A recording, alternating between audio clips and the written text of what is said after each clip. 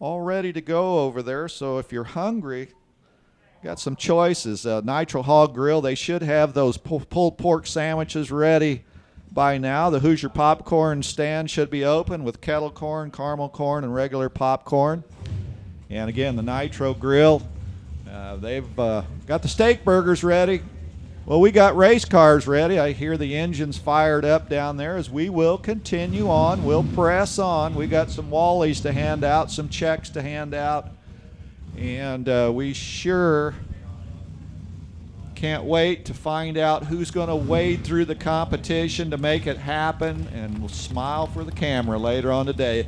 And meanwhile, the camera, Kevin, Peppera, and Nancy, they've got the photos and more trailer and the staging lanes open for business. Hey, give them a check out back there. They do excellent work, no doubt about it. And we are just about ready to hustle through. Eddie Arnold's going to come up and Jeremy Mason as we continue on.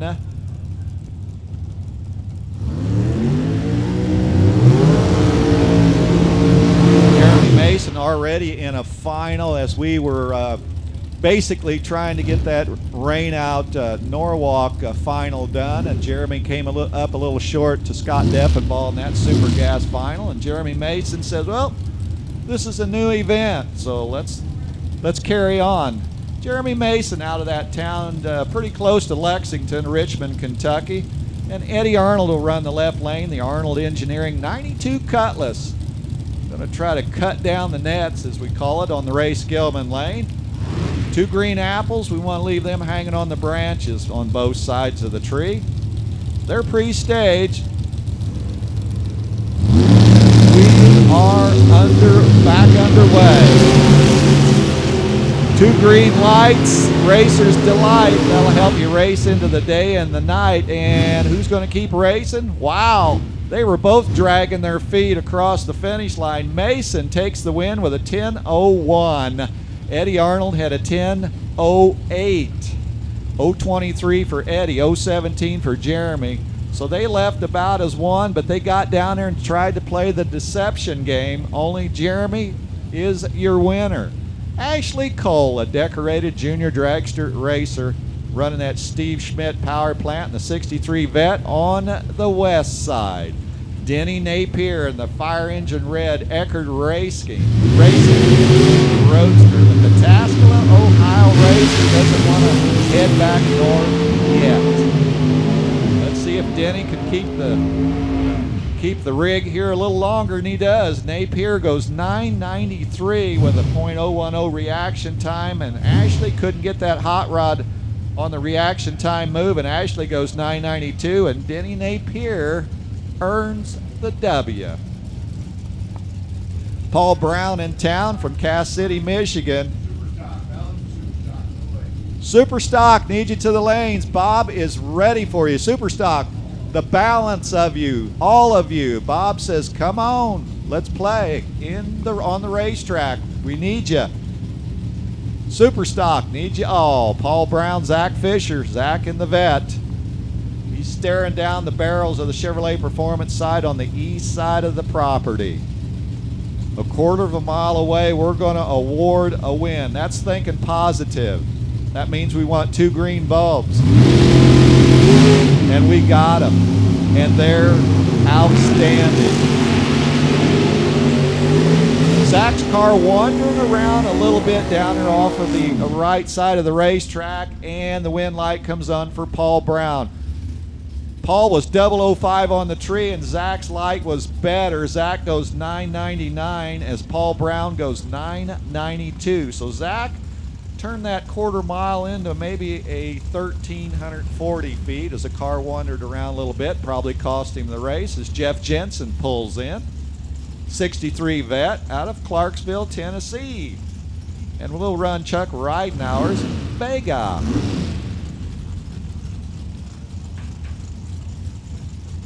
So we'll let the car show continue on here as they roll down Route 1320. The one-way runway, we call it here at Lucas Oil Raceway. The summer spectacle. Round 1 Super Gas. It's been tough. It's been brutal. Wheels up for Chuck Ridenhour. Jeff settling in for the long haul. Here comes Jeff trying to reel in the fish at the top end, and does. Jeff Jensen goes 9.90 with a 2 as Chuck Ridenauer took the stripe and breaks out with a 9.87. Sometimes you take the stripe and you can turn the wind light on, and sometimes it doesn't work. Jeff Jensen, your winner. Rich Pica with the cool 84 Corvette. And Leo Zinda, the veteran runner out of Clinton Township, Michigan, running for the Ring and Pinion Shop. Got that Cavalier locked in. Rich waiting to lock it down. It's there. They're gone. They're green. Now the battle, the gamesmanship, the chess match is going on between these two. And a little more deception going on. Baking the brakes, doing whatever it takes. Leo Zinda is your winner. Leo, 10.03 to Rich Pica's 10.10. They were probably pacing each other down here at the 1,000-foot mark and probably just kind of, well, just sliding on the brakes a little bit. Maybe just scrubbing a little speed, trying to play the deception game. Corrine McMillan up next out of Ajax, Ontario, 68 Camaro, first-gen Camaro running. Scott Tuttle's turquoise Ford Roadster. The Roadster on the left. The tree drops. The buttons released. The race is on. 8th mile, check. Quarter-mile blocks waiting their arrival, and the wind light comes on for Scott Tuttle's Ford. Scott goes 9.91. Corrine off pace with a 9.98. Scott had the light by 100th. And Scott taking the stripe and the win as we pull up 2 more. The beautiful 66 Chevy 2 with a big block. Brian Shockley, the wheelman, coming from the Volunteer State. Well, he'll take the trip down the east side of the track. Alan Bush will have the passing lane with his hot rod. 990s for a while. We'll keep it right there. The racers just got to, well, they just got to do some magic work on those hot rods, get the throttle stop set right to run that 990. First job, drivers cutting the tree down. Well,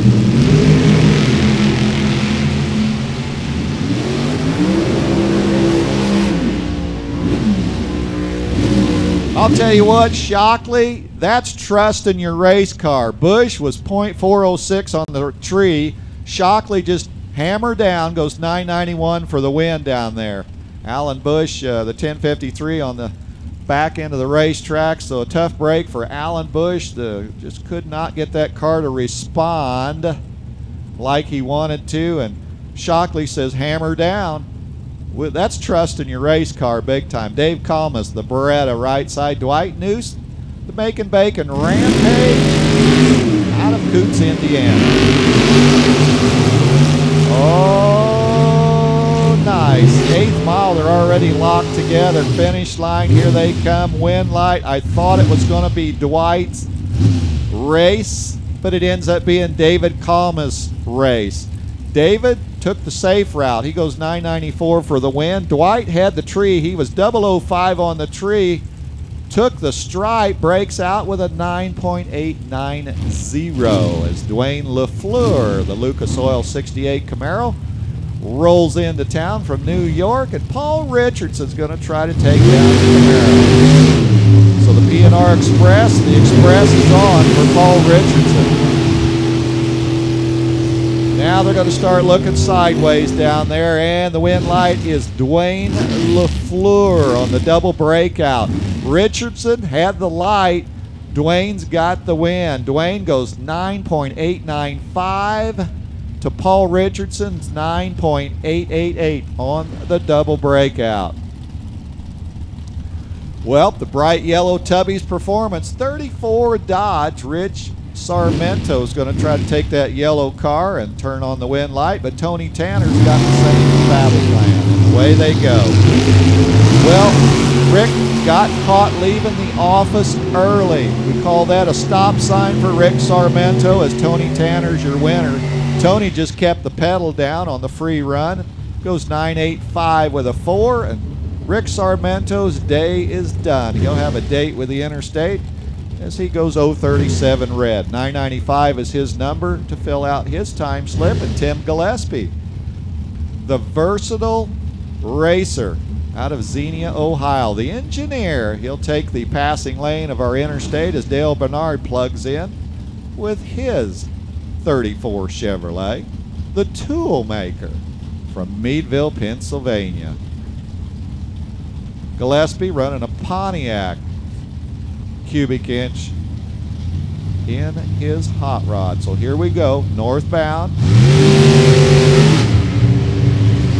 Route 1320, it has been busy this morning. We're turning on wind lights right and left. This time the wind light will shine for Tim Gillespie. Gillespie, well, Dale had 3 numbers in the reaction time, and as we've said before, it's hard to turn on the wind light. He goes 993, but Tim Gillespie is your winner with a 992. He was 027 on the tree as Dave Hedges at Gary Linkhorn lock horns. Linkhorn from Cumberland, Ohio, running for Linkhorn Racing. He's on the east side. On the other side is Dave Hedges. It's Nova. Dave's out front by about 2 car lengths. Gary closing rapidly. Linkhorn, wow, 10:02. Both of them hanging out the boat anchors early down there as Hedges goes 10:11. Linkhorn goes 10:02. Both of them cutting the spark plug wires and flattening the tires as they cross the stripe down there, but Linkhorn gets the job done. Bob Aker and Carl Rechtenwald will plug into the computer system. Rob Aker in the Ray Skillman Auto Group lane, the 2010 Camaro. He's got a 430-inch Chevrolet under the mailbox. Rechtenwald's Lumina is away. Bob pulls the front in, throttle stop, says, We're going to leave the front wheels. We're going to put them back down on the pavement. Wind light, Bob Aker, 995. Rechtenwald, 1010. Problems for the Lumina down there. They were too tight on the tree for them to be that far off at the top end, but Bob Aker is your winner. And the Jegs.com, Troy Coughlin driven Delaware, Ohio parked race car.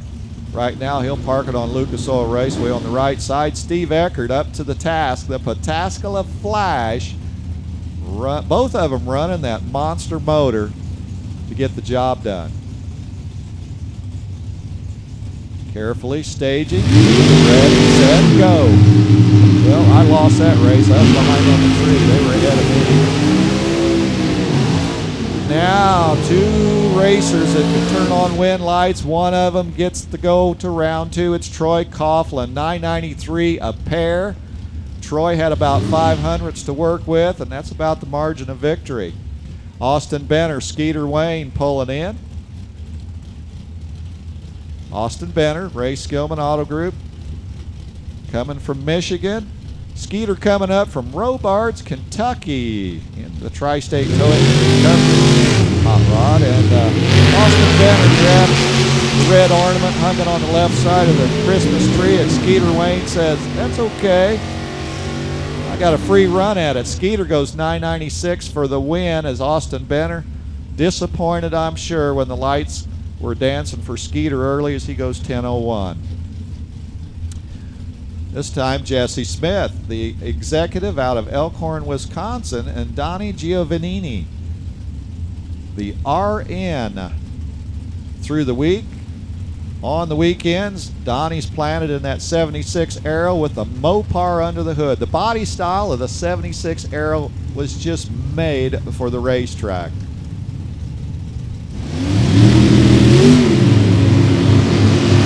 Jess Smith got into that red spray paint can, and he was looking for the green can and got the red one out, sprayed the bulb on the right side, and Donnie is your winner. Mercy. Donnie goes 981. Jesse goes 999s as they hunt for the exit ramp off of Route 1320 down here at the top end. So tire smoke as Joey Shipp, another respiratory therapist out of Whiteland, Indiana, and Morgan Napier. So A respiratory therapist is going to run the pediatric nurse. The Cutlass, the Oldsmobile. So Joey's on the west side. Morgan says, west side, east side. We're going to take you down. Here we go. So they got the park and brake pulled. They need to sneak up a few more inches, light a couple more bulbs as the photo cell says, okay, there you are. Joey goes in. Morgan's ready. Oh, mercy. Here comes Coughlin back the return road with the Jegs.com car. Down at the other end, going a little faster, is Morgan Napier, and he picks the win up. A 33 thousandths package. Morgan Napier goes dead on with a 992 for Joey Ship. Ship had a little bit of a reaction time advantage. Morgan goes down there, has the confidence to take the stripe, takes the win by 62 10,000ths of a second. Dan Toole and Jeff Reed Jr. ready to rumble. They're ready to go on vacation. Got the bags packed. They're heading north. Don't know if they're going to Michigan, Ohio, but right now they're heading at least to the finish line. Dan Toole left, Jeff Reed right, and another perfect light that doesn't turn on the wind light. Dan Toole was trip, zip, potato chip, goes 997, and Jeff Reed goes down there, takes the win. Jeff Reed went flying by, took his hamburger right off his paper plate. Jeff Reed takes the win by 17 thousandths of a second. They're just not playing nice at all.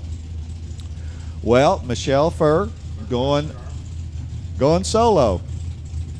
Michelle Furr out of Virginia, 2017 Corvette, just like an extra time run. I'll tell you what, that round was brutal, and it's only going to get worse and better if you're watching from the top side like we are. Michelle 9875. And that concludes Super Gas. Bob Unkerfer's chomping at the bit. We got some, I love this class, but I like Bob calling it because he knows his stuff. Bob Unkerfer, have fun. What you talking about, Willis? You putting words in my mouth, son. Superstock's going to be coming up. Before we do that, though, we are going to get into our final round of Top Sportsman from Norwalk. Tried this a couple of times yesterday, and third time's going to be charm.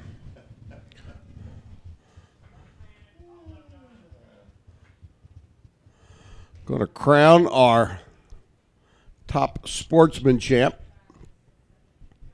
And we will then put Norwalk officially into the record books.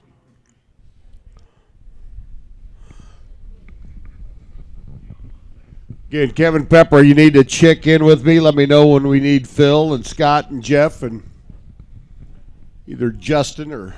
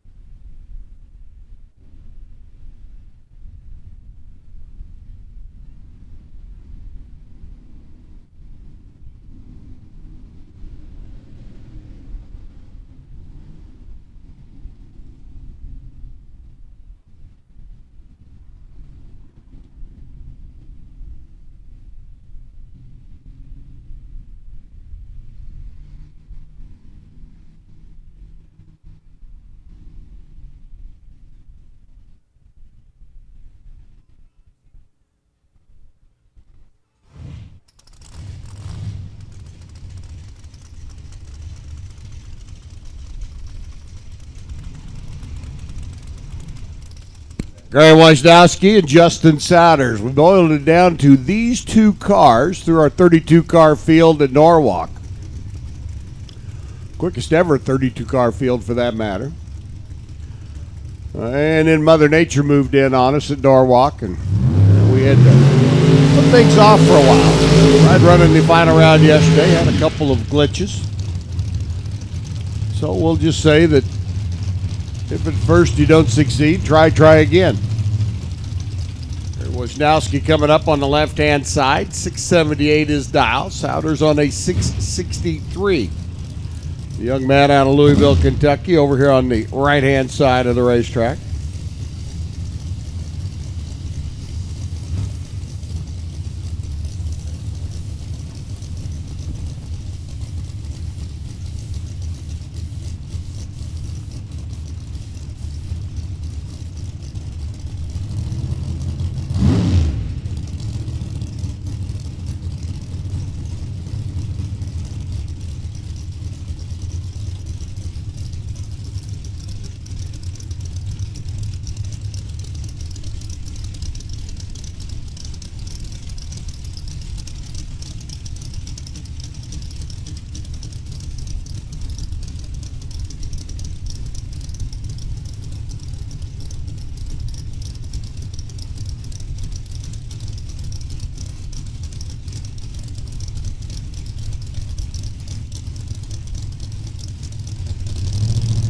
Wojnowski up on the left, Souders on the right as we get ready to crown our champion. We're green, we're gone.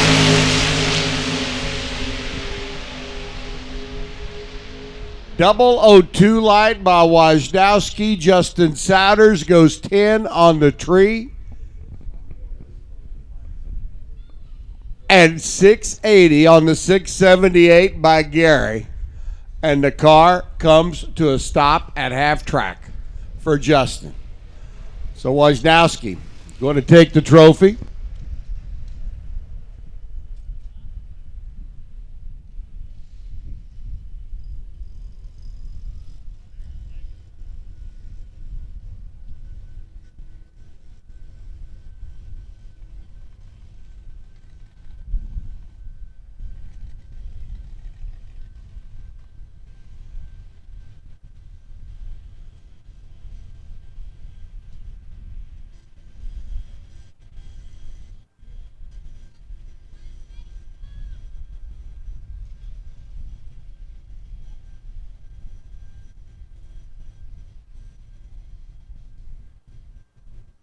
And a tough break there for Justin. He was 10 on the tree. Boy, I tell you what, it blinked and it was ready. He was ready.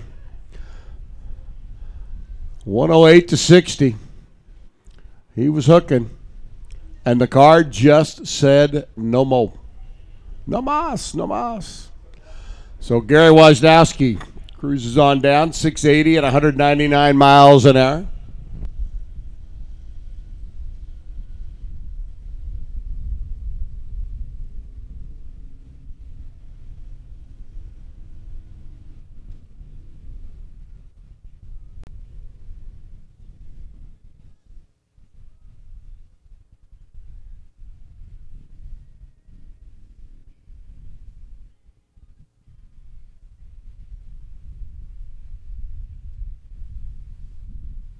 So we'll get Justin's machine rounded up and rolling down the racetrack. One way, shape, form, or another. Something in the car, obviously, causing concern for them as the quad is there to help assist off the racetrack. Car, though, doesn't seem to want to be assisted. And for all of you English teachers out there, that is an official word, assisted.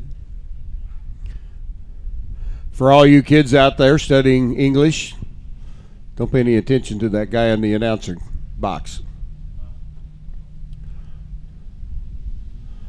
So problems for Justin's hot rod.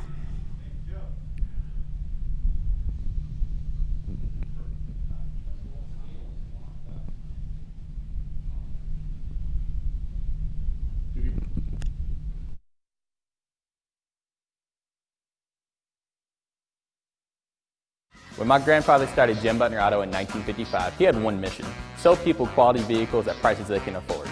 And nothing's changed today. Now we do $299 down, $299 a month, $299 down, and $299 a month. Get you into a quality used vehicle with a 1-year warranty. So don't work for your car, make your car work for you. $299 down, $299 a month. $299 down, $299 a month. And that's another reason at Jim Butner Auto, we're striving to keep you driving.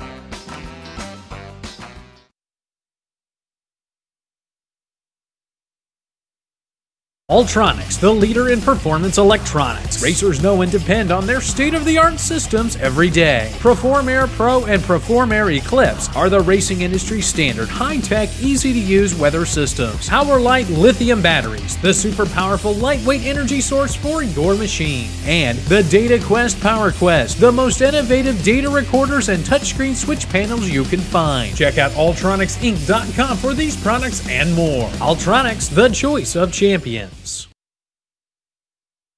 With customer service and technical support second to none, FTI Performance Converters and Transmission give you the winning edge. Just ask any of our customers, like 2014 IHRA Top Dragster World Champion Kevin Brannon, or the 2014 IHRA Super Rod World Champion Mike Ruff. We are real racers with real experience. Call us today at toll-free at 866-726-8358, or visit us on the web at www.ftiperformance.com.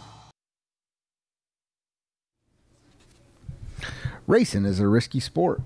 Don't take risks with your racing operation.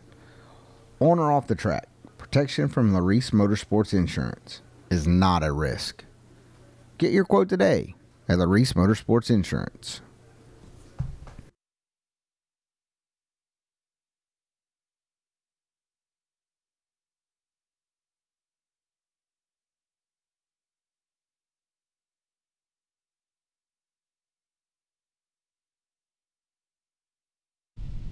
We'll be into our Super Comp action.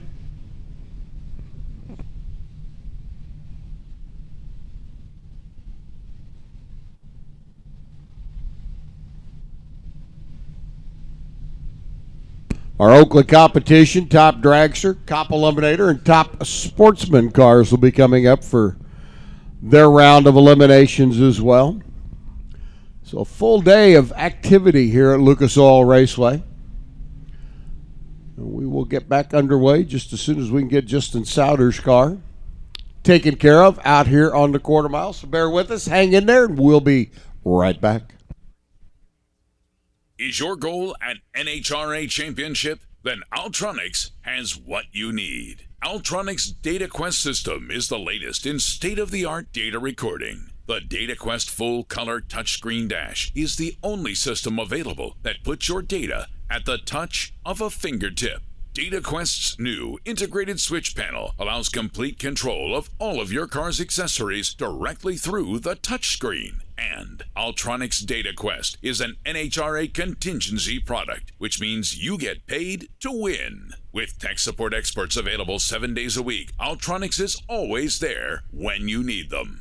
For products that will get you to that final round, remember Ultronics and DataQuest data acquisition systems. Order one now at www.ultronicsinc.com. Ultronics is always there when you need them. Lucas Oil is proud to continue our support of sportsman racers again in 2019 as a major contingency sponsor with NHRA. Lucas Oil awards contingency payments on oil, transmission, and differential gear oils at all NHRA National and Lucas Oil Drag Racing Series events. New for 2019, Lucas Oil has expanded its oil contingency program to include not only racing oils, but also select truck and API passenger oils as well.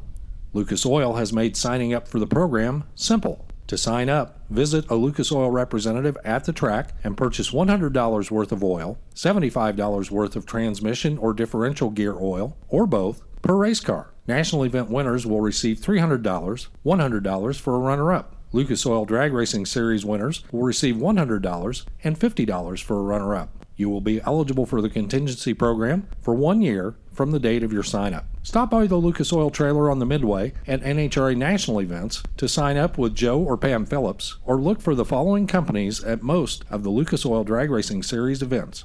In Divisions 1 and 2, see Jeff Kondratik of JKR Racing Product. In Division 3, sign up with Dwayne LaFleur of Lucas Oil. Division 4, stop by and see Rick or Chase Huffman of Accelerated Graphics. And in Division 7, see Les Figueroa of Fig Speed. Thanks for your support of Lucas Oil, and best of luck this season. Well, Justin Sauter's machine getting removed from our racing surface. The roll back going forward down to the other end of the racetrack. So we're just about ready to dive into round number 1 of Super Stock. Racers, don't forget, if you are in need of motorsports insurance, on track, off track, while transporting, sitting in the shop at home, whatever your case might be, sure, get in contact with LODRS Motorsports Insurance. You can find them on the web. You can find them on Facebook, but check with them. On track, off track, in transit, in storage. LODRS Motorsports Insurance can get you handled and get you taken care of. Drivers, do want to remind you we need to be able to see dial-ins on the right-hand side of the car, if you would, please. Dial-ins on the right-hand side of the car, if you would, please. Need to be able to see them from the tower, which will be on your right as you come up the staging lanes. You know, the side of the car that you let your better half in when you take them out for a date. Right. Gary Summers, Renee Garza, going to lead us off. Our factory Super Stock E Cobra Jet Mustang convertible, and Renee with the conventional 265 cubic inch 55 Chevrolet Bel Air. The first ever year for the small block Chevrolet, and the first ever small block combination. Little 265 cubic inch mouse motor, and look at what has happened to it since. Holy camole. Gary Wisnowski making his way back up, your top sportsman Norwalk champ. We'll be getting the Wally picture taken a little bit later on. Gary, you listening in, we'll need to get you for a Wally photo.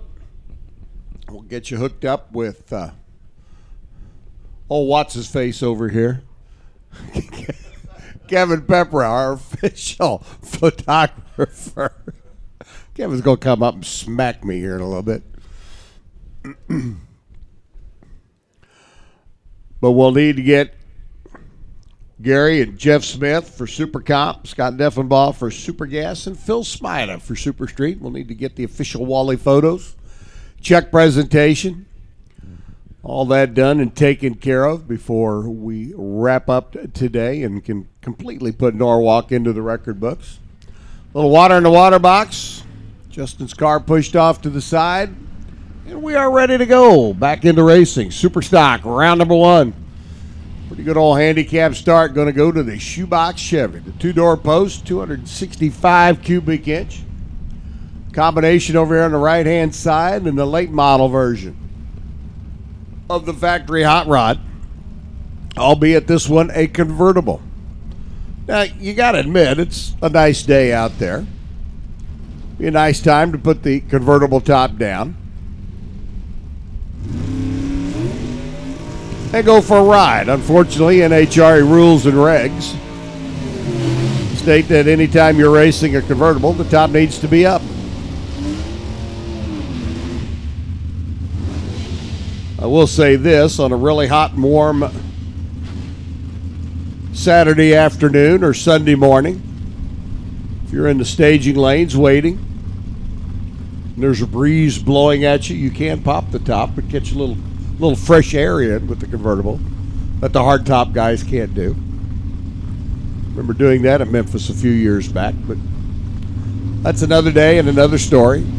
Summers in on a 941. Renee Garza is going to get a big old handicap start. The shoebox Chevy side of the tree. Oh, and Renee, you left too quick. Summers gets the first round win here in Super Stock via the red light. Summers gets a free ride into round number 2, runs through 9:38 at 125 miles an hour. And Super Stock round 2 officially underway now. Eric Wilkerson's Super G automatic Camaro out of Indiana should be in the left lane. Nick Morris, the factory GT. Late model Cobra Jet power plant shoehorned into the early model 98 Mustang body. So Nick will get a competition by Ronnie as one of the first 3 designated pair. And Eric Wilkerson is not able to answer the call for the opening round. So a free ride for Nick into round number 2. Former division Super Stock champ. Former U.S. Nationals winner as well. Nick likes this racetrack. He'll go motoring through 978.3 on his 979 dial. We'll see Nick again in round number 2. He'll be coming back a little bit later on. Steve Coase should be taking on Evan Wilson. Evan's 66 Chevy 2, the Kokomo, Indiana based. Super G automatic, another car not able to answer the bell for the opening round. Qualifying rounds taking a little bit of attrition on our Super Stock field, and unfortunately 2 of the first 3 pairs. Steve, free ride is 327. 4-speed Super Stock G, first generation Camaro on the right hand side, and he'll motor through 979 at 133 miles an hour. It's now time to get back into pairs. Kenny Schindler and Bill Jenkins. Not that Bill Jenkins. He's unfortunately no longer with us. But this Bill Jenkins, 63-year-old Bill out of Goldsmith here in the Hoosier State. 73 Buick Apollo. Small motored 350 underneath the hood, the GTM automatic car. Kenny Schindler out of Hard Shoes Parts. Well, they ain't got it, they don't got it. You don't need it. Kenny off and running, 427 cubic inch Corvette, playing catch up now. Has he got enough ketchup in the bottle? Yep, 939 at 139, dead on 4. Jenkins goes down, takes too much stripe, runs through 1080 on his 1084 dial. So Bill's day is done. The Hard Shoes Parts big block Corvette gets to come back and play for round number 2. Dallas Kelly, the 64 Ford Fairlane, 427 cubic inch combination. Taking on Jimmy Ronzello, the Varsity Ford Factory GT late model Mustang. Ronzello won first on a 939 dial. Dallas Kelly right alongside on a 910. Dallas pulling up at the finish line stripe, but runs too quick. 906 on the 910. Got down there and took a whole lot of finish line. It took a whole lot more than he needed to. And Jimmy Ronzello looks over, tips the bill of his cap at him and says, well, thank you, Dallas. Thank you very much. And Ronzello in the Varsity Ford bright yellow Mustang will be back for round number 2. Todd Datweiler out of T&E Enterprises, the Herscher, Illinois based car hauler builder. Boy, they build some good. Taking on Parker Zimmerman. Parker over there on the left side. Stock C modified. Olds Achieva. 918 to dial. Todd off and running his Chevy 2 and lights up the scoreboard. 985. Look at the margin of victory. 8/10 thousandths of a second. Parker was closing at a very rapid rate. Just left a little bit too much back here on this end. Datweiler gets the win. 0.0008, the true margin of victory. Can you say by the hair on your chinny chin chin? Well, if you can, I just did it for you. Tony Alves, GMC Sonoma, up next on the right-hand side. So we continue on the UPS manager. I guess if you deal with trucks during the week, you might as well have a truck on the weekend, right? There you go. Taking on Rick Rondi's factory Super Stock Dodge Challenger, the drag pack car on the left-hand side, 1044 to a 1043. Rondi was ready when his side of the tree came down. He was 008, runs 1050 at 126 miles an hour, and he takes 3 thou stripe for the win. 1045 on a 1043 by Tony. You can start concentrating on making sure that you get your packages delivered on time tomorrow. Well, maybe. Breda Frank on the right-hand side, the SeaTech Manufacturing. Cobalt comes rolling in. She's taking on Matt Potts. Matt's got the old school paint job on the side of the Superstock G Automatic Camaro. Neat looking hot rod. Let's see what that little 350 Camaro can do. Dialed in 10:03. Brina on a 9:44. She was going to see if she could chase him down. Brina punches her own clock on this end. 6th foul, too quick out of the gate. Matt was ready for her, though. He was 008, leaving the starting line. Runs 10:08 at 128.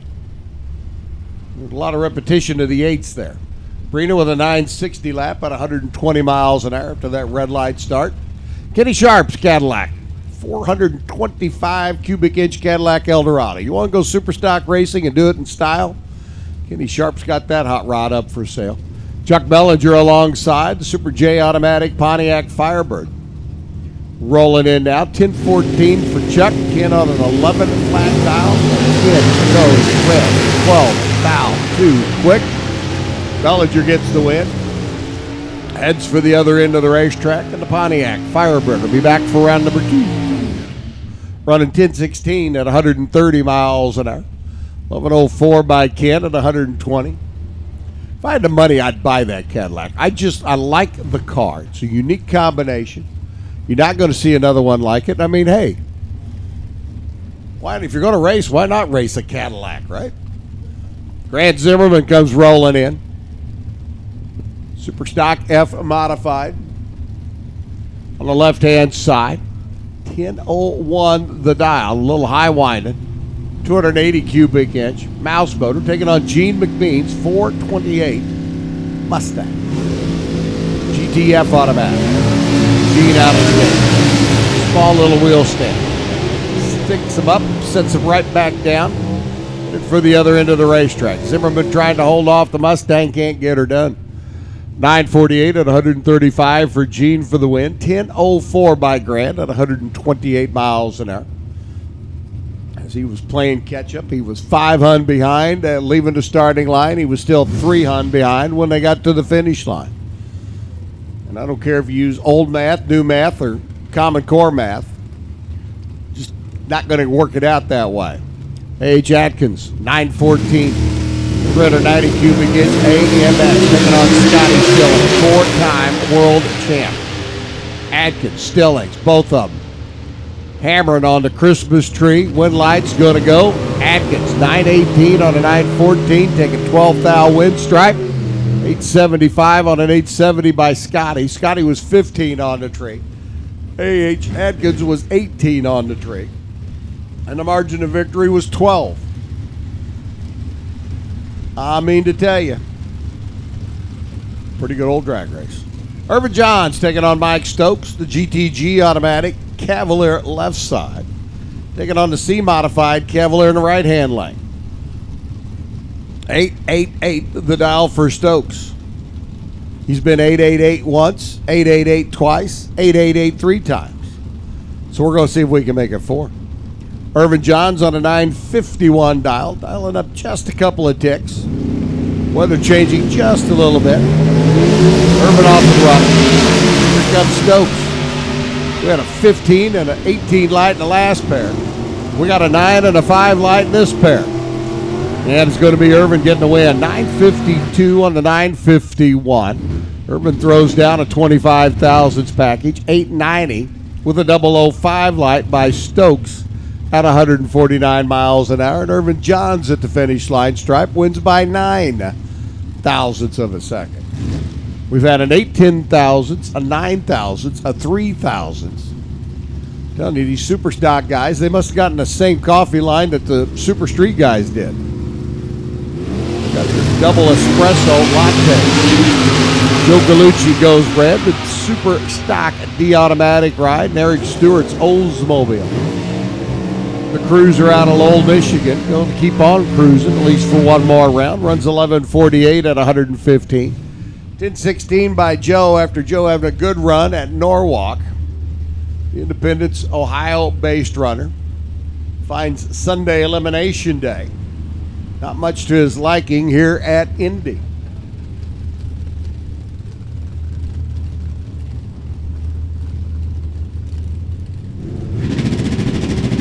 Danny Kyle taking on James Jeske. Jeske sits and waits, and the Copo goes red because he couldn't wait long enough. Kyle's going to get the win. The GTK automatic Firebird over on the left-hand side cruises through 10 flat, 10.005. How about a 24 thousandths package for Dan Kyle? Whew. I don't know who had the coffee concession stand set up this morning, but they were busy. Jeske a little quick out of the gate, goes 8.18 at 163. Hey, attention in the pits.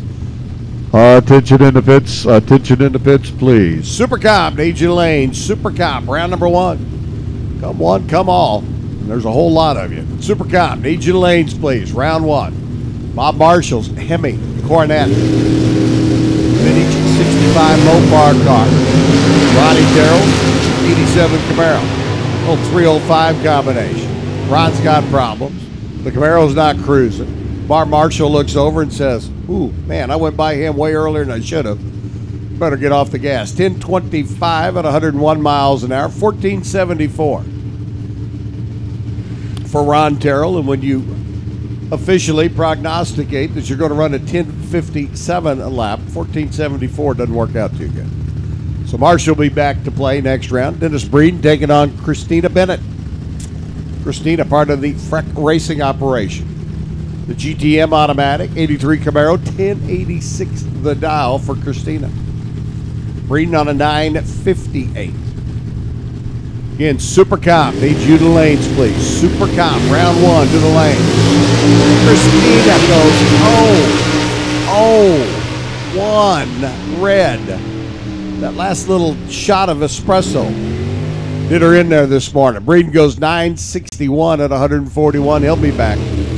Round number two. Christina runs 1090 under 1086 after that 1,000th of a second. Red light start as Brianna Kelly and Brad Jarvis come rolling in next. Jarvis out of Catlin, Illinois, driving Old Yeller. Old Yeller. I remember the movie well. We all had a tear in our eye at the end of Old Yeller.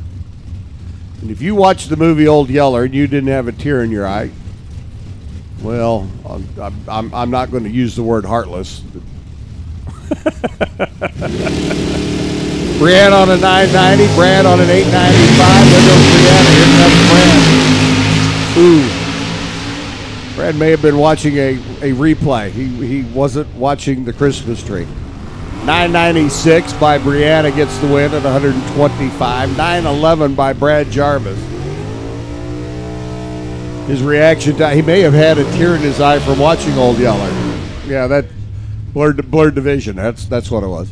Chris Cheney taking on Angelo DiCarlo. This is going to be interesting. Angelo DiCarlo's 66 Corvette, mouse-motored machine over on the left-hand side. Beautiful car. Hard-running car. But it hasn't been this weekend. Angelo's been having some struggles with it. Taking on number 4 in the world, Chris Cheney. Claremore, Oklahoma based. Cheney Speedy Lube entry. Small block GTK automatic. 1020 the dial for Chris. Angelo on a 981. Now, if Angelo's got everything figured out and they found their problem, it's going to be a run for Chris. Cheney hikes the front end up, sets it back down. He's now looking over his shoulder going, where's that Corvette? Where's that Corvette? Well, that Corvette never got there. 1029 by Chris, good for the win at 120. And whatever has been bothering Angelo's Corvette is still bothering Angelo's Corvette. I think we need to call the bug doctor. Get some pest control done. Get them gremlins out of Angelo's car. Super Cop, need your lanes, please. Super Cop, needs you. Staging lanes, please. Come on down, boys and girls. There's a few of them coming. I see them headed that way. Ryan Hagg's Super E Automatic. Big block, 67 Camaro. Jimmy Whalen's LS Power. Camaro on the right-hand side. You can see Jim's car link. Maybe you didn't, but I did. Red light start by Jimmy. Ryan says thank you. He runs through 965, dead on 6. Ryan misses a perfect lap by 13 thousandths of a second. That would have been a good race with Jim, but the red light start kind of took everything out of his sails. Still goes 1085 on a 1084 to 122 miles an hour. Billy Rose, Eureka, Missouri based. 67 Chevy Nova. Love this car. Classic Chevy 2 two-door post. You can park it in my garage. You can park it on the roof of my house. You can park it in the middle of my front yard. I don't care where you want to park it. Just leave the keys at my place. That'd be great. Don Kennedy's GTE automatic. The Pontiac Sunfire up on the left-hand side. 926 the dial for Sir Donald. 994 the dial for Sir William. Rowe off and run. Kennedy off and run. Don may have needed some of Katie's chocolate chip cookies this morning. I think a little chocolate fix might have helped. He's a little late out of the gate. Cost him at the other end of the racetrack. 999 for Billy Rowe. As he goes motoring through at the other end. 927 for Don Kennedy. 146 miles an hour down at the other end of the racetrack. And Kevin Melhorn comes rolling in now to do battle with Terry Allison. Pair of GTI automatics. First one to the finish line. Winner. Chicken dinner. Sunoco station owner on the left-hand side. Terry Allison wheeling his Grand Am over here on the right-hand side. Melhorn had the slower of the two cars in qualifying. Terry had the quicker. He was tardy out of the gate. Still gets the easy win. 990 at 133. And again, Super Cop, need you to lanes, please. Super Cop needs you to the staging lanes, please. John Frex. GTJ automatic. Firebird on the left-hand side, 1147. Multi-time national event champ over there on the left side.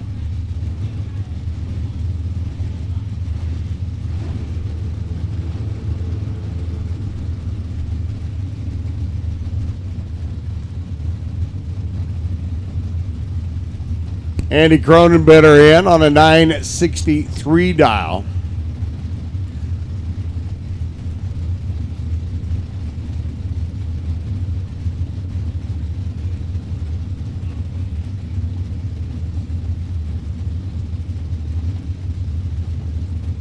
John Freck comes up, tried to dial above the class index, and you cannot do that.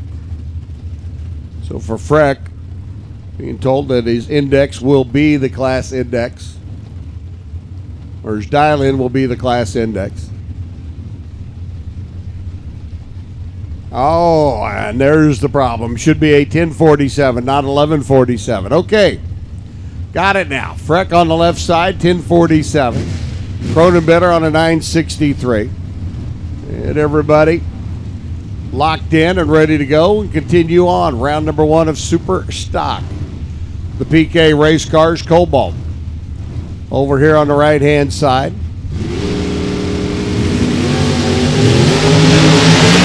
And green lights are fair. Boy, all that confusion on the line sure didn't bother John Freck any. Great googly moogly. He goes 13 on the tree, 51 on a 47, and into round number two by 13 thousandths of a second. Cronenbitter, 964 on a 963. He ran the number, just didn't quite have the reaction time that Freck did. So John will be back for round number two as Drew Skillman comes rolling in. Skillman, Automotive Group, Chevy Cobalt, B Supercar over on the left-hand side. Taking on Kim Fritz, Factory Super Stock B, Cobra Jet Mustang here on the right side. Who knows what the cockpit on the road is like. Skillman goes trip, zip, 0, and an 882.8 on an 883. Missed the perfect lap by 8 thousandths of a second. Kim Fritz went red by 4 thousandths of a second. It was all over with, but the tears and the crying. So Fritz's day is done. And the Cobra Jet. Drew will be back. David Manning's GTG Beretta over on the left-hand side, taking on Joe Ewing's GTK automatic entry. 340 cubic inch, 68 Dodge Dart, runs out of RV 455 trailer cleaner. And if you have a trailer or an RV and you need a good cleaner, be sure and see Joe. That RV 455 stuff's good stuff.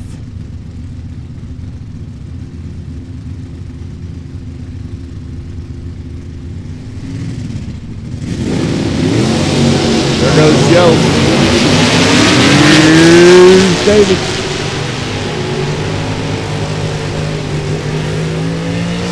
Manning rolling in on the top end, gets him with a 965 lap at 130 miles an hour. 11:01 at 120 for Joe. As he goes cruising on in to the pit area to put it away in the box. David gets to stay and play. Garrett Giese taking on Aaron Allison. Garrett over here on the right-hand side, 1072 the dial. This is the AMC AMX with the little 290 cubic inch combination. Allison driving his B-modified Cavalier.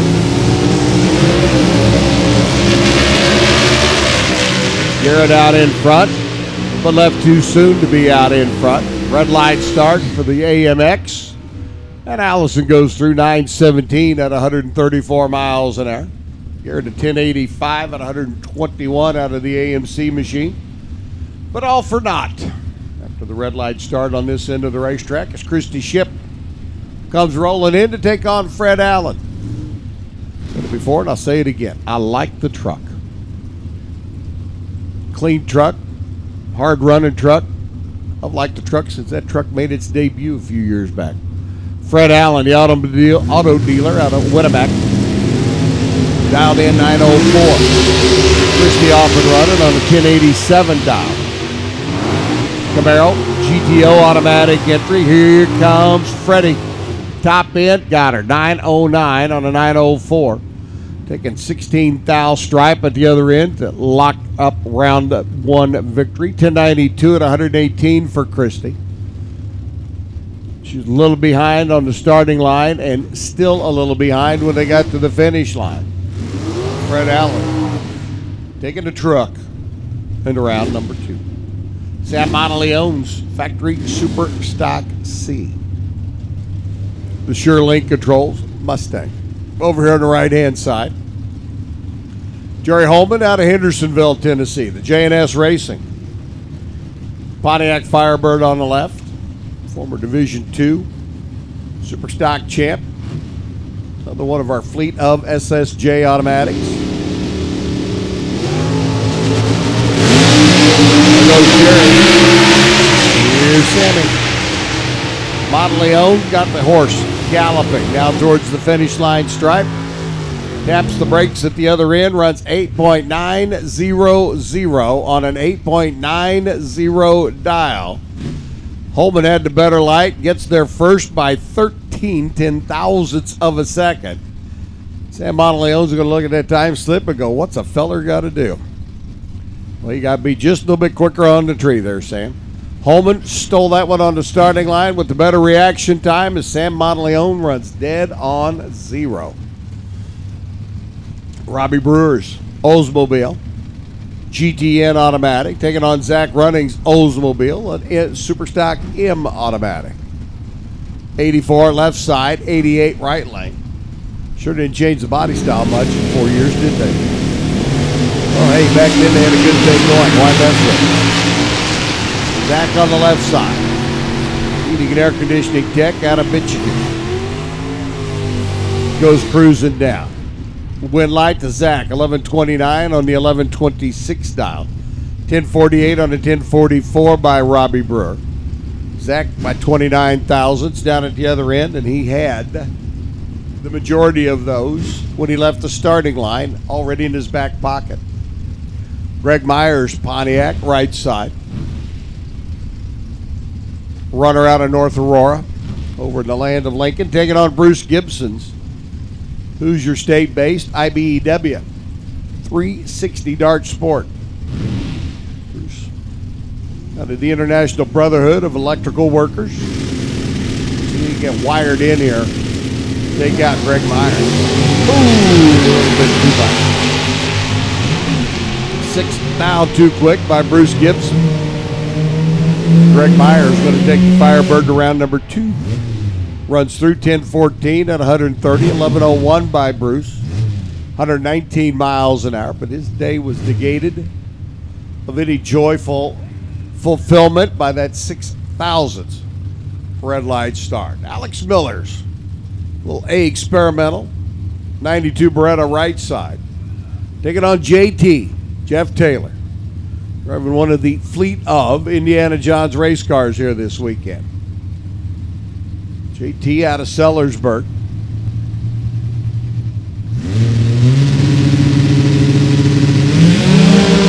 And Jeff Taylor, a rare occasion red line. JT pulls the front end up. 15 thousandths of a second too quick. 9:46 by Alex Miller. That'll carry him on into round number 2. Well, you line up against Jeff Taylor, you do not expect to see your scoreboard shining long before you get there. Jeff Taylor and the little Pontiac G5. He let go of the button and it hiked the front end up and out of the beams. So JT's day, at least in super stock, is done. He's still alive in stock eliminator, and he will be back. Tim Tichenel taking on Don O'Malley. Donald over on the right-hand side, driving a little red Corvette. Tim Tichenel with his 91 Firebird. Big supercar over on the left. Ohio-based runner. Tim's red. Don's red. Well, Don's car is red. Don's green, and he's moving around number 2. 987 at 131 miles an hour for Tichenel. 938, dead on the dial with a 6. But 18 thou too quick, leaving the starting line. Jeff Neiswanger and PJ North, or PJ Fouts, or PJ. Coming to the line now, this Pontiac Sunfire. Taking on Jeffrey over here on the right-hand side, your Jegs Sports Nats champ. Down in Bowling Green a couple of years ago. Jeffrey on a 1022, PJ on a 939. There goes Jeff. Here's PJ. Swanger working the Camaro down to the other end of the racetrack. Lights up his scoreboard. 1023 on a 1022, and Amy's doing the happy dance at home. PJ cruises through 936 at 144. Got there first, broke out by running too quick against that 939 number. Rock Runnings GTL automatic entry, the 94 Olds Achieva. They're on the left-hand side for the 77-year young gentleman. Out of Michigan, Brian Simonek. The Toledo, Ohio-based runner. That is a 265 cubic inch, very unique motor. It's an engine that General Motors developed and built for taxi cab use. A lot of people ever heard of it. Drag racers got wind of it and said, ooh. EFI, fuel injected, aluminum, very small comp. We can use it. Simonek goes 1168 on the 1170. Running gets the win, though, with a 1039 on a 1034. True margin of victory. Just a few thousandths of a second down at the other end of the racetrack. Brian running under the number after taking the stripe and handing the win over to Rock. Brandon Wilkinson's Corvette. Out of Heavy Equipment Parts, Bowling Green, Kentucky. Division of Arts Used Parts. And again, if they don't got it, you don't need it. Major Magic's Pizza. Bobby Rashid. Red line start for Robert. Guess we now won't be ordering pizza to go earlier or later. And Brandon Wilkinson's going to take a leisurely Sunday morning cruise in his Corvette down track. 1235 at 71 miles an hour. I mean, he could take the Corvette down the highway and wouldn't get in trouble at 71 miles an hour. Well, they might say something about mufflers, but not going to bother him on speed. 992 by Bobby after the 11 thousandths of a second red light. Ray Paquette and Bryce France. Bryce, 19-year-old youngster at the wheel, the 327 Chevy 2. Two-door post over here on the right-hand side. He's going to go first. Almost a full second handicap start over against of Ray Paquette. Runner out of Varsity Ford in Holt, Michigan. Paquette trying to close in on the kid. Got there, but didn't close in quick enough. 10:05 on a 10:01. Bryce gets the win. 9:22 on a 9:11 at 136 by Ray. He comes up short down at the other end of the racetrack, and the youngster out of Louisville. Moving on. That was Bryce. Here comes Todd France. Let's see, Frantz, France, same last name, same hometown. One's 19, one's 44. I'll let you do the calculations on that. Chevy Cobalt out of the Indiana John Suburban Heavy Hauling Stable. France over on the right-hand side. Dave Myers up in the left lane. His 66 Chevy 2. An auctioneer.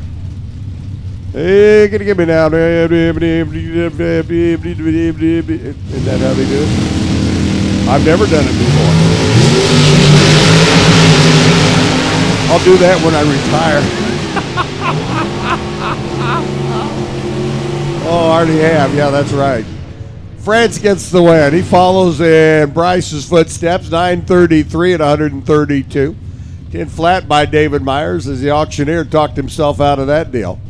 129-mile-an-hour run. He talked himself out of it at the starting line with his reaction time. Brian Stufflebeam's Firebird up on the left. George Wright over here on the right. George Wright is right in the white. Whew. Yeah, trying to turn on the wind light. Thank you, Ron. He's got the green light. Goes Brian Stufflebeam. Brian at the wheel of the Pontiac Firebird, yet another one of our J Automatic Super Stock machines. Top end, winner picker says give this one to Brian. 10:34 and 125. George Wright was not right. He runs 10:36 on a 10:28 at 128 miles an hour. What's the old expression? Two wrongs don't make a right? Okay. I think we just wore right out there. T.C. Morris and Keith Lynch. T.C. going out in round number 1 of stock last night. See if he can hang in there against the former two-time back-to-back world champion super stock. Lynch over on the left-hand side out of RacingRVs.com. The Drag Pack Challenger, factory GT car there on the left-hand side. 976 for Keith, 992 for TC at the wheel of the Cavalier. They set sail for the other end of the racetrack. Keith looking at TC, TC looking at Keith. Keith looks at his scoreboard and says, I'll take it. 977 on a 976, taking the stripe by 2 thousandths of a second for the win. 9901 by TC on a 992. And for the gentleman who won it all here a year ago, a first-round exit in both stock and super stock. A rare occurrence. Dan Olding's Monte Carlo, left side. Morris Vogus, another Super J automatic, right side. 1021 is going to give Dan Olding's Monte Carlo handicap start. The Monte off and running. Morris giving chase. Illinois-based first edition Chevy 2 comes up short on the top end. Runs 10:21.8 on a 10:21 dial. Dan Olding goes through 11:08 on the 11:06, but at a 13 thousandths reaction time. It was holding 4 hun when they left this end of the racetrack and cashed in 2 hun when they got down to the other end. So Holding will be a round number 2 competitor. Mike Morgan says, I want to be 2. Morgan's got the gold Trans Am there on the left-hand side. Ronnie Trapman says, okay, you can be. Ronnie turns on the red light on this end. Morgan cruises through on that end, 1083 at 122. Trapman goes red on this end, 1035 on a 1037, and another instance. of two wrongs don't make a right. Don Rhodes. Take a listen to this Camaro on the starting line on the left side. 280 cubic inch mouse motor, and he is going to wind that sucker up to about 10 bazillion RPM. Maybe not that high, but you get the idea. Winds it up, kicks it in gear, and goes after Tyler Bohannon. Tyler on the right-hand side looking over. Donnie Road was 001 and runs 970 on a 966. Tyler goes 1003 on a 1004 and 127. He was 15 on the tree. 15 on the tree is a good light.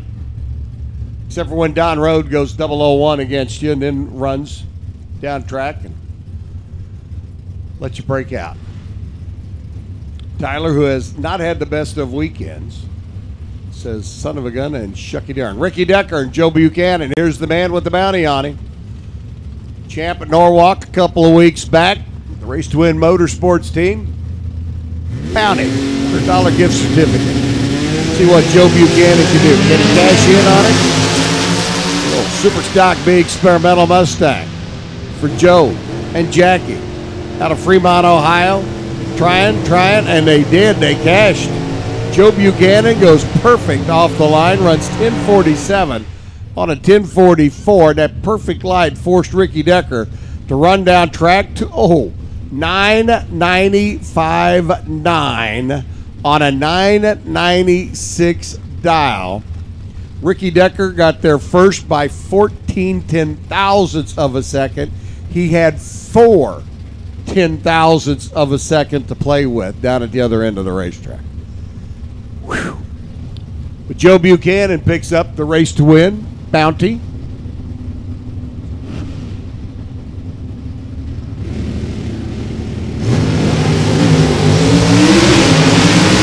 Jeff Dona and Kurt Neighbor working their way down track. Jeff's already been a big winner this year.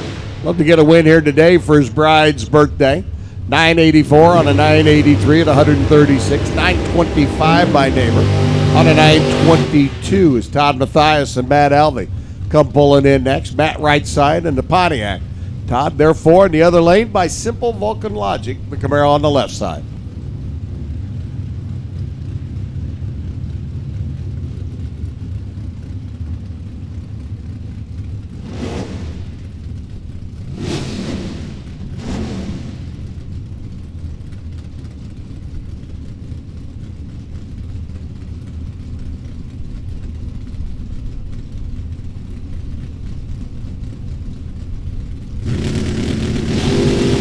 Matt Alvey on a 959, Mathias on a 930. They have the exact same numbers in their reaction time. A little bit different order. Matt Alvey had the lower number. He was 26 on the tree, runs 964 for the win. 935 by Todd Mathias on the 930 dial. He was 62 on the tree. So the same number, just different order. Jeremy Duncan should be taking on Ty Quaiser. Quaiser out of Oakland, which we all know is in Michigan and, well, not California. Little 65 Nova wagon not able to answer the bell for the opening round, so Mr. Pest Control gets a free ride into round number 2 with the Super G automatic Camaro. And he'll go marching down track, 006 light, and runs a 991. 130 mile an hour lap. Matt Forbes comes cruising in.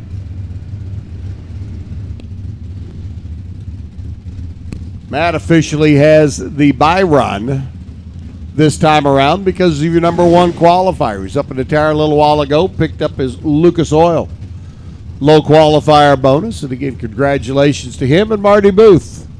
Marty, your number 1 qualifier and stock eliminator. If Marty is still around, we need him to come to the tower, pick up his Lucas Oil low qualifier bonus. By virtue of the odd lot number of cars in super stock action, number 1 qualifier gets the official bye run in the opening round, and Matt's going to use it to his advantage to go 1055 at 112 miles an hour in his GTM automatic hot rod. Tyler Wodarczyk should be taking on Jeremy Mudd's Pontiac Grand Am, but no Jeremy. So Tyler will get the competition by run in this round. His Super J automatic, yet another one of our fleet of. And for Cheney, Speedy Lube, Aeromotive, Goodyear, the young man out of Wauwatosa, Kansas. With it for the girls, Andy and Emma. Cruising on down the boulevard. 005 light by Tyler. He goes 10:25 on a 10:24 for a nice little tune-up run. Tough break for Jeremy's Grand Am, not being able to answer the bell. But sometimes as you work your way through qualifying, problems arise. And you just can't make it to the starting line. Jason Shoemate's Superstock A automatic should be in the left lane, but it's not. So Dave Dupps gets a competition by the heads-up cylinder heads entry. And you're saying, well, why don't you just run them against each other? Well, they all qualify, and it's just like the NCAA tournament. Everybody's on a ladder. That's who you're assigned to play, or that's who you're assigned to run. And if by chance the other team can't show up, it's a forfeit for them. You get the win. Whoa. David Dupps stood it up on the wheelie bars. Sets it right back down. Bounces it back down, I should say. And Dupps is going to slowly cruise on down the racetrack. Don't know if that little Cobalt is still under power. The heads-up cylinder heads entry. Slowly he goes down the track. And 26 seconds later, he gets there. And he's still rolling. So a tough break for Jason Shoemate. It looks like the quad's coming out to give Dave Dupps a little assistance. Fred Bartoli's getting ready and sitting waiting patiently. The Altronics Incorporated Pontiac Formula up here on the left-hand side should be taking on the number 2 qualifier, Rich Locker. Superstock AH, the Hemi, Cuda, not able to answer the bell after qualifying number 2 with the Hemi Cuda. So as Dupps clears the top end of the racetrack, Bartoli gets ready to take a ride. And you can do one of two things. You can pull up, stage the car, and make a full bore pass down the racetrack. Or you can pull up, stage the car under its own power, back it up, take it back to the pits, and save wear and tear, parts and pieces, and your pocketbook, and bring it back for the next round. Looks like Fred wants a little tune-up run. Rocks it back on the wheelie bars. And Bartoli for Altronics. Going to go motoring down the racetrack. And he'll do the 1320 shuffle with a 997 at 132 miles an hour. Looks like a couple more to go on competition singles. Hayden McBean's Super G automatic Mustang should be taking on Scott Lieberscher's Copo Parts Direct. New Camaro over on the left-hand side. Scott's got problems. He can't answer the call. It would be a fun Mustang versus Camaro old school, new school battle. Going to go to Hayden because, well, Scott's not here. And like Dave's not here.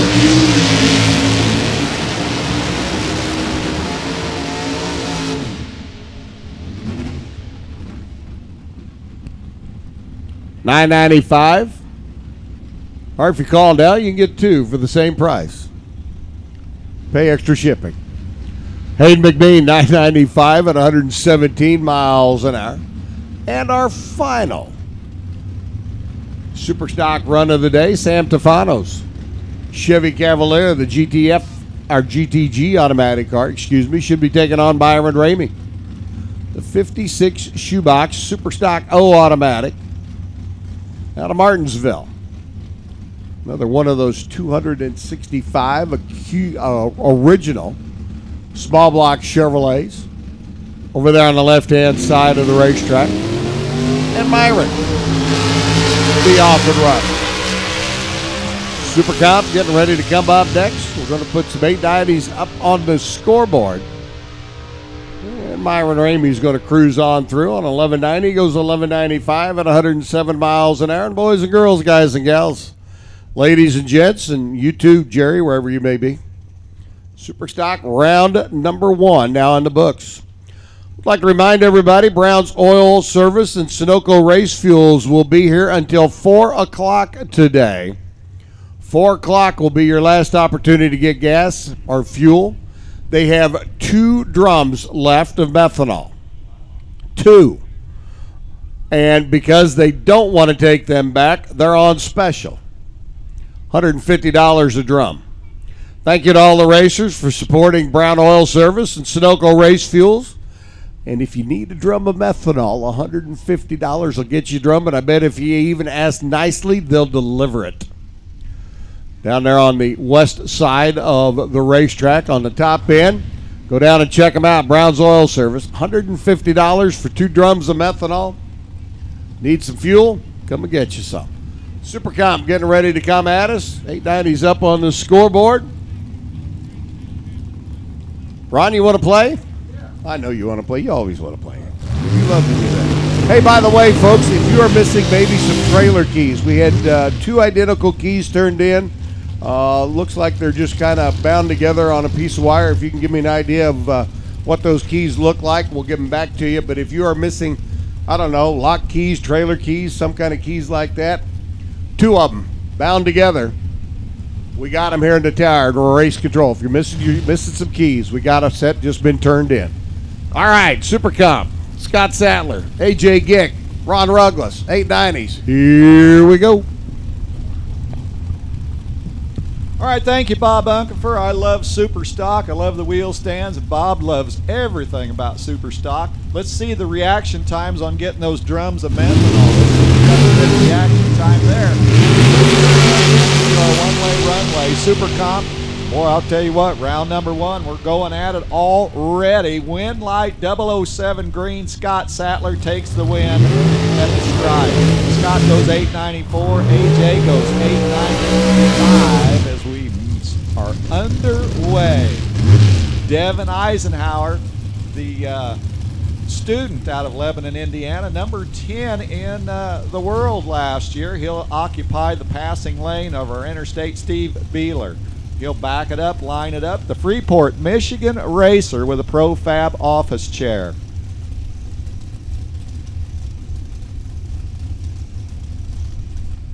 Yeah, we do need to shut these off. We'll be doing some checking down there on our racing surface.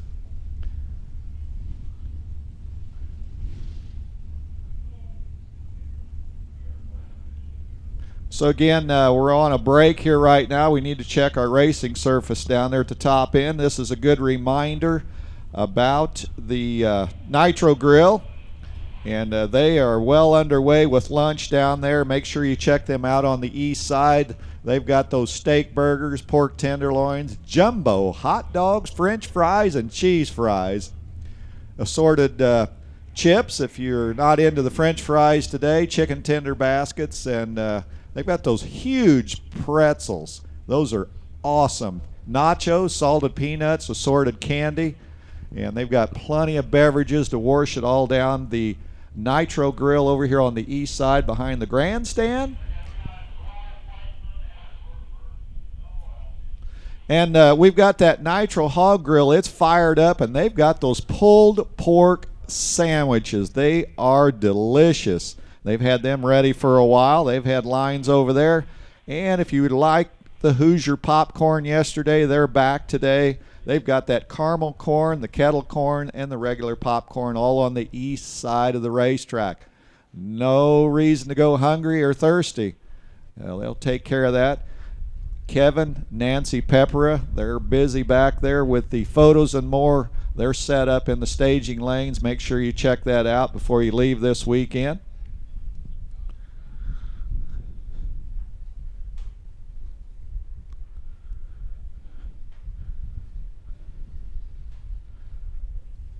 So the Summer Spectacle Lucas Oil race here this weekend, we're trying to get it in the books, and well, The Travel and Acceleration Show will be heading to Route 66 up there in Joliet next weekend, and they'll be battling it out up there for Wally's as well. Drag Racer TV, Warren Evans manning the station next door, and if you're following along here today, we got a ways to go yet. Tell your friends. It's a great way to keep in contact with the racing here in Division 3. We're ready to go. We're fired up. Devin Eisenhower, he was fired up last year. Number 10 in the world in Super Comp, number 1 in the world in Super Gas. But Steve Beeler says that was last year and this is now. Beeler will be the opponent next door.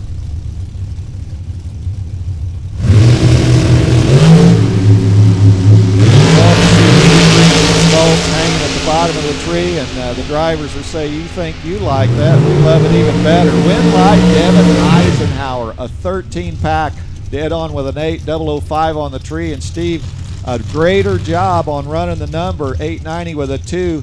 Devin takes a tight one. Steve did all he could do but turn the Winlight on, and that margin of victory was 11 thou as Devin decided to take that stripe down at the top end. It worked out. Patty Fisher, Ray Conley, another good battle coming up here. Ray Conley, multi-time winner. Patty Fisher, the RacingRVs.com dragster. That's a Chromeworks piece with a bow tie to get the work done for Patty. Patty sneaking up on the west side of the racetrack. Ray still thinking about it. We're ready to go. Buttons released. Patty did it just 7,000 too quick. Ouch, hate it when that happens. Conley taking it easy on the tree. Goes 888s with a deuce out the back door. And Patty, disappointed, rolling through with a 910. So Howard Michael with the wing on that. He's turning that front wheel a little bit. He decided to move the car over in a different spot on the launch pad on the Chevrolet Performance side. The HM Motorsports, the engineer, going to try and engineer a win down there, construct a win on the Chevrolet side is John Burkhardt, the Final Notice dragster.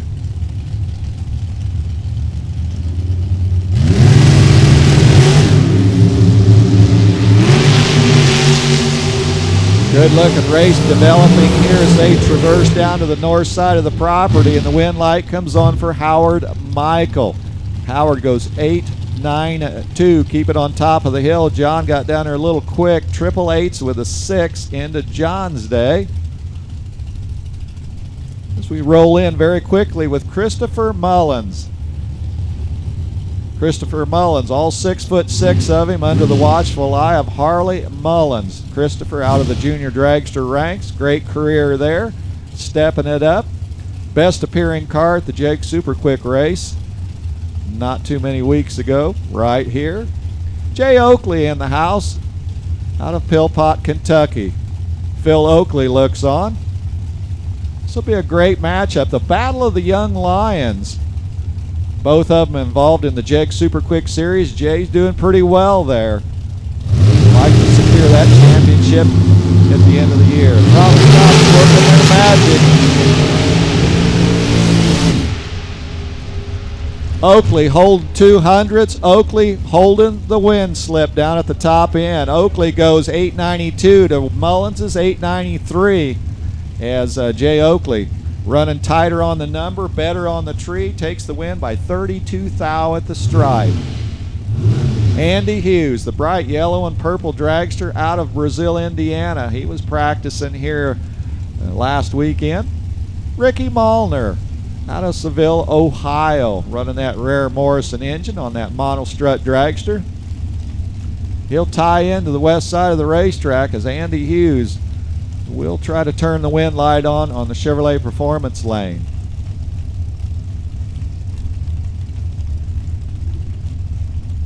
All right, tree, they're going to try to burn it down. They're looking at it. Buttons released. They're both clean. They're green. We've got a race, and the chase is on for Andy Hughes. Andy trying to pull up alongside Ricky. And the Winlight comes on for Malner. Malner holding about 400ths on the tree, goes 895 for the win. I think Andy pacing him down there with an 894 as Rick Pistole and Troy Stone join into the Shark Tank. Troy Stone running for Vintage Trailer Sales, the beautiful green machine out of Elkhart, Indiana. Running for Man Performance, coming down from the Buckeye State, Rick in the office chair over there on the Ray Skillman lane. They're trying to stage it in that sweet spot. You got to get that advantage at the start as Chris Mullins works his way back to the pit area.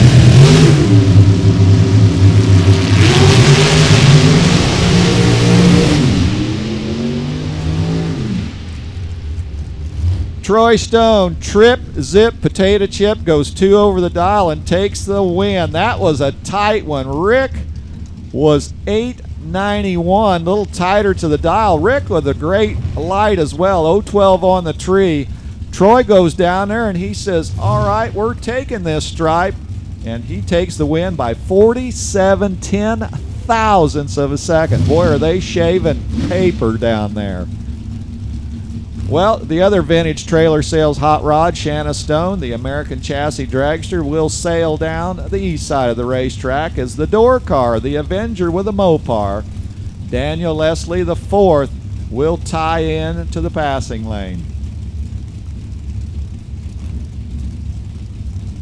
So Shanna sneaking up on it, locked down, and Shanna grabbed the red apple off the tree. Leslie smoking a little bit. He's got the wind lights dancing on the Ray Skillman lane. So 902, Leslie kind of kept it easy on the car going down there. Shanna Stone goes dead on with a 4, missed the tree by 9,000ths of a second. Boy, that'll make you grumble under your breath as Glenn Julius and Andrew Johnson plug in. Andrew with that tall wing. I noticed some of the Super Comp cars setting the wings up in the air a little higher. Andrew Johnson coming from Kentucky and Glenn Julius our way. For 1,320 feet, let the games begin, and the wind light comes on for Andrew Johnson. Holding about 3 thou. Glenn off pace down there. Problems set in. They were pretty tight at the 8th mile, but then Glenn Julius's car started dropping back, and Andrew Johnson takes the win, taking the safe route down there. Bob Aker, the Dragon Wagon out of Canby, Indiana. Got that big block to work with, try to turn on the wind light, and Mike Jurasik sawing that front wheel around as he approaches the pre-staged area. So different approach by different drivers in class, but the goal is turn the wind light on. First goal, cut a light. Aker squirting out there big time. Mike turning that big block power on. He's in high gear, and here he comes. And Mike Jurasik goes 897 for the win. Aker just missed it. Aker breaks out with an 887. Took the stripe by a mile, and Jurasik says, okay, go ahead. And Jurasik goes 897, and he has the invitation to the dance next round. Scott Vandewalker, I love the Viper. Scott's the wheel man out of Portland, Tennessee. Scott taking that different approach. That is an ultimate cool race car, and Rob Goins is going to try to take it down. Vandewalker standing on it, looking for Rob, looking over his shoulder, wind light. Rob Goins gets it done. Both of them 892. Goins had about 8 thou out of the tree, takes the win by 12 thou at the stripe. Rob took that stripe on a tight race. Love Super Comp, love all the .90 classes. Man, you got to bring it to the table. Jennifer Liggett and Tony Elrod. Tony out of Howell, Michigan. So Dutch Stamper, the owner of the Jennifer Liggett car, that's an ex-Chuck Baird car that Chuck did very well in the Jeg Super Quick in his career. Jennifer, a quality engineer out of the Hoosier State. All right, sneaking up on it. Those electronic photo cells are lighting some bulbs out there, or I should say the drivers are, as they're creeping in. They'll tighten their belts, take a deep breath, push them buttons hard. let go of him like a hot potato. This is a tight one. Tony Elrod is still trying to get there as Jen is down track, and Elrod gets the job done. Identical 892s with a 1 on the tail end of it. Another tight one. Elrod by 13 thousandths of a second takes the win. All right, Paul Moore with the red rear engine dragster. He's going to reserve the Ray Skillman lane just for a little bit as Ed Jurasik, the electrical engineer, is going to try to shock the tree into a good light. So he's from Elyria, Ohio. I'll tell you what, if you don't bring your AAA game, and that sometimes is not enough, they're putting on quite a show here at the Summer Spectacle. First round Super Comp, it's been great. Ed Jurasek, he's looking for the rocket button. He's pushing it now. Did he get there? Yes, he did. Paul Moore goes dead on with a 7 and gets sent packing to the interstate. Ed Jurasek, your winner. 2 over the dial, holding about 300 to start. Ed took that stripe, takes the win by 14 thousandths of a second. Mercy. Veteran racer out of Manitou, Illinois, running that Rich Gebhardt creation. That's Larry Bernshausen. He's doing double duty today, as other drivers as well. So Larry got out of first round of Super Gas with a W. Can he do it against Ken Carson's American Chassis Dragster? Larry on the left, Ken on the right. Who's going to turn on the wind light? Stay tuned.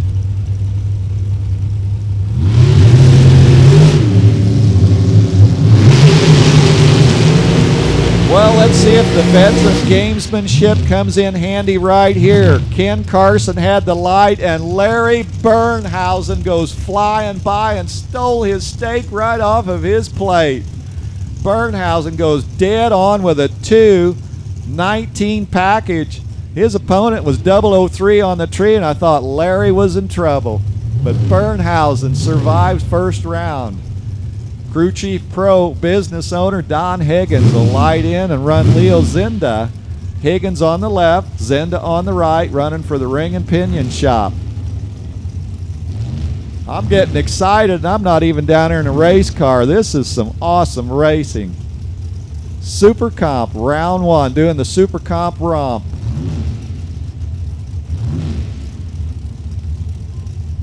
So both of them sat on the bulbs for a while. They're ready to do business, and business they are. We got a race for 1,320 feet. Who's going to make the light shine at the top end? Don Higgins, dead on with a 9/15 thousandths packages. Higgins takes the win by 11 thou. Just kind of pinched Leo's Zinda's fingers in the door down there. Zinda goes dead on with a 7. And it wasn't enough. Mercy sakes. Well, can it get any better? Let's watch. Jordan Pratt's up next with a Top End Graphics sponsored car out of Minnesota. He'll take the east side. Daniel Hedges says east side, west side. All I want to do is turn on a wind light on the north side.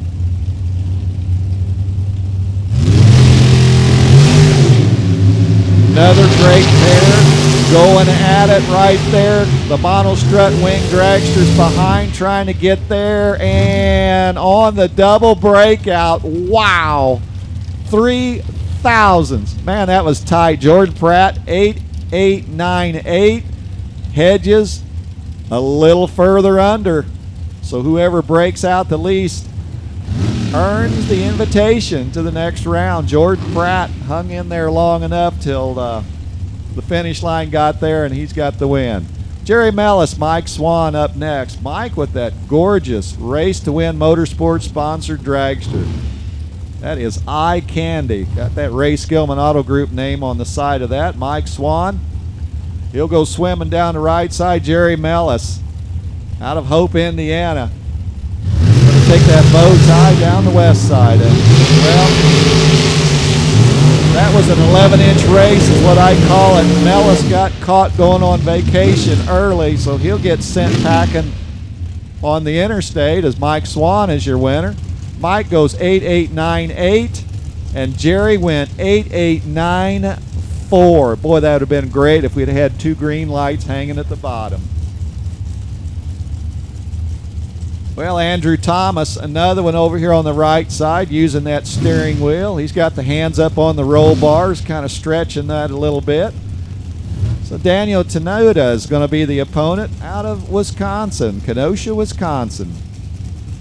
So it's Wisconsin against Indiana. Sounds like a Big Ten basketball game. But we're drag racing here at Lucas Oil Raceway. So the intensity level is picking up for Dan and Andrew as they are just about to go at it. Like a big boxing match.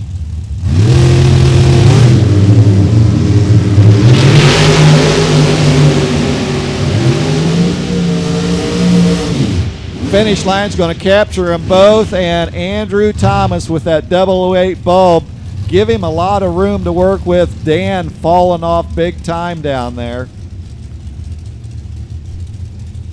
From the 8th mile down to the quarter mile, Dan's car just horsepower just basically slipped away as Thomas taking it easy down there on the cruise for the win. Gary Stinnett, what can we say about the man, the engine builder from Kansas? Gary Stinnett has got a lot of Wallies hanging out in his house on the mantle. Kevin White's going to try to take down the veteran racer from Kansas. And Kevin White rolled through the beams, making it easy for Stinnett. Stinnett goes 888s with a 3 as Gary got the win on a free time run at it. Kevin, things happen as a driver in the cockpit down there, and evidently Kevin got bit by the boogaloo bug there at the starting line. Rick Hughes and Tim Marsh in the dragsters, left and right.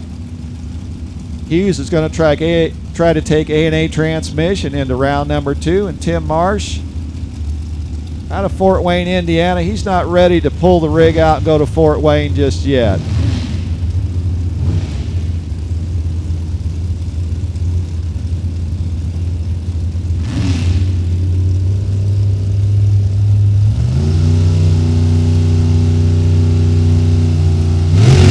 Ready, set, go, and Tim Marsh left early. We're not going to embarrass him on his bulb, but Marsh left early. Hughes was 003. He was right on time, goes 889 as he stamps his tires across the finish line. And, well, Marsh is 8875. So Tim, unfortunately, will have to bow out as Allison Prose steps in. It's a nice looking race car for the student out of Terre Haute, Indiana. Allison Prose and Carla Pontillo. That's a Rich Gebhardt chassis dragster. They're out of Kenosha, Wisconsin. Big block bow tie. And Carla put the stop sign up over there in the Ray Skillman lane. Allison Prose gets a free run at it. Allison 007 clean and green, 885 with a 9 as they go sailing across the finish line. But the important thing is they get to keep dancing. Carla, 892 to fill out that side of the racetrack scoreboard, and Jake Smith and Alana Haas are trying to survive this brutal round.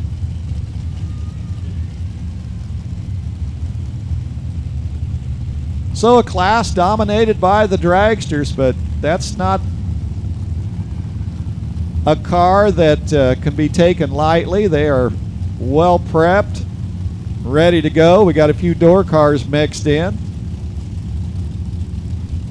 And Kevin White, unfortunately, their weekend came to an end, but he was in the game for a while as Jake Smith and Alana Haas are still in the game.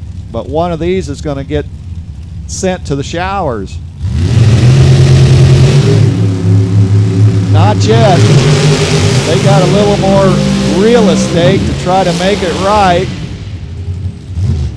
And Alana Haas goes dead on with a 3, .010 on the reaction time, and Atlanta Haas lives another round. Jake Smith gave up about 400s, had to keep the pedal down and spin the reserve at the top end, breaks out with an 885.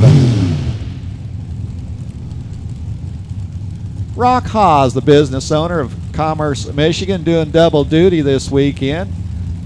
Another one of those racers that qualified for an all-star race. Ended up winning. Mark Meyer next door out of the land of Lincoln.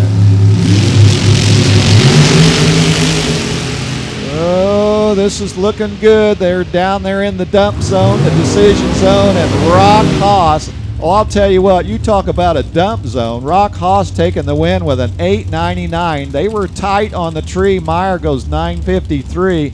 And I want to believe that his opponent had some problems down there. He was too far off the pace down there for that to be intentional. As Kelvin Keene Jr. and the bright green car of Dirk Ross parked over here, wrapping the throttle down there, clearing out the throat of that carburetor.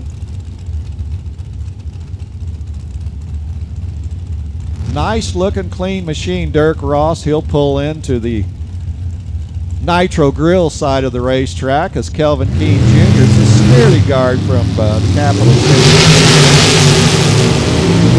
Nice little race going on. Let's see if Kelvin can sneak one out down there. Nope. Dirk Ross says, nope, it's my turn. Ross turned on the wind light by 16 thou. Ross got down there and says, you know what, I'm going to take the stripe, and he worked it right to his favor. 16 thou margin of victory for Dirk Ross. Ross gave up 200s on the tree. Kelvin goes 897 down there. Maybe Kelvin cut him loose. Who knows? Jack Dorsett, Tony Helms staring at that Christmas tree like it's the ugly Christmas present they got last year. Tony Helms, right side, coming up from Georgia. Jack Dorsett, he paints G&L's paint and body is what they do through the week. And we got Tony leaving. They're going to send Jack Dorsett to the showers down there. I'll tell you what, Tony goes ahead down there and makes that single run, runs 891. And they're going to push Jack back. We're going to mix and match here with another gorgeous dragster coming up. In one of our rare door cars, they're going to take a step backwards and give some room for Jack Dorsett to get things out of our flight path. So a tough break over there for Jack and the dragster. We're going to plug in Tim Millwood here in just a second. So the car comes to life over here for the Ray Miller team out of Spring Hill, Florida, coming up here to catch some action here in Division 3, a Division 2 regular. The number 22 on Ray Miller Jr.'s car tells the whole story. So he's going to come up here and test the waters in Division 3. Tim Millwood out of Columbus, Indiana. 93 Daytona. Threw a Dodge under the hood. Ray Miller, the business owner of the Miller Race Cars. And they do build some nice pieces. They take that chrome moly and put it together just right, and they've got some very nice race cars, no doubt about it. Ray's going to try to flex that molly and win the Wally here today. He's hustling down track. He's way behind, but that big block Chevy gets there and turns on the wind light with an 892. Miller was 008 out of the gate. Tim, not a bad bulb down there, but just breaks out by a ton down at the finish line. Out of Charleston, Illinois, running for Oakley Motorsports, this is Tim Papp. And Steve Fields was going to try to take down the Oakley Motorsports sponsored hot rod. Steve will traverse down the west side.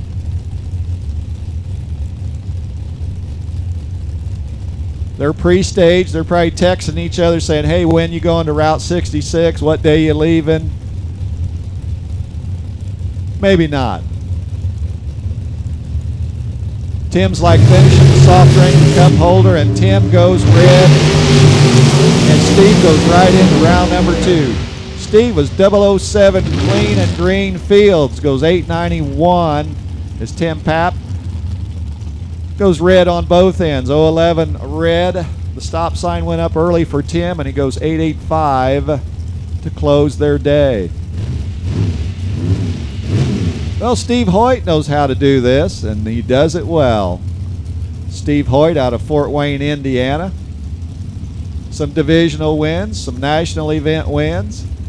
Under the watchful eye of Jan Hoyt.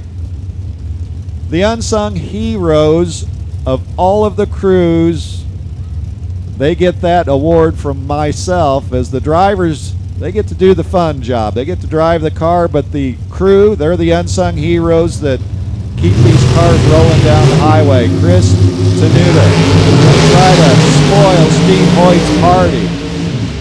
It's not spoiled yet. Nobody's party's spoiled yet, but Chris Tenuta's party is spoiled. Steve Hoyt blew out the candles on Chris's birthday cake down here as Hoyt goes 897. Both of them playing chicken with the finish line as Chris goes 915, and Steve Hoyt's got to keep the toolbox out into the sun. Keep working. Tim Garrison, Tyler Leach up next. Tim's got one of them eye-catcher cars, as I call it. They're from Benton Harbor, Michigan. That's where they mow their yard through the week. He'll take the right lane. Tyler Leach, the engine builder from Hamilton, Ohio, a Danny Nelson chassis dragster. Tyler says, I don't need a wing on it, something extra polish. Oh my. Let's watch this one. Boy, they're fighting, scratching, clawing at the finish line, and Tim Garrison takes the win. Both of them dragging their feet down her from the 1,000-foot down to the finish line as Garrison goes 9 flat for the win. 6 thou separating them on the start. Tyler had the advantage, and he runs a 920 down at the top end of the racetrack. So only they know what was going on down there. All we can do is speculate. That's probably not a good thing. Gavin Stanley, Rusty Cook. Rusty, uncharacteristic red light for that racer out of Cynthiana, Kentucky. And Gavin says, hey, I'll take the win. I'm not too proud to beg. 898 Stanley. Next round, Rusty Cook unfortunately bows out. Hate it when that happens. Jason O'Teary, the bright green machine, mono strut. That's a clean machine over there on the west side of the racetrack. Boy. John Sickish Jr., the car wash technician out of Belmont, Ohio. No wonder that race car shines like a diamond. John Sickish is a car wash technician. American chassis dragster, nice looking hot rod.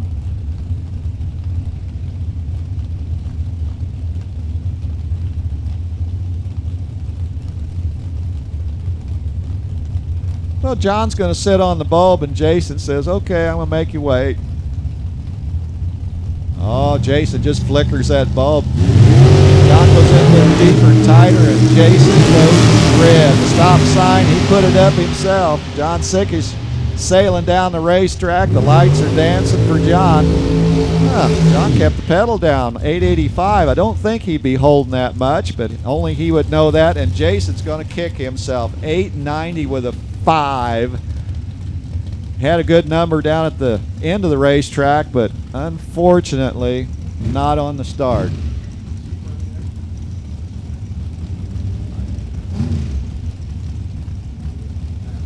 All right, Adam Gerber and Daniel Inman.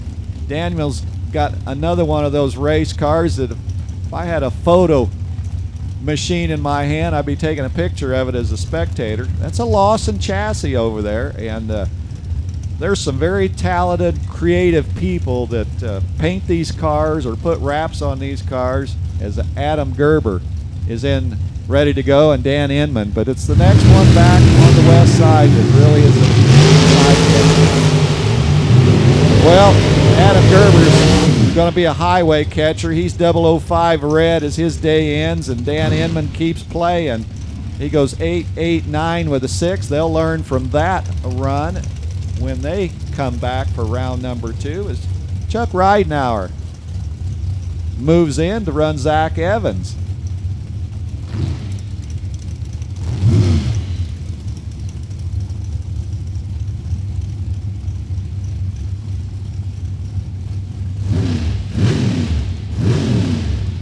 So Zach Evans, another one of those Ohio racers, and that state produces a lot of race cars and a lot of great racers, as Chuck Ridenauer from Plainfield, Indiana, will try to take down Zach Evans's Evans Plumbing dragster.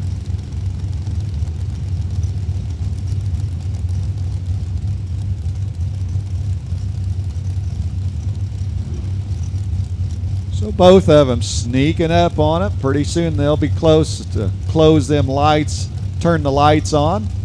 They found the light switch.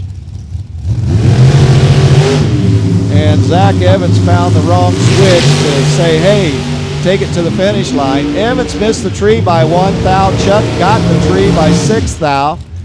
They crossbred my apple tree out there. Zach put a red apple on the right side, and Chuck's got the green apple on the left side. Ridenauer goes 893, and Zach Evans 889 with a deuce. Hey, alcohol dragsters, alcohol funny cars, semifinal. Bring them to the lanes. It's your time to shine. Top alcohol dragsters, top alcohol funny cars, semifinal action. Bring them to the lanes. Can't wait. Jacob Elrod, Alan Evans Jr. this time. So it's a financial advisor and the plumbing contractor. One of these Ohio racers is going to get an early trip home.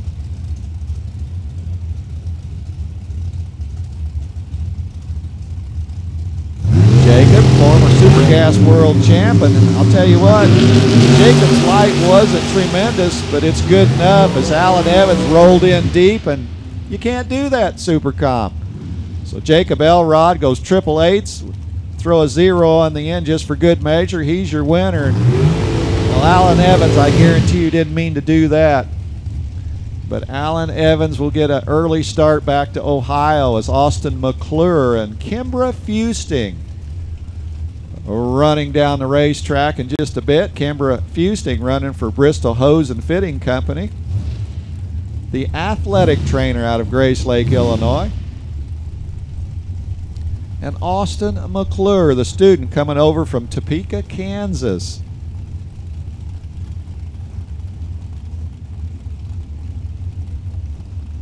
So Austin, a pretty good year last year.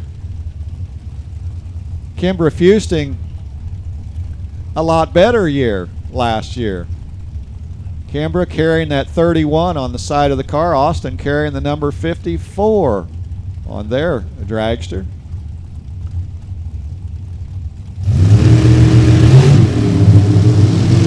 And what do you expect out of two very good drivers?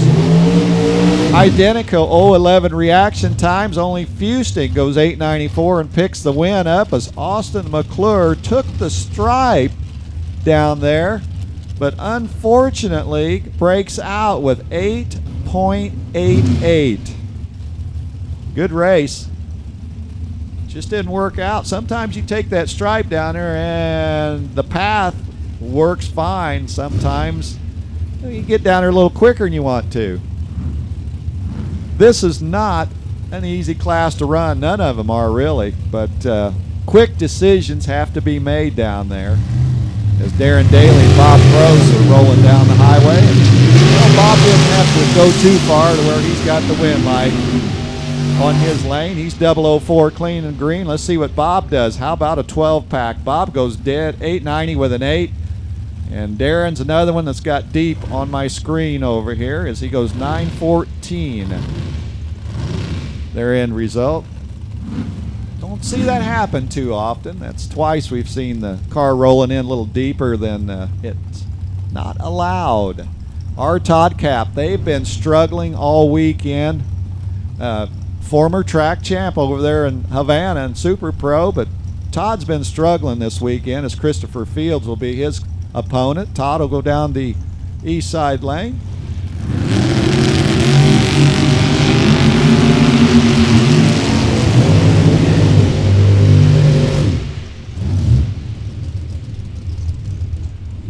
Well, our Todd Cap had the light. He was perfect on the light, but breaks out a little further than his competitor on the double breakout.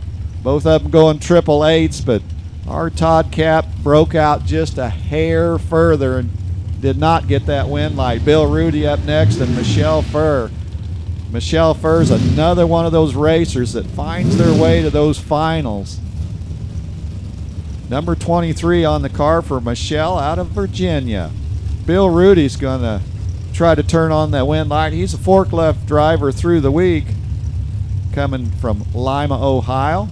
We're still in the Super Comp. Yes, we are. We're still there. We had a bunch of them and decided to hang out here at Lucas Oil Raceway.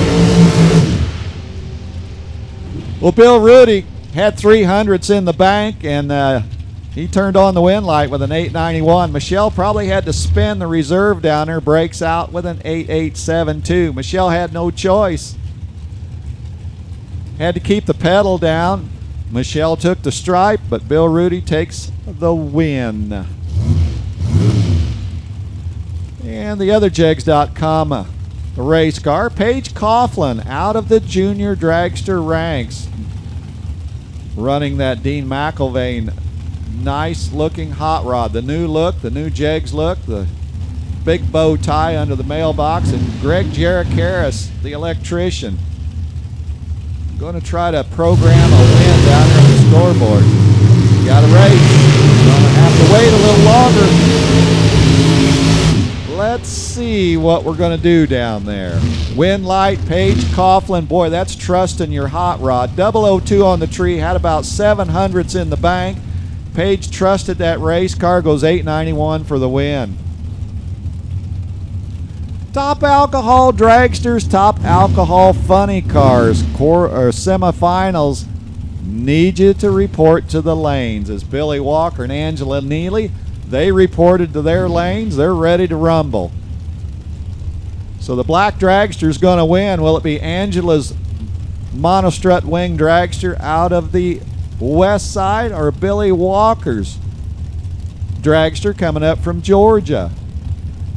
Billy's like, I don't want to go back to Georgia yet. Traffic's probably pretty heavy right now. Let's hang out here a little longer. And Angela Neely's got the same plan. Angela don't want to go home to Kentucky yet either.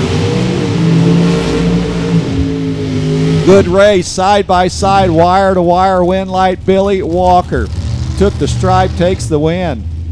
Walker was 893. Angela Neely was 897 at the end of the racetrack. I think there was a little deception going on down there, but the finish line caught them both as Billy Walker takes the win.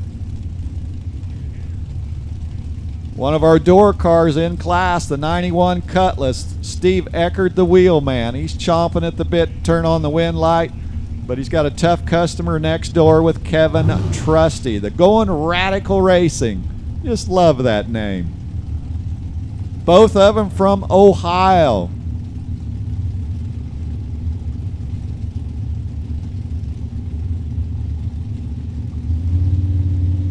So Steve's going to stare down the barrel of that right-hand lane. Kevin Trusty's away, way early. Kevin thought he saw something and didn't. Kevin rolled the beams, will not get a time. Maybe set the brake, and the car just didn't hold. Eckert, he goes down there and misses it by a mile. But Steve Eckert's got the important win, the invitation to round two. So unfortunately, sometimes you set that trans brake, the car just keeps right on rolling. Christina Perriman and Devin Heitzman in a very, very competitive Super Comp round right here.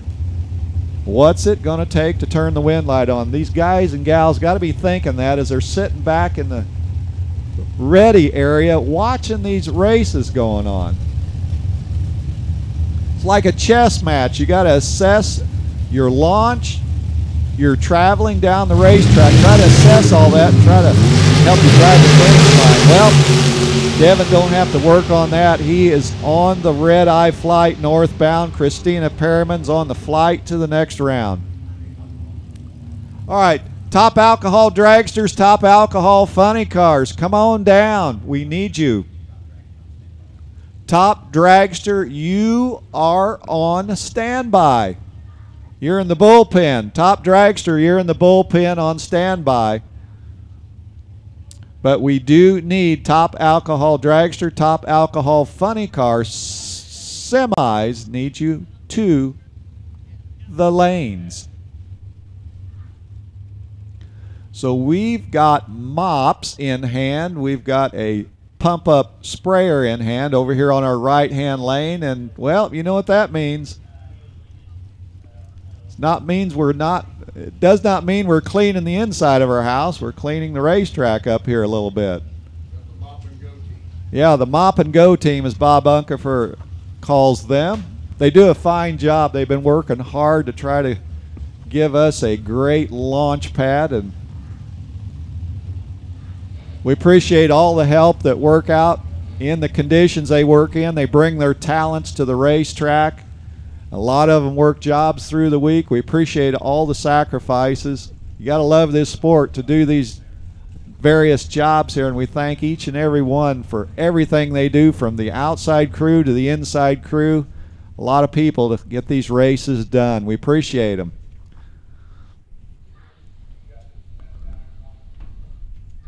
So the mop is still being applied.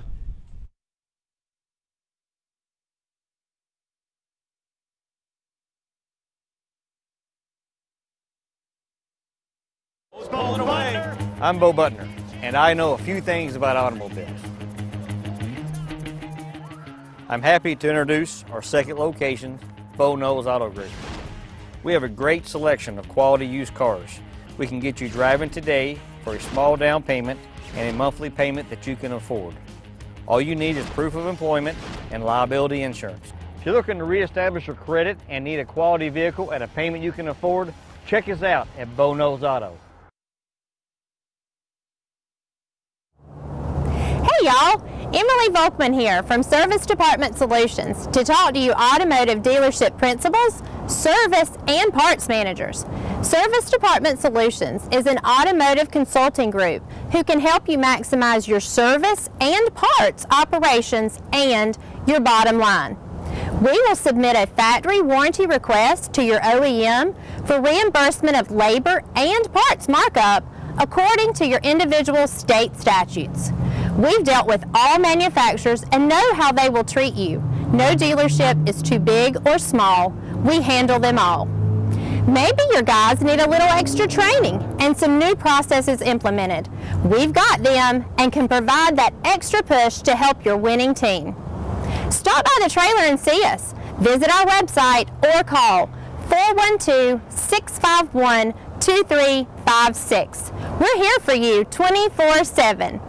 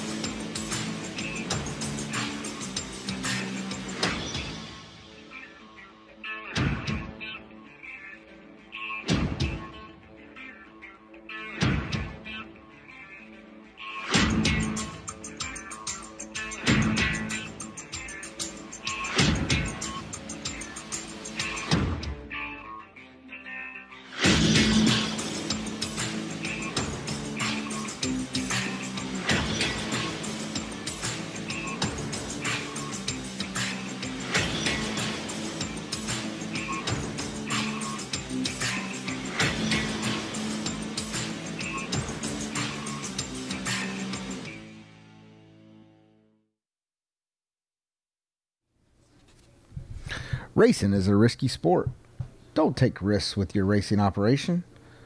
On or off the track, protection from LODRS Motorsports Insurance is not a risk. Get your quote today at LODRS Motorsports Insurance.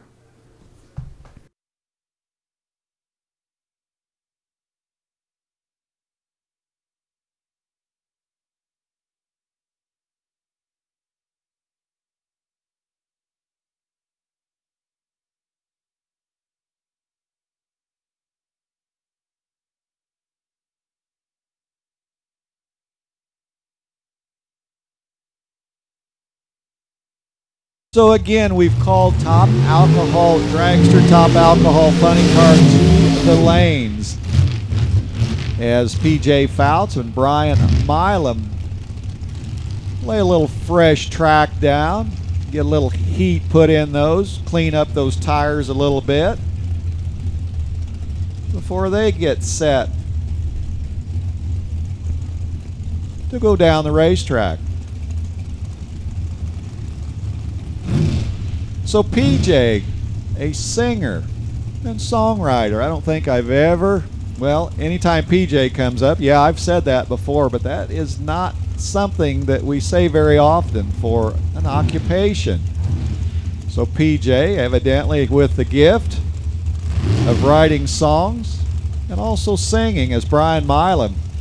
Well, Brian's a truck driver, and we need our truck drivers, no doubt about it.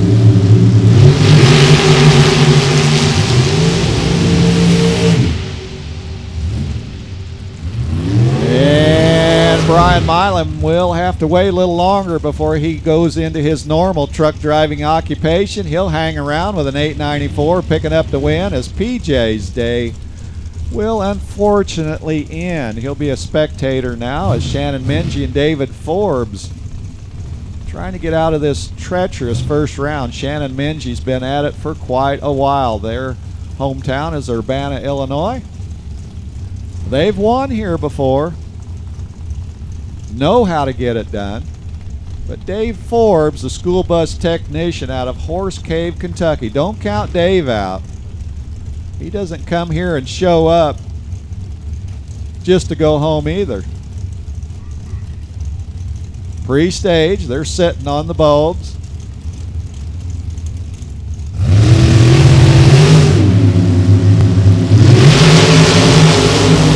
One of these drivers definitely working hard not to go home yet. And David Forbes 002 on the tree, 893 will keep surviving as Shannon Mingy goes 026. I'm sure Shannon got down there and had no choice but to keep the pedal down, took the stripe, but goes on the breakout route by 6 thousandths of a second.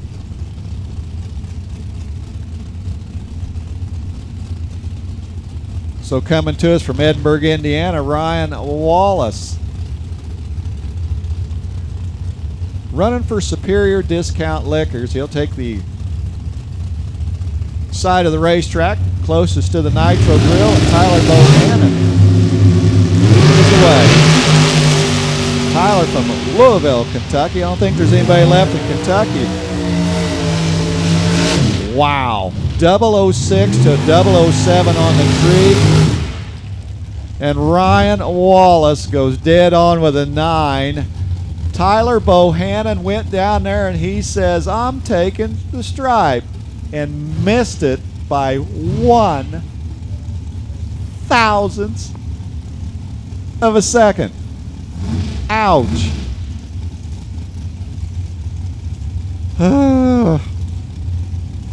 Mercy. Well, Pat Fitzpatrick had quite a day here at the U.S. Nationals a few years back in Super Comp. Yes, he did. He won it. Mike Broomfield says, okay, so if I can beat him, that'd be pretty cool. Fitzpatrick, he's in the right lane. He's a painting contractor. Right now he wants to paint a W right on his time slip. And Mike says, oh, no, you're not. Let's see what happens. Mike Broomfield says, okay, painter, go back to painting houses. Broomfield taking the double breakout win. Boy, that was a tight one. They were close on the tree. Broomfield eked out an advantage there by 6 thou. He breaks out by 3 thou, and Pat breaks out with triple eights. Double breakout. What's a person to do to turn the wind light on? Megan Strasweg and Joey Fusting from east to west. Megan, another one out of Louisville, Kentucky. Running that Oakley Motorsports engine. Joey Fusting running for Phoenix Industries. And Megan goes red by 8 thousandths of a second. And Joey's like, well, it's a good thing you did that. I didn't exactly annihilate the tree, but I got the win. Joey took it on down, breaks out by 3 thou. Megan was 8-8-9 with a deuce. Man, if those would have been green, that may have been a little different race there. Oh, what an unforgiving sport we do here, Bob. That's the rematch of the Norwalk final that we ran yesterday. Oh, geez. Jeff Smith came out on top of Phil Spina. To get the race to win bounty if he takes out.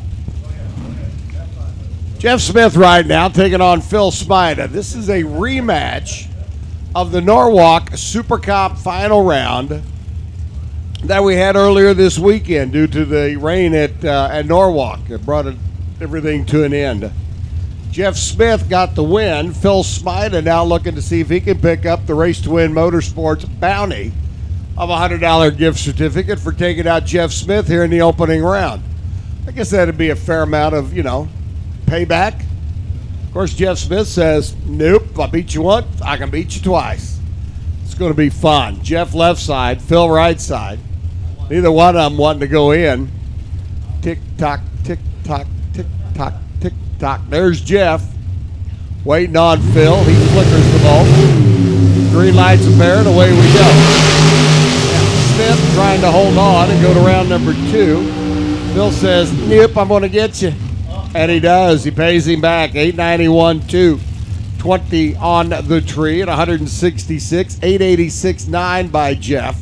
So Phil Spina picks up the Race to Win Motorsports Bounty Hunter $100 gift certificate by taking out the guy that beat him yesterday. Whew. Get your programs. Can't tell the players without a program. Payback's all fair in drag racing, that is for sure.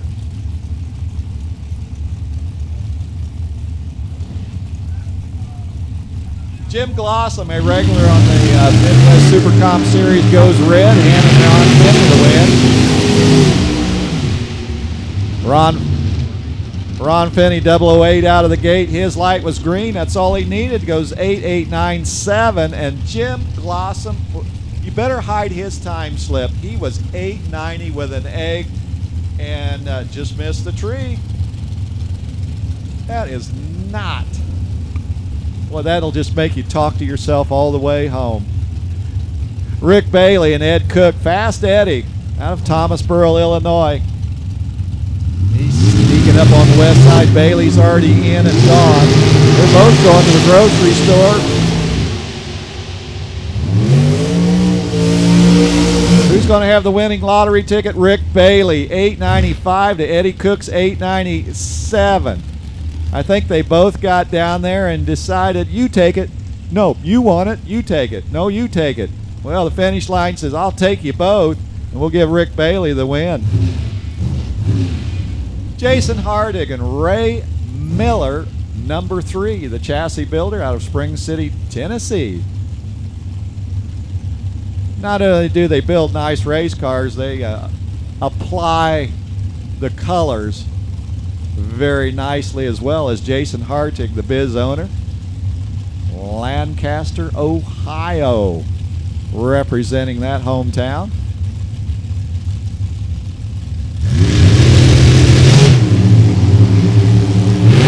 Throttle stops doing their magic. Do they have them set right? The drivers can't do any more about it off of reaction time. And Ray Miller, 19 pack, goes to round number 2. Miller, 13 on the tree, 890 with a 6, and Jason Hardig gets down there and breaks out 8890. Sometimes you just got to keep the pedal down, hope for the best, but Ray Miller, he's good at this.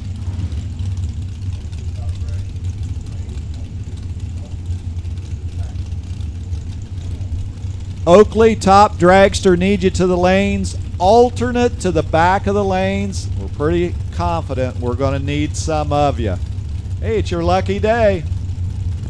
Dave Dahlem, another veteran racer that has had success over the years. Brian Harris, a tough customer next door. And this, my friend, is a drag race. Whoa, Dahlem gets the job done. Dahlem goes 890 with a 6. He was 005 on the tree. Harris was 009. Gets down there. Maybe let Dave take the stripe. Harris goes 892. And Harris bows out on a tight one. I believe Dave Dahlem in the winner's circle earlier this year, maybe up there at Route 66. Rose Richardson and Dean McElvain just saw that one go down. Double R out of Woodburn, Indiana, running the P&R Express Advanced Chassis Dragster. And Paul Richardson, part of the crew for Rose. Dean McElvain, the chassis builder out of New Carlisle, Ohio. Dean can back up race cars about as fast as he goes forward. Here we go. Dean's last to go in, still thinking about it. Got a timer he's got to watch. Well, maybe going in that late, maybe got Rose a little rattled. 003 red for Rose Richardson. Dean McElvain goes 890 with a deuce, and his light is green. Sometimes, again, we mentioned that's all you need. Turn the wind light on. Keep it green. As Brian Casson, he'll back her up, line her up.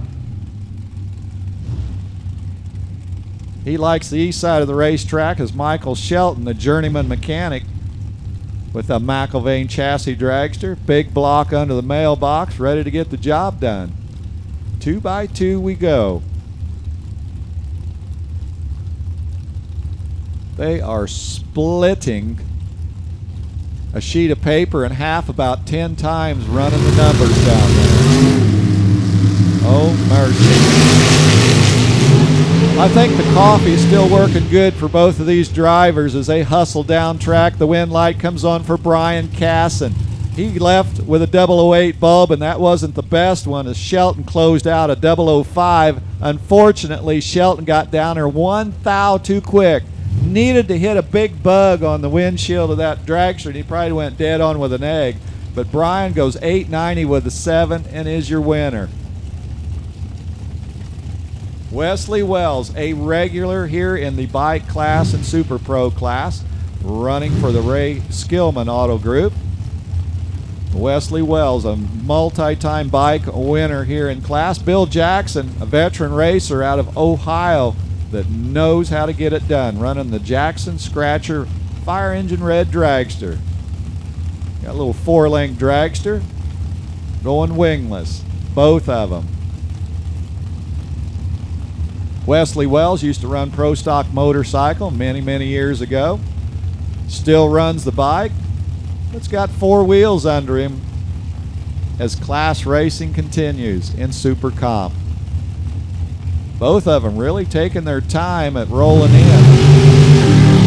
And Bill Jackson got a bulb to match the color of that red dragster. Wesley Wells gets a free run at it. Wesley is 009 clean and green, and Wells goes 891 out the back door, 163 miles an hour. And Bill says, okay, we lost the race. Let's just keep the pedal down and see what the end result is, and it's an 883. So top dragster, need you to the lanes. Alternates, we need you as well. We definitely need you to the back of the lanes because Bob says we need some more players. Jeremy Mason and Brad Cole. Brad Cole, the youngster out of Avon, Indiana, another protege of the junior dragster ranks. And Jeremy Mason, a very tough racer from Richmond, Kentucky, the engineer. And Brad Cole, well, unfortunately, 003 red will end Brad Cole's day, and Jeremy Mason just hustles on down. Jeremy, 13 on the tree, 890 with a 1. And we've got an announcement to make here. That'll clean up Super Comp class. And, well, Brad Cole will have to park the hot rod. All right, top alcohol dragster, top alcohol funny car. You should be in place. Top dragster.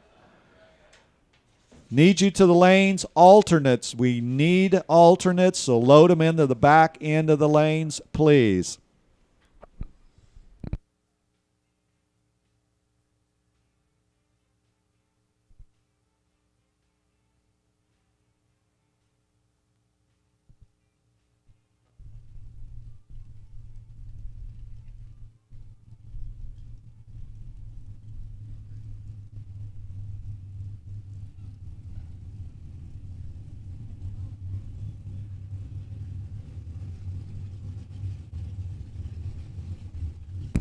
All right, our semifinals at Alcohol Dragster and Alcohol Funny Car. Drivers getting suited up back in the lanes. Are coming around the corner. Wayne Henderson out of Indy Gear LLC. Wayne Henderson, Indy Gear. You need to come see me in the tower and race control. I got something you might need to go home on. Wayne Henderson, you need to come see me in the tower, please. Race control, second floor. Sorry. Wayne Henderson, if you'd come up, we'd appreciate it. Alcohol Dragster pulling up to the ready line, and we'll have our semifinals here in just a moment. Attention racers. Advanced Clutches declares war on automatics. Introducing the billet single 8-inch clutch from Advanced Clutches. It leaves like an automatic for consistent performance every time down the track. Designed and built by Rob Youngblood and his team, by racers, for racers, to win races. And it fits in a standard bell housing too. Find out more about the billet 8-inch clutch by visiting their website at advancedclutches.com or call Rob today at 208-880-6214. Advanced Clutches, the choice of record holders and Wally winners across the country. FTI Performance is the leader in racing transmission and torque converter technology and is proud to sponsor racers in the NHRA this year, posting $172,000 in contingency awards for the 2019 season. Make sure you run FTI Performance products and get paid. Reliability, consistency, and performance is what FTI Performance is all about, with outstanding customer service, including trackside support at select races across the country. See why all the winners choose FTI. Find them on Facebook or visit them online at www.ftiperformance.com.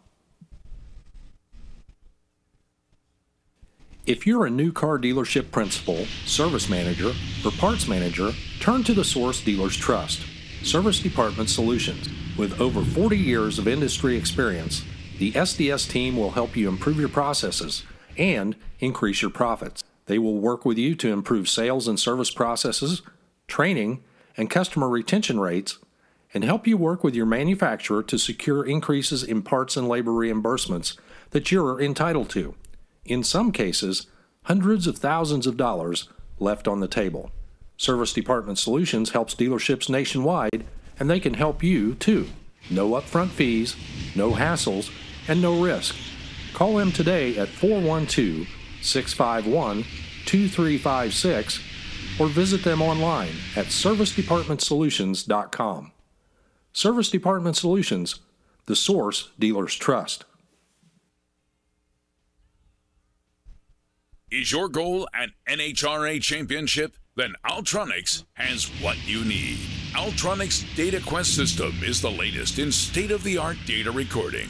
The DataQuest full-color touchscreen dash is the only system available that puts your data at the touch of a fingertip.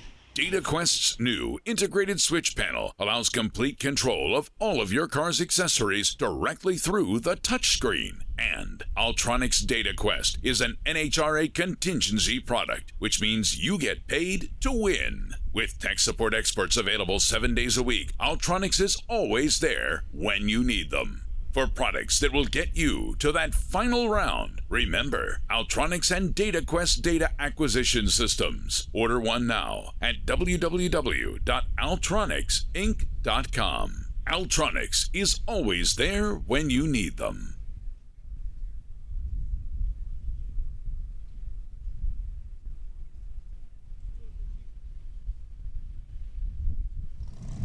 All right, right, 4 cars left after an outstanding opening round of Alcohol Dragster last night.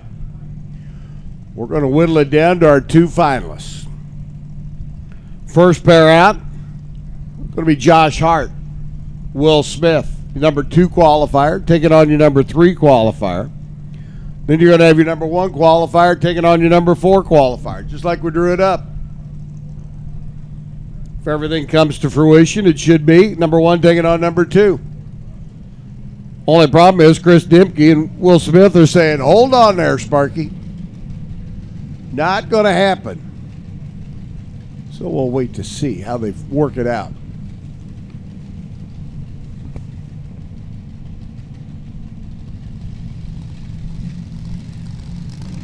Three injected nitro cars and a blown alcohol burner.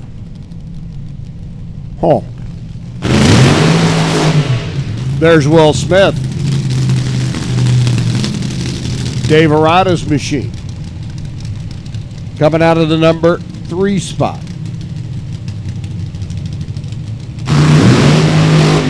And there, ladies and gents, is Josh Hart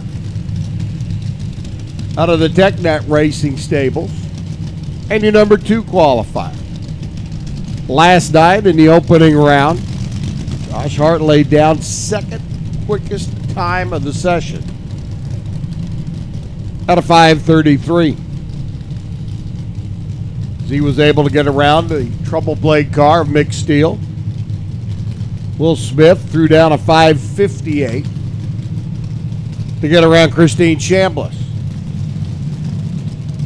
Josh was in the 5:30s in qualifying. Will was in the 5:30s in qualifying. These are qualifying-like conditions, albeit it is not as warm as it was when they laid down their 5:30 and 5:35 respectively. This is for the marbles to get into the final round. No more qualifying. This is race day. This is eliminations.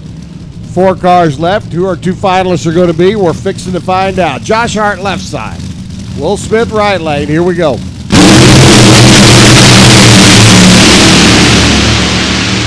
Side-by-side pair down track. Win goes Josh Hart. 5:36.9 beats a 5:36.3. 19 thousandths of a second difference between the 2 of them down at the other end of the racetrack. Josh Hart, as they left the starting line, let me do the math here real quick in my head, at 25 thousandths of a second advantage. Will Smith made up 6 of them going down the racetrack. That, boys and girls, is a great semi-final battle. Josh Hart gets the win, 5:36.9. So your number 2 qualifier does advance. But, man, you got to put your hands together for Dave Arata and crew. That was an outstanding battle that they threw down. And Will Smith, who has been hammering the tree, was just a tick behind that time. And unfortunately, that tick-tock of the second-hand sweep cost him down at the other end of the racetrack. 19 thousandths, the margin of victory, down at the finish line stripe. And Josh Hart had that in his pocket when he left the starting line. Will Smith got some of it back. Just couldn't get all of it. Now, number 1 qualifier taking on Chris Dimke there, your number 4 qualifier.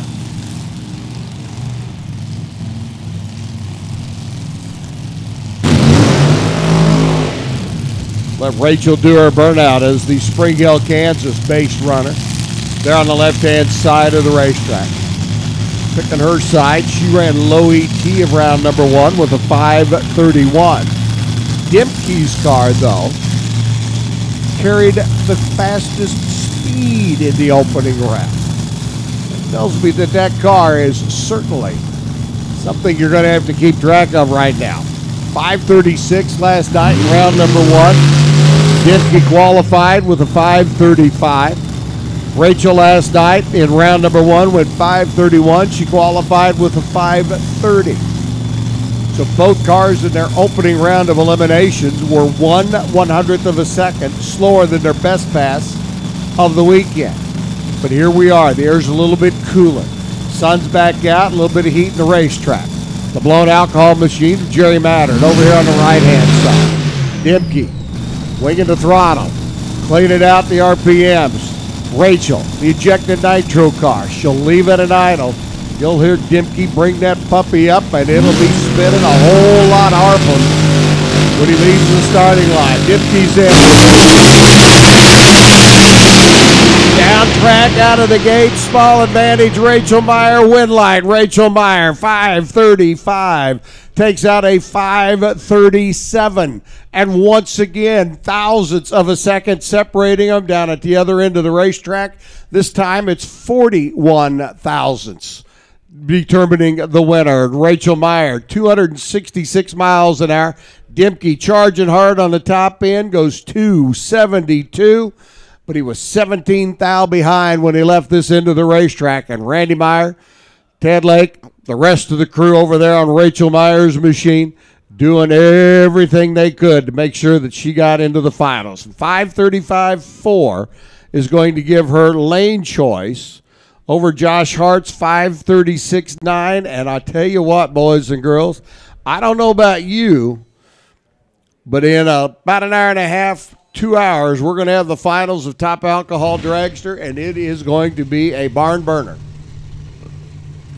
Rachel Meyer taking on Josh Hart, both of them coming off recent victories, both of them looking to keep the string alive. Ooh, baby. 60 thousandths of a second total to determine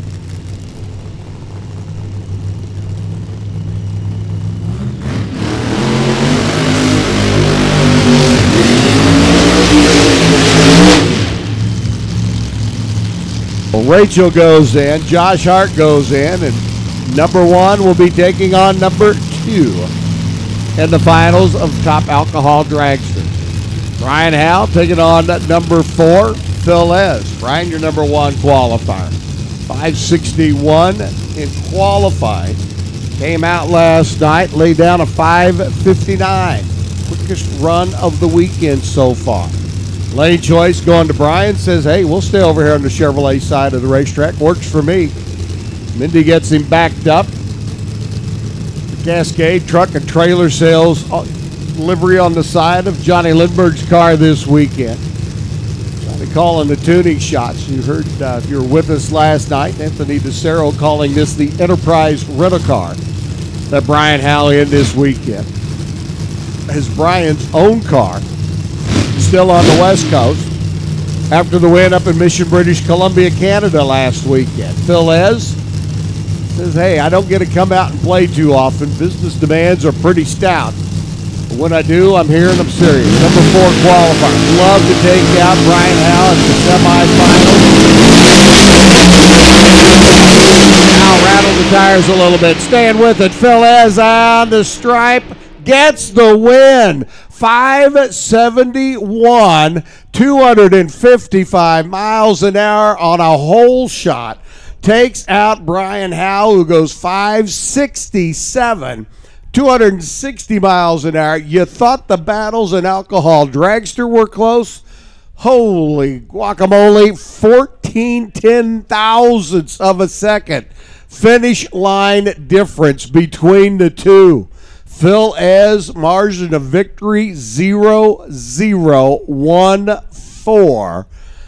He was a little bit better out of the gate, obviously, and the 571 marches him down track, but it marches him also into the final round. The crews go down to get their cars. Brian Howell's going to be beside himself, but he also knows that that's drag racing, and some days it works out that way.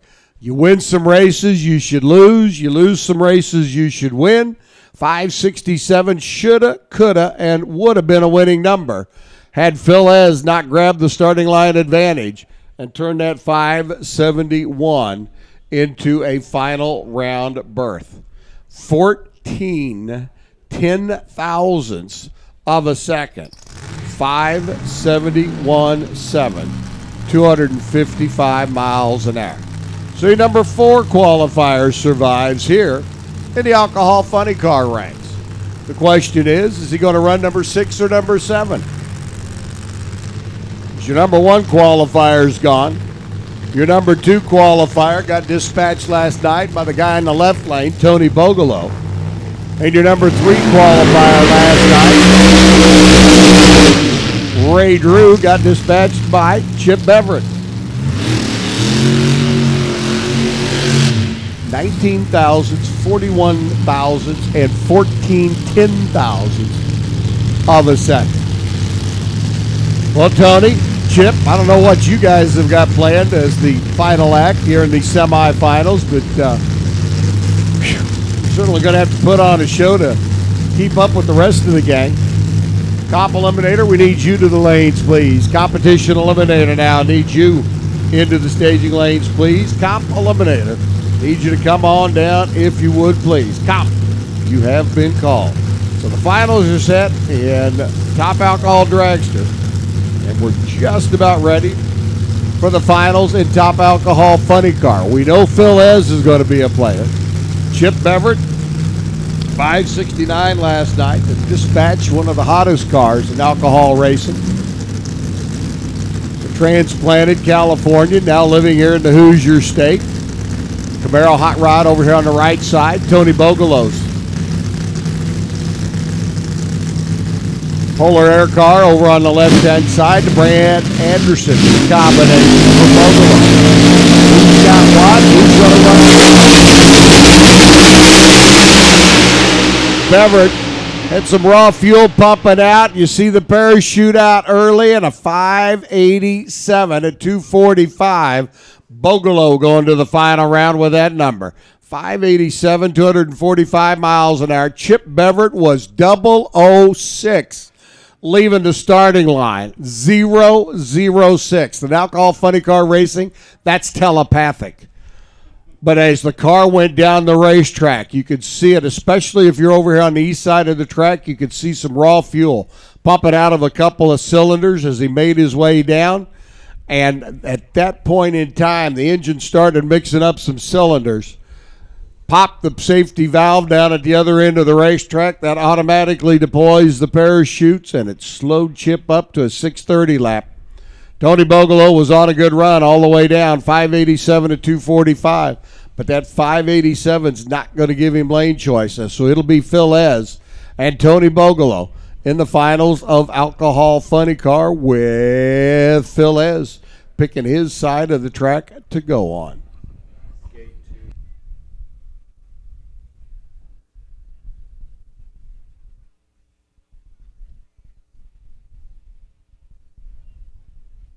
Racers, those of you on the east side of the track don't want to make the tow around to gate 8. Gate number 2 is now open for your exiting privileges. Gate number 2 over here in the Pro Pit entrance and exit, if you will.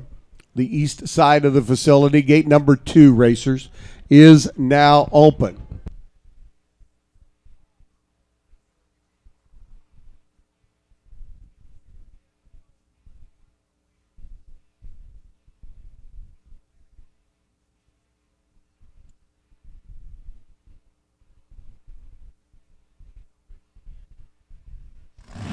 Check, check.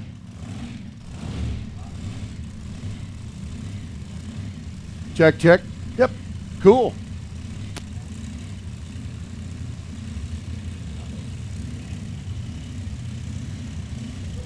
Set. The final set now in Alki Funny Car and Alki Dragster. We're getting ready to rock and roll through round number 1 here in our Oakley Top Sportsman. And speaking of Oakley, Mr. Phil Oakley joining us up here in the tower. And I know this isn't where you want to be.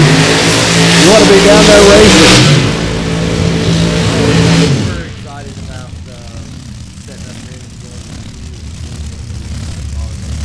we made a big step, and we got in the doghouse, and we'll be back next week.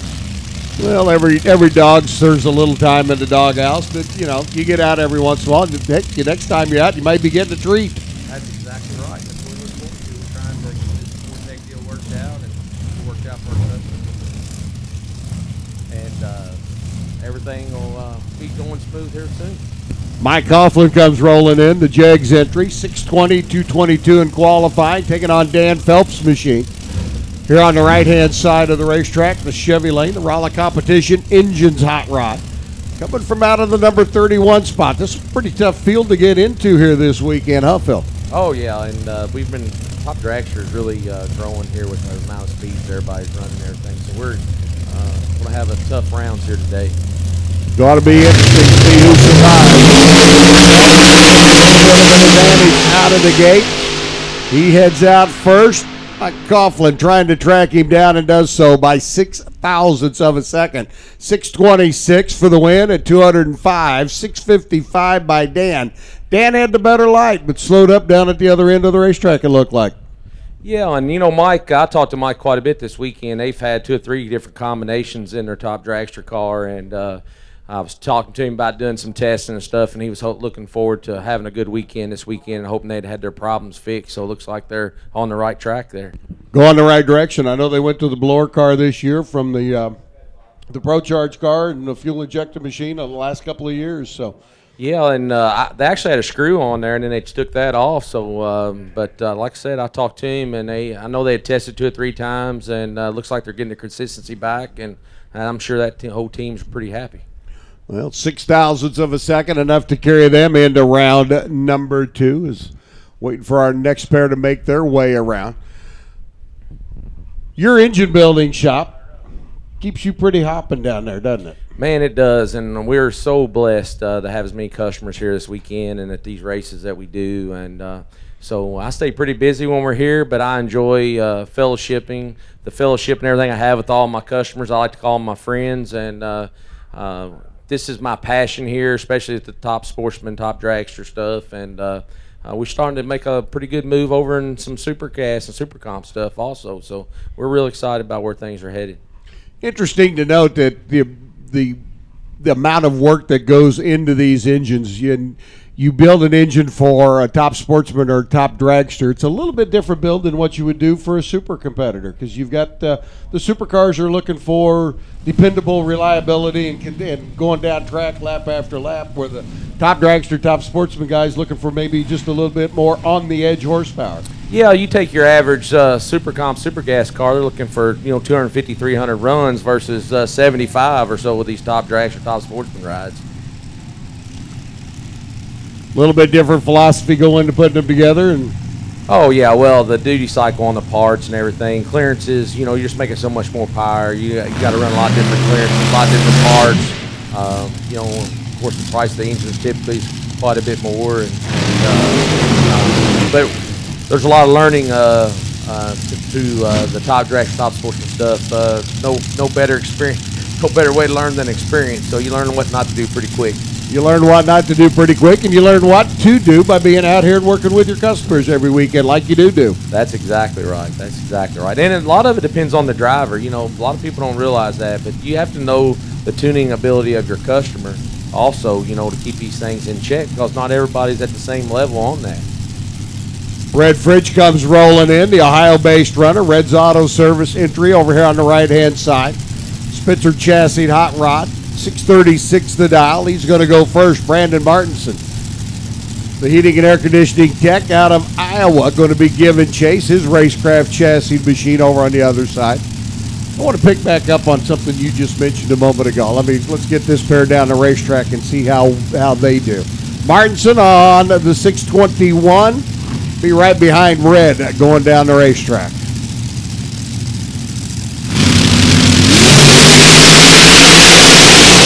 Green lights a pair, but one of them's a whole lot more greener than the other one. And that paid off for Red Fridge. 654 to 193 miles an hour. 660. Brandon saw he wasn't getting there. Backed it off of that 621 dial at 198. So Brandon gets to come back and play for round number 2.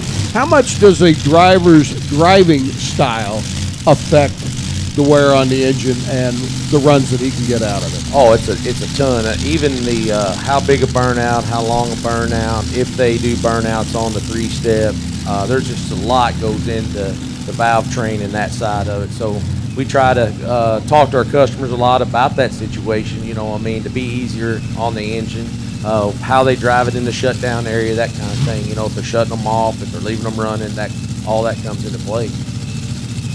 Zach Fisher comes rolling in. The RacingRVs.com entry on the left-hand side. The youngster out of the RacingRVs.com clan. Ashley Johnson out of Cynthiana, Kentucky, a lady at the wheel of her hot rod that is a dietitian during the week. 6:13 for Ashley after qualifying at a 6:10. Zach's up 500, dialed up to a 6:30 from his best lap, a 6:25. Of course, they're making the adjustments. Cool evening air versus warm afternoon air. Cars are going to slow down a little bit. Ashley comes rolling in, Zach on the left-hand side.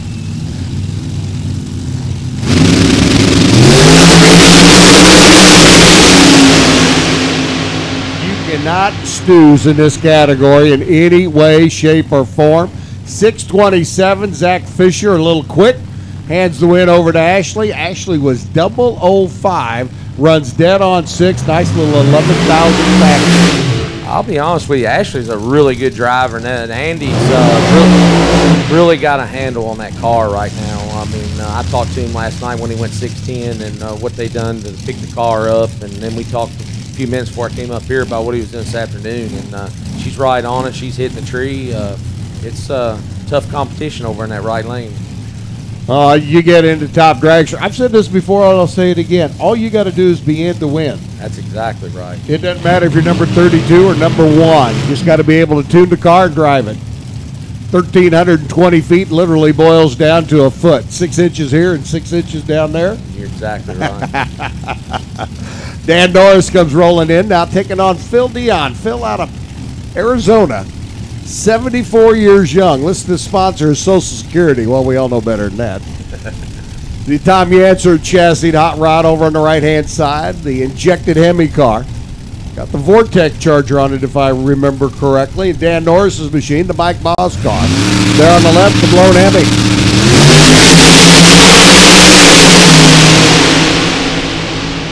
Identical team lights for the pair of them. Both of them 13 on the tree. Dan goes 6:14 on his 6:10. 6:24 by Phil, a little quick on his 6:27 dial. What'd you see there? Yeah, Phil's, I see Phil's from Arizona. I would have sworn Phil was camping out with us. He's been at like every divisional here for, it seems like the last year. Great guy, got top dragster, top sportsman car. I do know after talking to him yesterday, they had switched from Vortec to a Pro Charger, but he told me he had 4 of them, actually. So if anybody's in need of one, he's got them in inventory over there, evidently. But great guy. I think they've got the ComSync fuel injection on there and working that deal pretty good. Yeah, and they not only here in Division 3, they've been down in Division 4 as well. I think Phil just likes being retired, being able to go race. Yeah, I think Phil's just going wherever he wants. Maybe he's got a mobile mailbox. There you go. Chris Carrico coming in now, his son and daughter, here with him this weekend. They're not sitting at home watching Daddy. They're here with him. Christopher up on the right-hand side, 6:22 the dial. Angry Tom over on the left-hand side. Good to see Tom back out here with us again. The RacingRVs.com driver after going through some health issues. Tom, I don't think I have seen a smile on his face this big in a while. Tom was looking really happy.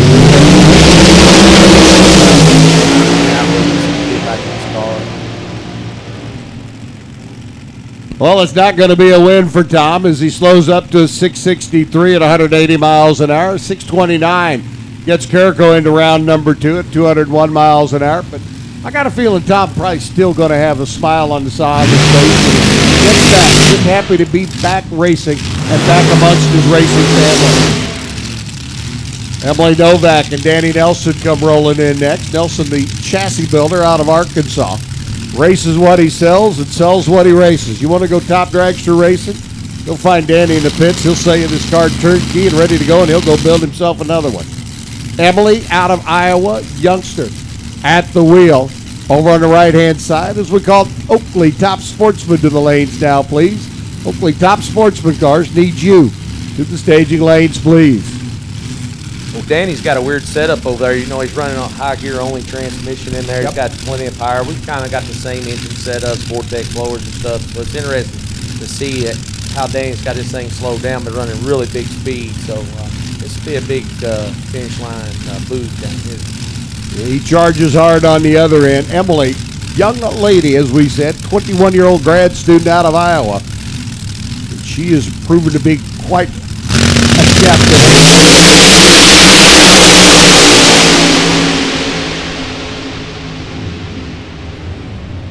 Nelson on the top end. How about that? 24 thousandths package. Perfectly dead on. 621.0. On the dial, Emily goes 629 on her 630. She had a hard going by the Christmas tree. Danny took it away from her when they got down to the other end. Man, that was a crazy race. Dead on 0. She's one behind.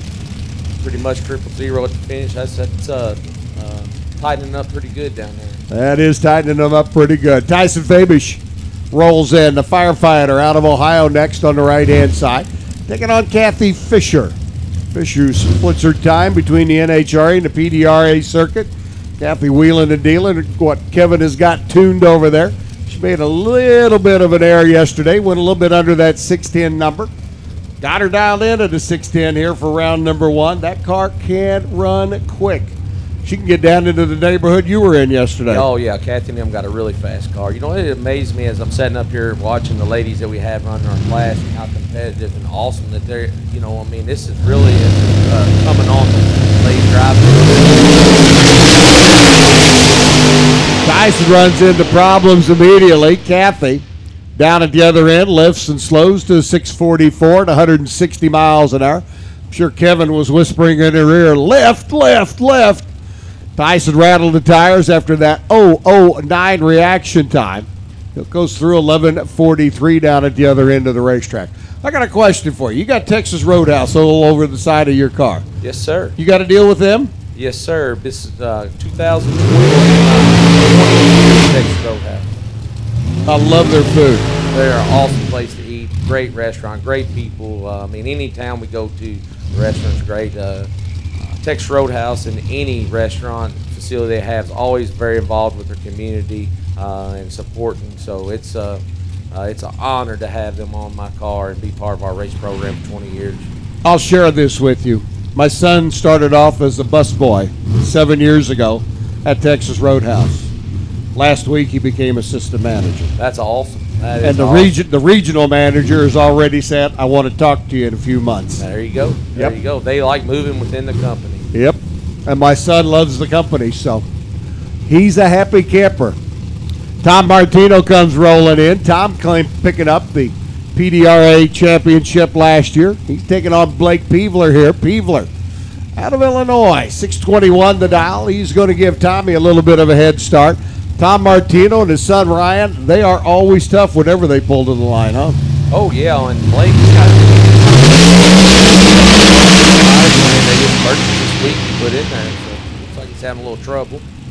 Got some problems there after a great reaction time. The car slows up to a 7:56. Tommy goes running by him. He runs 6:38. Tommy went down and took a whole lot of finish line stripe and came a little bit close to that 6:36 dial. Oh, yeah. Oh, yeah. We're going to have a good race right here with old Al Peebler and Jeff Libla here. These two good friends, two of my good friends, and a little rivalry going on here. So I'm interested to see how this works out. No, there's no rivalry in this top dragster category. Nah. We all go out to dinner on Friday and want to kill each other on Sunday. That's it. What's the expression? When the helmet's on, the friendship's gone. That's exactly right. I know that they were talking smack to each other before they ever pulled in the staging lane, so it'd be interesting what happens. Smack talk. No, that never happens. Peevler up on the left, going to be the second car off the line. He's in on a 612 dial. Jeff Libla on the right, 625. So it'll be interesting to see who walks away with this one and who gets to enjoy the smack talking and who has to eat a little humble pie. That's exactly right. Top Sportsman, need you to lanes, please. Top Sportsman, need you to the staging lanes, please. Probably need an alternate or two. If you want to pull into the back of the lanes, we'll keep an eye out for you. Here we go.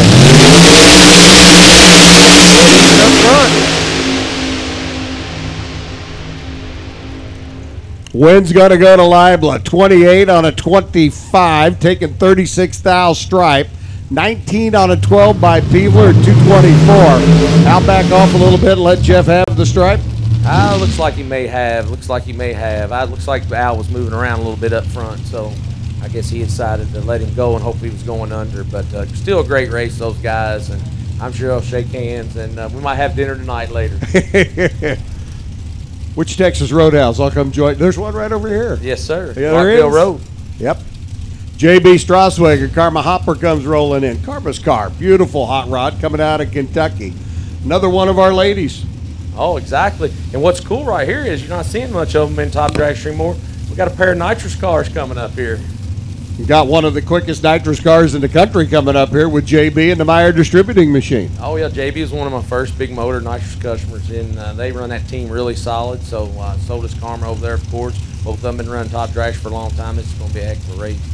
JB already a national event winner this year. Let's see what he can do as the Meyer Distributing car going to give Karma just a little bit of a handicap start and then try to track her down. Comp Eliminator and Top Sportsman need you in the lanes if you're not there yet. Comp and Top Sportsman, come on down.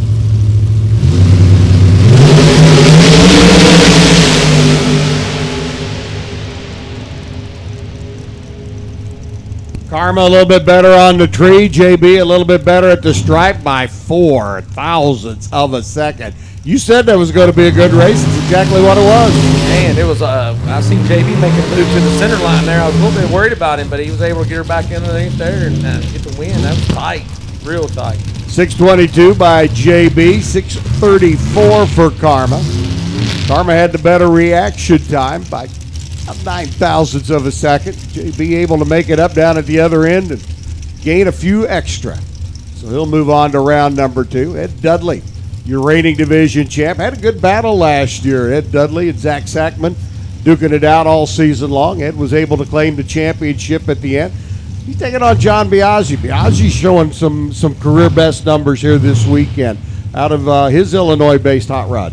You know, John had a little trouble at Chicago, gave us a call, gave us the opportunity to help him with some carburation stuff on his car, and he's running some of his best numbers this weekend. We're glad to have him on our team now. Of course, we got Ed Dudley on our team, so this is a kind of a home field run here.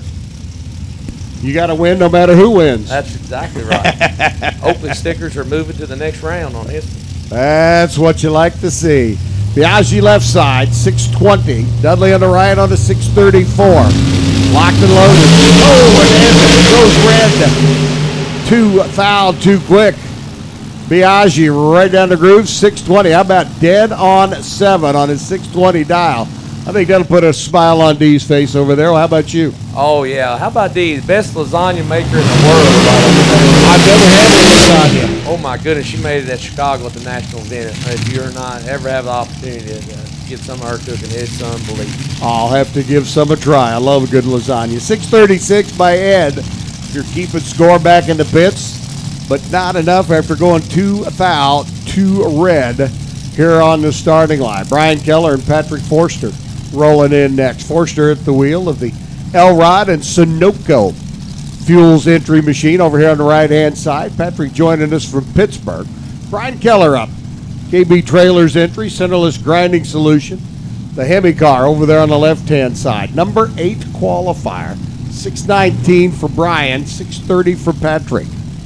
You know, a lot of people don't realize how much these cars are pulled back. Brian's probably got one of the fastest top dragster cars in the country. Probably can roll out there and go 570 anytime he gets ready. So it's real. He's doing a great job of getting this thing toned down and getting these fields. And I expect we're going to see some big speed out of him down on the far end. Yeah, but he doesn't want to go 570. I'd have some company in the doghouse. 619, dead on 8, Brian Keller. Pat Forster was 0-0-1. Wow. Then can only muster his 639 and 206 down at the other end. What happened there? Did you see anything? I'm thinking maybe we was on the drop and let him come around.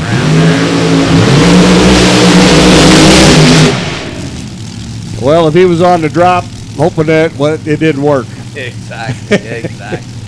Keller dead on the dial with an 8. 53 foul stripe for the win as Danny Waddle comes rolling in alongside Destin Meyer. Meyer, another one of our Hawkeye State runners over here. Got that interesting wrap on the side of the Spitzer car. Looks like it's been sitting out behind the barn for the last 40 years. They just recently got that car out, haven't they? Yep. I haven't seen it in a while. Danny's a tough customer also. I know that he was competing for the Jegs title to run Jegs All-Stars and maybe lost it by a round or something there when we were in Columbus. So 2 tough customers here.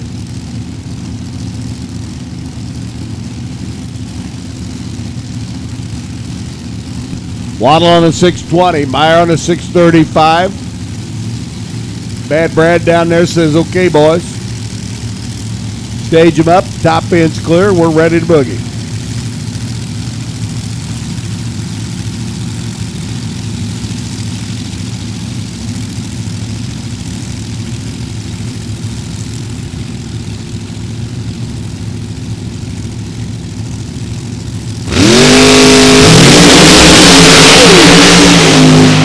Dustin lights the red light and immediately rattles the tire. Danny goes cruising through 621 on the 620 at 222 miles an hour.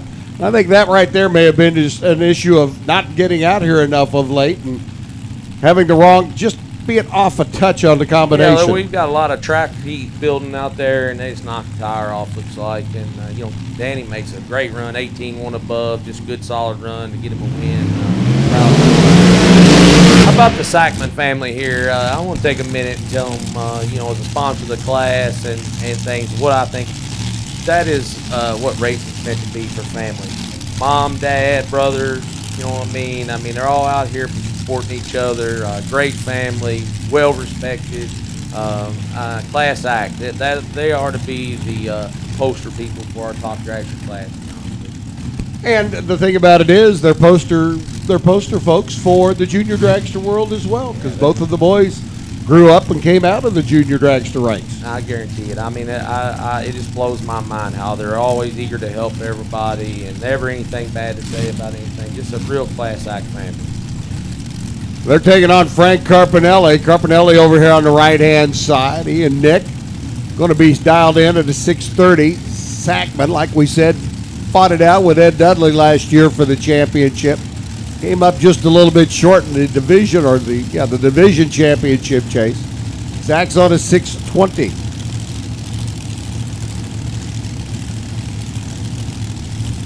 Zach went a little fast on the first qualifying session also, but he got her checked back in. Looks like he's got her right where he wants it. That's something you don't see often. Zach Sackman turned on the red bulb by 4 thousandths of a second. Frank Carpinelli, 650, hustling down track at 215 miles an hour. Yeah, I think Zach may have been putting a little pressure on himself to cut it up front, being they had a slower run in that Q3 and just trying to be able to tighten it up all he could red. But they'll be back in next week, I promise. Oh, they will. One other thing about the Sackman, Zach and his brother, I get to do the Junior Dragster Western Conference Finals every year. Have done that for the last 4 or 5 years. And the brothers always ask me about, you know, how the kids did when I was down there for it. I was down there last weekend, so always fun. Oh, yeah. They are, like I say, I can't say enough good things about them.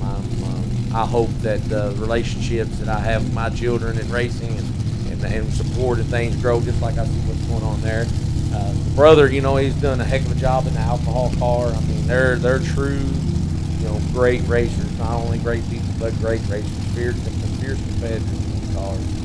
Yep, Matt and Zach. Here's Mike Knott and Brandon Bergschneider. Bergschneider up on the left-hand side. The Mopar power plant. Oh, and rolled right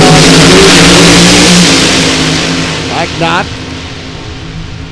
on a 624, runs down, shuts it off early, 640 at 180 miles an hour. Try to bring the RPMs up, and it just wants to keep on tugging. Yeah, I believe we had a little transmission issue there and rolled it right through. Leaving before the tree is activated makes you say words like golly gee, son of a gun, and maybe even a dag nabbit or two. I guarantee it. Look, is Tim Papp here going to be on a single? Looks like Tim Papp's going to be on a single. I do not see Tom Elliott's hot rod. Tim's got a new combination. He got that car from me last year. That's my old car, an engine combination. He's getting the bugs worked out of it, so I'm sure he's glad to get a shot at this thing here and see where he's at today. Tim, a real good racer, and a couple of divisional wins under his belt, so he's getting this new combination worked out. Let's see what he's got here. Well, I tell you what, he had it pretty well locked in during qualifying, an 18, a 13, and a 12. That's pretty good bunching for some top dragster runs. You know, and that's something a lot of people don't realize is I came from a nitrous background. We moved into the Explorer combination, but these nitrous cars, if you have enough power in them, I mean, you can just put them on the number. It's unbelievable how consistent they are. And if you want to speed her up 100th or two, you just put a couple tenths in the timer, and here we go. All you got to do is have the right parts, pieces, and everything working right. That's exactly right. But nitrous cars can be your worst enemy, as we seen last night. If you know, as these fields get faster and faster, or you lean on them a little harder, we'll see a little smoke out the pipe. Yep. You know?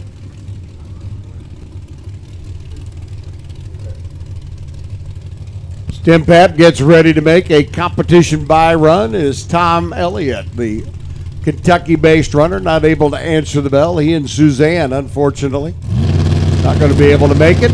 That moves on to round number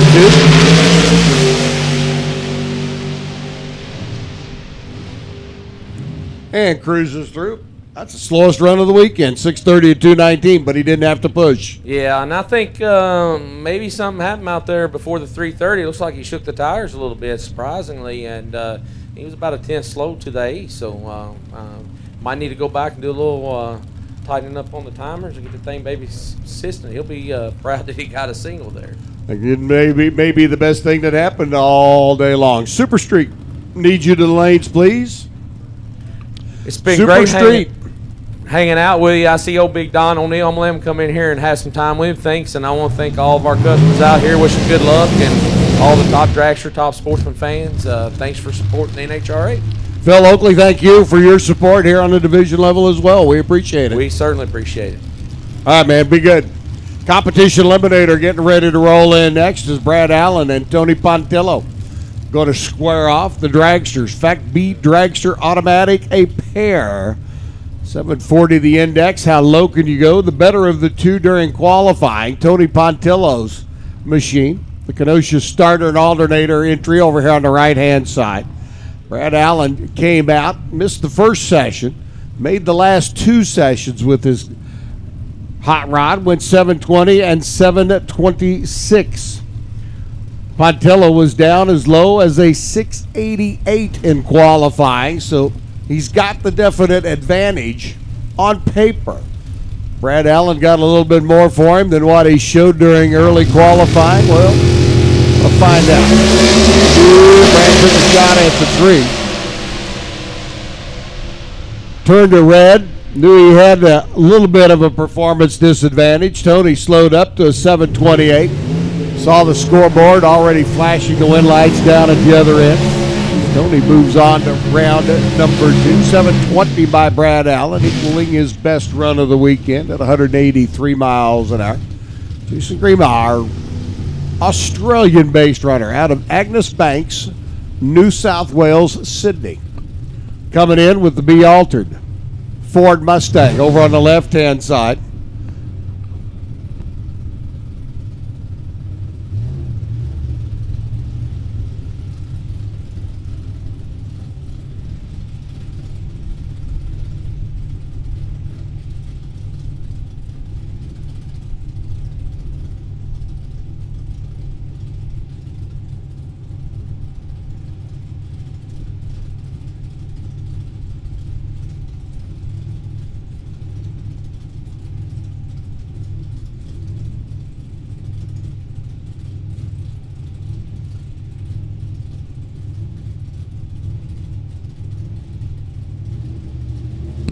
Jim Greeneck, the C-Altered Automatic, the C-Tech Cabinets, C-Tech Manufacturing, and RaceCabinets.com, and Greeneck out of the number 9 spot. Going to try and hold off the Australian at the other end, and does.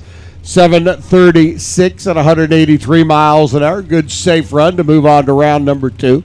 Gorgeous hot rod for Jim, the boss man over at C-Tech Manufacturing.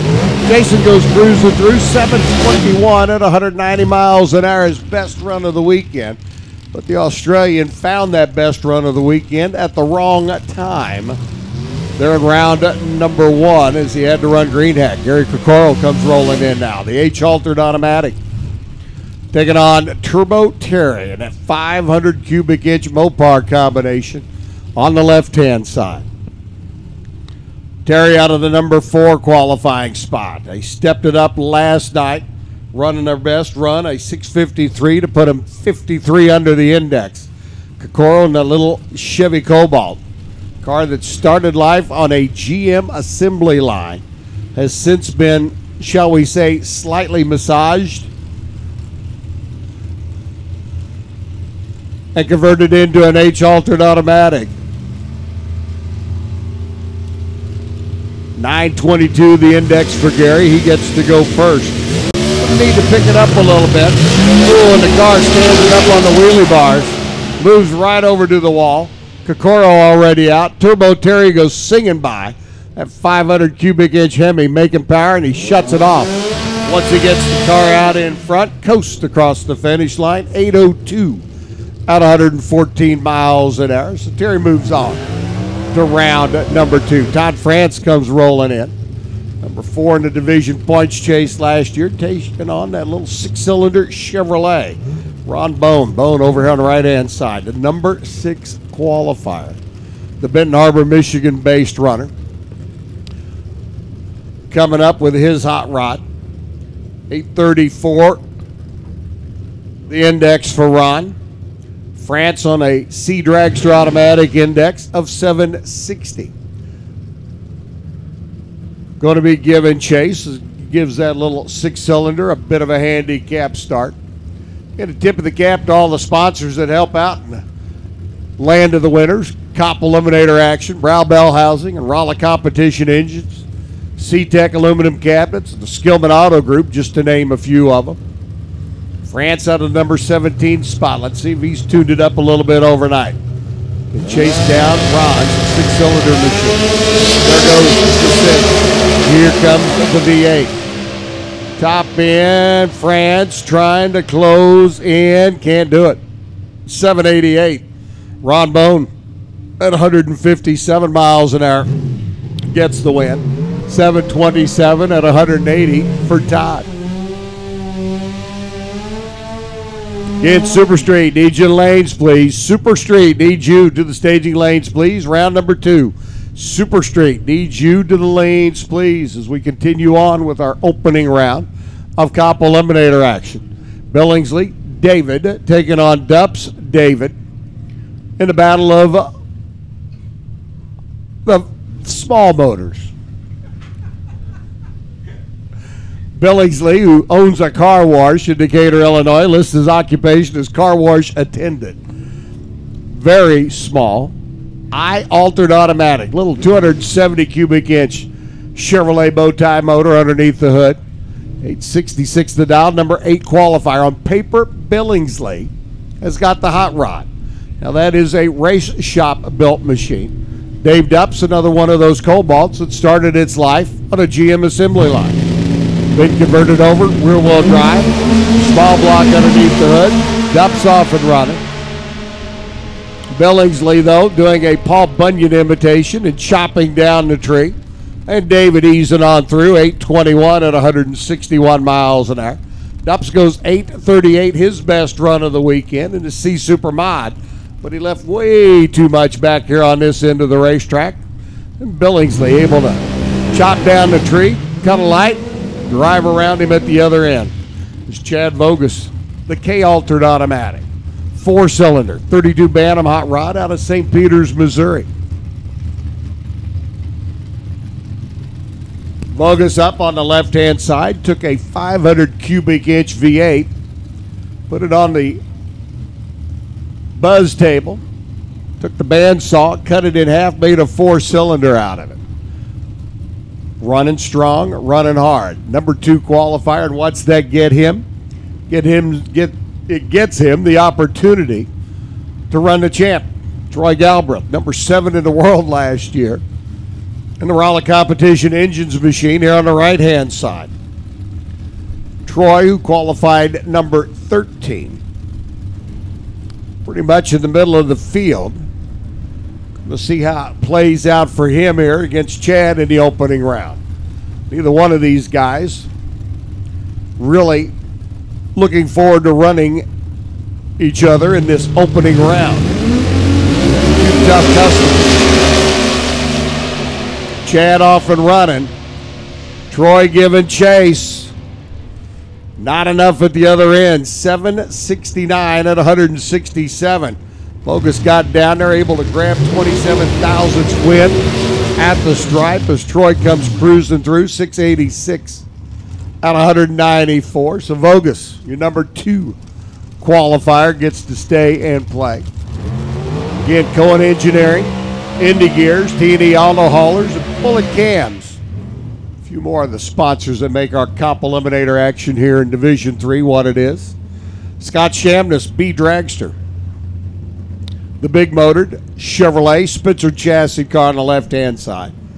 Higher qualified of the two, coming out of the number 12 spot at Alan Wilson's F Supermod Automatic.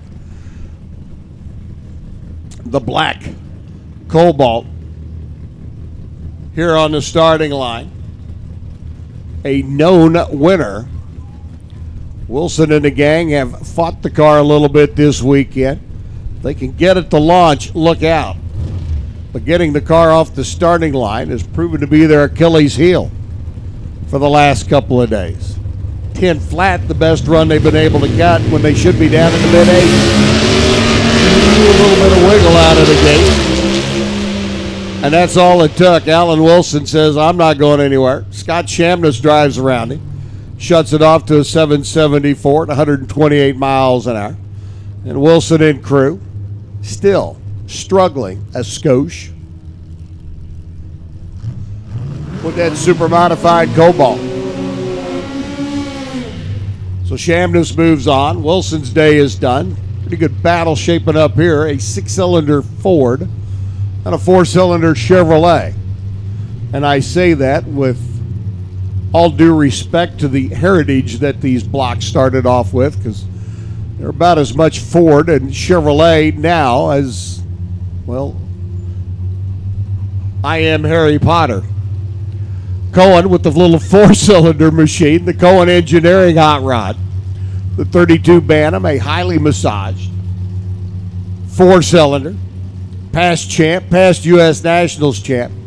Steve Ambrose with a 300 cubic inch Ford block that he started with, and it's since morphed into a pretty gnarly hot rod motor. Going off and running. Ambrose giving chase. That 6-cylinder's going to have to hustle to catch the 4. Can't do it down at the other end. 833 by Cohen. Good for the win. Ambrose shutting it off to an 801 lap at 163. They've already been down track in the 780s this weekend. So Cohen doing what he needed to do. Got down there enough, had the advantage off the starting line. And he advances into round number 2. Brian Browse, D Dragster, your number 1 qualifier. And by virtue of the odd lot number of cars, as we had 23 entries in Comp Eliminator here this weekend, Brian gets the first round bye. The little V6 powered dragster for the runner out of Brow Bell Housings. Going to cruise on into round number 2. He'll run it down to about the 1,000-foot mark. Click it off, coast on down around the corner, and come back for the next round. Total Seal piston rings, John Holt race cars, 8A transmission, Indy Gears, Camplain Machine Shop, just a couple more. Well, the sponsors that make our Comp Eliminator program what it is here in Division 3. So, Brow, your official buy run. Looks like we've got some competition buys shaping up behind him. Brow's going to cruise on down. And he'll be back for round number 2. Super Street, need you to lanes, please. Round number 2, Super Street. Use the staging lanes, please. Brow works it through the gearbox, singling that 6-cylinder engine into the high seas. Shuts it off at 1,000 feet, goes coasting through at 752 at 141.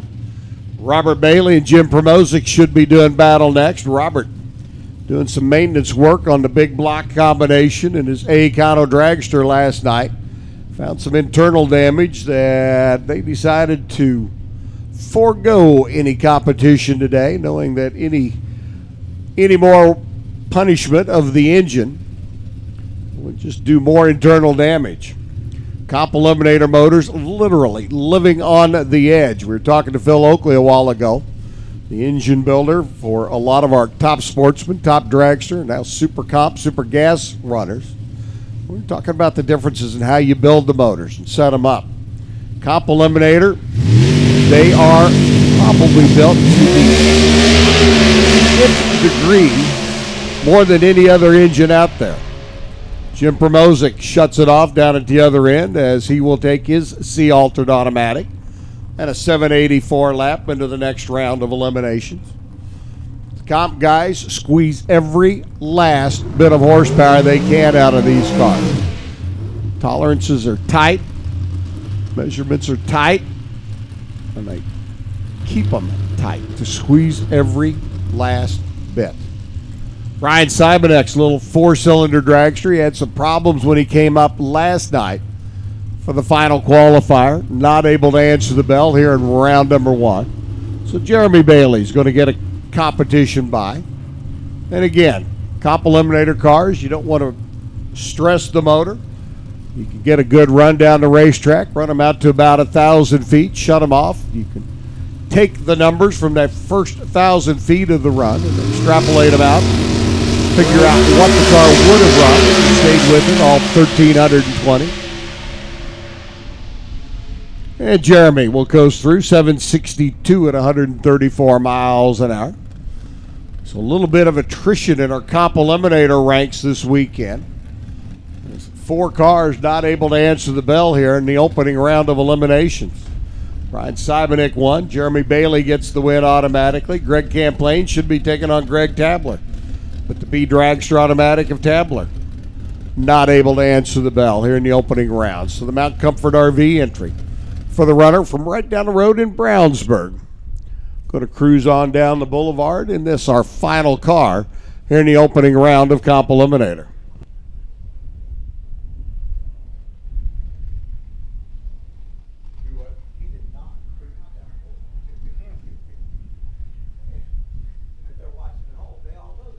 And Greg Camplain, as Don O'Neill so succinctly points out, elected not to cruise down the boulevard, which is an option that the NHRA rulebook gives.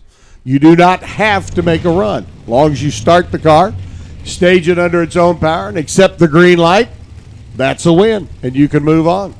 And here comes the class that Don is funching at the bit to come up here and talk about. Kurt Frederich and Lester Johnson. Don O'Neill, welcome to the tower. Thank you very much, and I don't know if I'm munching at the bit. Oh, funching. Funching at the bit. Yeah, I'm going to need a Google dictionary. You need a Google dictionary? No, this is what you do. You don't qualify, so you come and grab a mic, right? Well, you were D&Q. Phil went too quick, so whichever one. It doesn't really matter. Neither one of us is racing today, so no. But thanks for having us up. And first pair out. 2 of the best in the business at it. Lester Johnson over here on the Chevrolet side and Kurt Frederick on the Ray Skillman side. 4/10 split. Kurt's going to try to look over and judge Lester with about 14 mile an hour at the stripe. Leanne yelling at him on the radio, and Andy overseeing Pop going down the street. You know, you would think when you climb into the race car, your wife's not going to be yelling at you anymore. We actually want them to yell a little bit if something's going on. We don't mind at that point. Yep. You like to know if the competition breaks, you want to be able to lift and not drive too quick down at the other end of the racetrack. And when you've got the mile an hour split with Lester and his Pro Charger situation, that engine combination, you need to know. It's hard to judge. Lester Johnson dancing off the line, trying to stay with it, but Lester cruises right on by, shuts it off to a 655, 180. What happened to Kurt there? Kurt had what we would consider nice tire shape.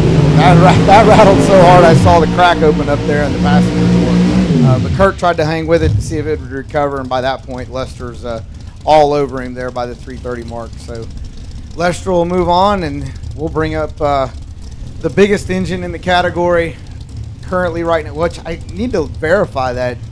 Doesn't Aaron Glacier, how big was Glacier's motor? 903?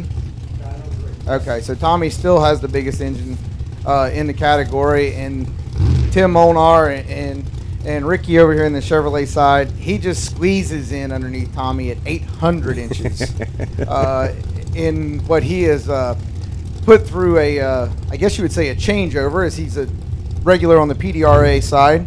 And the Elite Top Sportsman, him and Ricky making that tour as well this year.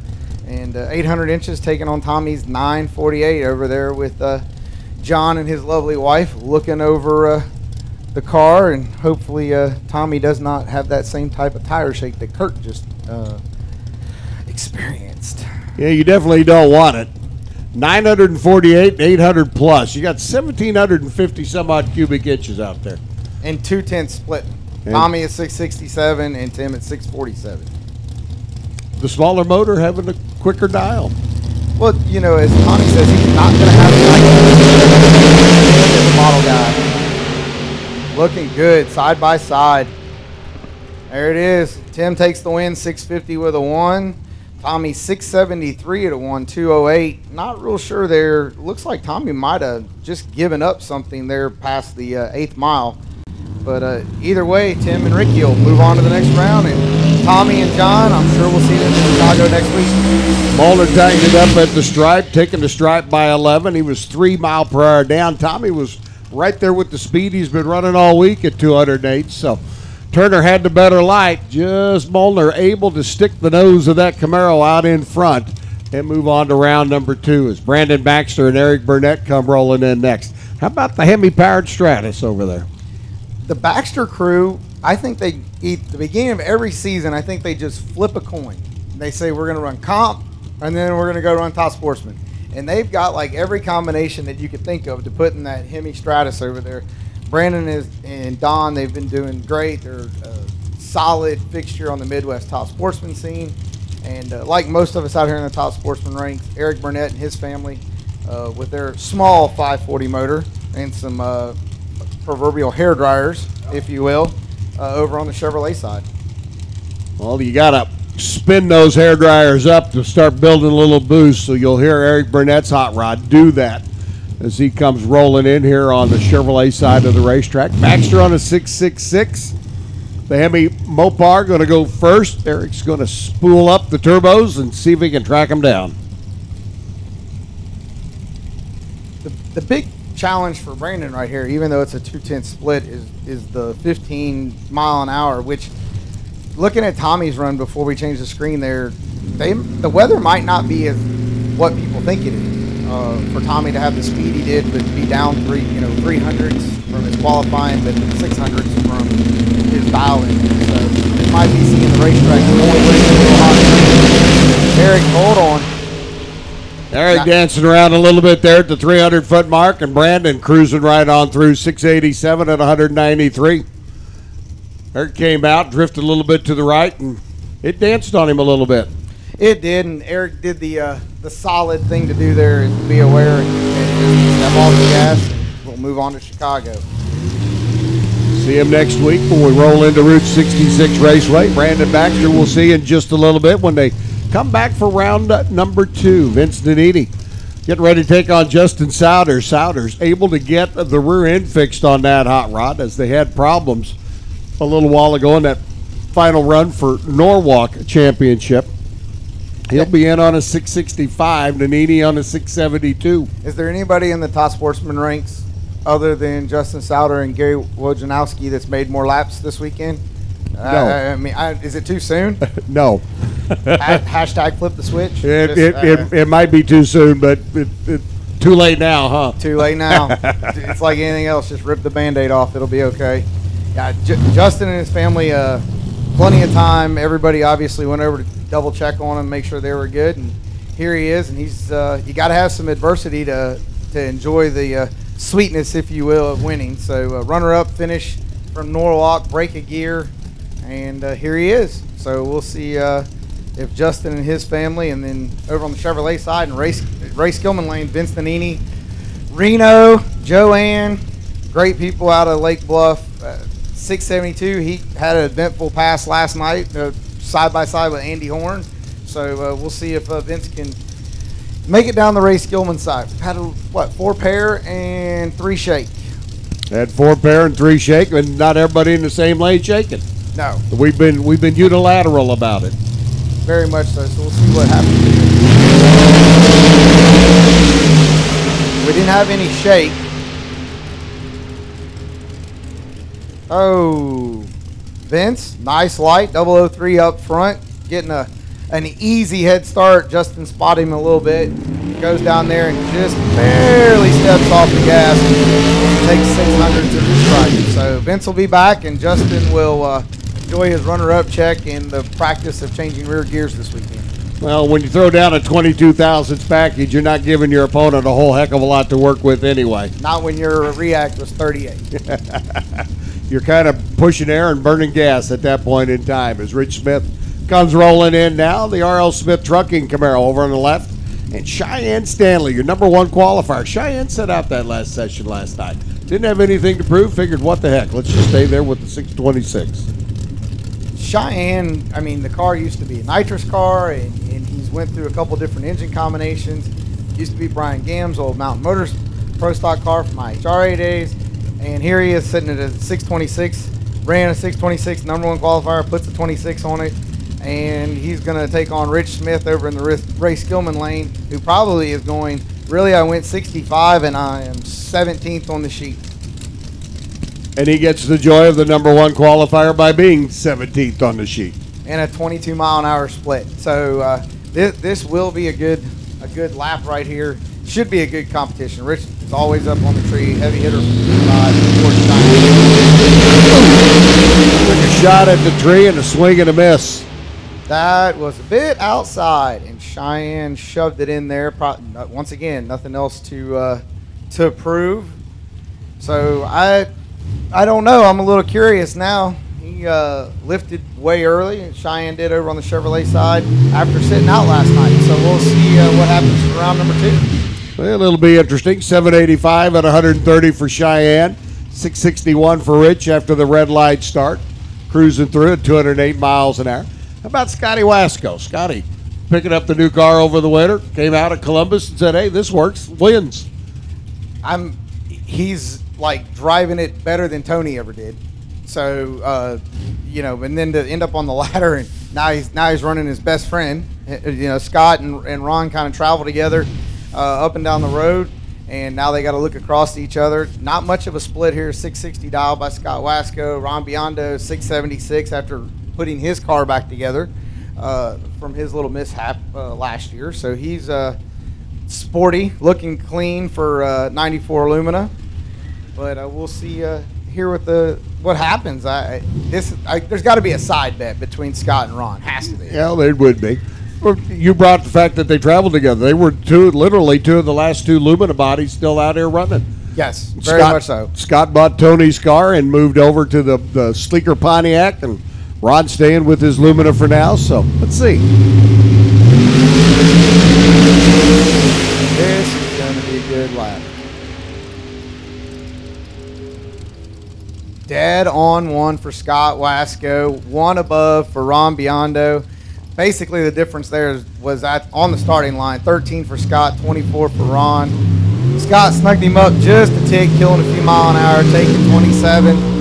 I don't know. It'll be an interesting conversation down there at the end of the racetrack. So Scott Wasco will definitely be back next round, and he must have found the lucky bug in that car because Tony never had it. Well, I was talking earlier about pipe having personality. Every car's got personality. Sometimes you put a new car together and it doesn't like you. It may have just not liked Tony. Tony may have just not felt comfortable in it. Scott does, and it's proven to be very, very good for Scott. 14 thousandths package on that run. As we call Stock Eliminator, round number 3 to the lanes, please. Stock Eliminator needs you to the lanes, please. As Aaron Glasser, Rick Soika come rolling in. Aaron, who missed the first session, finally got in with a 629, and when he did, climbed all the way up to the number 2 spot.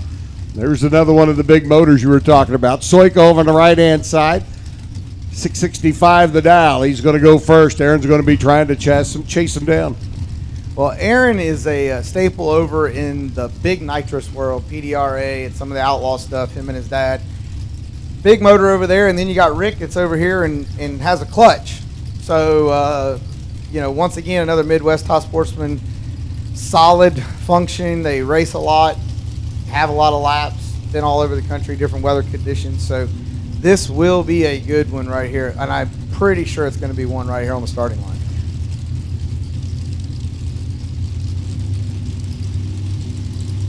Well, we shall see as they're both locked in and loaded. Ooh, and a little dance out there for Soika as he gets out to the 300-foot mark, and the car does the willy-dilly on him. 709 for Aaron Glasser as he goes through at 173. I'm going to say that wasn't one on the starting line. No, it wasn't. They were pretty much dead even. 0.02 of a second difference between the two of them. But Glasser gets the win. The body shop owners, I should say. 3 shops down in Kentucky. Moves on to round number 2. Here's another one of your high mileage cars here this weekend. Gee whiz. I mean, you've got a Cobalt for Wojnarowski. Do you know who owned that Cobalt before Gary? Go. That's actually Sean Langdon's old car. Okay, yeah. And then we got Brenniger over here. Yep. Who is driving a Mustang that was also a staple in the Division III area. So it's old Tim Weiss' car. So it seems like we've got a rinse and repeat as we just all kind of shuffle cars around with inside the Division III lineups. But Gary Wojnarowski and his family picking up the win from Norwalk. They had to wait a little while to take care of that, make a couple practice runs, and make sure we had electrical Christmas tree lights up and all that other stuff. But they're going to put that behind them and enjoy that later and focus on winning the Indy Divisional right now here for the Summer Spectacular. Well, Steve Brenniger has got other plans. He says, Wojnarowski, you got Norwalk. I'm going to take Indy. Oh, and that may very well be. Brenniger's group down there, diehard Ford. Both of them, they're back-to-back as Bad Eye will be coming up here behind him. An Oakley motor in Steven's car. So we'll see here. Classic Chevy versus Ford.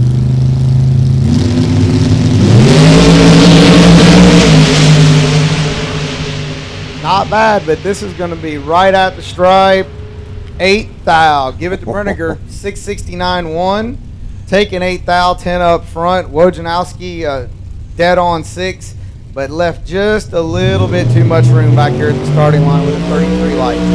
Well, as you have talked about, that one was one on the starting line. The 10 light beating the 33 light at the other end by 8th thou.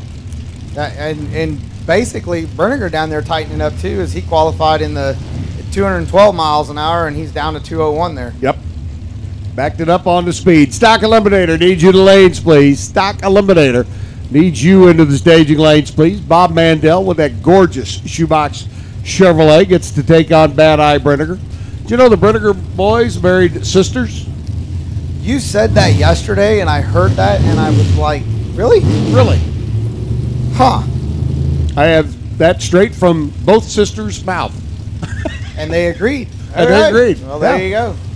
Well, here we'll go again. Bob Mandel driving anything that they put together is nothing but exceptional. I know they were testing I don't know what they're going to nickname Little Man's new 55, but it's just spectacular and beautiful. Bob put down a run last night in the last qualifier to get in. I'm pretty sure that's got to be one of the quickest 632s in the country for what he's spraying and the speeds that he's going. Look at that. Go Bob. Bob was the winner here last year. He beat some knucklehead holding a microphone. Then Bob Mandel keeps it rolling. 1 above 2 thou. 40 on the tree. 683.8 at 201. Bad Eye 14 had the starting line advantage, but just could not run the number. 670 with a 6 at 207. 21 10,000ths down at the stripe. You can't judge that. You got to look at the win light on the wall to tell who won that race.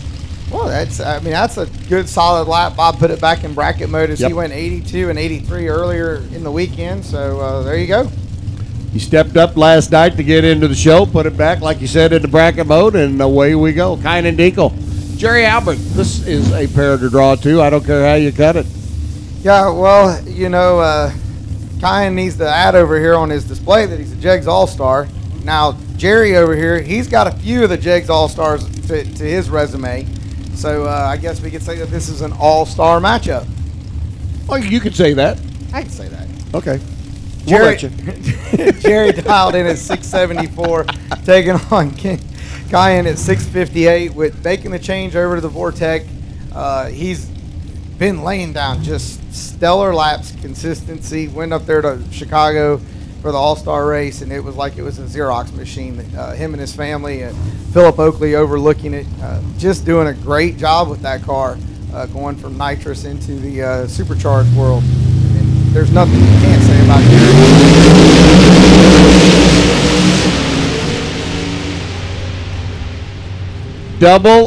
007 light, and you come up 32 thou short at the other end. Jerry Albert getting the win. Good race. That was a very good run. Jerry tightened it up just a little bit down there, down a little bit of speed, but him and Tracy will move on to the next round, and I guess we can say that that All-Star matchup was going to an All-Star. Would that be from the Department of Redundancy Department? It would be from the Okay, Department all right. of the Redundancy Department. just checking. It was a memo. Total memo. Total memo. Well, here comes Jeff Sexton. You want to know a little story about Jeff Sexton? Tell me. As a kid, he used to yell at me to get out of his yard playing ball. He is one of the very few people that are still left out here that remember me as a young person, as what could be considered a little bit of a hellion at that time. And so it's very rewarding when I've only been able to line up against Jeff twice, but he does remember me as a young kid. And then I guess Mark McDonald would know me as an old person, as he's driving the 67 Mustang dragsters for sale car. His wife Deidre, Charlie Evans, just what can you say about it? They got that car 3 years ago, and it wins. It's got a lot of wins. What do you mean a hellion at that time? Aren't you still? No. Oh, Very nice. you calmed down a little bit. All right. 667 dial for Mark, 681 for Sexton. Win light going to Mark, 668 with a 1, taking 5 thou. Jeff, 679.7, just a little behind. But Mark was 003 up front, kind of made that a tough package to get inside when Jeff was 32 up there. Yeah, you weren't going to get inside of Mark McDonald's numbers on that, as he's 11 over the dial and 003 on the tree for a 14 thousandths package. Sexton's day was done at that point in time, except for burning a little fuel and pushing a little air. Jonathan Smitty, I understand this is a new car for Jonathan out there. It is. This is once again, it's another ex-Mountain Motor Pro Stock car, and he got it over the off season, and yesterday he laid down his career best ever in anything, going 677 to at one moment was actually in the show. I think it lasted like 10 seconds. But he's going to take on Steve Yeager over here, who has just been laying it to it in his 96 Monte Carlo. Once again, this area, he's a Midwest top sportsman guy through and through. So Jonathan slowed it up, dialed in a 679. Steve at a 671. So this should be a finish line race. One of these two should be down, if not both of them, down some mile an hour when they get down there trying to tighten it up. And it's all about being able to run that number once you put it up on the scoreboard. Phil and I were talking about it. You can win from anywhere, number 32 or number 1. Doesn't make any difference. It's a matter of being consistent. Now the question will be, Jonathan, look over. There we go. Jonathan getting his first win light, 683.4. Steve went out there, rattled the tires a little bit over in this right-hand lane. And so Steve will box it back up, and I am sure that we will see him next weekend at Joliet. And Jonathan is going to continue to ride his Cinderella story, if you will. New car, first time out, as he moves on. Hey, if it works, it works. Keep riding the horse that got you here. Absolutely. Stock Eliminator needs you lanes, please. Stock Eliminator need you back to the staging lanes, please. Stockers to the lane as Tim Kerman, Joe Palmer come rolling in. The Grand Dam left side, the Camaro over here on the right. Once again, another good pair shaping up. This has been an outstanding field of top sportsman cars. I mean, we had what, 46? 46, yes. And Joe Palmer is probably thinking, like I am, that a 678 should have qualified. I mean, heck, I actually thought a 686 would qualify, but I'm holding on to the microphone now. Well. So he's going to look over there and take on Tim Kerman. His guys, Joe, they have been on a tear lately of getting this Grand Dam dialed in. It makes consistent laps. So we'll see what happens. Go. There we go. 667 with a 9. 203. Tim Kerman's going to take the win on that. Joe went out there and it looks like it moved around a little bit right before the 330 clocks. He wheeled it back in and still went 688.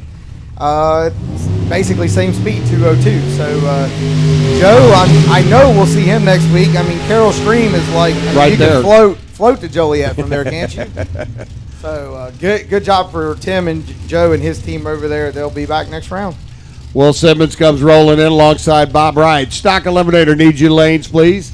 Stockers need you to the lanes. Hey, racers, don't forget Brown's Oil Service. Sunoco Race Fuels. They're only going to be open until 4. Gives you about an hour. They have 2 last drums of methanol left. $150 a drum. They do not want to take them back with them. They'll make you a deal. Go on down, put on your Monty Hall hat, and let's see what you can work out with them. But Brown Oil Service, Sunoco Race Fuels, 2 last drums of methanol for $150. Go put on your Monty Hall hat, go talk to them, and I bet they'll even deliver for you. Well, here comes, finally, I guess we're going to say, a good solid nitrous matchup, a Cobalt and a Grand Am. Both of them probably former Pro Stock cars at one point. William Simmons out of Guthrie, Kentucky over on the Ray Skillman side, and Bob Wright on the Chevrolet side in his 10 Cobalt. Out in a 674, Simmons at a 676, just a tick between them.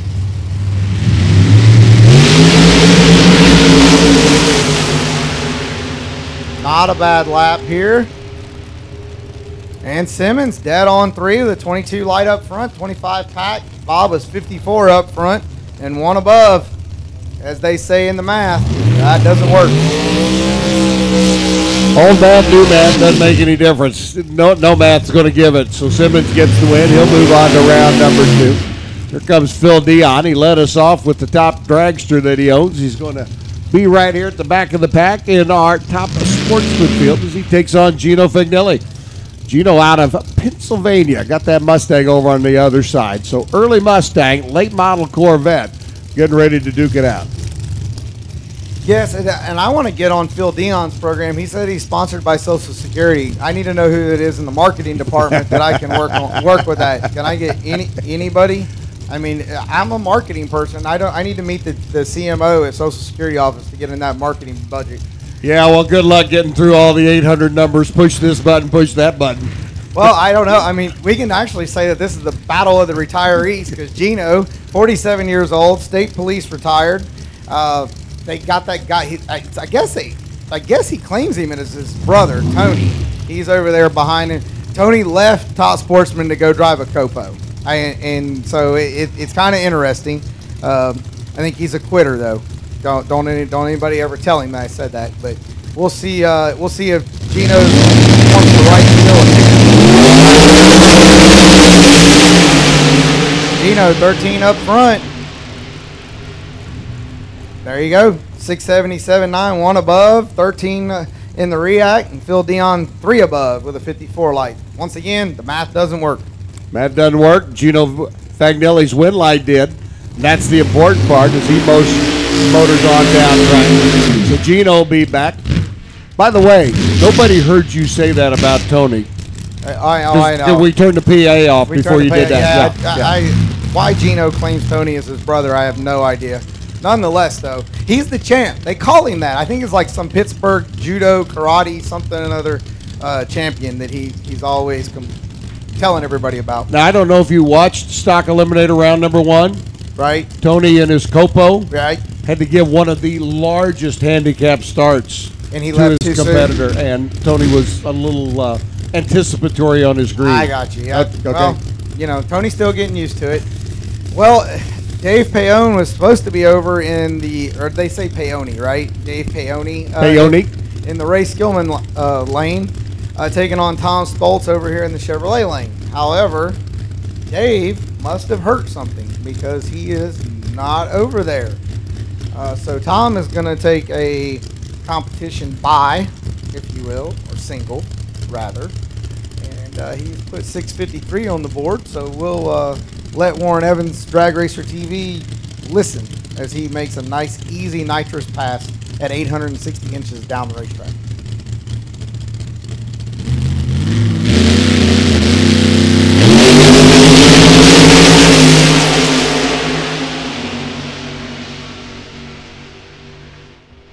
Not a bad lap. 6:57 won at 2:13.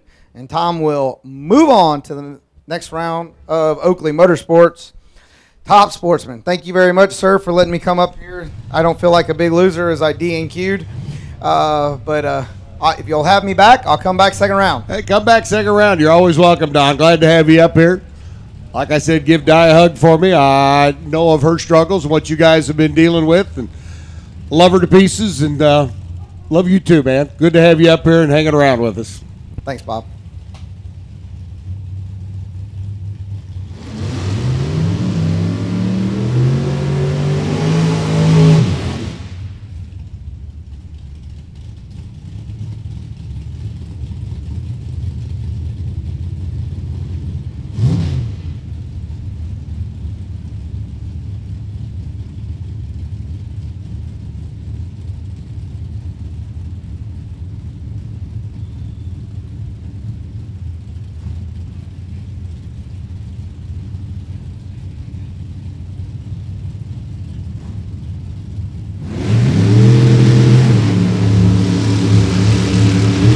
Super Street, round number 2, rocking and rolling their way down the racetrack now is Dale Schaefer and Alex Miller. Throw the 1090s back up on the scoreboard. 2 go down, 1 come back. Alex gets to come back. Dale Schaefer gets the lane choice. On the highway back to Chester, West Virginia, or on the highway up to Joliet, Illinois, where we will be next weekend, however you want, whichever way he wants to go. But Dale now has that lane choice. Alex will come back for round number 2, and he'll be flipping a coin for it. 11:01 beats a 10:99. The advantage by 3 thousandths down at the other end of the racetrack. Robbie Sesko, Jimmy Barrister's Vega. Over here on the right-hand side, the little Vega wagon lights the green bulb here. Robbie Sesko does the same. The Ohio-based Camaro there on the left-hand side, rocking and rolling his way down. 1097 by Robbie, comes up short to the 1097 by Jimmy. 26 thousandths at the stripe for Barrister and the little Vega wagon. We'll be back for round number 3 as we take our Super Street field. Whittle it down to the final 17 cars that'll be in competition. Grant Zimmerman and Jason Hennessy looking to be part of that 3rd round of eliminations. Zimmerman, the electrician.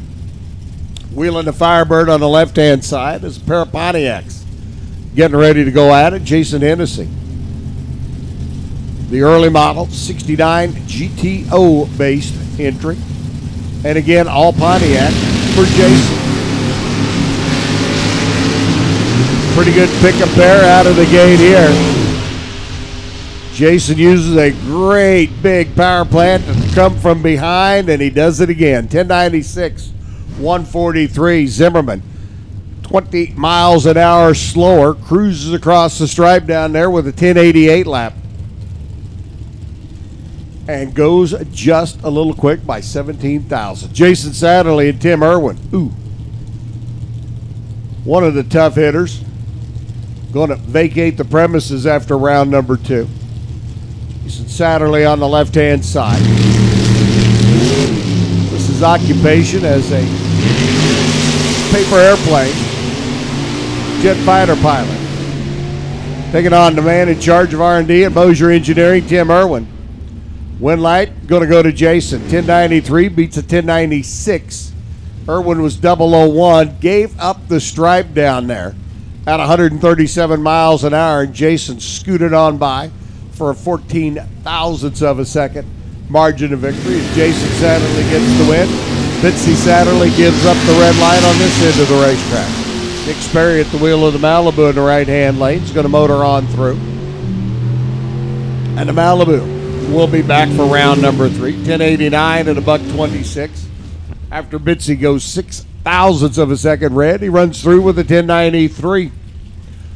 Down at the other end, Randy Jones, Mark Harmon, the 500 cubic inch, Mopar powered, 83 Dodge Charger. Little front-wheel drive machine converted to rear-wheel drive.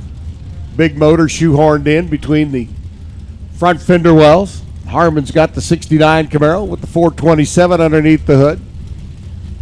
Both of them looking to run 1090. Doesn't matter what kind of combination you got, it's the ability to cut a light and run the number. Has to be a door car here in Super Street. Has to have left-hand side steering. Well, I guess if you bought a car in Australia and brought it up, it would not be considered a center steer car, so you could get away with it. Harmon's going to get the win. 1098 beats a 1099. Mark was just a tick quicker off the starting line. Parlayed that into a 17 thousandths win down at the other end. Randy Jones, 1099, comes up short. Mark Smith, the attorney, out of Bowling Green, taking on David Whitefoot out of Hebron, Kentucky. So one of the boys, it's an early opportunity to head back to the Bluegrass State. One of them, no. Ooh. Neither one of them want to go home yet. Smith closing in, goes 1091. David Whitefoot gets the win with a 10905, a 15 thousandths package. Beats an 18 thousandths package. I don't even have to take my shoe off to figure that one out. That's a 3 thousandths of a second margin of victory. Dalton Deffenbaugh comes rolling in now. Dalton at the wheel of his big motored 69 Nova, taking on the Pontiac Grand Prix. Kenny McNichol out of Hendersonville to see if he can move on one more round.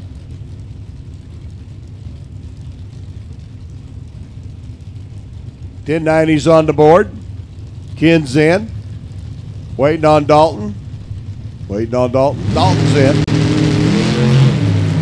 Dalton's 2 in. 005 red for Dalton Deffenbaugh, 1-year-old youngster. Ken McNichol was ready. He was 19 on the tree. Takes the opportunity to run down and run a 1089.7. So he's 3 thou quick down at the other end. Dalton was 5 thou quick on this end. Kenny, though, gets to come back. Dalton doesn't. Presley Ray Wilkerson taking on Dick Vogelsang. The ATM Innovation Red Horse Performance Corvette taking on Vogelsang, who picked up the Race to Win Motorsports Bounty Hunter Award in the opening round as he took out the past race champ. Picked up a $100 gift certificate from Race to Win Motorsports. And now Presley's going to see if she can send Dick back to the trailer. Corvette now starts its top end charge, closing. Got it. 1091 at 135. 1094 by Vogelsang. The Looney Tunes cars.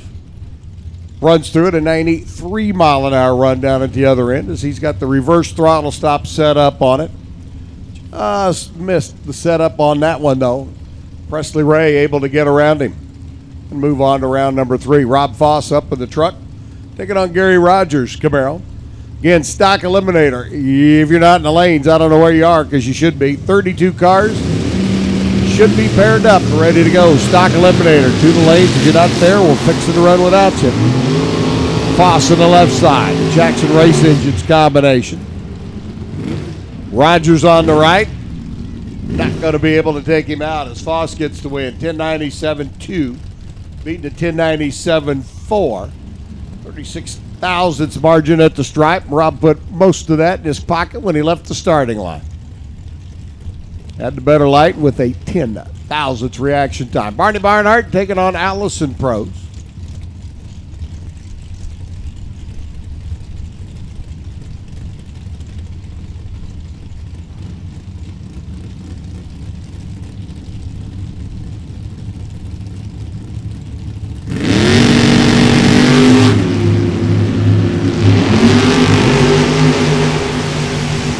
Barney on the left, Allison on the right. Barney going 009, but Allison going 1095, and she gets the win by 4 thousandths of a second. Barney didn't trust his instincts, let her have the stripe, backed it off to 1097, and Allison moving on to round number 3. Matt Bradford's Brake Tech Barracuda there on the left-hand side, and Todd Michael. Todd threw down a tremendous opening round run as he had like a 30 thousandths package, if memory serves correctly, and goes red here.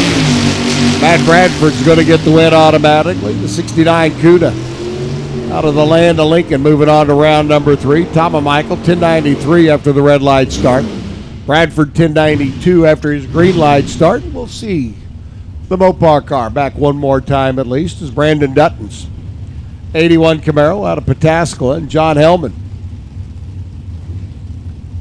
moves in his 69 Nova. 500 plus cubic inch large motor for the landscaping contractor out of Rice, Minnesota.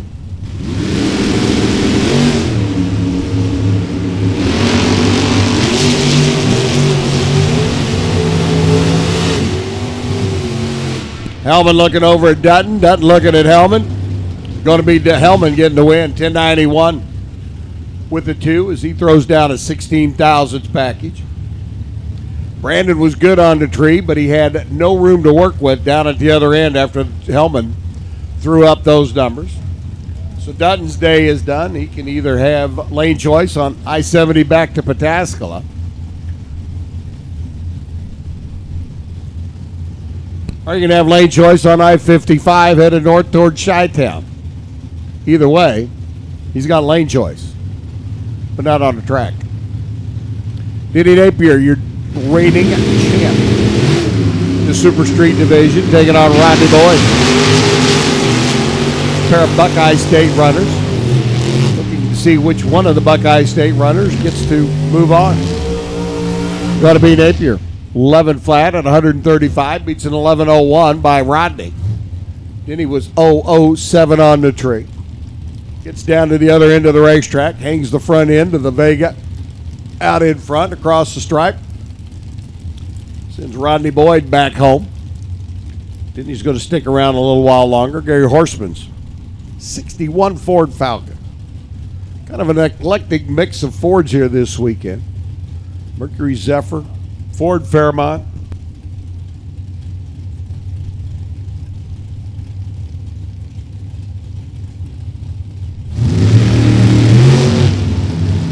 As Wayne Kelly pulls in alongside at the wheel of the Beretta, trying to chase down that little Ford economy car from way back in the 60s, and not going to get her done. 1093 by Horseman, 135, 1091 by Wayne.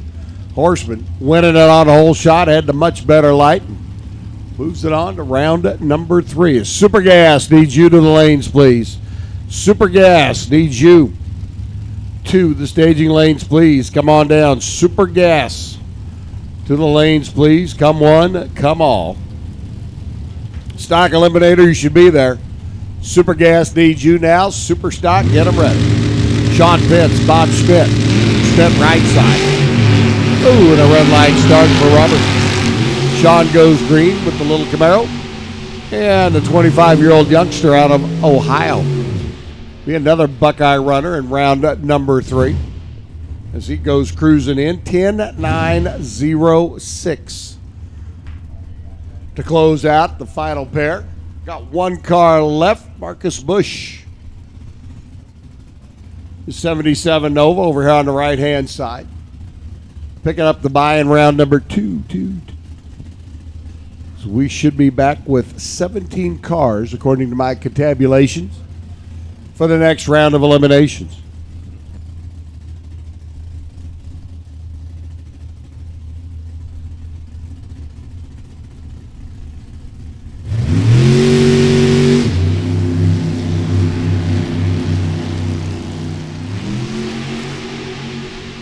Marcus goes 0-0-1, 1088.6. So a little practice shot at the tree, and he's got that part handled. 1088.6, I'd say he's pretty much where he wants to be on the other end of the track as well. That gives him a little womp room, as we call it. And round number 3, stock eliminator. We started off with 128. We're down to 32. As soon as we get done with this session, we'll be at our Sweet 16. And Super Gas needs you to the lanes, please. Super Gas needs you now to the staging lanes, please. Come on, come on down. We're having a party. Want you to be part of it. Super Gas needs you to the staging lanes, please.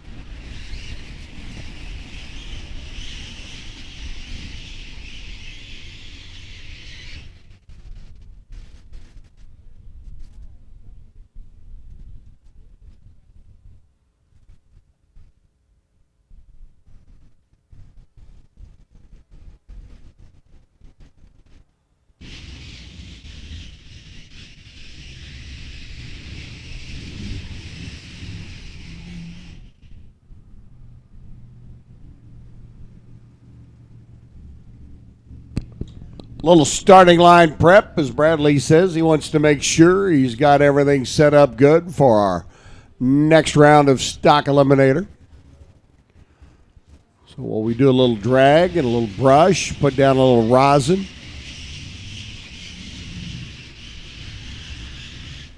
We get ready to continue on our Sweet 16 awaiting us at the end of this round of stock eliminator competition.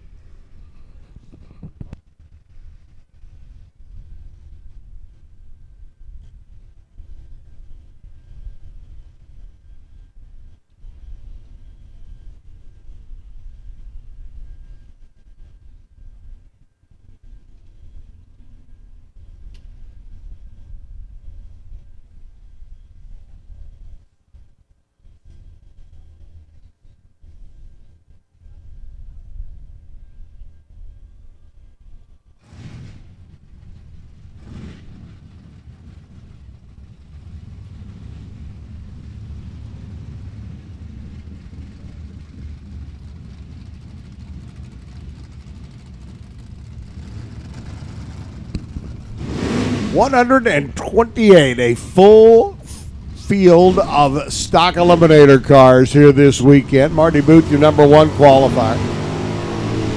We'll have Marty's number 1 qualifying bonus certificate up here in the tower.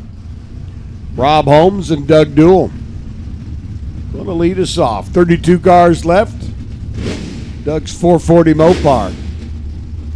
Kimosabe Pontiac of Holmes out of Ohio there on the left. 1152 the dial for the Poncho. The ATI Performance Parts entry for Doug over here on the right-hand side.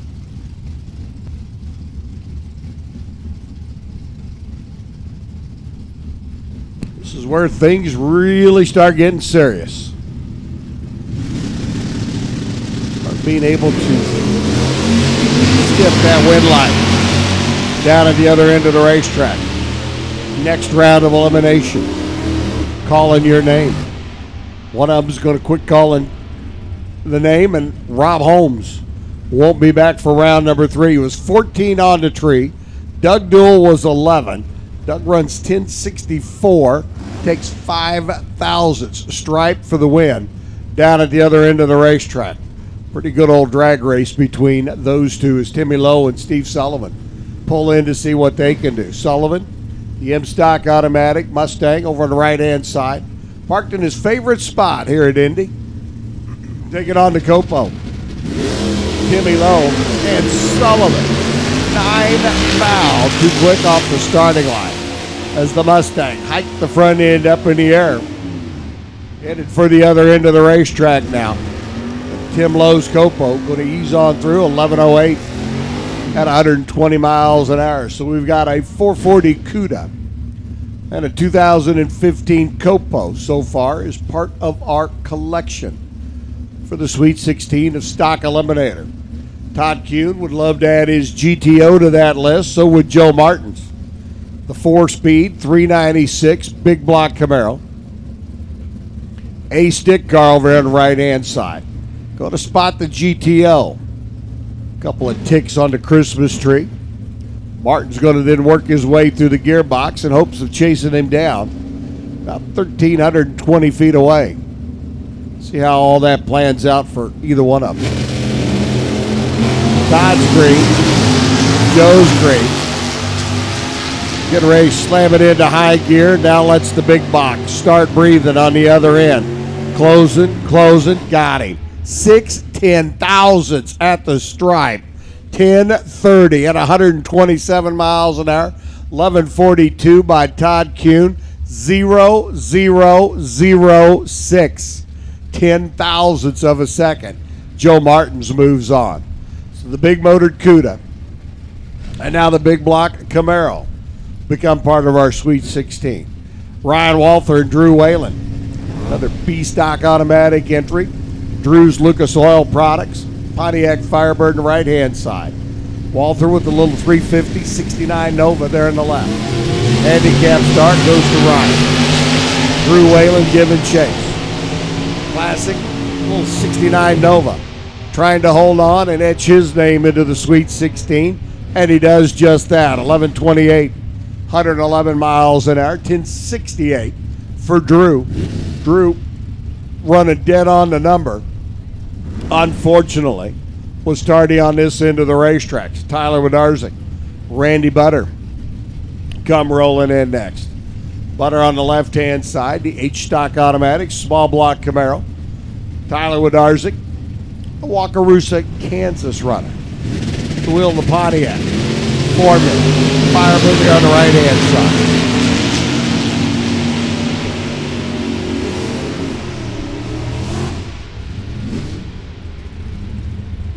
Wodarczyk cruises through 1072 on his 1066. Butter, again, a tardiness on the starting line. Costs you at the finish line. For Tyler Wodarczyk, you do not want to be tardy leaving the starting line. Joe Bellinger up in the A-Stock automatic. Another 396 Camaro. This time with the automatic transmission. Taking on Brian Livensgood's B-Stock automatic. 396 Camaro. The difference between the two, little horsepower, little weight. 1057 a dial by Brian. Joe on a 1076. Green lights are there. We're off and running.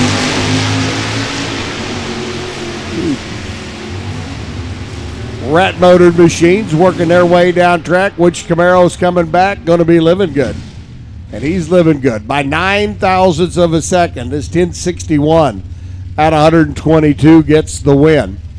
Bellinger's 1077 on a 1076 comes up short at the other end of the racetrack. Once again, when you're late on this end, it costs you on the other. How about the wagon of Kenny Friedman?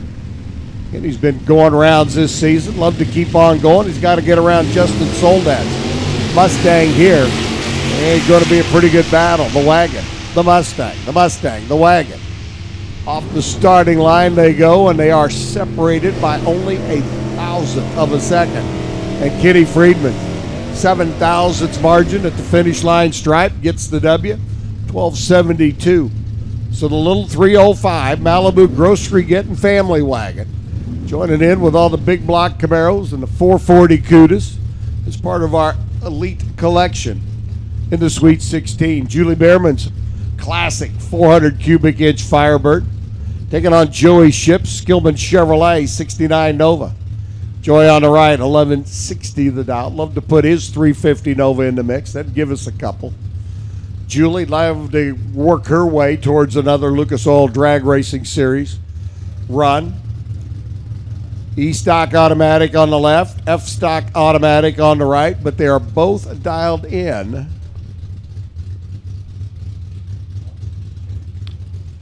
They all had both of them in at 1160. Julie's actually in at an 1110. So they caught it before she staged. That's driver's responsibility. Joey on the right. Going to get a half a second handicap start. Ooh, and a good pair in the water box. Oh, baby. Good pair in the water box. Joey creeping in. Julie's in. Green and gone for both. Randy Lynn, Bo, and the rest of the gang watching in on dragracer.tv. They already see Joey's reaction time, and on a double breakout, Joey gets the win. Under by 4 thousandths is Joey, 11:59 on the 11:60. 11:06 on the 11:10 by Julie. Under by more. And Julie's day is done. Joey moves on. Brian Rogers, stick shift Z28 302 combo. Taking on Drew Skillman. Rogers coming to us out of Franklin, Tennessee. Little mouse motor Camaro out of the gate gone. Drew Skillman chasing the Cobra Jet out of the Skillman Ford, Skillman Auto Group. 00 lights a pair. 002 wins over a 005. Rogers takes the stripe by 19 thousandths, breaks out by 3 thousandths of a second. Drew Skillman got the win on that one with a 904 at 144 miles per. George Warren's 390 Ford pulling in now against Bob Gears' L stock automatic Buick. The 350 combination Buick Grand Sport. Warren at the wheel of his 390 Ford. For Bob and Eleanor. Bob's looking over at the Ford. Here comes George, top end, not going to get him. 12 flat on 1198, 16 10,000ths at the stripe for Bob. George Warren goes 1130 on the 1126 at 114. His day comes up 16 10,000ths of a second short. How about Marissa Hammond? Had that heads up H stock automatic battle in the last round, and she stole it on the starting line. Huge hole shot advantage. And another H stock race heads up battle for Marissa. This time she gets Bo Fowler. Bo obviously was paying attention in that last round. He wasn't going to let Marissa get around him. Finish line stripe 1139 beats Marissa's 1178. And Fowler in another H stock automatic heads up battle gets to stay in play. Marissa's day is done. Chris Chaney and Jeff Taylor. Hello. The reigning Division 5 champ taking on number 3 in the world, JT. Whew. How do you like your Camaros? Big block old school. 396 combination Copo. Take your pick. 2 good drivers. 2 solid cars.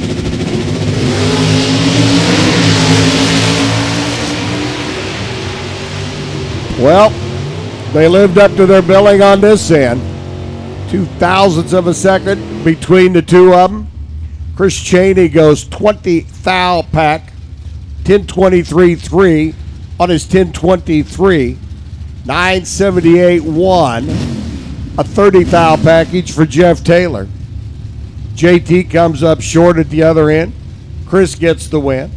The D5 champ taking out JT, and we move on. Jeff Myers, the Copo on the left-hand side, now taking on young Austin Alvey. Alvey may be young. He's a very seasoned and experienced racer, though. Stock eliminator action, little 350 combination. Young man finished number 2 in the division last year. Went rounds at virtually every race we had. Trying to get around Myers now. The big handicap start going to go to Austin. Jeff's going to have to sit and wait patiently. He does. Now here comes the Copo. charging hard on the top end. Austin looking over his shoulder. And it is Myers that gets the win. 9:16 on a 9:13. 11:44 by Austin at 114 miles an hour. 36 miles an hour difference between the two down at the other end of the racetrack. That's a little tough to judge. Austin thought he had enough, just didn't quite make it. Billy Rowe and Jim Cakel rolling in. A little 289 cubic inch. First edition 66 Mustang. Taking on the big 455 Olds 442. What the Mustang started back in the mid-60s is what Cakel's car had morphed into by the early 70s. Performance car, muscle car battle, and wars were on. And Dr. Oldsmobile and the 442 gang were making a lot of torque and a lot of power. Billy Rowe taking a shot at the tree, goes 2 thousandths too quick out of the gate down at the on this end. Cakel cruises through 11:15, 118 miles an hour for the win on the other end. Billy Rowe 12:61 shutting it off after that red light start as Mike McDonald's small block Malibu comes rolling in alongside the 340 Challenger. Darrell Steiger out of Clayton, Indiana. Steiger on a 1093, 1175 for McDonald.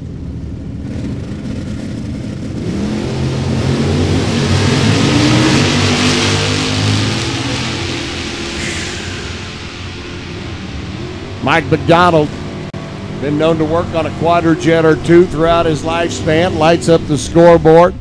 1175. How about a 9 thousandths package for Michael? 005, dead on 4, 1096 by Darrell.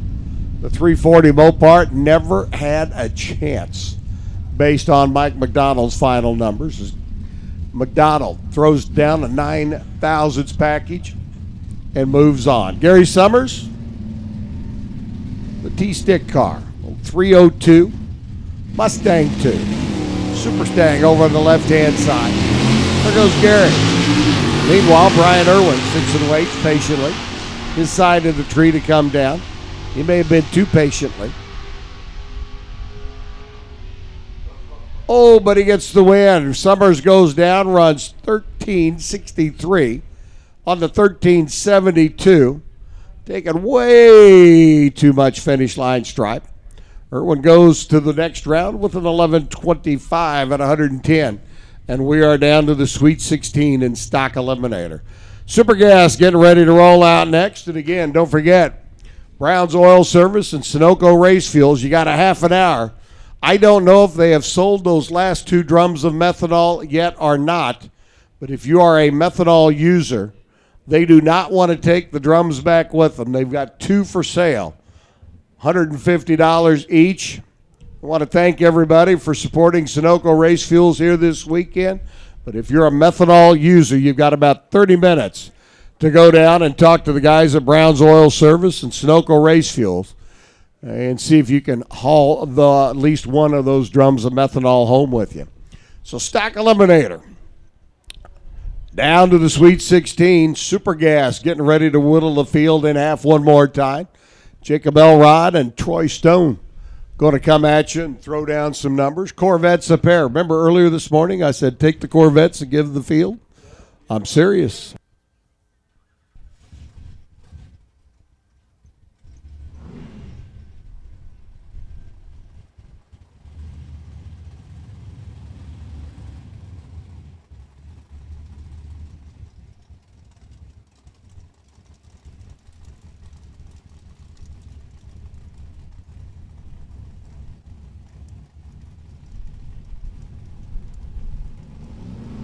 All right, Jacob rolling in.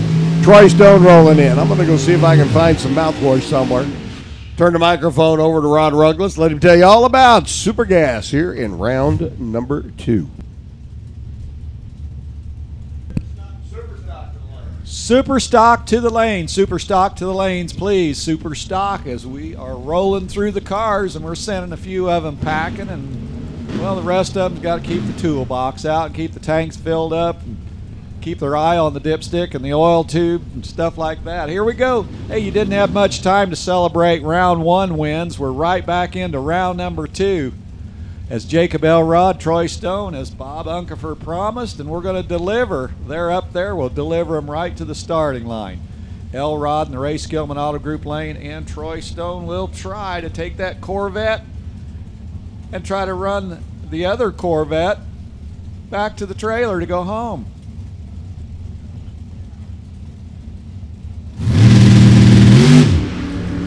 All right, this is the best way to start. 2 green apples hanging on the tree down there, and they are scrambling fast to the finish line. Who's going to take it down there in the decision zone? It'll be Jacob Elrod, 992 for Jacob. He was 008 on the tree. Troy Stone a little behind on the tree and breaks out by 3 thousandths of a second. He took the stride first, Troy did, hoping it'd work out, and Jacob says, okay, go ahead. Scott Tuttle, Skeeter Wayne, next pair up. Couple roadsters going for a ride. Little Sunday cruise going on. Scott Tuttle in the turquoise. He's on the left side. Skeeter Wayne pulling up alongside. They're eyeballing the front wheel and the finish line at the same time. And on the pair of 991, Skeeter with a deuce, Scott with a 1. Scott Tuttle takes the win by 66 thousandths of a second. 5 thou separated them as they left home, but down here at the finish line, Scott Tuttle takes a good win. Ray Conley, Tom Diamond, left and right. Both of them have been in some finals. As Ray Conley, he'll go cruising down the west side of the racetrack. He's heading down there to the south or to the north side, looking for a win. Tom Diamond, he's up to the task. They're gone. Ray Conley hikes that front end up, throttle stop, sets it right back down. The wisp of smoke behind Conley's car as the stop is doing its business down there, and Tom Diamond runs 990 with a 2 for an 11 pack in the win by 44 thou. Tom took the stripe, takes the win. He just takes everything as Ray Conley, well, his day is done.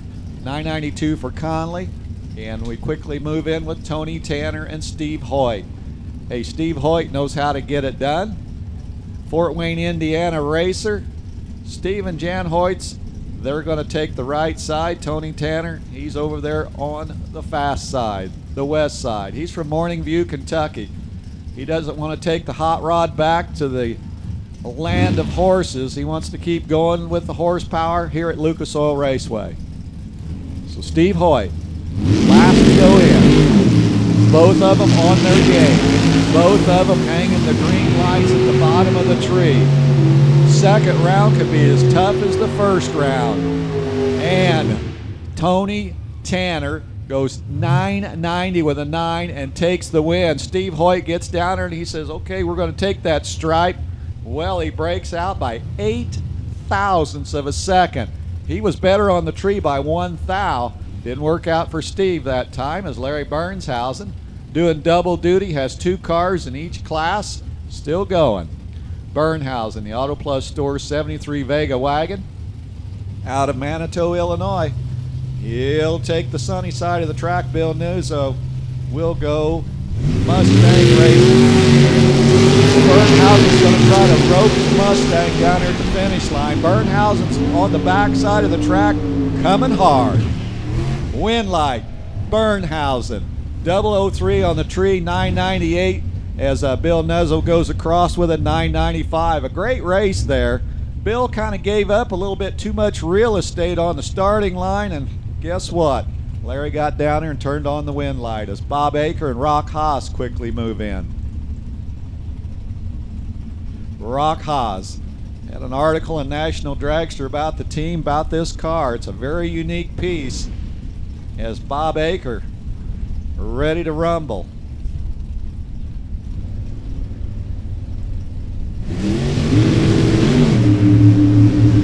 All right, drivers staying in the game. But one of them's going to have to turn in the chips down there. Rock Haas turning on the win light, 994 to Bob Aker's 997. Rock Haas behind on the tree, 3 thou. Goes down there, takes the stripe, takes the win by 29 thou. So good tight race in here in round 2. Ron Lower, Derek Fitzpatrick plugged in and ready. One-way runway, we're burning it up. The Christmas tree is getting a lot of attention down there right now from Derek and Ron. Buttons released. Derek takes the early lead down there, and Ron Lower's got some ground to make up. But I'll tell you what, Ron Lower, he didn't give up at all. He was .107. Usually you're packing your luggage to go home. But Derek Fitzpatrick bails him out. Derek was 13 on the tree, breaks out by 6 thousandths of a second. Ron Lower's going to look at that slip and say, wow, did we get a break. Ken Bowers, Greg Smith, they're ready. The Lumina, the Corvette. Super stock, final call. Super comp. All right, super stock, final call. Super comp needs you to the lanes. Meanwhile, back on the battleground, Greg Smith takes the win there, 991, as he goes clean across the finish line. And Ken Bowers had the tree by a couple hun and breaks out by 5 thousandths. Super stock, final call. Super comp needs you to the lanes, please. All right, we're hustling down the racetrack with Wally Hack, Gary Langhorn already plugged in and gone. They're not wasting any time. Little bit of a wiggle, and something came off of Gary Langhorn's card out there. So Wally Hack takes the win with a 993. Langhorn gets down there and just past the 330. A little piece came flying off the car. They're going to fetch it right now.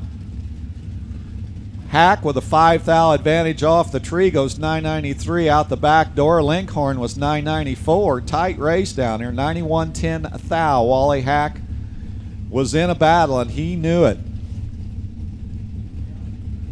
So we'll hold him up here for just a tad. Kyle goes down there and fetches that piece off the track. Richard Spradlin and Leo Zinda are rolling in before they roll on. Leo running for the Ring and Pinion shop is not ready to go north back up to that Michigan town. And Richard Spradlin, the Brooks Truck and Trailer Repair 67 Nova, is not ready to quit playing today. They're having too much fun, unfortunately.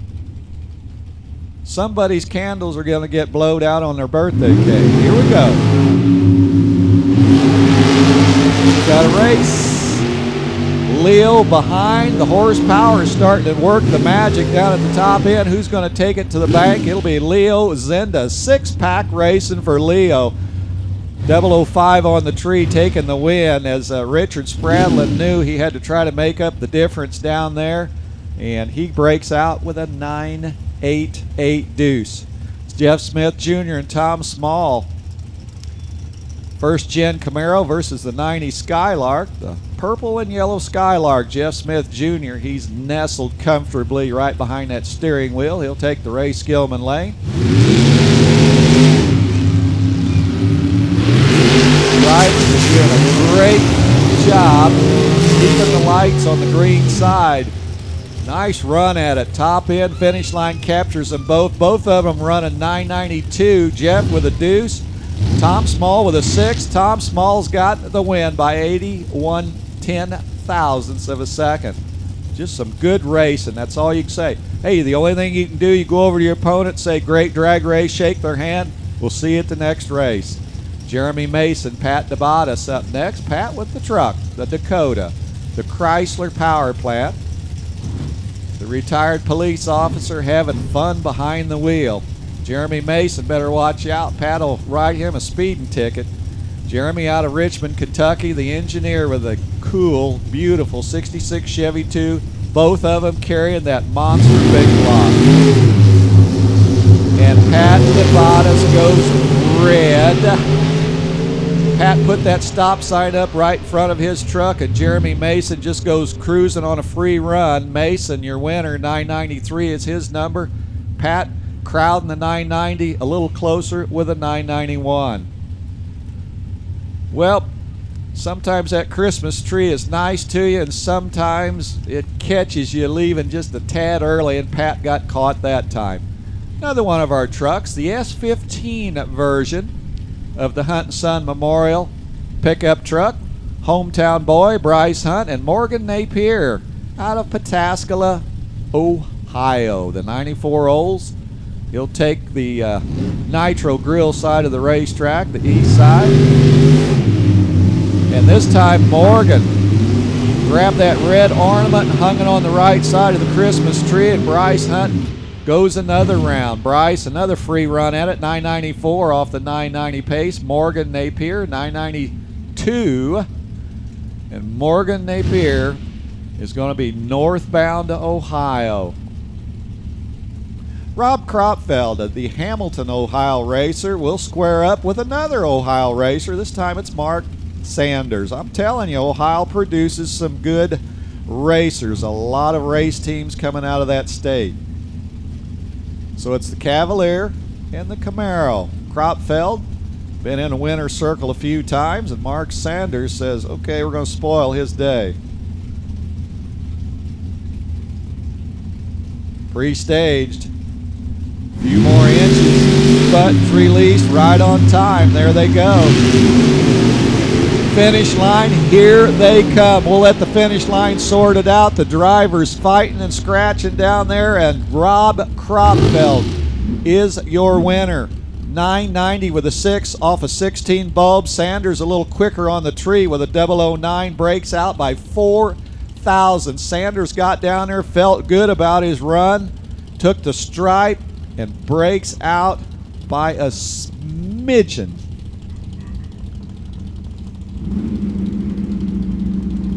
Lee Klingensmith and Morris Yates, right to left.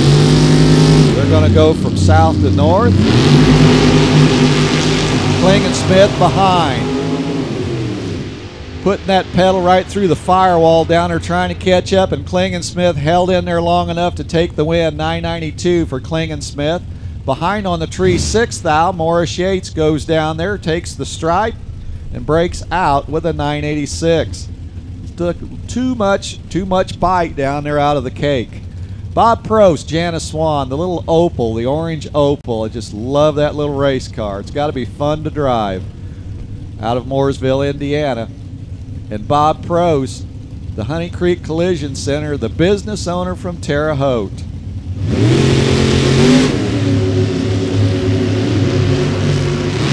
Well, I'll tell you what, these drivers must have got a lot of sleep last night, as they are well awake and watching the tree and responding to the bulb.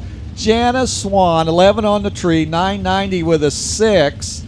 Bob was a little tighter on the tree, but the car fell off for whatever reason down at the top end. I don't believe Bob was playing that braking game down there. I think something evidently wrong. That's too much of a spread off of that 990 for pros. Carl Root, Doug Croft, next pair up. Carl Root in the Ray Skillman Auto Group lane. Washington, Illinois is their hometown, and he wants to put another W in the column for the team.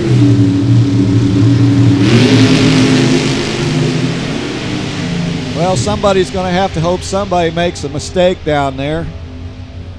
And they didn't. Doug Croft, 18 on the tree, 993 for the win. Carl Root gave up too much down here, tried to make up for it down there, and goes 983-1 on the breakout. You got to do what you got to do and hope for the best. Bob Hangchuck and Donnie Giovannini, the Arrow and the Firebird. So Donnie's going to fire the Arrow and try to hit the center of the target down there. He's way out front. Bob putting that Chevrolet power down. And the win light for Donnie Giovannini. 037 on the tree, 1 over the dial, and we will call that a win, as Bob just wasn't in the game from start to finish. It happens. It's hard to be on time and time again. It's a tough job sitting in that driver's seat trying to be on. Kevin Adams, John Sickish going to try their turn at it. They're going to spin the wheel.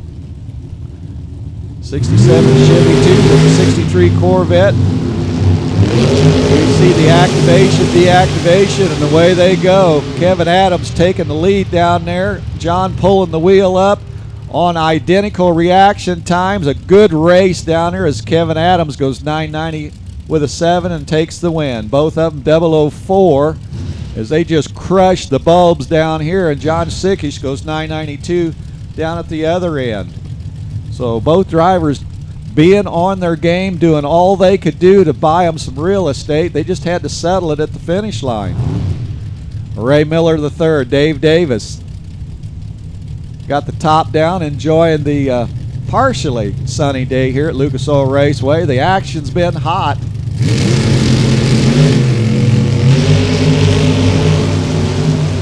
Watch Ray Miller's big horsepower close the gap here very quickly. Can he turn on the wind light? Yes, he does. Ray Miller 002 on the tree. 990 with a 1. Basically just slammed the door on Dave Davis down there. Didn't even give Dave a chance as Dave goes 984. Dave took the stripe first, and Ray Miller played that race like a fine-tuned violin as Kenny Treat and Scott Deffenbaugh step in. Let's see who's going to hit the home run this time. Scott Deffenbaugh, right lane. Kenny and Scott, they're cruising. Now they're getting serious about this finish line down there.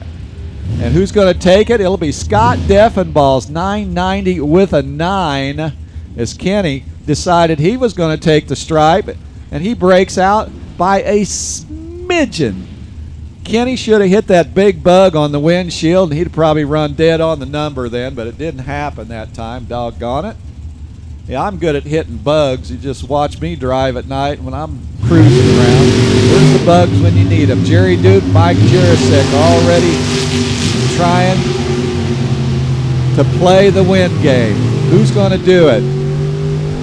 Watch those scoreboards. It'll be Jerry Dukes dead on with a 0.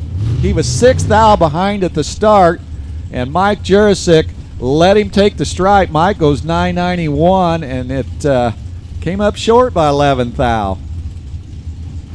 Cutthroat racing. Wow. Michelle Furr, Jeff Reed Jr. going to try their turn at it. You know, as a driver, you watch them close battles, and it's like, wow. I bobbled just a little bit. Did that cost me the race? They're that tight, round by round. Michelle Furr, Jeff Reed Jr. are away.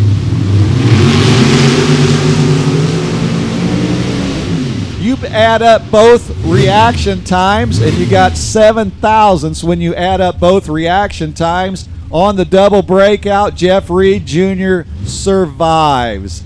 He goes 9898. He was 005 on the tree. Michelle was 002. And Michelle goes under further with 9.885. And Jeff Reed Jr. gets it done. All right, get her done. All right, Super Comp, you should be in the lanes. Michael Duke, Chris Tunoda, they made the call. Chris has got that beautiful neck. He wants to keep showing it off. He don't want to put it in the trailer. My goodness, Chris way behind. Boy, he's standing on the gas down there. On the double breakout, Michael Duke is your winner. Michael goes 9.891, and Chris goes under the tunnel a little farther with a 9.858. The double whammy, the double breakout, Michael Duke, winner. In the Jegs.com, Delaware, Ohio race car, Troy Coughlin planted in the driver's seat right side. Teddy Barlow's going to try to take down the Jegs.com car. Never seen so many green apples hanging on a tree this round, but I'll tell you what, we got green apples hanging everywhere. On the double breakout, Troy Coughlin Jr. gets the job done. Coughlin 9.894 to Teddy Barlow's 9.890. I'm not going to do the math. You all know how to do the math. That was tight, tighter than Loctite. Alan Bush, Paul Brown. This is a shark tank, and they're all swimming in it. Who can swim the fastest? Stay tuned. Alan Bush left side, Paul Brown right side, the Cavalier, the Dodge.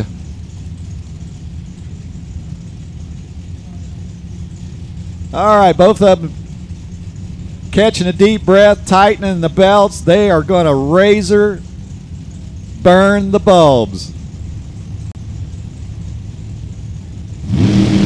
Ready, gone.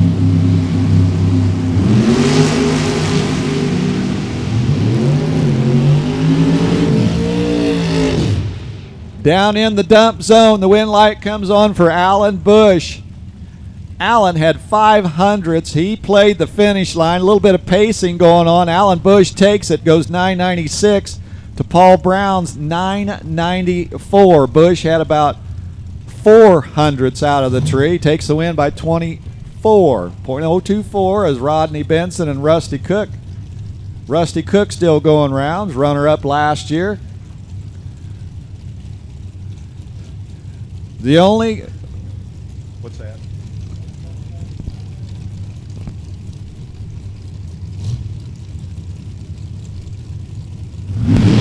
Rusty Cook, he's not ready to go down Route 65 to go home. He wants to keep going down Route 1320. Well, he's got to catch up down there and try to get it done. Rodney on the double breakout gets it done. Rodney goes under 3 thou. Rusty goes under 3 thou. Guess what? The computer probably had to go a little further and take its shoes off. All right, reaction time wins. All right, Bob, thank you very much. Rod's 003 on the tree. Appreciate that. Whew. Mercy. This has been fun, but wow, this is nerve-wracking for those drivers down there. Dave Kalmas and Brian Shockley up next. Holy Toledo. Well, here comes the Jegs.com car back, and they're still going. They're still swimming. Whoa-de-dope-dope-do-de-dope-dope-do. I see the reaction times, and Brian probably don't want to see his. Dave's your winner. All I can say is Dave ran a 10 flat, and he won that race, and Brian ran a 992, and he didn't. So we'll just leave it right there. Presley Ray Wilkerson, Denny Napier, the Mustang. Out of Louisville, Kentucky, the gym manager running for Papa Motorsports. He's going to take a trip down the west side. And Denny Napier running for Eckerd Racing. He goes east side, west side, just give me a lane. That's all I want. Just give me a chance. Just give me a chance.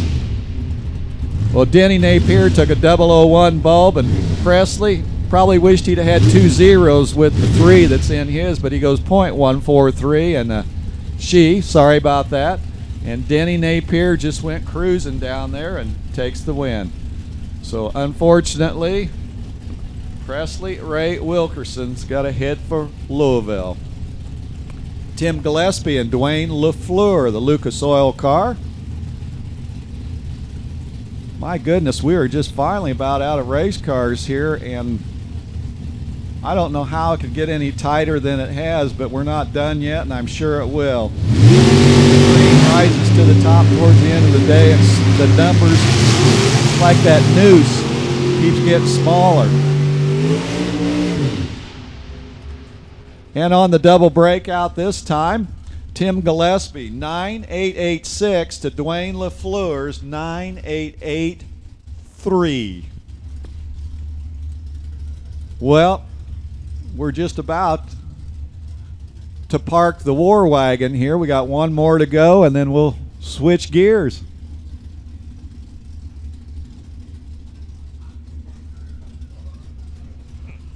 This will help me. Yeah, I thought it might.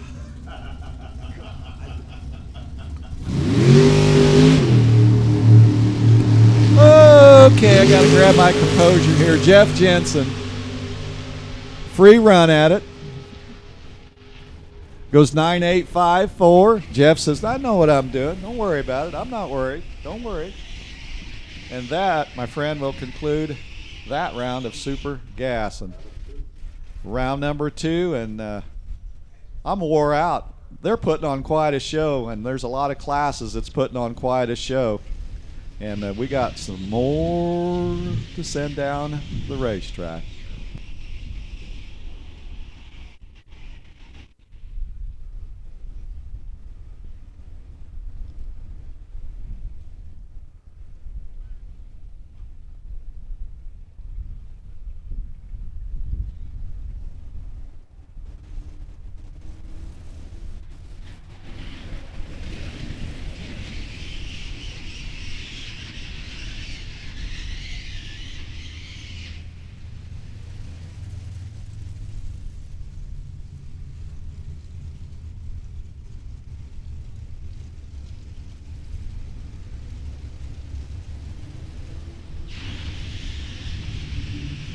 Attention racers, Advanced Clutches declares war on automatics. Introducing the billet single 8-inch clutch from Advanced Clutches. It leaves like an automatic for consistent performance every time down the track.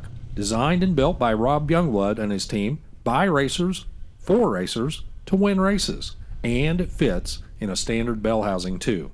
Find out more about the billet 8-inch clutch by visiting their website at advancedclutches.com or call Rob today at 208-880-6214. Advanced Clutches, the choice of record holders and Wally winners across the country. Crew Chief Pro is drag racing's most respected ET prediction and electronic logbook software. Since 1989, Don Higgins and his team have constantly refined Crew Chief Pro software to help racers with these important features: ET predictions, throttle stop predictions, race analysis, weather analysis, and opponent analysis. They integrate with RacePack data acquisition systems, Time Slip Simulator, and 1320 Go software, and with all performance weather stations. In addition, Crew Chief Pro carries the finest racing weather stations on the market today, alerting you via text or pager and delivering you with up-to-the-minute data, critical to making Super the stock best round decisions on the number track. 2. NHRA World Brandon Champions Wilkinson use Crew Chief Pro rolling software in and the systems. Super stock Why A shouldn't entry. you? Find out more today by 427. checking them out online at Clock Corvette is working his way down the racetrack on a single run as he goes motoring through with an 885. 151 mile an hour shot. And into round number 3 he goes. Matt Potts, Chris Cheney. Early model, 69 Camaro with the old school paint job on it. Matt dialed in 1009. Cheney on a 1022. Speedy Lube Camaro. The Chinsky race paint machine over here on the right-hand side. For the family out of Oklahoma. Number 4 in the national championship chase last year in Super Stock. Always top. Wheels up, both Camaros. Headed for the other end of the racetrack now. Cheney looking over at Matt. Matt looking over at Chris. Cheney lights up the scoreboard. Dead on 1. 10.221 for a 24 thousandths package. Potts goes 10.03 on his 10.09. Runs a little quick. No, that's a lot quick down at the other end of the racetrack. And Cheney moves on. Dennis Breeden and Steve Koch. Steve over here on the right, the 327, 4-speed, Tasco Trucking. First generation Camaro. Breeden's factory Super Stock H. The drag pack in. Red light start there on the left-hand side. Steve moves on, a little mouse motor. 67 Camaro into round number 3. Goes through with a 982. 133 miles an hour, 1020 to 105 by Dennis Breeden. So Denny's day is done. He can head north to Plainville, or he can head to Plainville, or he can head north to Joliet, or head back to the pits and grab a seat.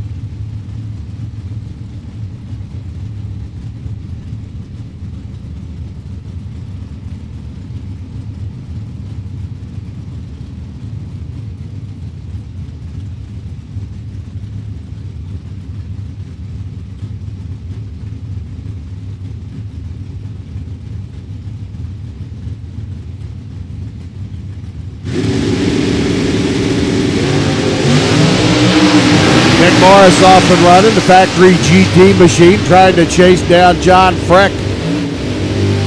As they roll down the quarter mile, Freck on the left-hand side, going to get the win. 10:56 at $1:25, 980 on the 982. Nick was a little late leaving the gate, tried to make it up at the other end of the racetrack. Got down there, was able to get the stripe, but not able to close the gap enough to get the win. Gary Summers and Matt Alvey come rolling in next. Summers on the left-hand side, Alvey on the right, the Kentucky-based Pontiac Sunfire entry.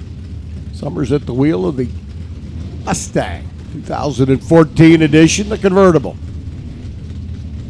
Summers with several national records under his belt. 9:41 to Dow's, going to give Matt a little bit of a start. Looking to see if he can hang on now at the other end of the racetrack. The Pontiac, the Mustang, side by side. Finish line winner picker, Summers, 9:41.2. On his 9:41 dial, Matt Alvey, 9:64, dead on 6. Summers had the better light. Turned it into the wind down at the other end of the racetrack. Todd Datweiler rolling in the Super G Automatic. Little Chevy 2 over here on the right-hand side for the T&E Auto Haulers folks. That car is a known, consistent player. Todd picking it up and turning it red. Step on the throttle, let go of the button just a hair too quick. Irvin Johns going to get the win as he cruises through 9:55 at 137 miles an hour. And Todd Datweiler, a little quick out of the gate on this end of the racetrack. Lights the red bulb and takes himself out of competition. Unfortunately for Todd. Last time we'll see that news, here comes Kenny Schindler in the Arch Used Parts machine. Big block, super stock D automatic Corvette. Stewart, the N automatic Oldsmobile. Eric is already gone red. Kenny Schindler's Chevrolet scoreboard down there already flashing wind lights. Stewart cruises through 11:47, but all for naught after the red bulb. Kenny Schindler, 9:43. Cruising on down the boulevard. H. Atkins and Danny Kyle. Kyle up on the left side. Atkins on the right. Ravenswood, West Virginia based. 390 cubic inch AMX. Kyle's GTK automatic. The Firebird on the left-hand side out of Jeff Taylor Performance.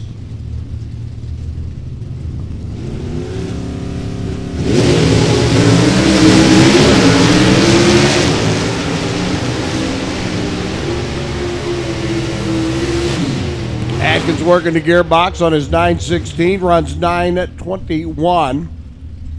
Kyle goes 1004 on his 1005. Breaks out by 8 thousandths of a second. We'll get to see the AMC machine one more time. Fred Allen's truck. Take it on Hayden McBean. There's a super stock Chevrolet S10. Step side. Bad option. Going to be on a 906 run. McBean's Ford going to get a little bit of a start. On a 983. There goes Hayden. And here comes Freddie. Fred Allen Auto Center. Chevy S10 trying to reel him in from behind. Tapping the brakes down at the other end. Ooh, that's a whole lot of smoke down at the other end. Fred Allen may have wounded a little bit more. We're going to hold and check out everything. Hayden McBean getting the win, 989 at 123. Taking a win at the stripe, 3 thousandths of a second. I thought for a minute that Fred Allen had tapped the brakes down there, but he crossed the finish line, and from there on down, small block combination, and that Chevy S10 was smoking all the way. There's two things that can happen here. One, we could have a trail of stuff in our shutdown area, or two, Fred Allen's engine could have done itself in internally, and what we saw was the residual effects of coming out the headers. We'll send the crew from down track out to check out the Chevrolet side of the racetrack just to make sure everything good, clean, safe, and secure. Fred Allen's day is done. Hayden McBean gets to come back and play. Gene McBean getting ready to take on Jeremy Duncan as soon as we get everything figured out down at the other end of the racetrack. Super Comp, if you're not in the lanes, you're late. Super Comp needs you to the lanes, please.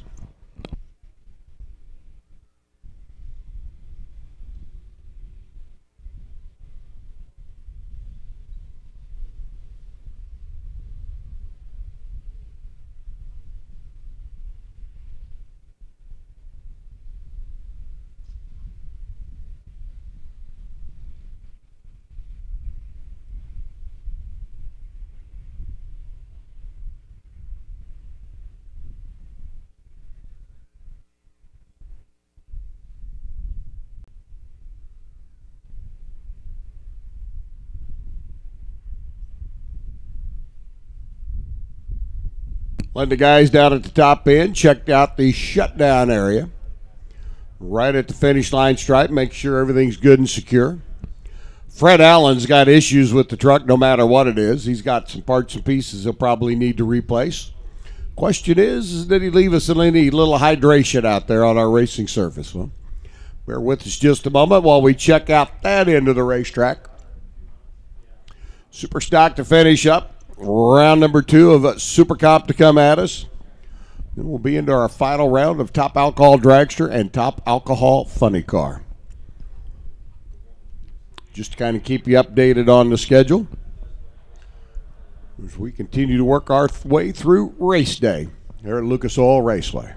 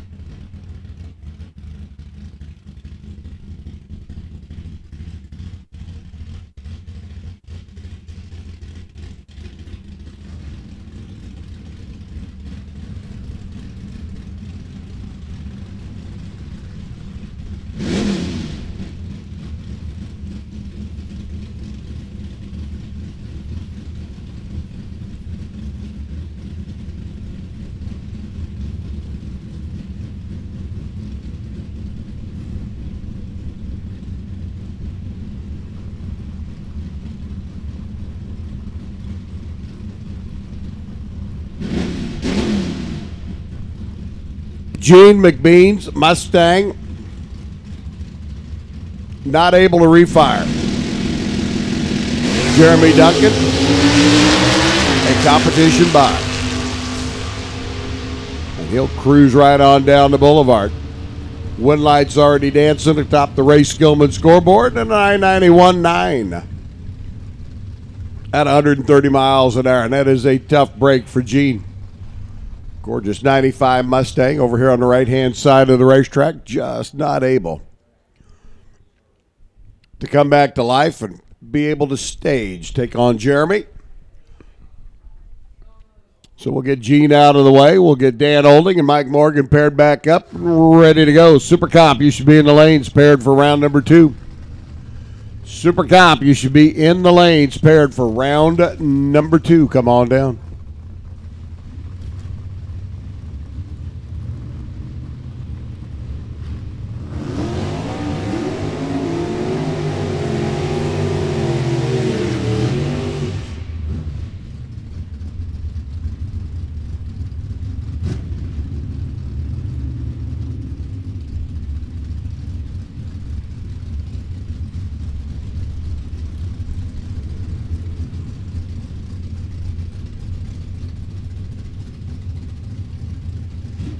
Dan Olding, the 99 Olds Monte Carlo over there on the left-hand side, little 327 combination. 1106 for the GTO automatic entry. Mike Morgan picks up the round win automatically as Dan lights the red bulb by 4. thousandths of a second. 1085 on his 1088 goes Mike. 121 miles an hour. And Mr. Morgan shall return for round number 3 of the Superstock competition. Dave Manning and Bill Rowe get ready to come in next as well. Manning, the stick shift, 327 Beretta. They're on the left-hand side of the racetrack. And Billy Rose, Super F automatic, little Chevy Nova.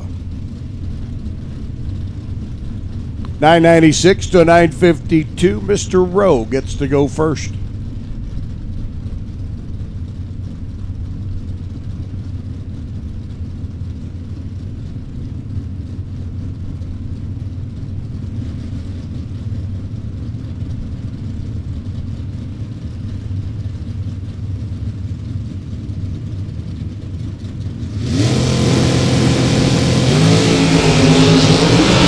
Billy rolls in, stages carefully. David Manning working his way through the gearbox, trying to give chase. Can't get her down. 955 on the 952. 1005 by Bill. As Rowe goes through on his 996 dial, but he had the much better reaction time.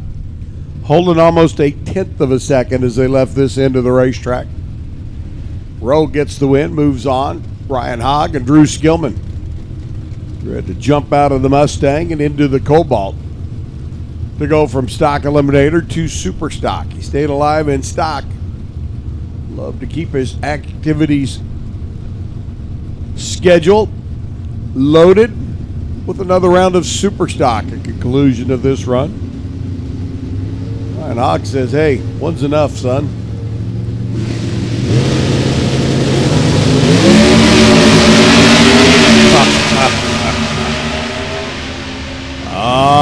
It's going to be interesting. 4 thousandths of a second difference between the two.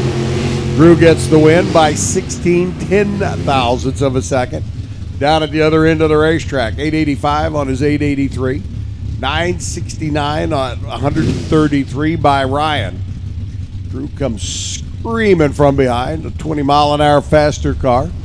Takes the stripe and the win by 16 10,000ths of a second. Brian Stufflebeam. Brianna Kelly. Brianna at the wheel of the Mark Cheney. GTI automatic Camaro on the right-hand side.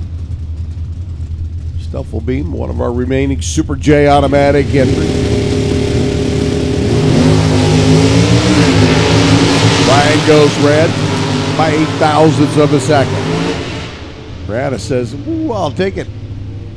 On a 995, she goes 995 with an 8. 130 miles an hour. Moving on to round number 3. Stufflebeam 1085, shutting it off after the red light start. Rick Rondes. Mopar car comes rolling in. We have a yellow Dodge Challenger. We have a yellow Ford Cobra Jet. Yellow seems to be the color of choice, albeit 2 completely different shades of yellow. Ron Sullivan, Martin Ford machine on the right-hand side. Rodney trying to take the drag pack car into the next round. Here comes Ronzello, though, and Ronzello can't get there. Rodney had the better light, gets the win by about his margin of difference in reaction times. 1051 beats a 951. Rodney was on a 1049. Ronzello was on a 949, so they're both 1 over, or 2 over, if you will. But Rodney hits the stripe first by virtue of leaving first. Matt Forbes and Tyler Wodarczyk now. GTM automatic for the Lucas Oil entry. Superstock J automatic for Wodarczyk. Forbes looking over at Tyler. Tyler looking over at Forbes. Woodlight's going to light up for Tyler Wodarczyk on a double breakout. 1028.5 on a 1029. 1043.2 on a 1045 by Matt.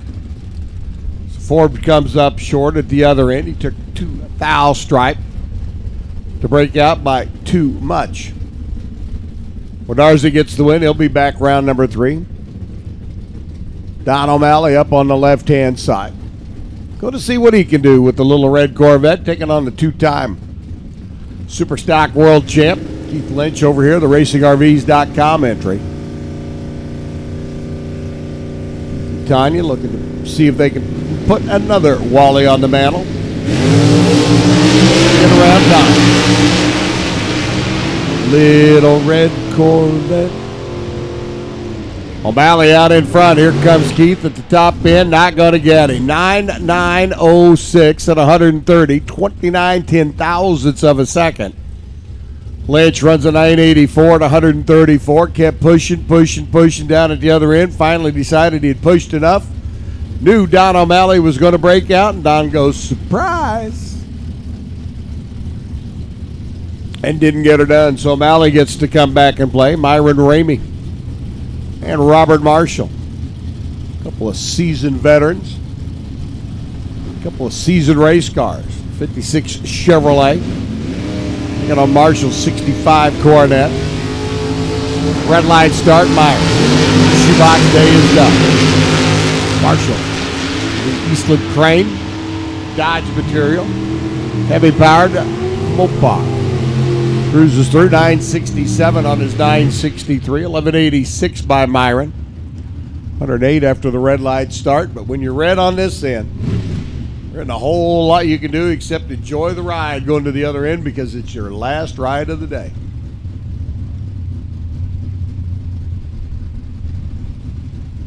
It's Todd France.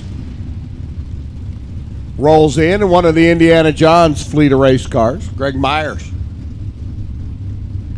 Firebird on the right, 928 the dial for Todd, 1016 for Greg.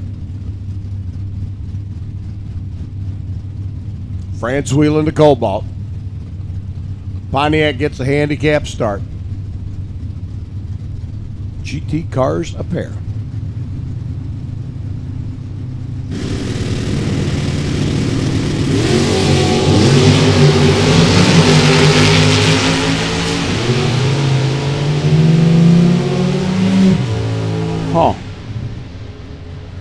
Greg Myers goes 003, 1019, taking 21 thousandths stripe at the other end for the win.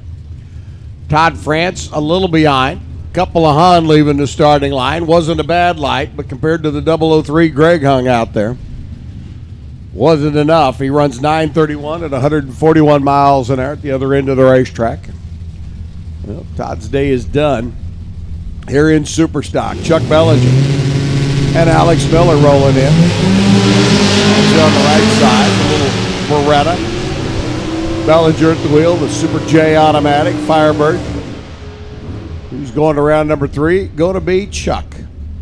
1022 at 129 on the 1020, 950 by Miller.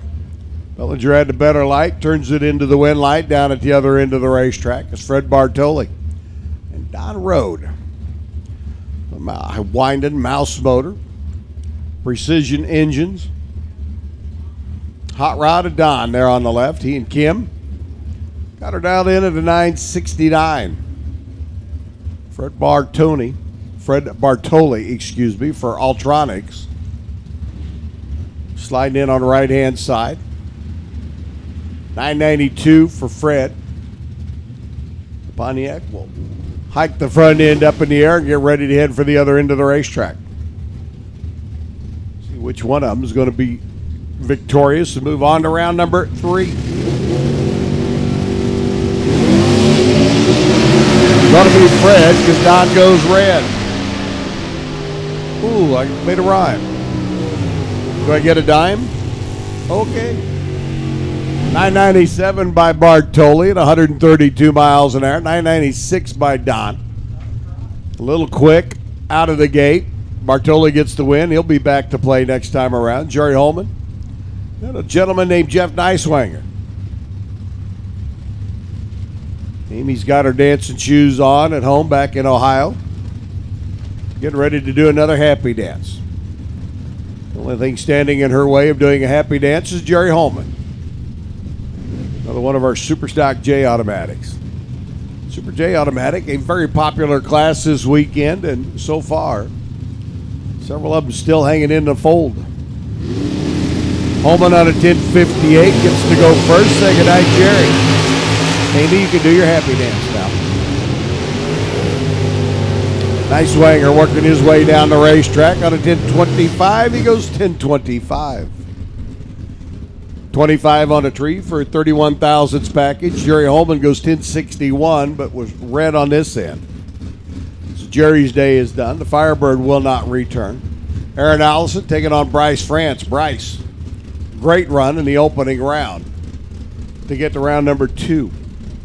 Aaron had a pretty good tussle as well. Let's see which one of them proves victorious here in round 2 and can move on to round number 3. We start moving into the rounds where the checks start getting written. Red line start by Bryce. Thousandths of a second too quick. Aaron Allison was ready though. He was 12 on the tree. Allison motors through 919 at 134, 1097 at 89 miles an hour for Bryce. 6 thousandths of a second too quick. Leaving the starting line, Dave Dupps and Joe Buchanan. Joe picking up the Race to Win Motorsports bounty in the opening round as he was able to get around the Norwalk winner, Ricky Decker. See if Joe can keep that 6-cylinder Mustang out of Ohio, rocking and rolling down the racetrack. Joe does need to beat up with Mike and Janice Swan, the Race to Win Motorsports folks. They have a gift certificate for him. Also, always like to get a picture as they pass out the decal and the hat for the Race to Win Motorsports winner. Joe's off and running. Dave Dupps. Whoa, hang on, Dave. Where are you going? You cannot turn left unless you use a turn signal. Oh, and he gets the win. Joe breaks out at the other end. Oh, Joe. 10:48 on a 10:49. Joe Buchanan got down there with about the length of a Greyhound bus. Dave Dupps, who decided he wanted to inspect the center stripe, tried to make a hard left, got her back into the groove, goes 866.7 on an 866. The only thing that went right for Dave Dupps on that run is the scoreboard came on. Wow. Joe Buchanan. Gonna look at that time. He's probably looking at the line on the wall knowing that something flew out in the ball. Terry Allison and Zach Running working their way down track now. 11:31 and 113 miles an hour for Zach. Terry goes through 993. As Running will keep the Oldsmobile running. One more round at least. Dave Dupps is going to have a picture of the frog strangling the pelican with the phrase underneath it, "Never give up," as the pelican's trying to squeeze the frog into its mouth. I mean, you know, come on. Jeff Dona and Rock Running. Jeffrey, already a winner this year on multiple occasions. Picking up a win on the Lucas Oil Circuit. Picking up the great run at Joliet just a few short weeks ago. Gets another win here, 989.6 at 129, 1038 by Rock. Jeff, of course, though, trying to win the Wally today because it's Charlotte's birthday. So happy birthday to her, and if she can go home with the Wally, Jeff's never going to see it again because it's going to be her birthday present. And that, I do believe, boys and girls, concludes Superstock, round number 2. Alcohol Dragster and Alcohol Funny Car final rounds. We need you to the lanes, please. Oh, they're already here? Well, if they're already here, let's get them, down track. So Super Comp. Looks like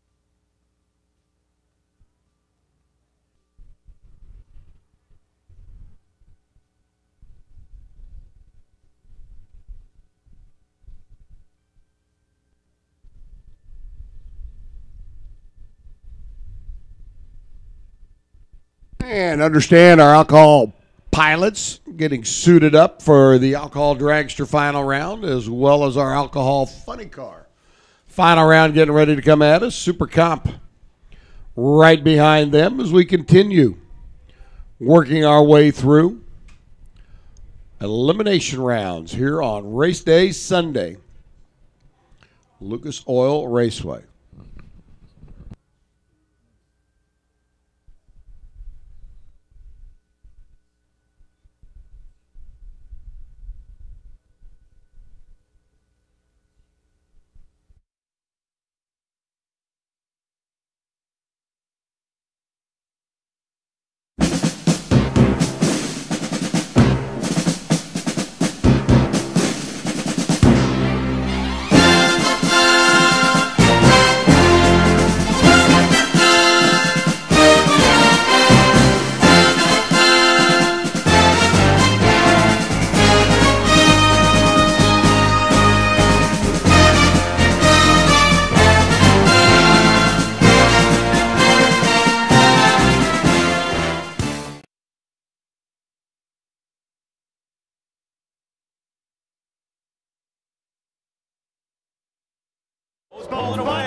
I'm Bo Butner, and I know a few things about automobiles.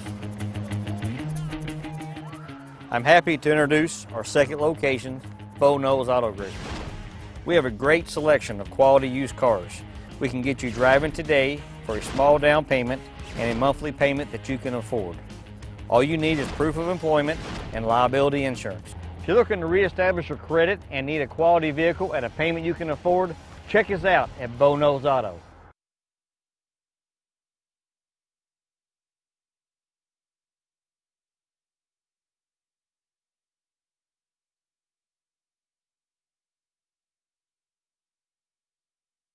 Ultronics, the leader in performance electronics. Racers know and depend on their state-of-the-art systems every day. Perform Air Pro and Perform Air Eclipse are the racing industry's standard high-tech, easy-to-use weather systems. Power-Light lithium batteries, the super powerful lightweight energy source for your machine. And the Data Quest Power Quest, the most innovative data recorders and touchscreen switch panels you can find. Check out ultronicsinc.com for these products and more. Ultronics, the choice of champions.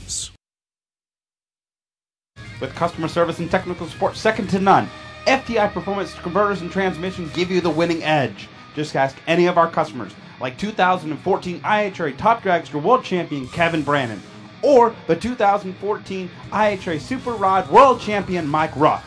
We are real racers with real experience. Call us today at toll-free at 866-726-8358, or visit us on the web at www.ftiperformance.com. Racing is a risky sport. Don't take risks with your racing operation. On or off the track, protection from LODRS Motorsports Insurance is not a risk. Get your quote today at LODRS Motorsports Insurance.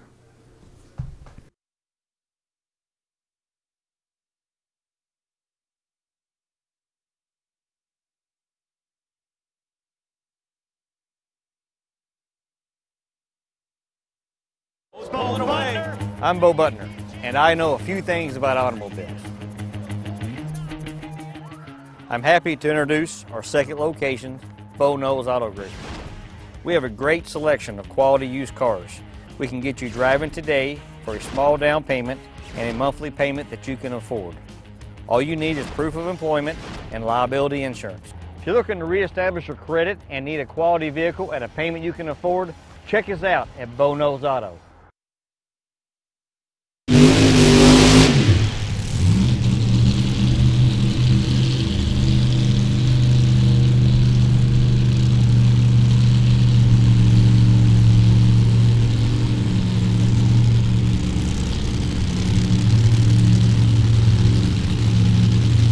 Tony opened up the season last year on a pretty good string. Been relatively quiet this year. Phil Ez, of course, we talked about it earlier. The ultrasonic entry over there on the left-hand side. The driver does not get an opportunity to get out and play. near as much as some of our other drivers do. He sure has made it interesting this weekend. Is able to get around Chris Foster. Foster's already been a winner this year. Able to take out your number one qualifier, Brian Howe, in the semifinals earlier today. On a tremendous hole shot upset. Now he's got to get around Bogolo. Bogolo took out your number two qualifier, Tyler Scott.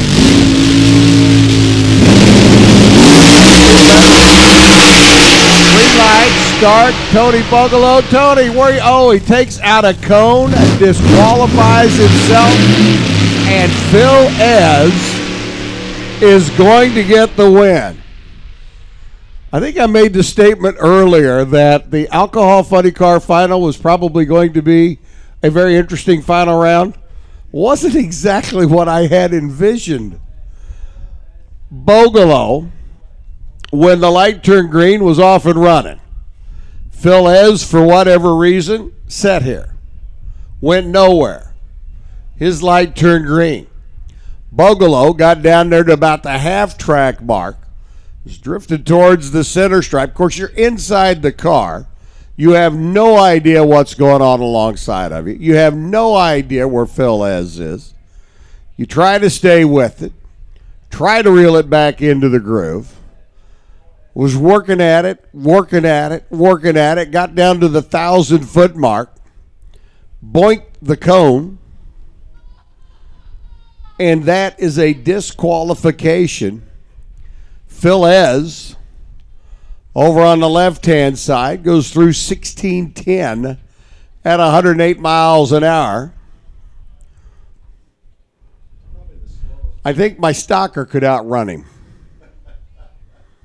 And it's not running well, let's put it that way. But Ez gets the Wally. Wow. Wow. That's all you can say to that is, wow. Phil Ez's crew, the ultrasonic entry, going to head down to the other end of the racetrack, and Tony Bogolo. If you got down to the other end of the racetrack right now, you could probably look at Tony and see two of him because he's going to be beside himself. Hitting that cone down there. Once he realizes what transpired behind him, and he knows what, but you don't know. I mean, you just don't know. He didn't hear Phil, I'm sure. He didn't see Phil, I'll guarantee you. So Tony in the final round doing what, well, drivers do in the final round. That's, you know, try to do the best you can to win the cotton picking race. And Phil Ez gets the win, sitting on the starting line with a 1.050 reaction time. A 7-second 60-foot time. A 16-second elapsed time. And that, as they say, is that. The crowd doing a wave here in the grandstands. Let's try again on that. You're missing a few.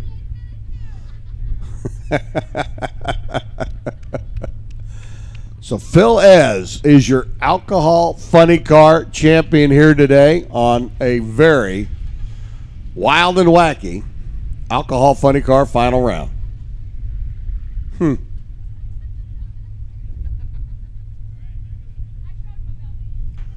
Tony Bogolo.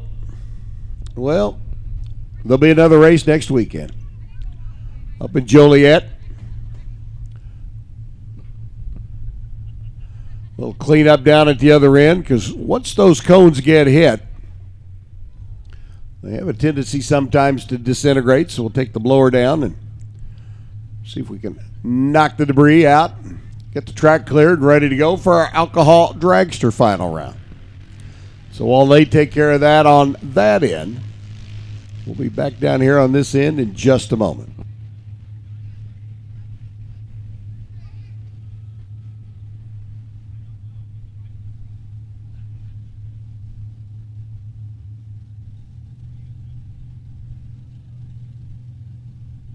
K&N now brings you an extreme duty oil filter and the same engineering that goes into the world's best air filter has developed a premium oil filter that features a 1-inch nut on the bottom of the can for easier installation and removal. This high-flow oil filter protects some of the most expensive racing engines in the world. Shouldn't it be protecting yours? K&N oil filters are available at all automotive retailers.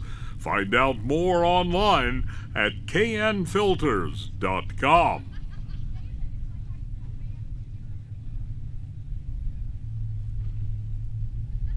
Cohen Engineering is proud to continue our support of Lucas Oil Drag Racing Series competitors on both the divisional and national level again for 2018. Cohen Engineering transmissions and torque converters have been a winning combination for over 40 years. Cohen Engineering manufactures the best performing and most reliable automatic transmissions, torque converters, and precision components in the industry. Our extreme strength and ultralight technology components are what keep Cohen transmissions and torque converters ahead of the competition. Join the long list of race winners and NHRA world champions like David Rampey and Jeffrey Barker, who rely on Cohen transmissions, torque converters, and components by calling us today or visiting us online at cohenracing.com.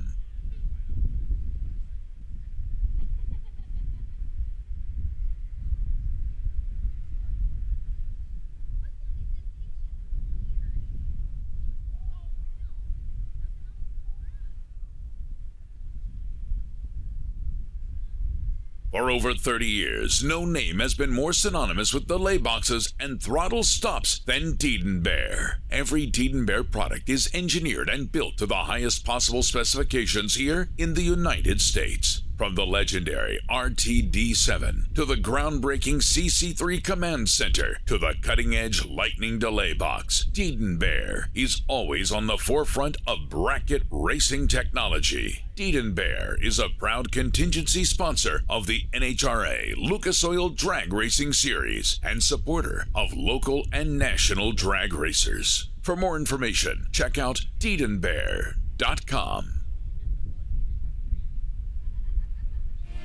Race car to hot rod. If you have a leaf spring vehicle, you can count on the Calvert Racing team to set you up with the best in leaf spring performance. From their Cal-Track system to split mono leaf springs to their full line of shocks, Calvert Racing has been revolutionizing leaf spring systems to outperform the competition.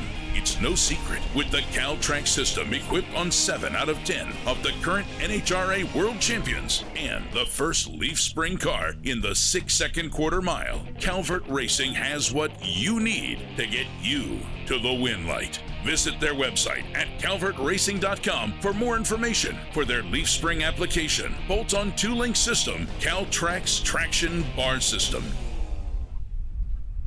Water going down in the water box. The alcohol dragster final round getting ready to come to life as the TechNet car. Josh Hart over here on the right-hand side. Winner of the last 2 Mellow Yellow events here at Lucas Oil Raceway. Josh's machine coming to life. The Florida-based hot rod out of TechNet, Bernie Speed Shop, and Advance Auto Parts here on the right-hand side. Qualified number 2, marched his way through with a 5:33 and a 5:36. Rachel Meyer, qualified number 1 with the Dots Pretzels, Menards, NGK entry. The new car out of Randy Meyer Racing. She qualified 1 with a 5:33. It's been 5:31 and 5:35. So,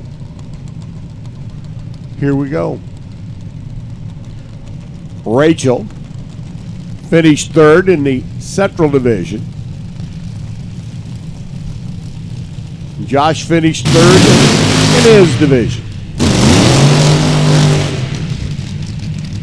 in last year's competition. But all that means nothing, because right now it's all about bragging rights. Randy Meyer cars have won the first 2 events here in the Land of Winners, Division 3 competition. Julie Natas won the opening event at Columbus. driving a Randy Meyer car.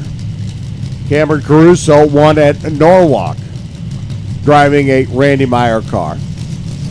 Rachel looking to do the same here at Indy in the Randy Meyer car. Josh Hart coming off the win up West Lebanon and loves this racetrack. It has been very, very good to him. Number one qualifier here a year ago, went on to win the race. Back-to-back wins on the national level. Can he go back-to-back wins on the regional tour? Rachel left side, Josh Hart right lane. Here we go.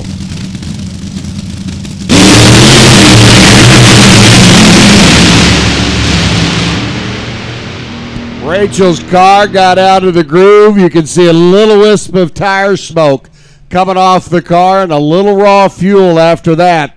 And Rachel slows up to a 6:27 at 167 miles an hour.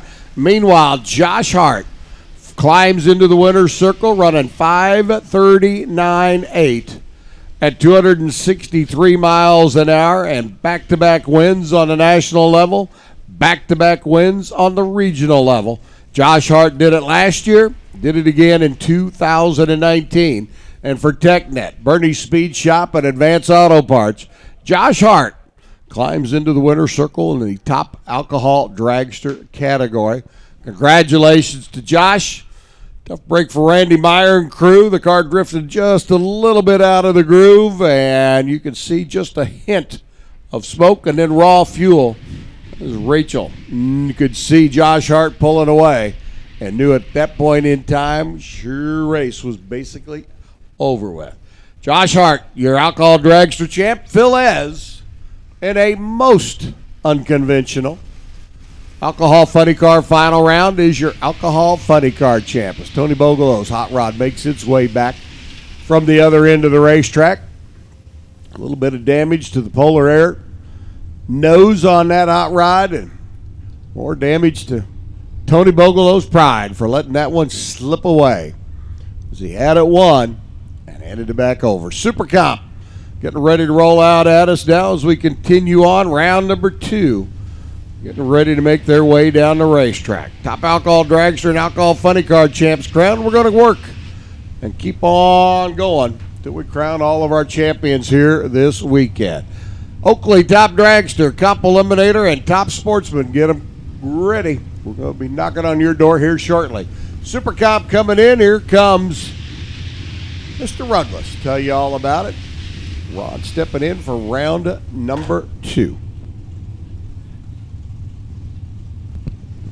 Well, the progress keeps progressing here as I always say, the terrain gets a little rougher, the hill gets a little steeper as, well, you just got to keep bringing it. You just got to keep bringing it.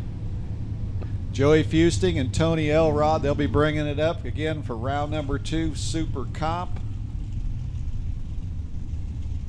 Been some outstanding races, been some very interesting races that they'll got some stories to tell once this weekend's over with. Some good, some not so good, but we're drag racing. It's Sunday. We're at Lucas Oil Raceway. The summer spectacle continues on. Tony Elrod, the Michigan runner. Joey from Grays Lake, Illinois. You get this far in the day, you just don't want to quit. It's like Christmas time. You keep opening that present, keep opening the next one, and pretty soon you're standing in the winner's circle, just as excited as Christmas morning as Joey Fusting and Tony Elrod taking the next step. 2 by 2 we go.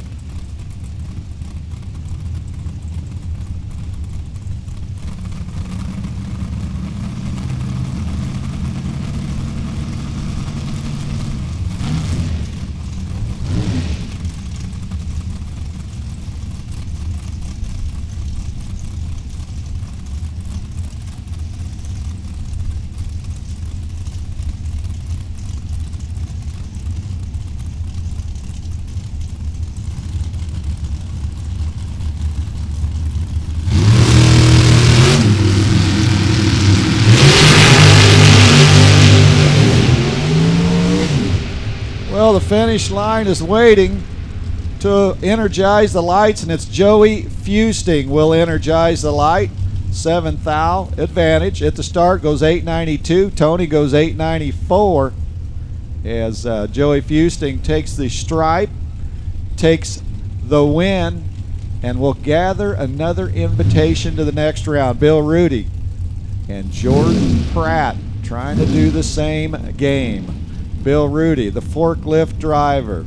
Well, you make money driving the forklift truck, but it's a lot more fun driving the dragster from Lima, Ohio. And Jordan Pratt, the student from Minnesota, coming down here for the long haul, and he surely does not want to start that long trip back yet.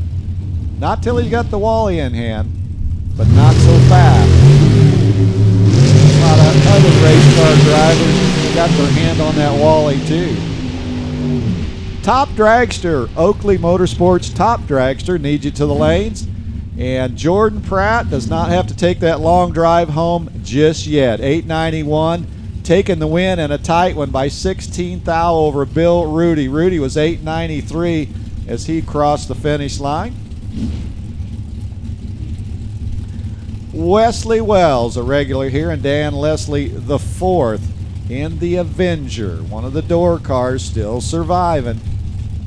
Wesley Wells will take the Ray Skillman Auto Group sponsored dragster right down the Ray Skillman Auto Group lane. So Wesley Wells trying to pick it up now that the throttle stop is done its job. And Wesley Wells takes a very interesting race. Both of them running 897. Wesley with a 3 and Dan with a 4. Wesley held about 400ths out of the tree, and that's about the margin of victory as Brian Milam and Alana Haas move in. Brian Milam out of Lawndale, Illinois, has ran here a few times. And Alana Haas, the nurse from Commerce, Michigan, American Chassis Dragster, a nice hot rod lined up and ready. Got it pointed to go north. We'll try to drill the tree. They'll try to ambush the tree, both of them.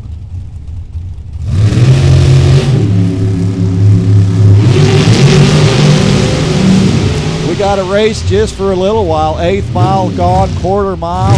Captures him. Win light, Alana Haas on the double breakout. Alana breaks out by 8 thousandths of a second as Brian Milam's day will end right there. Milam running 8.879.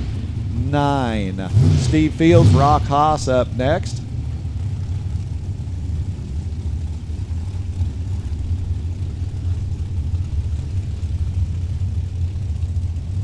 Steve Fields trying to get around a very tough race car out of Commerce, Michigan, the Haas Carruthers racing team. Rock Haas was in the All-Star race, had some success there. Steve Fields takes the early lead. Rock Haas has got the fishing pole out trying to reel in the fish, and Steve Fields runs a good number, 891 with an 8, and takes the win from Rock Haas. Haas trimmed the tree just a little tighter, but breaks out by 8 thousandths of a second at the finish line. Steve Fields, 891, advances. Got to keep the gas tank filled up, keep the tire pressure gauge handy as Scott Sattler and Dean McIlvain. Next pair of dragsters to move down the racetrack. Dean McIlvain, the chassis builder. Built some pretty neat hot rods as Scott Sattler from Salina, Ohio, trying to track down Dean McIlvain's car.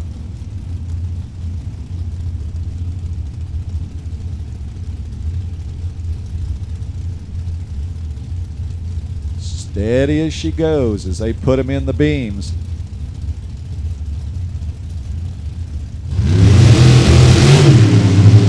Dean McIlvain left just a smidge and let go of the button just a little early.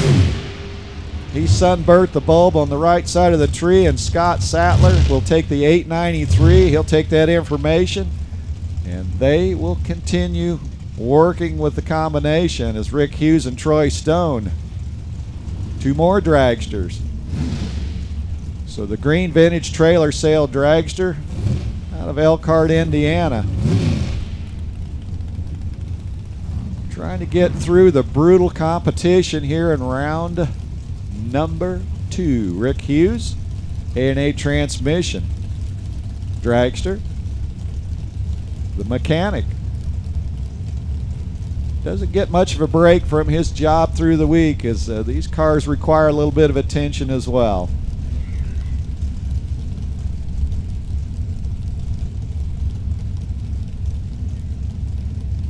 Both drivers being real careful up there. They're pre-staged. They're having a little bit of a staging do. Troy decides, well, that's enough's enough. Let's go racing. Racing, maybe. Not a short race. This is going to be a little longer race. The scoreboards light up for Troy Stone. Troy goes 8.92. He did a better job of getting away from the Christmas tree down here. Rick Hughes did a better job of running the number. Hughes was 8.90 with an 8, but it's Troy Stone's win on that pair. Christopher Fields and Jay Oakley. Phil Oakley watching on as Jay Oakley out of Kentucky. The engine builder will run the terminal operator from Michigan.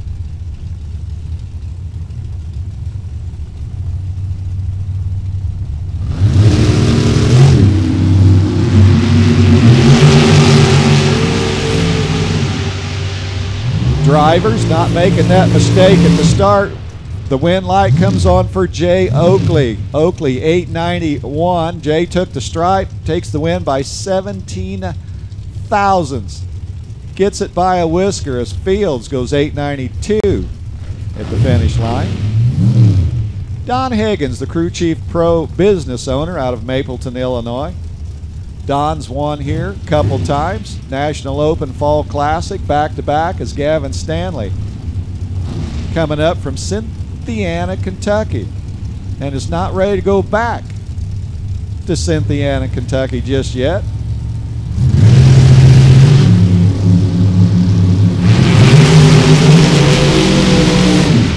Higgins going down track. They are wheel to wheel from the 8th mile on, and the win light comes on for Gavin Stanley. I thought Higgins was in pretty good shape looking at the reaction times, but never give up. Never give up. Stanley runs 8.90 with a 1, takes the win by 11 thou. Gavin went down there and decided he wanted the wheels across the finish line first as Higgins bows out with an 8.94. Tim Garrison and Tony Helms. Tony Helms with a green dragster out of Ringgold, Georgia. Number 25 on the car. Had a pretty good year last year as Tim Garrison. The bail bondsman from Michigan.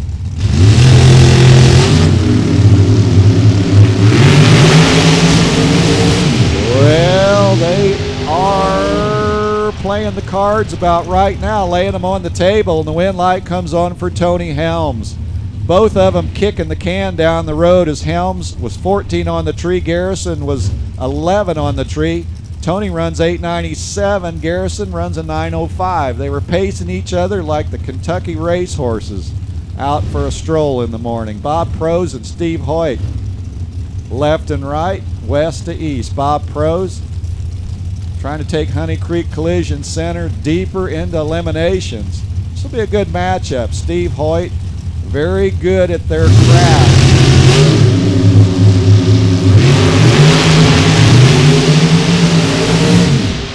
And as I mentioned before, a lot of green apples hanging on the bottom of the tree, and the win light comes on for Bob Prose by 18 thousandths of a second.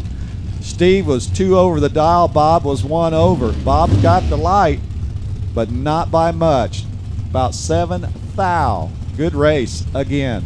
Andrew Johnson, Ryan Wallace trying to kick those cars into the beams.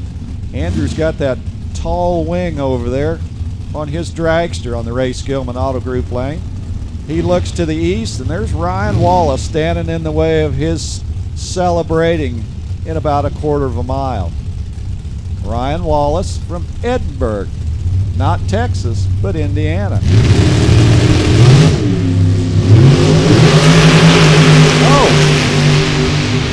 Could be. Bob says, how about Scotland? Hey, that's in the game too. Ryan Wallace 004 on the tree, 894.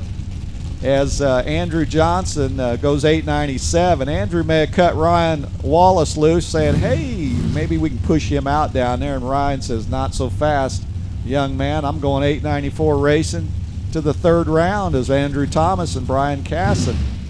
Two more dragsters. Andrew with the monostrut wing. Brian says, no wing, don't need it.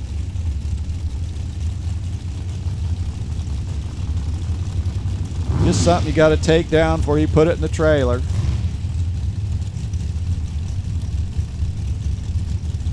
Brian's completed the tree sequence. This is going to be very interesting to watch. Okay, Andrew 002 on the tree, 914 down the back door, and 947, so I'm not even going to go there with that one. I bet they know what they were doing down there. I'm going to speculate, but I'm going to keep quiet as Allison Prose and Chuck Ridenauer roll in. 890 is the game plan. That doesn't mean you have to run that number. Allison Prose, the student out of Terre Haute, looking to energize the wind lights on the top of that blackboard down there, the Chevrolet Performance Lane, as Chuck Ridenauer will be sneaking down the Ray Skillman lane. So the Super Comp Parade goes on down the return road. Meanwhile, going a little faster the other way will be Chuck and Allison.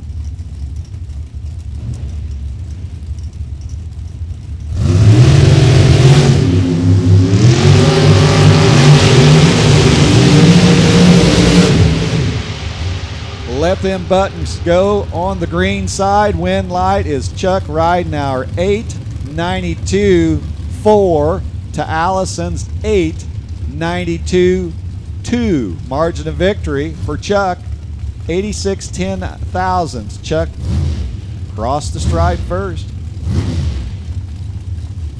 Devin Eisenhower. Well, we've talked about his year last year.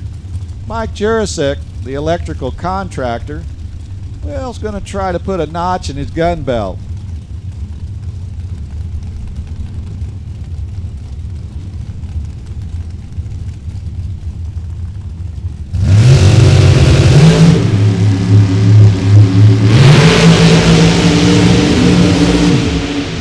Love to have the tower down at the finish line to watch the gamesmanship on the double breakout.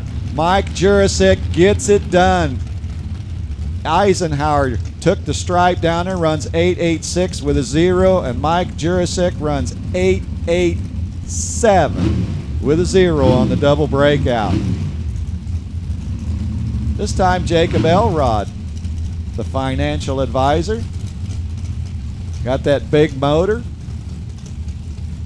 plugs into the Ray Skillman Auto Group lane in just a bit. They'll start filling the lights out there as Ed Jurasik, the electrical engineer. That comes in pretty handy with these race cars with miles and miles of wires on them.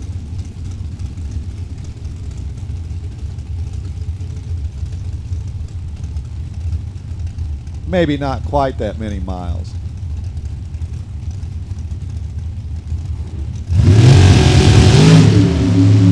Well, already activated the wind lights as Jacob activated the red light. As 891 pops up for Ed Jurasik, he'll take that, file that away with the rest of the papers, and we'll see them in a bit as Jacob Elrod, well, unfortunately, turned it red on both ends as Ray Conley and Christina Perriman pair up. Christina working off of the east side of our one-way runway. Ray Conley with the colorful American Chassis dragster has earned many trophies over his career. running for American. Dart, Hoosier Tire, Moser Engineering. Definitely no stranger to wind light. Christina got a red light for the efforts in round number 2 as Ray Conley will continue on. Conley kept the pedal down, 8.85 with a 5. That was a free run at it. Christina will be looking at that time slip and going, oh, so close. 8.90 with a 9 on the back end of the racetrack. Good job there, but just a little early on the front end of the racetrack. Ron Finney, Rob Goins, 2 more dragsters. We'll try to slay the dragon, Ron Finney. The professor. Class is in session for Ron as Rob Goins, the sales manager from Orlando, Florida, the fun town. Especially in the winter. Yep, Bob's right. Take your billfold when you go. Rob Goins breaks out by 4 thou, and Ron Finney cruises into round number 3. Finney was trimming the tree really nice out there, goes 8.91, and we'll have to keep working at it. Michael Swan, Phil Smida. Phil's been a busy boy this weekend. He always is. Phil just likes to hang around. Just likes to hang around. And does a pretty good job. He usually hangs around long enough, comb his hair and smile for the camera, but Phil Smida's got a rough one here. Mike Swan, the business owner, the Race to Win Motorsports car lined up, ready to go on the west side of the racetrack, and Phil Smida already concentrating, trying to let go. Let's see who gets the light. We'll talk about that when they cross the stripe.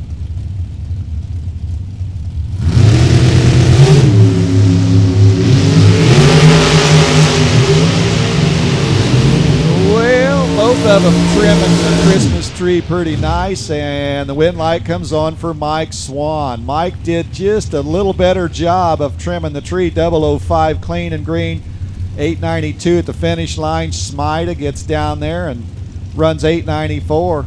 He let Swan take the stripe, and Swan takes the victory dance, wins it by 24 thousandths of a second. Paige Coughlin running for Jegs.com. The accounting student from Delaware, Ohio, a nice Dean McIlvaine piece. And Mike Broomfield, the bright orange dragster from Centerville, Indiana. 2 cool looking race cars.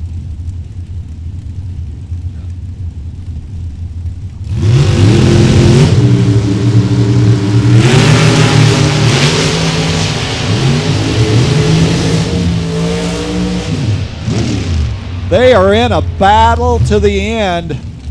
Paige Coughlin, 001 on the tree, 4 over the dial, the 8.94 run, and Paige Coughlin gets the win at the stripe. Mike Brumfield was 014 on the tree, goes 8.96 down at the finish line.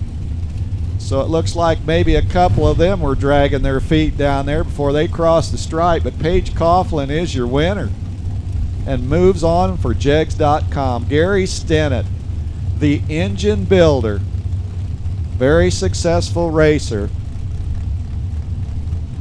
out of Kansas.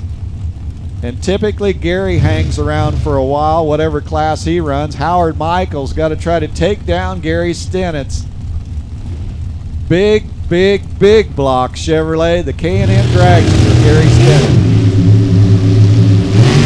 Comp Eliminator needs you to the lanes. Comp Eliminator to the lanes. Gary Stennett gets the job done. He runs 8.92. Howard ran 8.91. Gary Stennett playing it safe. Got the green bulb. Had the advantage by 15 thou. Takes the stripe. Takes the win by 56.10 thou. Mercy. Dirk Ross, Jeremy Mason. Jeremy Mason really been going rounds here around the Midwest with the Richmond, Kentucky race team. Dirk Ross, the green dragster out of Hicksville, Ohio. Dirk's been just paying attention to his lane, trying to take care of business.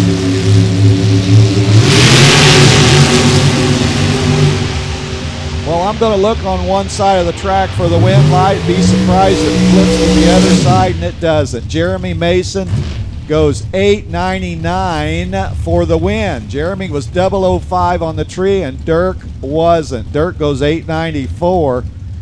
You know, it's just a helpless feeling, and I'm sure Dirk knew that he was late. You just hope for the best, but Jeremy Mason just would not let Dirk back in the game to win it. Daniel Inman and Ray Miller Jr. Out of Spring Hill, Florida, Ray Miller Jr. up to the task, number 22 on the car, as Dan Inman has got to take the seasoned racer and try to turn on the wind light. As long as you're pulled up to that starting line and you hang a green light down there, you got a chance. Inman squirts way out, and Ray Miller putting that big power to use down there for the win. Miller goes 8.92 at 167 miles an hour, 22 mile an hour faster across the stripe as Inman stalled Miller fly by and turn on the wind light. Well, Larry Burnshausen and Kimbra Fusting, these two have run at the same event in the Midwest Super Comp Series, and they've tangled a time or two. Larry Burnhausen, the Gebhardt chassis dragster out of Manitou, Illinois. Kimbra Fusting, 31 on the wing. That says enough. Out of Grace Lake, Illinois, running for Bristol Hose and Fittings. So it's the veteran against the youth.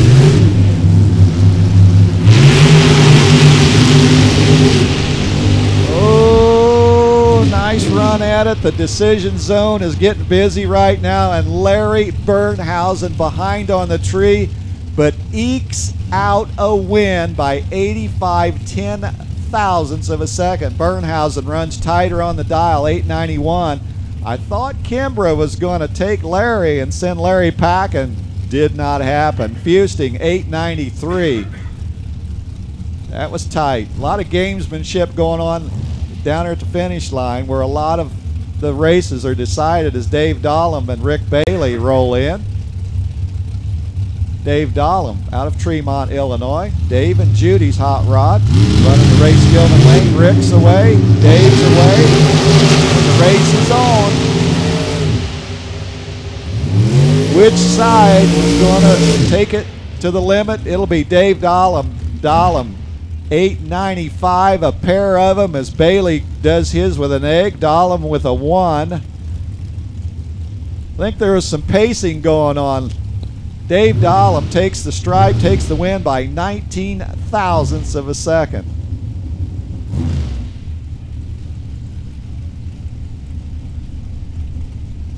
Ray Miller III, the chassis builder from Tennessee. And he's sneaking up to the photo cells. He'll light a few pre-staged bulbs in just a second as Ricky Malner moving in. Couple more photo cells to block with those wheels before the buttons are released.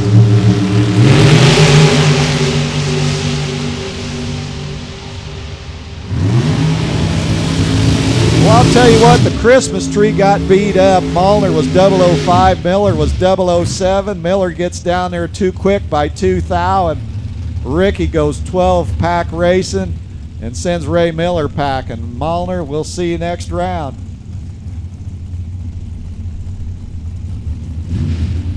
Billy Walker is going to try to take down the Cutlass of Steve Eckert.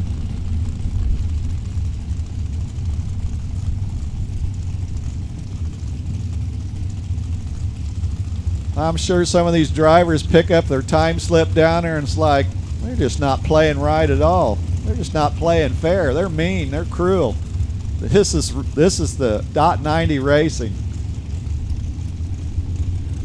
Steve Eckert, Billy Walker. Stay tuned.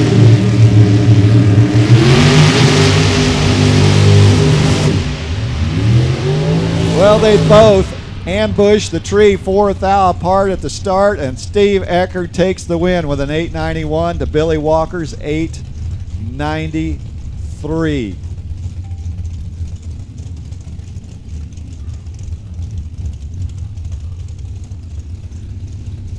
Well, this is a game of chance. Roll the dice down here at the finish line because the lights have been pretty tight as they leave down here. They've had enough practice at the tree, and they're doing a fantastic job down here, and the decisions down there have got to be tough. What do you do? What do you do? Dave Forbes, John Sickish, they're in the hot seat right now. Dave's in the passing lane.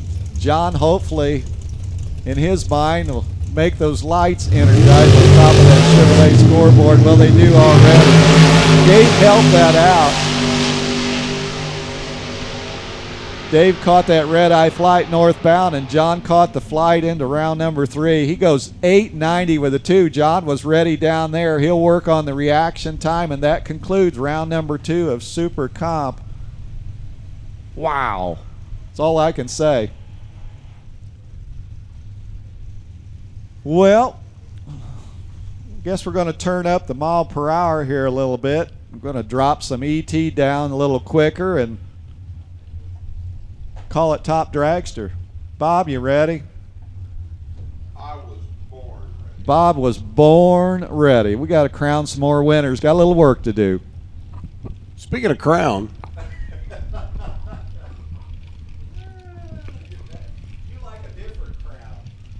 yeah, a little vanilla crown doesn't hurt anything. There you go. All righty. Oakley Motorsports, Top Sportsman Cars, Danny Nelson. Chris Carrico getting ready to roll in as we whittled our 32-car field down to 16. We're going to whittle that field down to 8 here in rapid fashion. Turn them around, bring them back for whittling it down to 4, then our final 2, and well, then the final round because, well, that's how it works. Top Sportsman, we need you to the lanes now, please. Our Oakley Motorsports Top Sportsman, looking for you to the staging lanes to come on down. Top Dragster in. Danny Nelson rolling up. Chris Carrico rolling up. 626 a pair. Going to roll up on the scoreboards.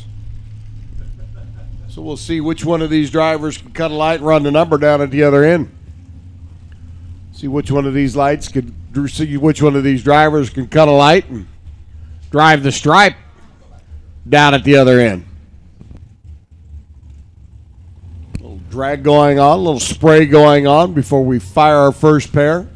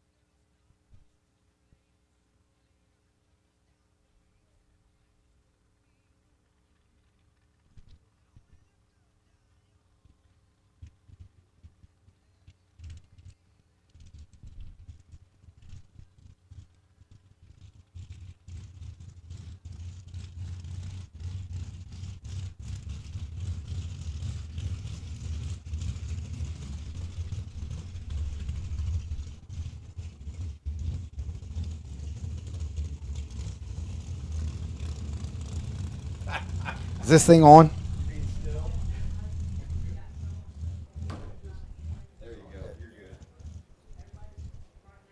Top Dragster getting ready to roll out at us as soon as they finish up on a little track maintenance out there.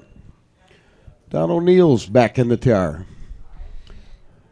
What'd you find out in between rounds? Who did what? What are we going to do? What are we going to see? I went and drank water and had a meeting.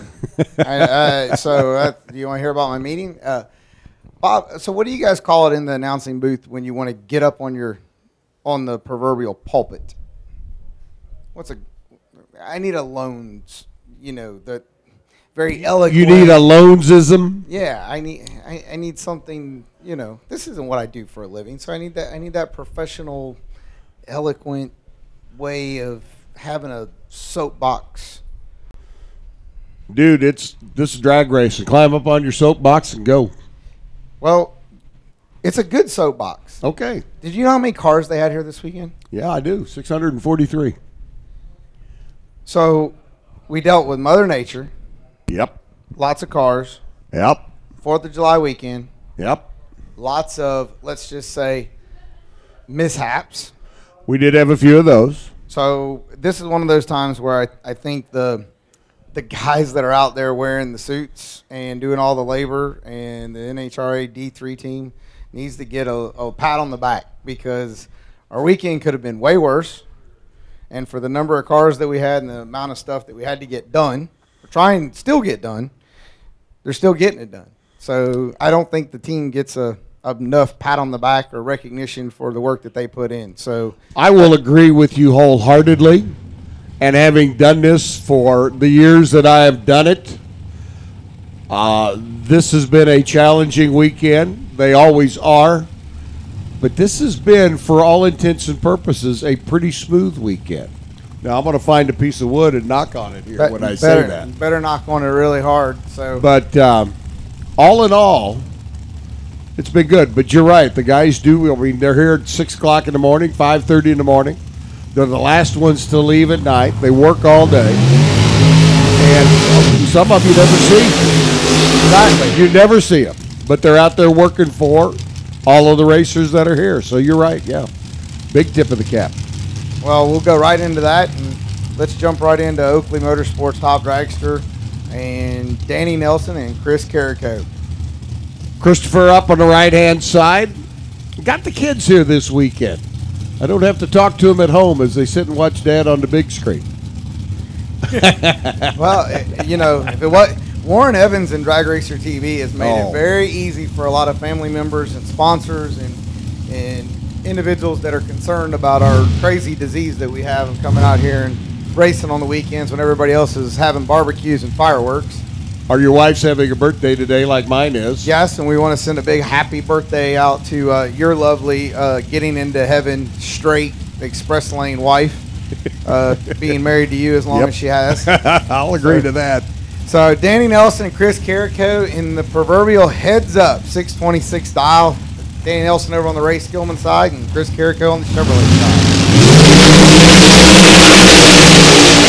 Cool. Youth out at the start. Give it to Carrico. 2 under with 624, and Danny Nelson 623.9. 2 thou at the stripe. So nitrous car moving on to the next round. Carrico doing what he needed to do. 4 thou better at the hit, and squeezed out 2 of them down at the other end. He definitely did. And Chris and his dad Paul, they don't come out a lot. On the D3 side, they don't spend a lot of time traveling, but they've super quick 8th mile 450 been nitrous people for their I think their whole entire career, so they know how to get it done, and it looks like they're continuing to get it done. Is Dan Norris and John Biaggi come up now. Dan Norris over on the Ray Skillman side at 616, and John at 620 with the nitrous car, and Mom D out on the starting line. And according to Anthony, or according to Philip Oakley, Mom makes a mean pot of lasagna. Let me tell you, Mom makes a mean pot of anything. I don't think she ever has brought food around.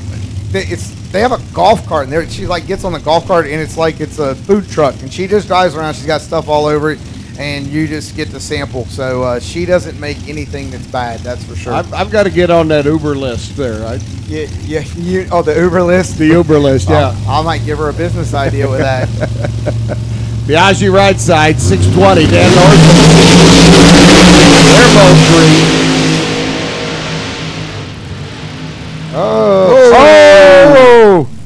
Dan Norris Wow. is going to be upset when he gets back. A little pedal down there, 623.7, 212. I think he basically can say he gave that one back to Biaggi, 623.3, 215. So, John and Mom, moving on to the next round. I like Biaggi's car. The car nice the front end up, carries it out, just nice, steady, and smooth. Sets it right back down. Does it every lap religiously. Rides a little wheelie bar.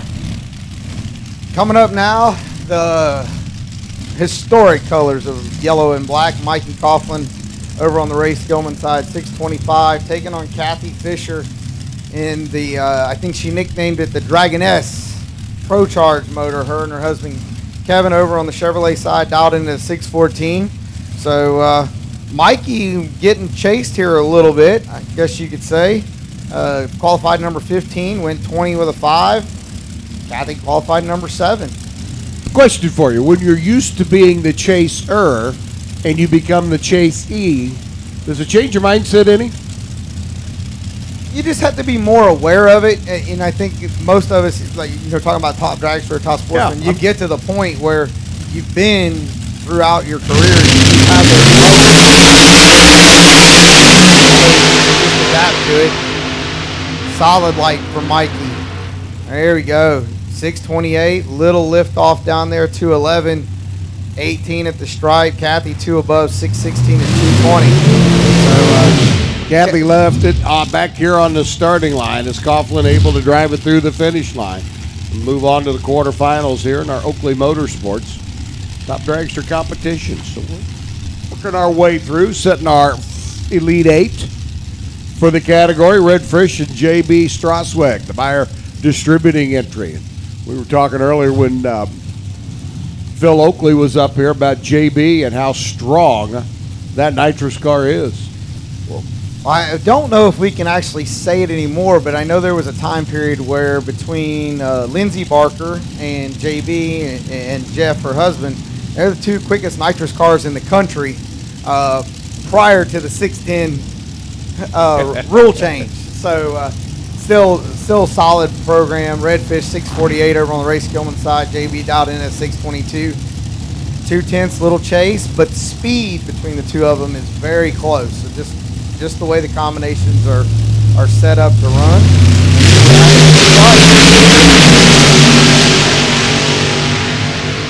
Reeling him in.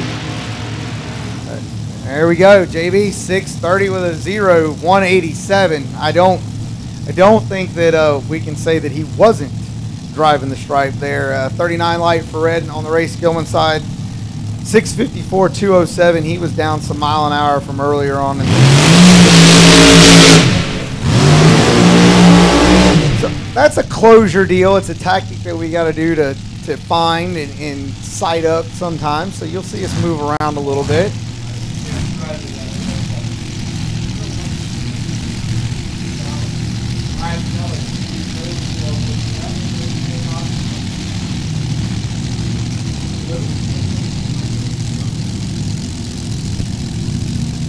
Super Street needs you to the lanes now, please. Super Street needs you to the lane. So Brian Keller, Mike Knott, getting ready to come up next. Okay, so let's talk about Mike Knott. 624, blower car, Spitzer, Hemi. I believe it is the former Chuck Cheeseman car. And he's an instructor pilot at age 29. Now, how old do you have to be to get a pilot's license? And how many hours do you have to get the rating of instructor pilot? Age I don't know, but hours is a lot. So I'm thinking he's probably pretty qualified to be going 230 miles an hour. Under red there, 24. Mike did. Keller's going to ease on down through there as he lifted off well before the finish line with a 643 at 181. Brian had a 14 light. So the KB crew over there looking good on the starting line, and they'll move on to the next round. Up next, Tom Martino, 636 dial on the Ray Skillman side, taking on Ashley Johnson.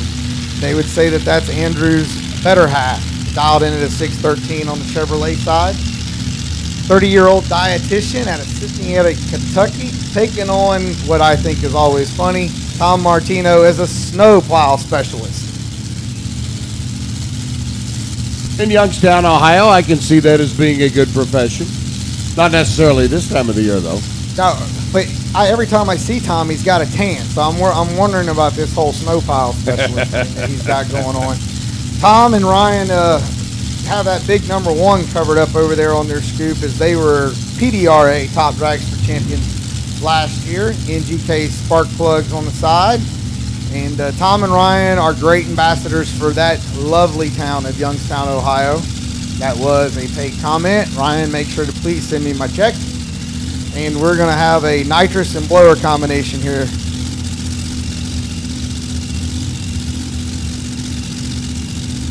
I thought if you're going to get paid, you had to do it without everybody knowing you were getting paid. Let's be honest. Integrity's everything. Okay. Ashley Johnson moving on to the Elite 8. One it running 14 on a 13 with a 003. Ooh.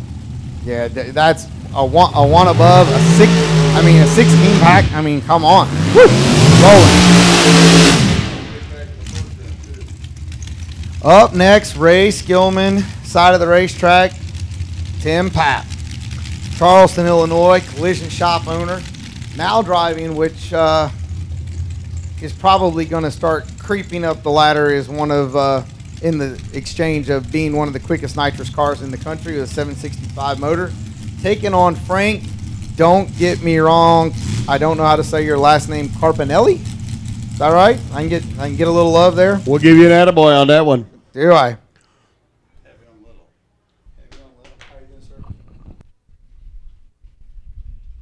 Just a little wisp out there in the middle, huh? It's got a little greedy. It's been good all weekend, and I just tweaked it a little better. I guess it just.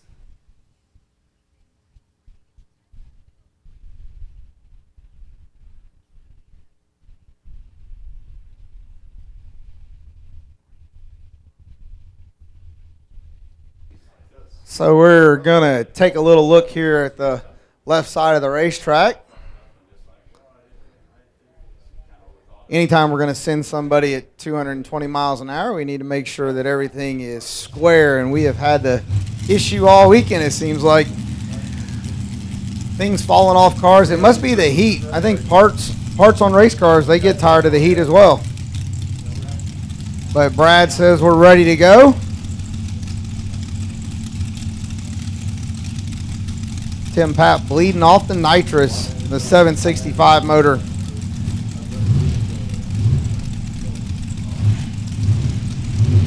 So we have Pro Charger on the Chevrolet side of the track at 540 inches, and Tim Papp, his 765 nitrous motor on the Ray Skillman side.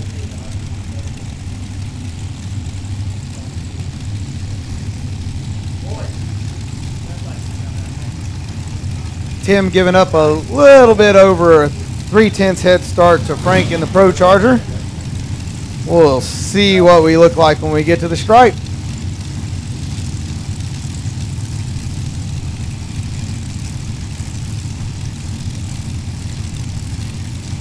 As we slowly make sure our methodical staging process is executed and completed.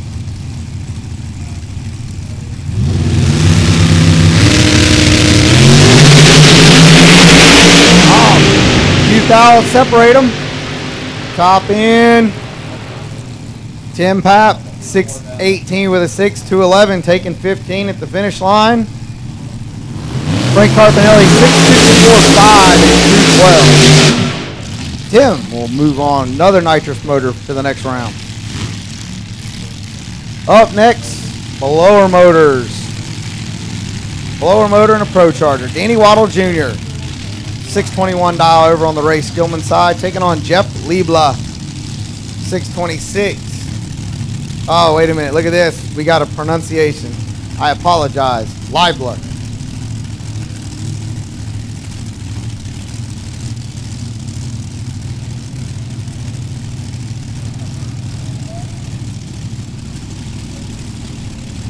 Just a little small separation here, 621 to 626 dial.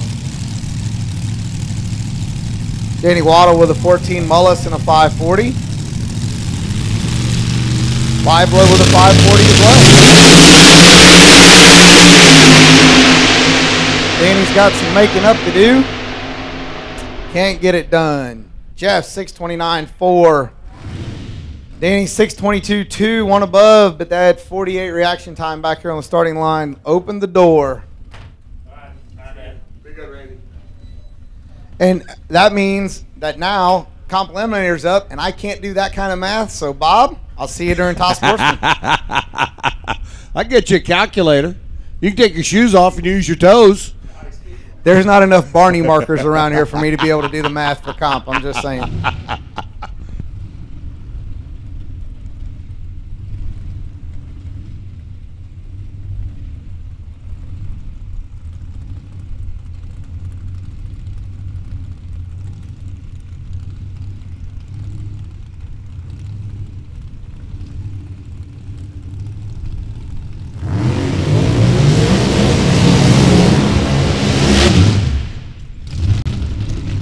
Comp Eliminator rolling in as Turbo Terry now on the A Dragster Automatic. Terry Smith, a runner out of Ohio, rolling in. 500 cubic inches of gnarly Mopar over there on the left-hand side of the racetrack. And they continue their association with Advanced Chassis folks.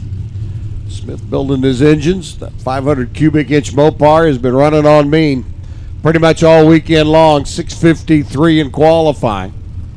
Came out and threw down the number that they needed to be able to get through the first round of eliminations. So again, Super Street, need you to lanes, please. Super Street, need you to the staging lanes, please. Super Street, to the lanes, come on down. They're taking on Tony Pontillo, the A Dragster Automatic, got the big motor. Tony's B Dragster Automatic got the small motor. Handicap start for Tony. Here comes Terry, working his way down that Ray Skillman side to get the win. 662 at 180 miles an hour. So Terry Smith, a.k.a. Turbo Terry, picking him up and going to the quarterfinals of our Comp Eliminator field. 662.7 at 180 miles an hour. 693 by Tony. Either driver going to be folding the time slip in half lengthwise. They're going to be folding it in half widthwise because they're going to fold it so their reaction time doesn't show. Trust me. Been there, done that. Scott Shamdus, Ron Bone, sitting and waiting patiently. The big motor to B Dragster. Shamdus, the C&M Engineering. Hot Rod over there on the left-hand side, and Ron Bone out of the number 8 qualifying spot.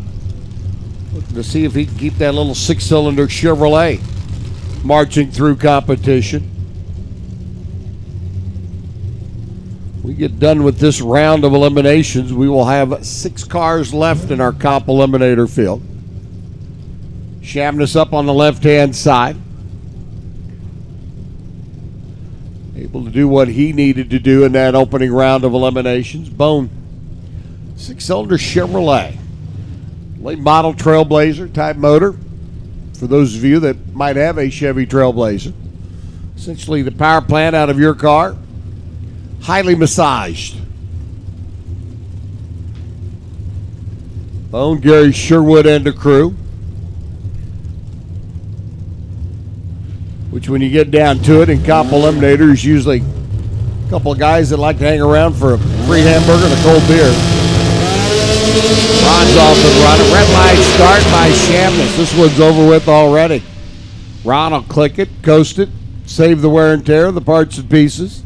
Ron moves on to an 863. And he'll come back with 6 cars left. See if he can advance into the semifinals. Jeremy Bailey and Jim Promozic. Now with 6 cars left, means we're going to have 4 on one side of the ladder and 2 on the other. And that 2 on the other will be running then in the quarterfinals for the bye run to the finals. Jim Promozic, Jeremy Bailey both happen to be on that side of the ladder.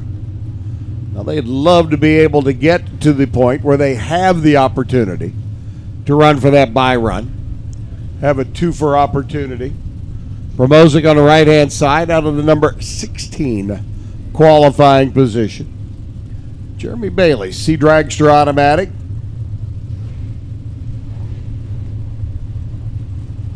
Moving through the first round. Goes in 760, still the index. Out of the gate they go, the former Mountain Motored Pro Stock car, Promozic, now with the small block under the hood. But it's going to be Jeremy getting the win. C Dragster Automatic goes through 7:21, 178 miles an hour. So we know who one of our potential two-for candidates is going to be. That'll be Jeremy. Runner out of North Manchester here in the Hoosier State. Jason Cohen and Jim Greenhack now going to do battle. See which one of them gets to come back and run the six-cylinder dragster of Ron Bone in the next confrontation. Jason with the four-cylinder.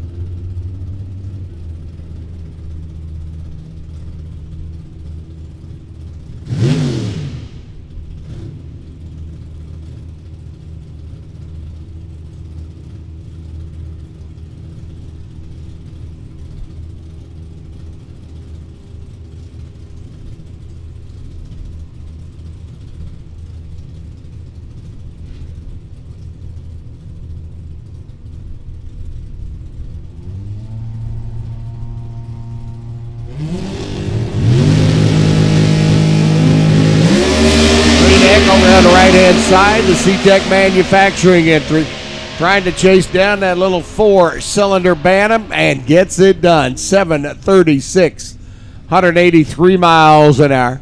Sneaking right on down track, and if I'm not mistaken, I believe Jim ran a 736 in the opening round, doing just enough to get the win. So it'll be Jim Greenhack. It is Camaro.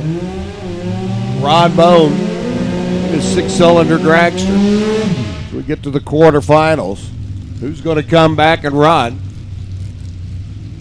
Stock Eliminator, we need you to the lanes, please. Stock Eliminator.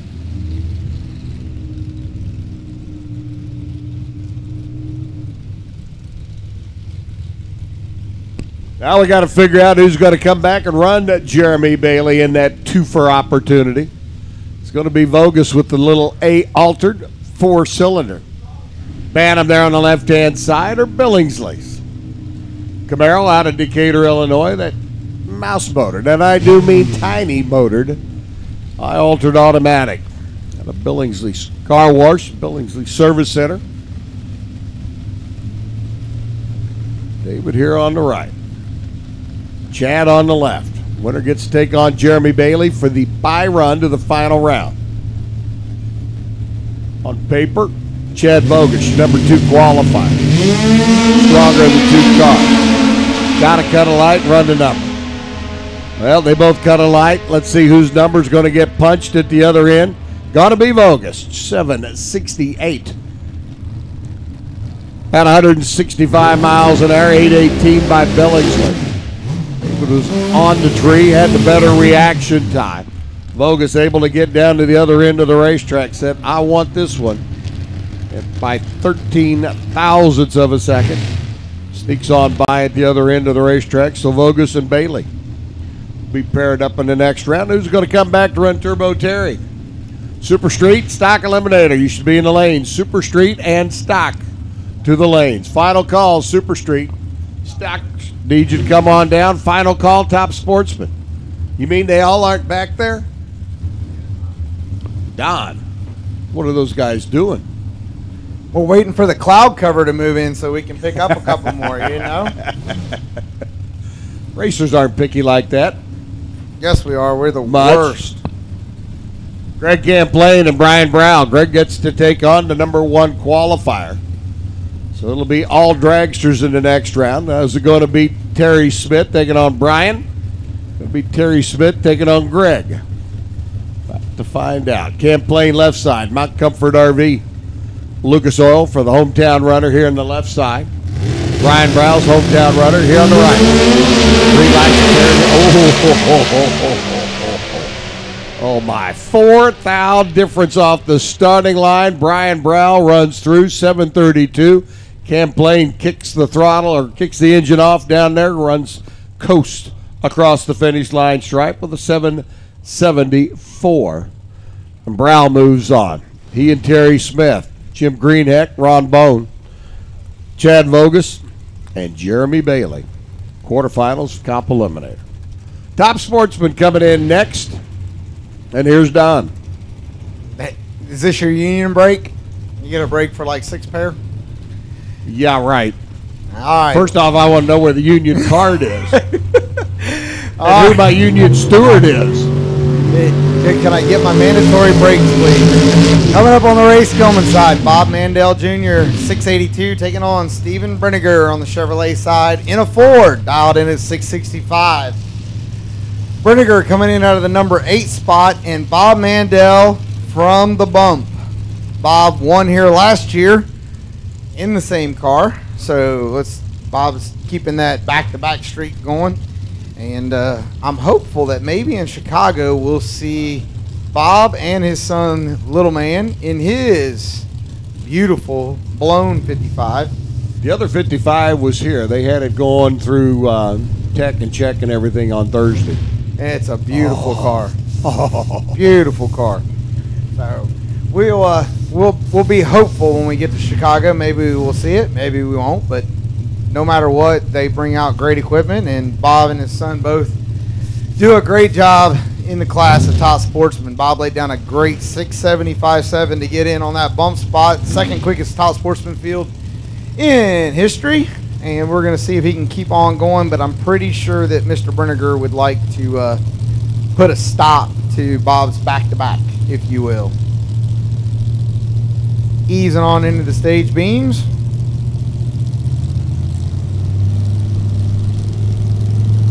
Brenniger's in.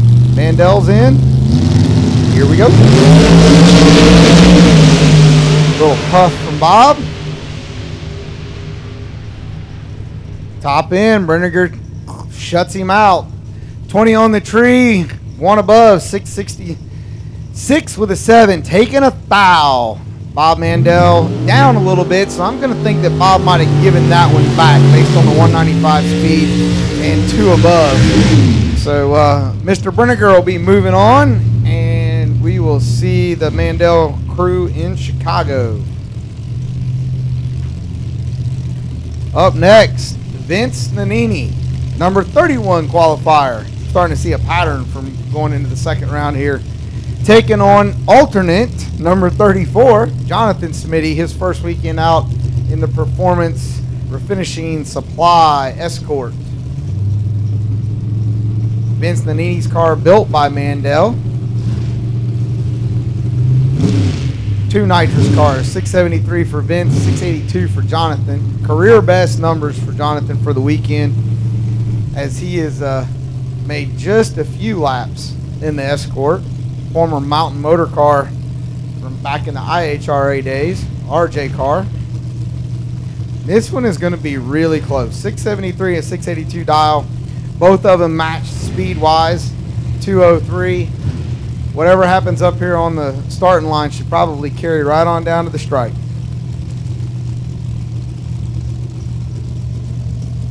Reno, probably the youngest crew chief in the Top Sportsman pits, watching his dad ease on into the pre-stage beams. Jonathan's nephew, Brian, overseeing on the Chevrolet side. That's twice now we've had a Ford in the Chevrolet side. I like that. Let's go, Chevy. Can I say that? I'm allowed to say that, right? You're allowed to say that. You're the guest commentator. You can say anything except for those, 7 words you can't say on TV. I don't know what those are, but we are at the home of the Chevrolet Performance U.S. Nationals, where we will have Top Sportsman and Top Dragster this year, Bob. Yes, we will. Oh, Vince lights it red. Jonathan keeping his Cinderella story going. Steps off 702, 196, after Vince missed it by a tick. 9 dial red. Up next, the State Police retiree, Gino Fagnelli out of West Newton, Pennsylvania. his 67 Mustang, taking on Tim Molnar in his beautiful 68 Camaro, 800 inches. His wife, Ricky, I believe, is still going rounds in Super Comp. I think I just saw her light up the scoreboard with a 90 lap last round. She gives the door a couple waves. Gino's still claiming his brother Tony over there, making sure that Gino's all square. Looks like we're on hold. It's not. It. Oh, is he?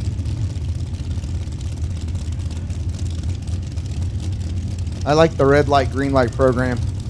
It's got, what do they call those Brazilian restaurants when you go in and you want food? You just turn the green card over, or red card, turn it back over. They stop bringing you food. Isn't that a Brazilian steakhouse? Isn't that how it's done? I don't know. Never been to a Brazilian steakhouse. I've been once. That's why I can't remember how it's done. I've been to a Brazilian restaurants, but I've never been to a Brazilian steakhouse. Is there a difference? That's a joke, son. That's I was just checking. Okay. Wake me up. I'll pay attention. Okay, not a problem. All right. Here we go.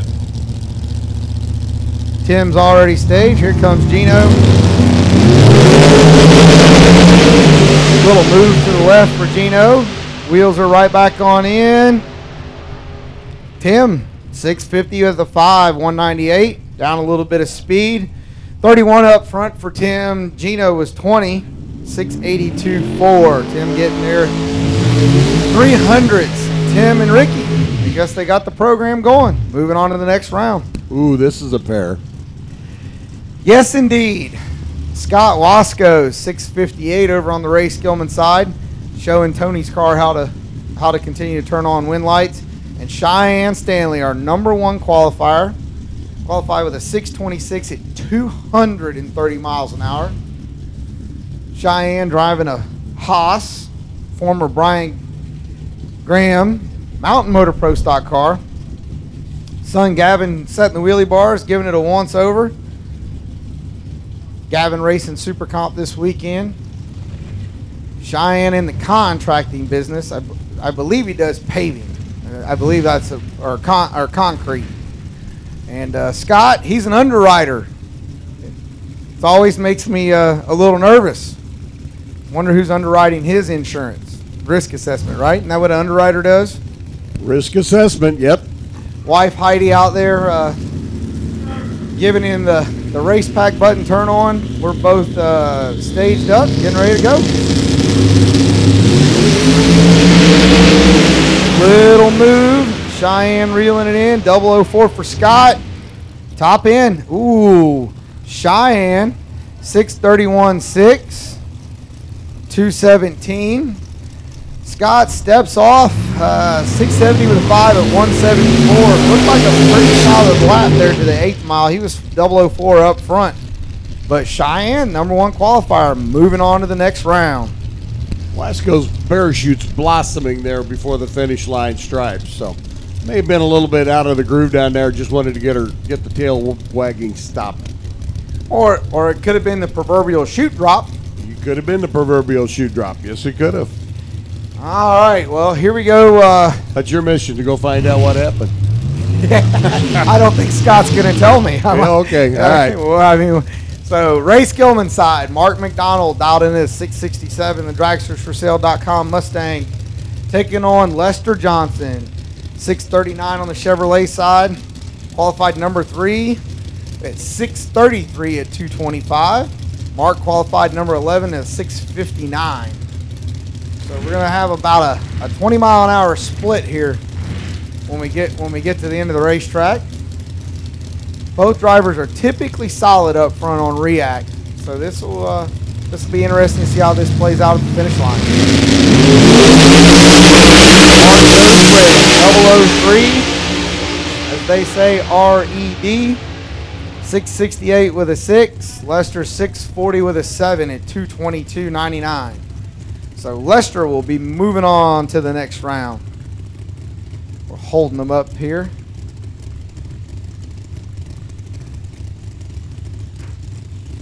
So that means we've got Lester moving on. Ashley moving on. Lester moves on, and he gets to come back and run the Cinderella kid, Jonathan Smitty, in the next round of eliminations. Well, there we go.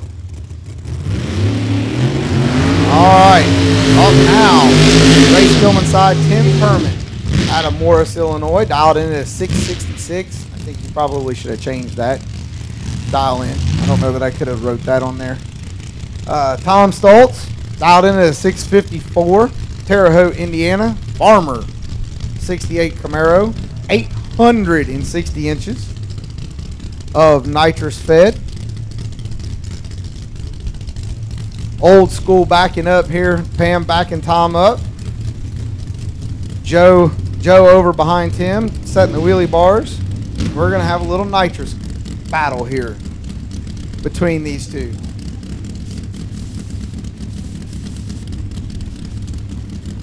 Tom bleeding off, getting the nitrous pressure in the bottle squared away to his liking. And they will both start easing into the pre-stage beam.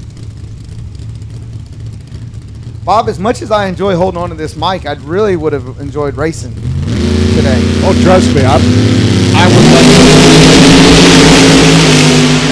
understand that statement. Tim and Tom both away clean and green. Top end, both of them under. Tom's going to take the win, 653.7 under 3. Tim gets there 664.4 at 206. Tim was struggling there. He was late on the start and tried to make up for it. Just couldn't get it done. So Tom will move on to the next round, and I know we'll see Tim in Joliet next weekend. Tom gets Cheyenne Stanley in the next round of eliminations. That will be a good matchup. Yeah, it should be good, yes. 2 more pair to go before we finalize this session. Jerry Albert coming in alongside Aaron Glasser. Glasser with the 3 body shops down in the Kentucky area.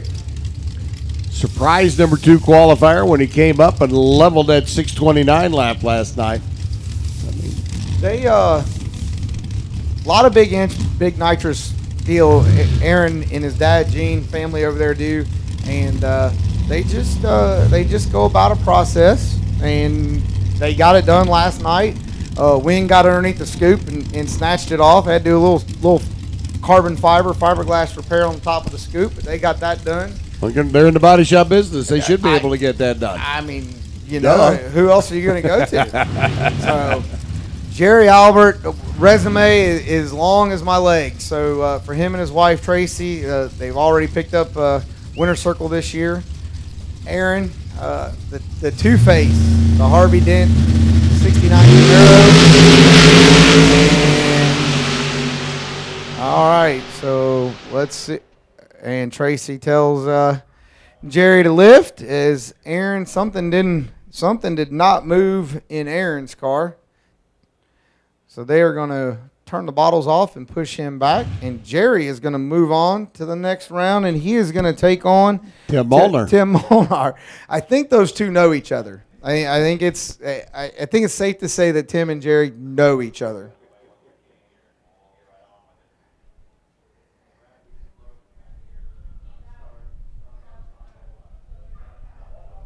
All right, so if I read this right, we're supposed to have William Simmons and Brandon Baxter.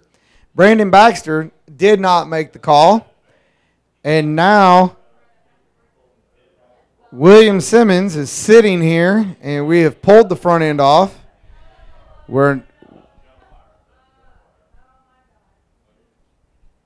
So we got us. The situation is, though, Bob, is William has got to go take the beam. He don't have to do a burnout. Now here we go. We get it started. Leave the scoop off. Get the front end on. I hate to tell him this. He doesn't even have to stage with the front end on. He just has to go stage. I wasn't going to tell him that either, but then again, he can't hear us. So no, he can't. So I mean, he just has to go break the beam. No burnout, nothing. Just pull up there.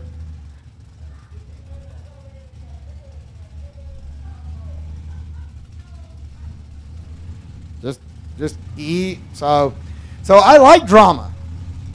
It works, right? It does. So as long as he can keep it running.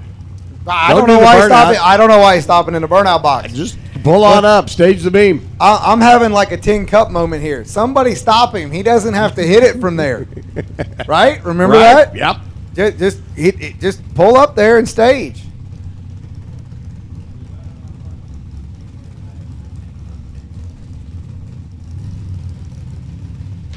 No. No.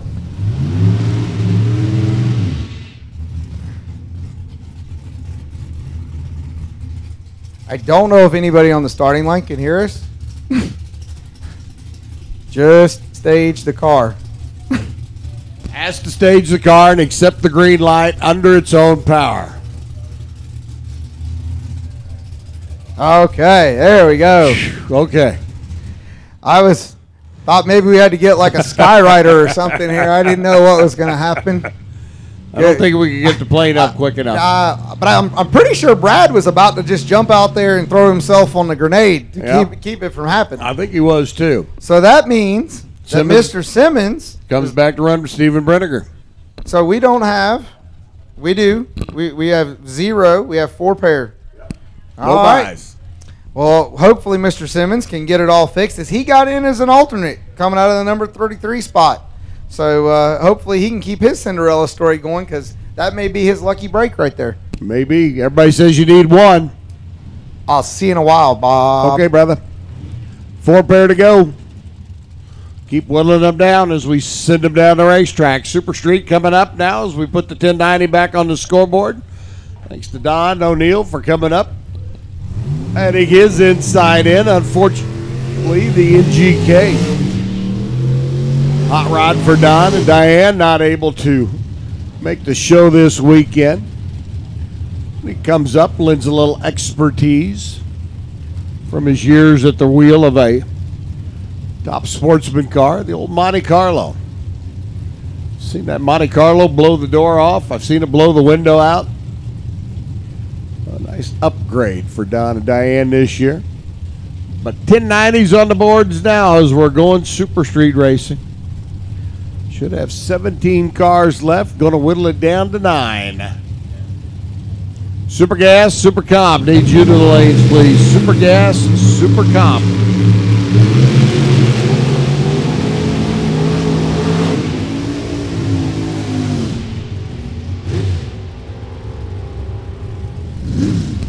Alex Miller gets the win on a pair of 11 flat runs. As he goes 009, 11 flat with a 2 to take the win by 5 thousandths of a second. Mark Harmon goes 11 flat after a 16 light. Either one of them run that 1090 number down at the other end of the racetrack. So Alex says, okay, I'll take it. Matt Bradford and Denny Napier. You're up to Little Vega. Out of Pataskala.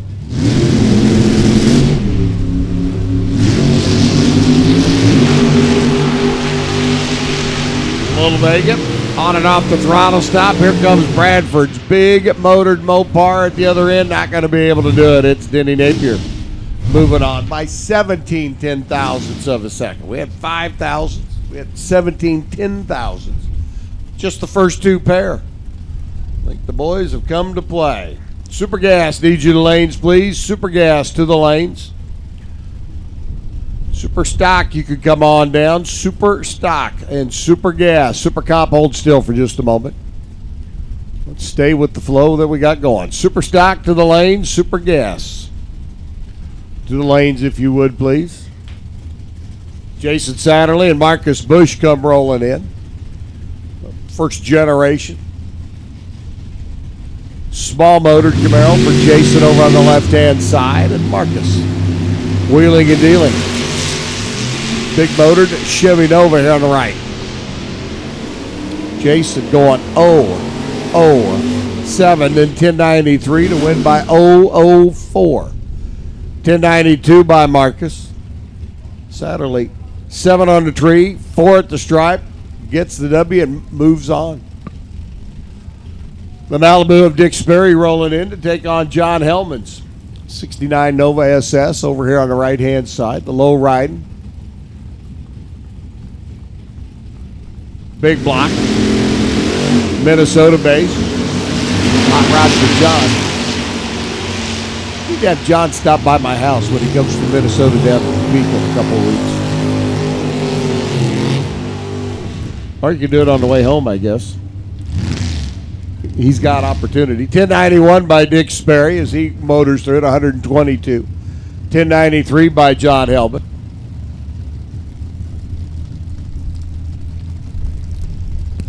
Super Gas, Super Stock, and now Super Comp. Need you lanes, please. Super Gas, Super Stock, and now Super Comp. Presley Ray Wilkerson over here on the right-hand side.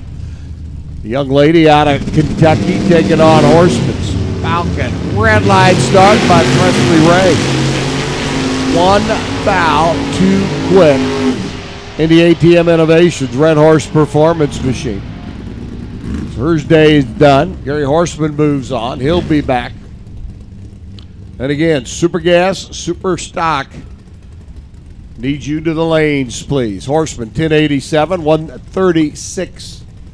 As we continue whittling our fields down in size. Ken McNichols, Grand Dam, taking on another one of our young ladies here in competition, Miss Allison. Allison Pros out of Honey Creek Collision. And she gets the win. Presley Ray went red and lost. Allison Pros gets the red handed to her and wins.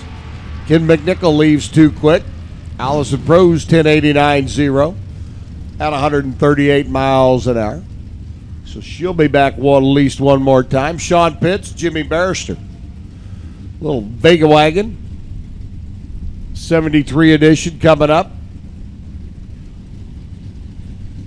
Cars that basically Chevrolet had trouble getting rid of back in the early 70s. Well, they did. Well, 4 cylinders, just not enough oomph for the American public. 1091.9 to a 1091.9. Jimmy Barrister better on the tree. And the reaction time advantage of 14 thousandths of a second becomes the margin of victory down at the other end of the racetrack as they run identical elapsed times to the thou.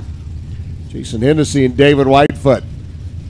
Whitefoot at the wheel of his white Camaro. Jason at the wheel of that big motored Pontiac, and it uses a large throttle stop and a big top end charge. Whitefoot's machine's going to be way out in front. David's going to be thinking, what? It's called knowing your opponent, knowing how they race, knowing where they race, how they do, what they do. Here comes Jason's top end charge, and he lights it up again. 1094.9 beats a 1093.0. Hennessy was 13 on the tree. Takes 2 thou stripe for the W at the other end, and Rob Foss.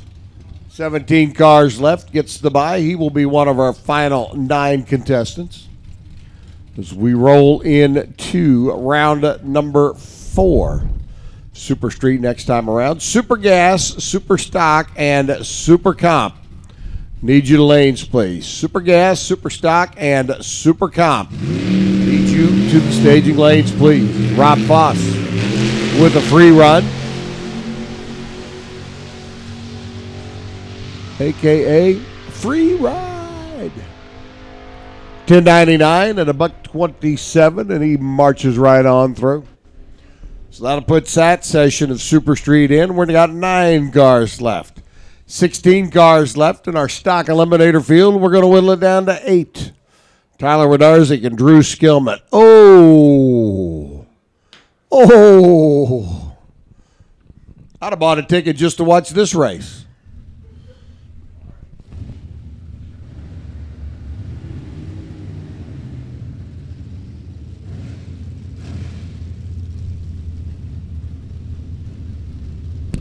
$16 cars left. Tyler and Drew go to race to see who comes back to run either Kenny Friedman's wagon or Doug Dool's Barracuda. We fire off everything here. A couple of young drivers that are pretty tough on their game plan. You give them a couple of rounds, 3 rounds of eliminations. Get things ironed out and lined in, and life just becomes tougher and tougher. But right now it is Drew Skillman right side, Tyler Wodarczyk left lane. 9:04 to a 10:67. Second and a half plus handicap start going to the Pontiac. Tyler on the left. Wait for his tree to come down. He's green.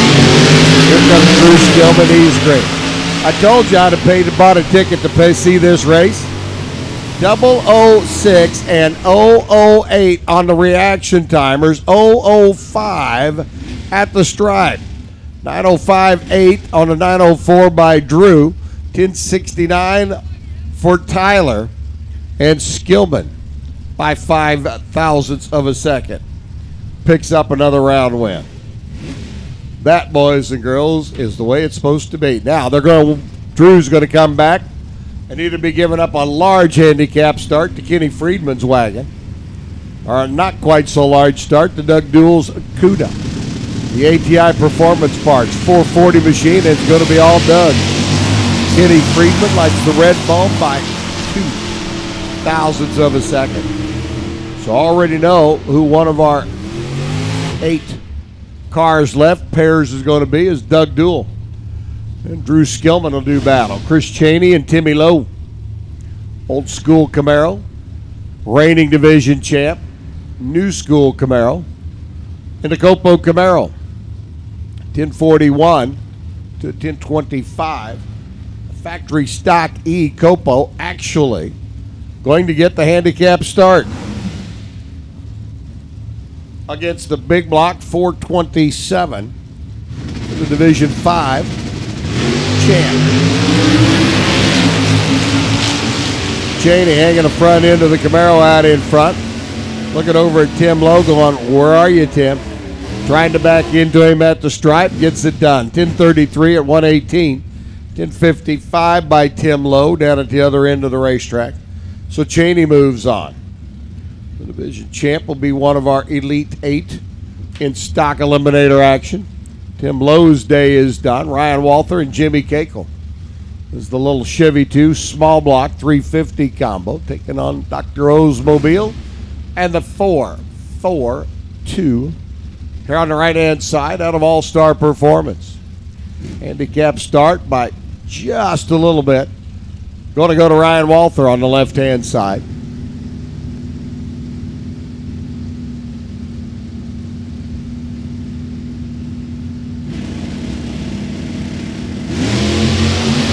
Halfway through this round of eliminations in stock. The boys and girls really starting to turn on the serious side. Win light. Going to go to Cakel, the 442, 11:15 on his 11:14. 11:29 by Ryan Walther and his 11:26. So Cakel's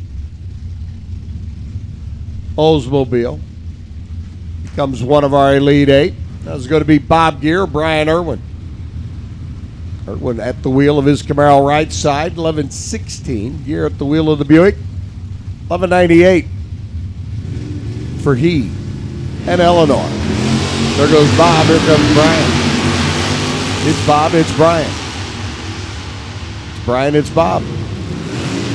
Gear at the other end of the racetrack, looking over at the nose of the Camaro, sneaking in.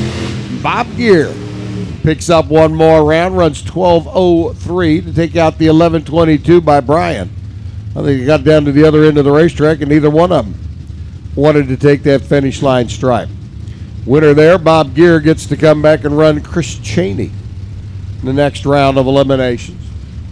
As the Buick continues to march its way through, Mike McDonald, small block. Chevelle on the left, Joey Shipp, small block Nova on the right. 69 vintage Nova, 70 vintage Chevelle. Handicap start, going to go to Mike McDonald. At a Chevy, E-I-E-I-O.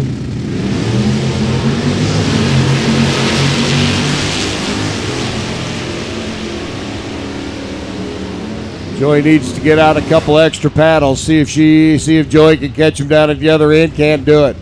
11:56.7 on the 11:58. McDonald gets the W. Joey Shipp's day is done, and McDonald marches on.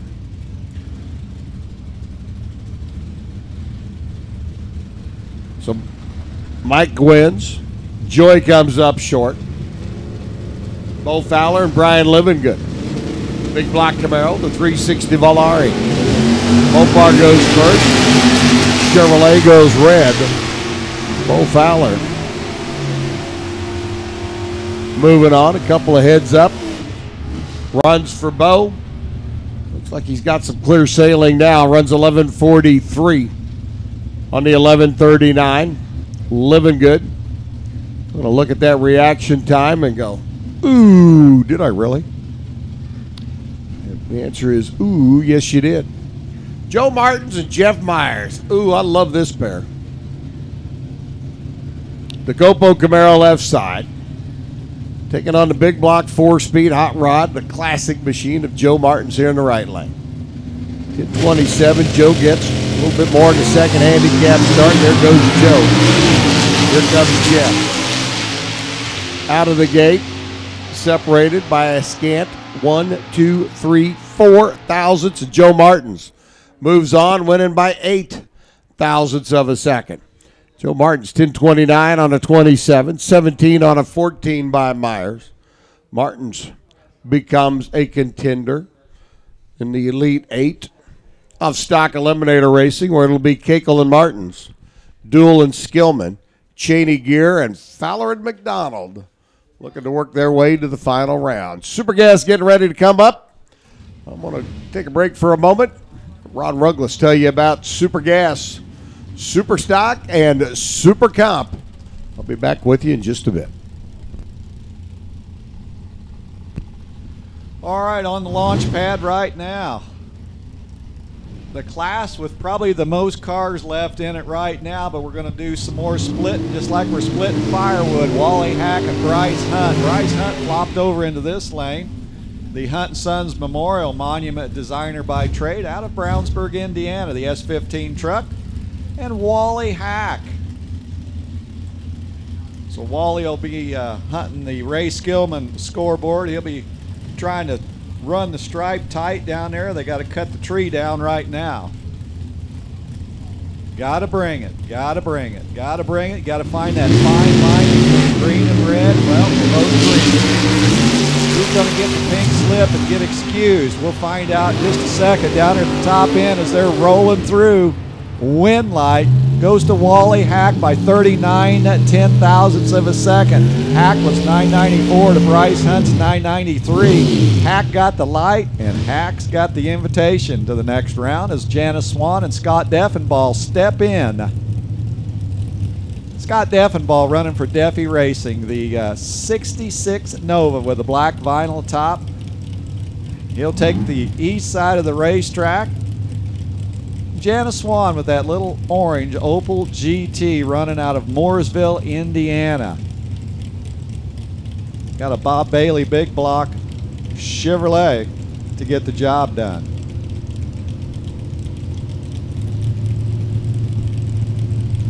Stock taking their time in the system, and we're clean, we're green, we're gone, we're good. Let the gamesmanship begin. They're just about to the stripe. And the win light comes on for Janice Swan. Janice had the advantage off the tree by 9 thou, goes 991 out the back door for the win. Now Scott runs 990 with an 8. Janice got down there and says, I'm owning the stripe, takes the win by 29 ten-thousandths. So Janice jumps over the fence to the winner's side. As we move along with Donnie Giovannini, and Donnie's going to take that arrow into the next round as well, as he'll get the invitation. Keep dancing. Diamond missed the tree by 006. Goes 992 out the back end of the racetrack, and Donnie goes 9919. Kevin Adams still alive as Jeff Jensen standing in the way to the next round of Super Gas.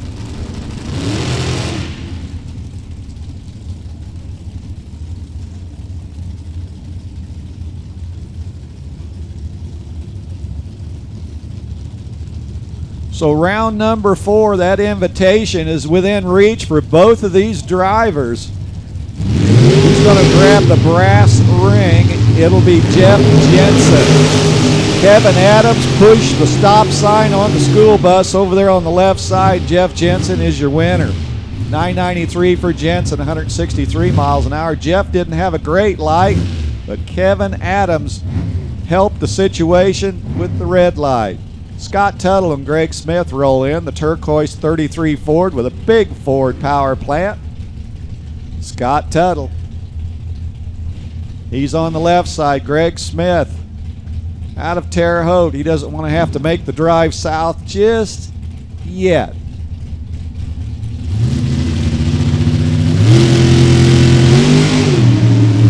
Nice lights for one of them.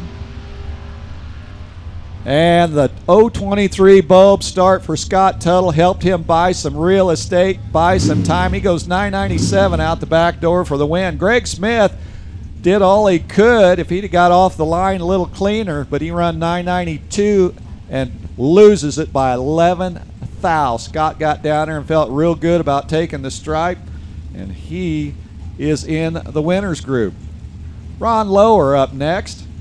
Leo Zinda, Cavalier at the Cutlass. Leo's taking the right lane.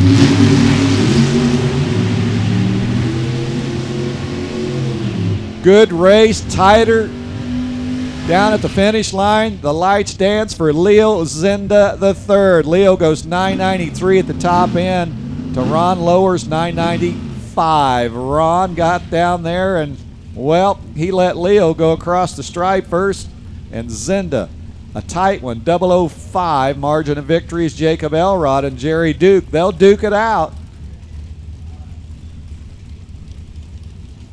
So Jerry Duke out of Nashville, Tennessee. Jacob Elrod from the Buckeye State.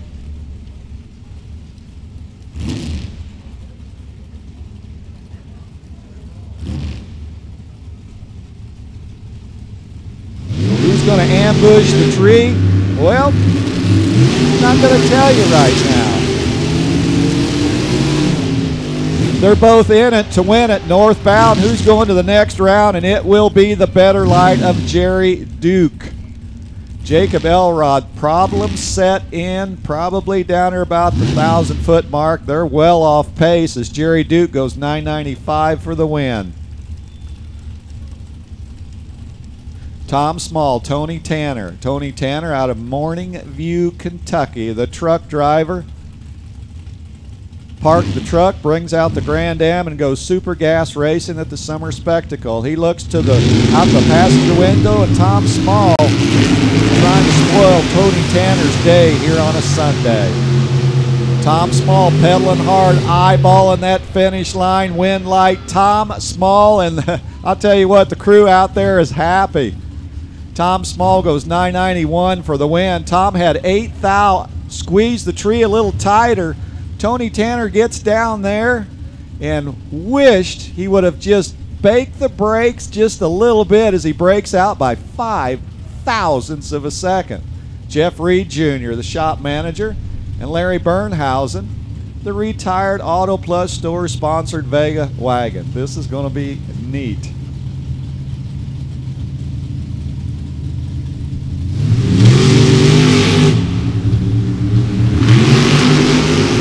Jeff Reed, the stops are off. Larry's out there a little ways. Larry's looking. Larry's waiting.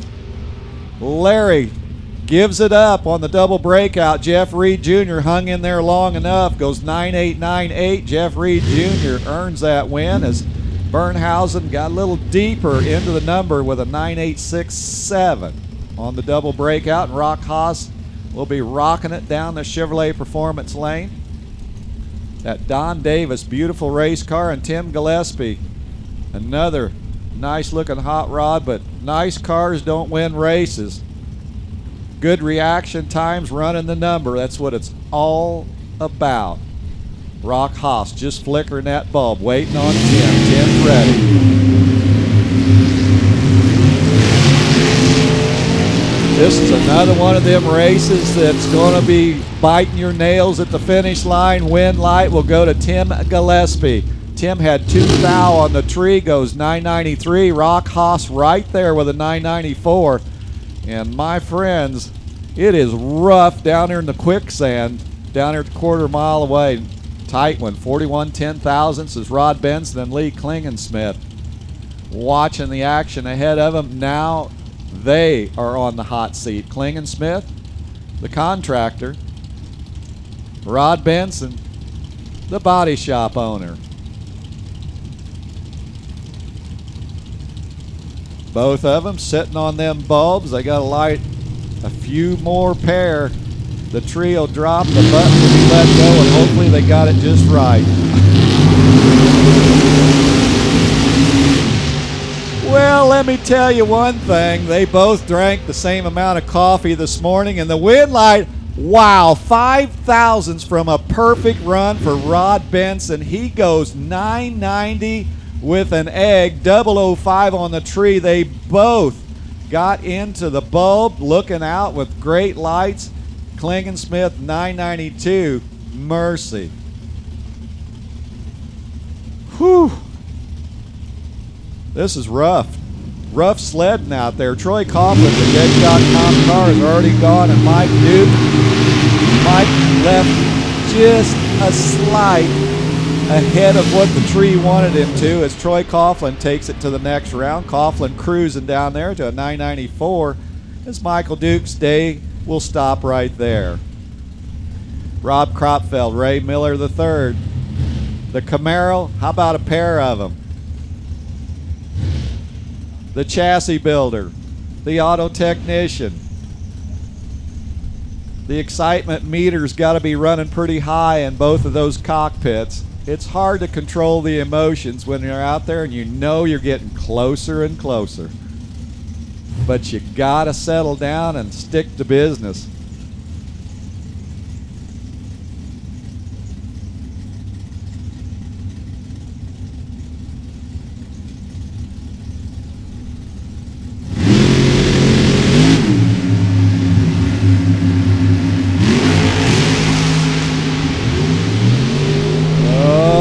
Finish line, sort this one out. Ray Miller was the last to go in, the first to go out, and Ray Miller claims the win with a 993 to Rob Kropfeld's tighter on the number with a 991.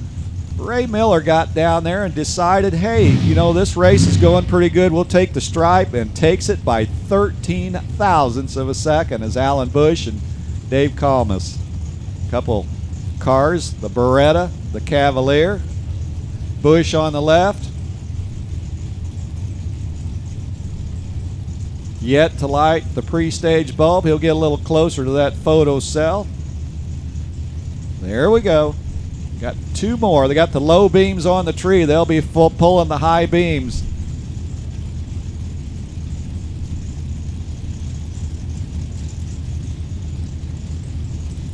So Dave breaks the sequence. There goes Alan, and there they go.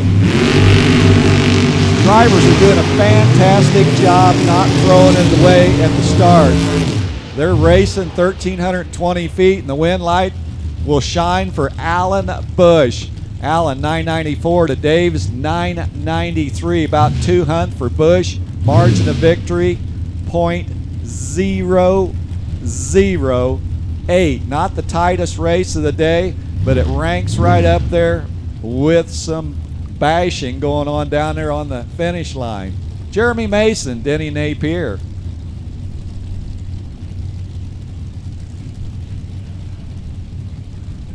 The Pataskala, Ohio racer will be going down the right side. Hopefully they got everything set right and tight.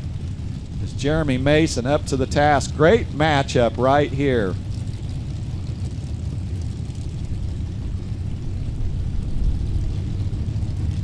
Denny, best of the tree down there. Nice. Well, we'll just sit back, eat some popcorn, take a little sip while they do go their work down there, and the wind light goes on for Jeremy Mason.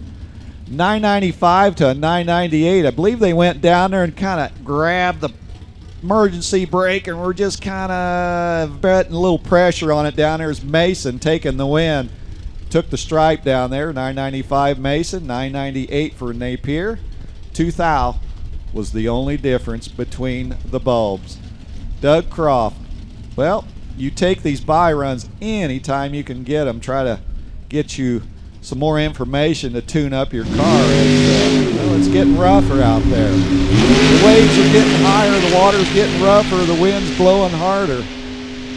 Doug Croft sailing on down the lane, 992, 159, and we're whittling them down. We still got 2 more cars that's ready, and I'm sure there's a bunch other that's right in behind them. And I'm telling you what,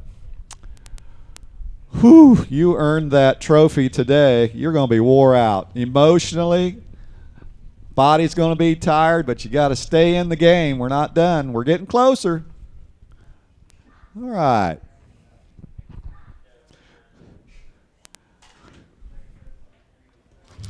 Well, enjoy the race, fans, but don't forget to designate a sober driver. Fans don't let fans drive drunk. Drive sober or get pulled over. Make the right choice and arrive alive. And we got 2 cars. They're saying, let's go. Let's go racing. We got to get there. We got to get done.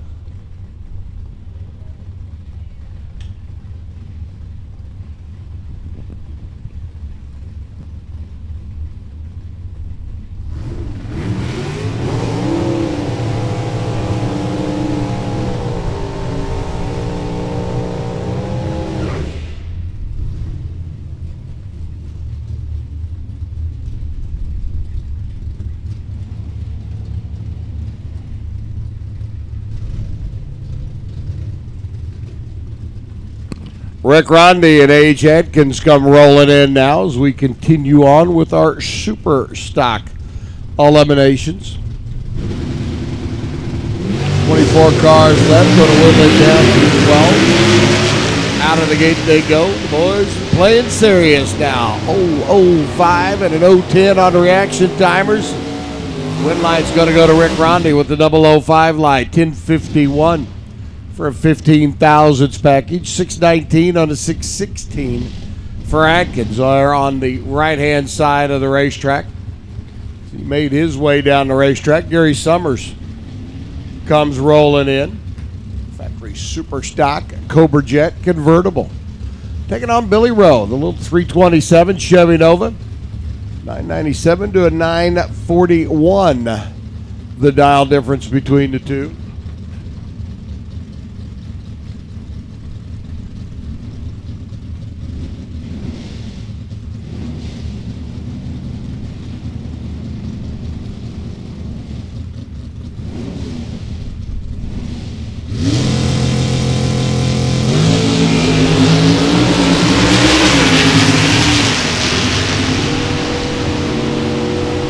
Summers off and running. Billy a little bit better out of the gates. He got enough top end. Yes, he does. 10:02.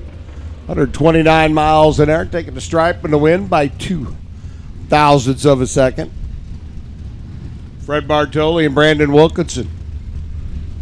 Part of our continuation of our battle here in super stock action. Bartoli's Formula Firebird out of Altronics Inc. on a 996. Going to give him a second handicap start on an 886 dial with the 427 stick shift 427 Camaro. I said that twice, didn't I? My apologies. Bartoli off and running. I think the Corvette's not going to get there. 1019 by Bartoli. Brandon Skies to 12:01 at 84 miles an hour. He had a problem working his way down the racetrack. Super Comp, you should be in the lanes.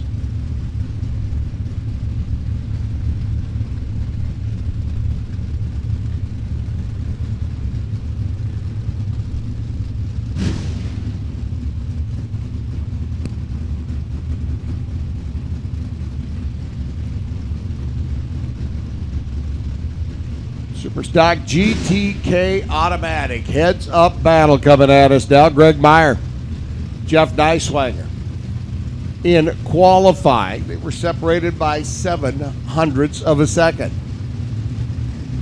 But you don't always show your hand in qualifying. Out of the gate they go. Meyer hocking the front end of the Firebird up. Nice swanger. Pulling up alongside of him. Finish line stripe though of 10.061. Going to be the 10.066 by 34 thousandths of a second. Greg Meyer gets the win. Jeffrey's day is done. Amy Happy Dance just came to a conclusion back in Ohio. Greg Meyer gets the advantage off the line and the win at the stripe. Brianna Kelly, Mike Morgan. Camaro left side for Brianna on a 995. Morgan on a 1085. We continue to work our way through.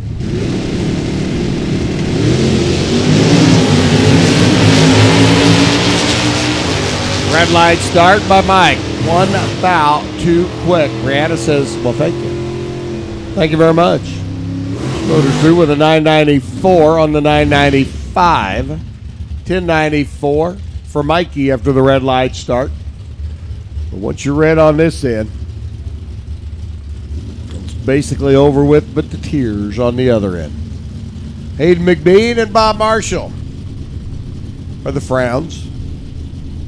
Yeah, there's lots of ways of showing your uncomfort with the loss. Marshall on a 967, Hayden on a 986.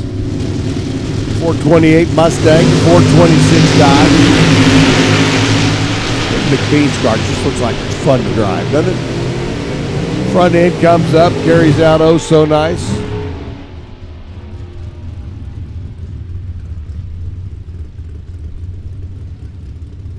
Hayden McBean gets the win, 986 on 131 as the call goes out. Super Street, need you to lanes, please. Super Street, need you to the staging lane. Stock Eliminator, we will take you back as well. Stockers, need you back to the lanes, please.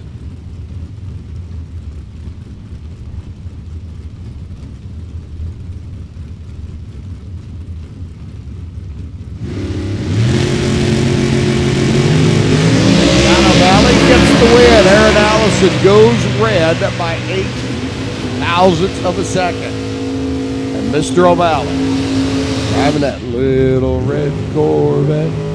Runs 987 at 131. And he will be back. Aaron's day is done. Runs 972 after the 8 thousandths red light.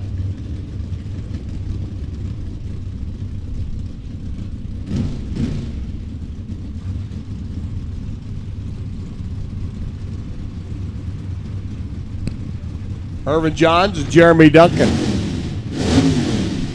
as we continue on. Jeremy right side, Irvin left. GTG automatic. Cavalier for Suburban Heavy Haulers and the Indiana Johns fleet of race cars. Mr. Pest Control. Super G automatic Camaro right. There goes Jeremy. Here comes Irvin. John's trying to pull up alongside. Jeremy trying to keep the nose of the Camaro out in front, does so. 994 to 128, good for the win. 954 by Irvin on his 955 dial. Just a tad too quick down at the other end of the racetrack. Jeremy had the better light. Irvin tried to make up a little bit of ground down at the other end of the racetrack, and it don't work so well. Jeff Donut, his birthday bride, now taking on Zach Running. Zach on an 1127, Jeff on a 987.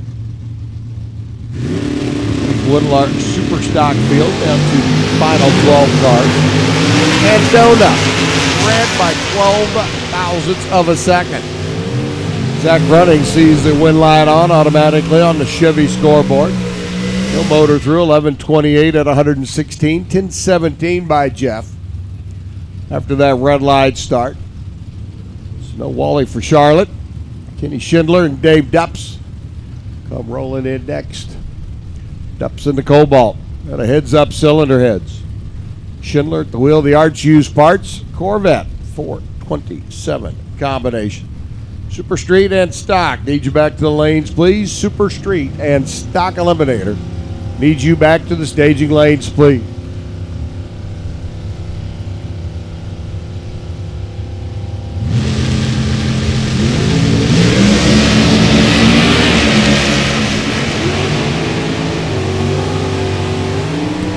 Red light start by Kenny Schindler, 5 thousandths of a second.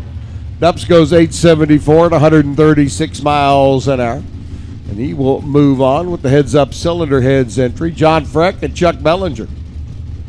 We got just a couple more cars to go to round out round number 3 of our super stock field. Bellinger on the right, 1021. Freck on the left, the GTJ automatic on 1049. Red light start by Freck. Bellinger gets the win. 34 on the tree for him.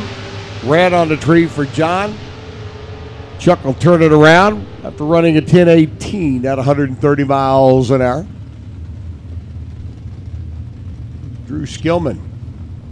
Ray Skillman Chevrolet Cobalt comes up. Drew has been a driving fool this weekend, winning some very close races, some very tough battles against some very, very good drivers. Right now he's got to take on Steve Koch over here on the right-hand side, a little 327 4-speed Camaro. 981 to an 884. Skillman giving up a little bit more than a second handicap start.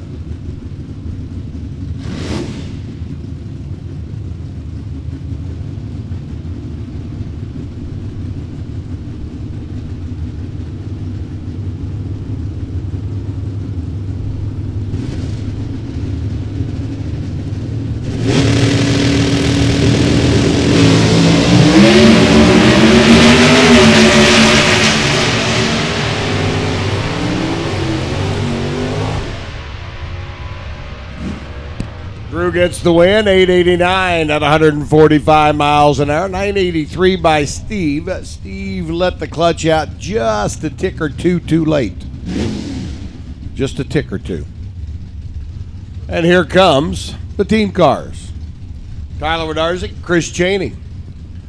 It's the families help, work with, travel with, assist each other. Wodarczyk driving a Cheney-owned Camaro there on the left-hand side. Chris driving the Speedy Lube entry here on the right. 3 lights a pair. There are no team orders, I'm here to tell you. How about those reaction times?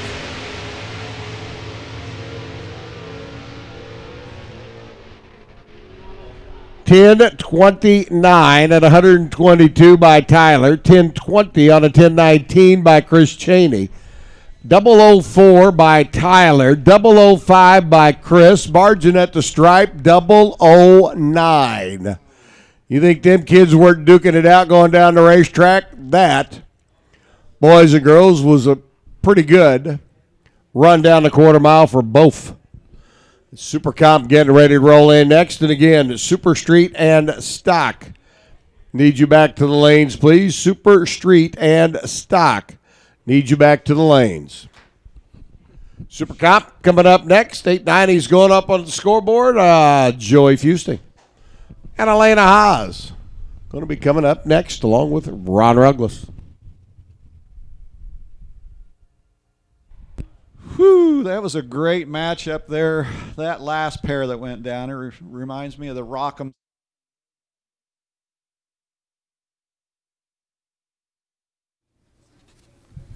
Racing is a risky sport. Don't take risks with your racing operation. On or off the track, protection from LODRS Motorsports Insurance is not a risk. Get your quote today at LODRS Motorsports Insurance.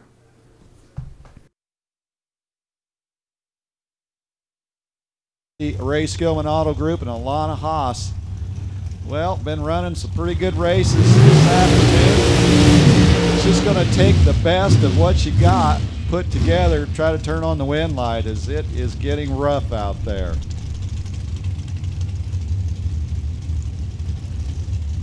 So burnout's done. Joey does one just a little bit longer as Alana Haas is backing it up. They'll be rocking the dock here in just a little bit. I'm going to try to squeeze that Christmas tree without breaking it in two. And then try to drive the best of your ability to try to turn on that elusive wind light. It's tough. but it's fun to watch from up here.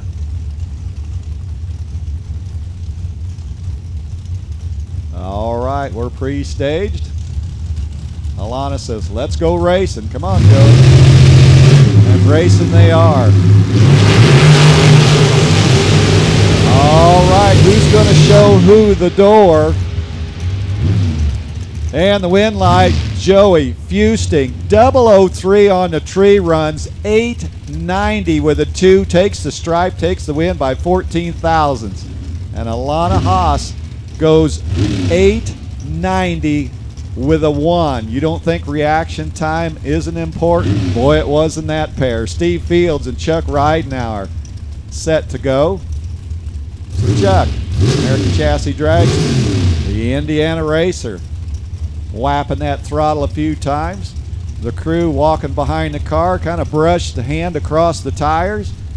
Says, go get him. Steve Fields underneath the roll bars out of the west side of the racetrack. The tension builds. They're pre-staged. They are focused, got them eyes razor sharp staring at that tree. Got them buttons pressed. They'll release them like an electrical charge hit them in the fingers. And we got a good race going on. And I'll tell you, it gets tough. Down there is where the work happens too. And Chuck Ridenauer going 891 with a 7. Match Steve Fields 891 with a 7. You tell me that reaction time wasn't important again. Margin of victory, 87 10,000ths for Chuck Ridenauer. Wow. Troy Stone, Vintage Trailer Sales Dragster, going to be heading down to the north side of the property as Mike Jurasic will be joining in. They'll go that 1,320 feet. Both of them working hard, but Mike Jurasic got away a little early as Troy Stone gets a free run at it. Troy's light's green, and again, I've mentioned that before. Sometimes that's all you need to do, just have a green light. And Troy goes 891. He didn't waste the free pass. And Mike Jurasic's going to have to put up the fire suit. He's 8894 and missed the tree by 6 thou as Ed Jurasic comes in to face Ryan Wallace.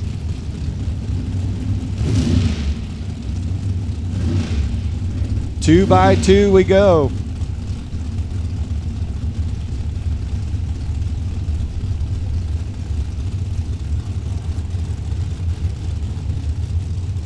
Rolling up. Concentration, trying to clear their mind to focus on one thing and one thing only. Bust the bulbs in the tree as best as you can. We found out the first pair what it took to turn on the wind out.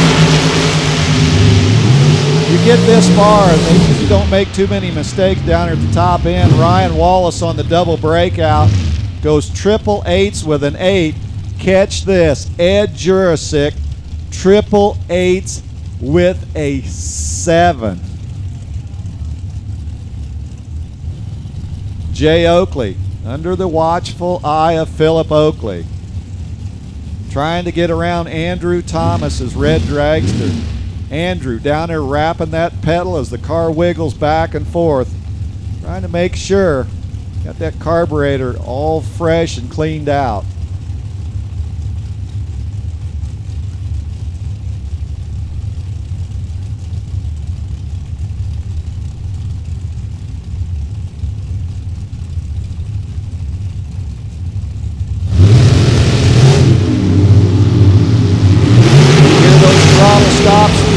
Doing their job. Now it's up to the drivers to do their job, sizing up their opponent. Another double breakout, another tight one. Bob Unkefer, Andrew Thomas, 8887. Jay Oakley, 8886. Wow, man, oh man, this is cutthroat. Man, you've got to have a good poker hand here. Wesley Wells, John Sickish. Got to have a poker hand with steely eyes to turn on the wind lights. John Sickish, he'll run the right side. Out of Belmont, Ohio, Wesley Wells, regular here, going to keep going.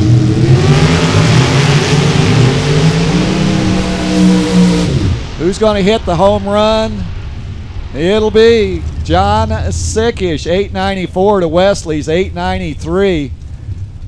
John got the light, not by much. It was a razor-thin advantage at the start.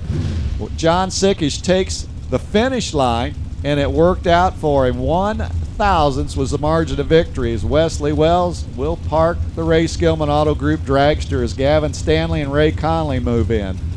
Boy, the hits just keep right on coming as Ray Conley will try to tie into the right side of that Christmas tree.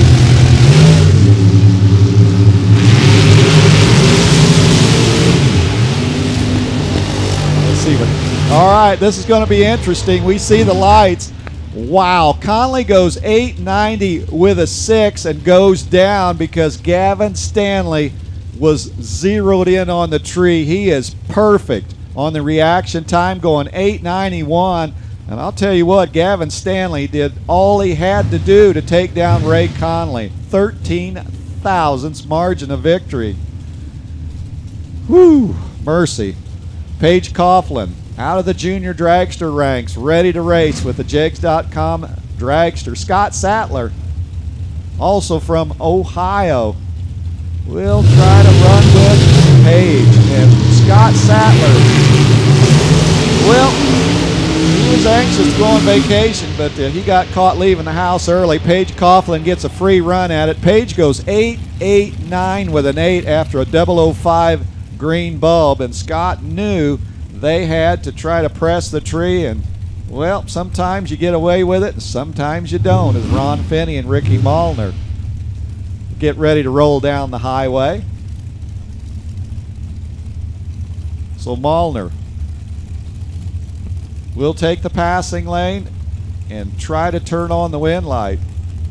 This is getting more brutal as the rounds develop more and more. All the classes. It's been a great show, and we're not done yet. But this has been cutthroat racing. Ron Finney behind. He's trying to pull up alongside down there. Well, Ron Finney was 002 on the tree, goes 989 with a 2. I was watching the car down there, and it was wandering around a little bit down there as Ricky Malner got by with a win with an 894. Bob Prose and Gary Stennett up next. Bob Prose out of Terre Haute, and Gary Stennett, the engine builder, very savvy racer. He gets tougher and tougher to take down the more rounds you give Gary Stennett, but Bob Prose, he's got a hot rod that can turn that wind light on as well. This race is going to last a little longer because the Christmas tree's got 2 green bulbs hanging at the bottom, and the wind light comes on for Gary Stennett. In a tight one, 3 thou margin of victory. Stennett goes 891. Bob did a better number on the scoreboard, 890 with a 1. Gary took that reaction time and really bought the real estate at the finish line as Ray Miller Jr. and Dave Dahlem hook up. Dahlem out of Tremont. Ray Miller Jr. from Florida.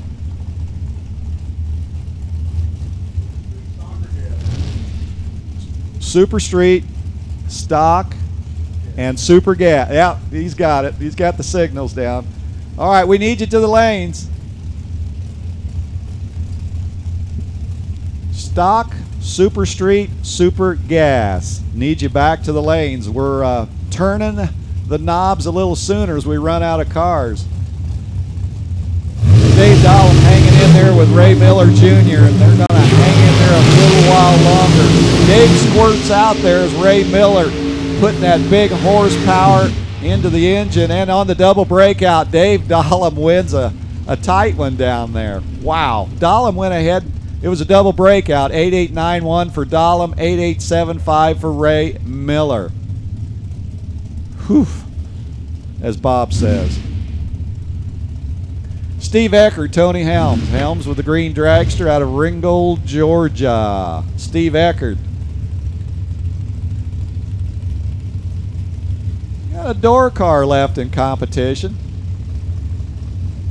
Steve Eckert says 91 Cutlass. Yeah, we can run with the dragsters. Don't count us out. We know how to do this. Tony Helms has got to take down the Cutlass. Oh, we're just about ready to let the tree drop and send two more. Well, Tony's got a bulb to match the color of his green dragster. Steve's out front with his green bulb, and here comes the Tony Helms with a Rocket Ship Express, but Steve Eckert says, whoa, baby, this is my time to shine. Eckert with the win, 891 with a 7. To Tony Helms' 893 with a 1. Steve Eckert took the stripe and takes the win by 9 thousandths as Larry Bernshausen and Michael Swan got two dragsters. Bernshausen out of Manitou, Illinois, Rich Gebhardt dragster. Larry kind of off of a great weekend over there at Tri-State Raceway last weekend in Iowa. Got to smile for the camera over there, and Mike Swan, the Race to Win Motorsports dragster, is going to try to spoil Larry's string of finals he's been accustomed to lately. Well, hopefully they filled up the fuel tanks. Now we're getting into the game here. All right, let's go.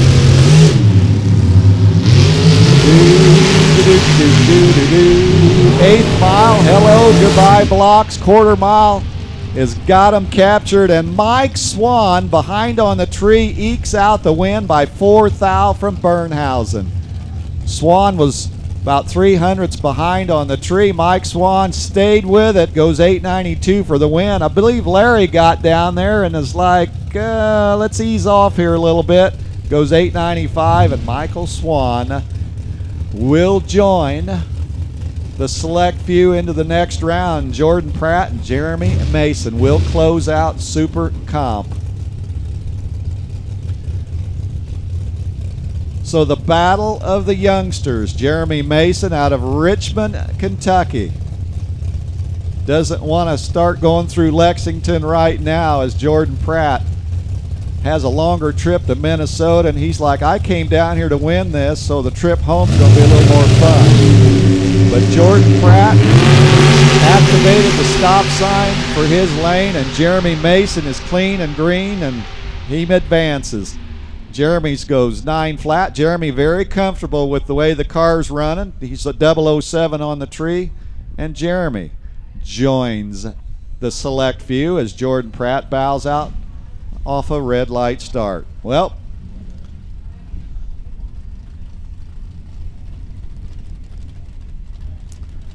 you want me to keep rolling, Bob? Super Street. It's all right. Well, here we go. All right, Gary Horseman and Jason Satterley is we'll basically take the numbers and we'll go from 890 and we'll increase by a couple more and add another digit. We'll make it 1090. Gary Horseman with that beautiful 61 Ford Falcon and that first-gen Camaro of Jason Satterley. Now, I've been watching Super Street as Bob's been announcing it, and this class of cars has really, really been cutthroat. Gary Horseman, Jason Satterley.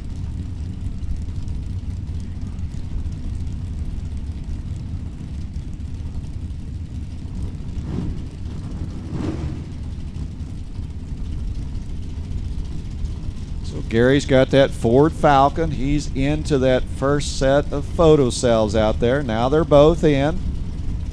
Thinking about it. You got one time to get it right when you're out there.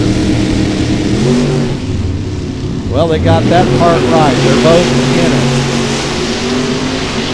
Now, the finish line is going to send one of them to the next round, and it'll be Gary Horseman, 1098 run. Jason Satterley goes 1096. They really tightened it up down there. 9 thousandths margin of victory for Gary. He was 15 on the tree, and Jason not far behind with a 37 bulb. As we continue on with the 1090 class. Oh, Bob Unkerfer's informing me this is a twofer. So that kind of puts a little more pressure on a driver. You don't think they watch things as well? Allison left, Jimmy Bannister. Sorry about that, Jimmy Barrister. This is a 2-for-1 as Unkerfer informed me on this pair. And Allison Pro secures the 2-for win, 1095 to a 1095. Allison carved out just around 200ths advantage and takes the stripe and the win by 17 thou as Jason Hennessy and Dick Sperry keep trying to advance.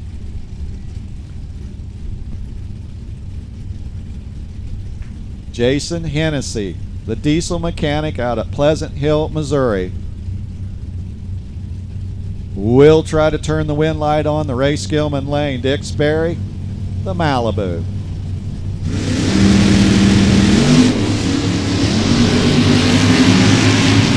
But Jason falls way back, but guess what? He's got 650 cubic inches to get down there and get it done, and does. Hennessy 1092 to Dick Sperry's 1094. Who got the light? Hennessy 009 on the tree and takes the stripe and advances. Rob Foss and Alex Miller. Will it be the Monza or the S10 truck? Rob locked in.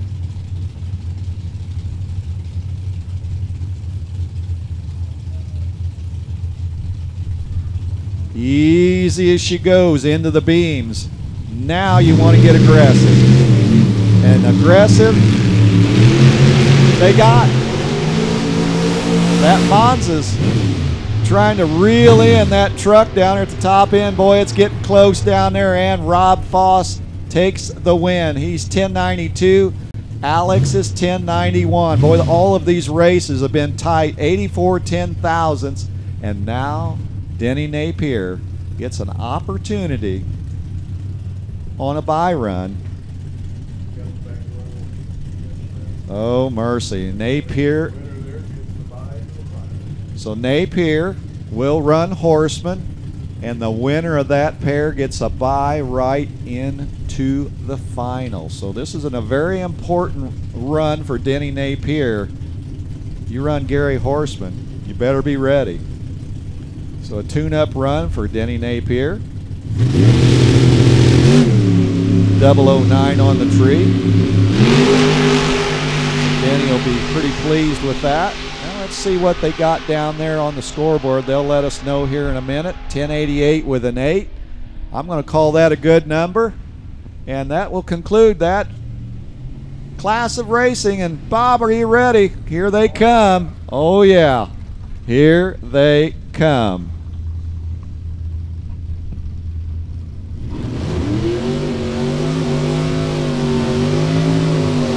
Drew Skillman and Doug Duell getting ready to do battle. The Skillman Ford and Skillman Auto Group Mustang rolling up on the left-hand side as Doug Duell's ATI Performance Parts. 440 cubic inch. Barracuda on the right-hand side. And 56 the dial for Doug. Can he stop Drew Skillman's onslaught of runs here this weekend? Drew's still alive, and not only stock eliminator, but super stock as well. Drew on a 904, so a second and a half handicap start.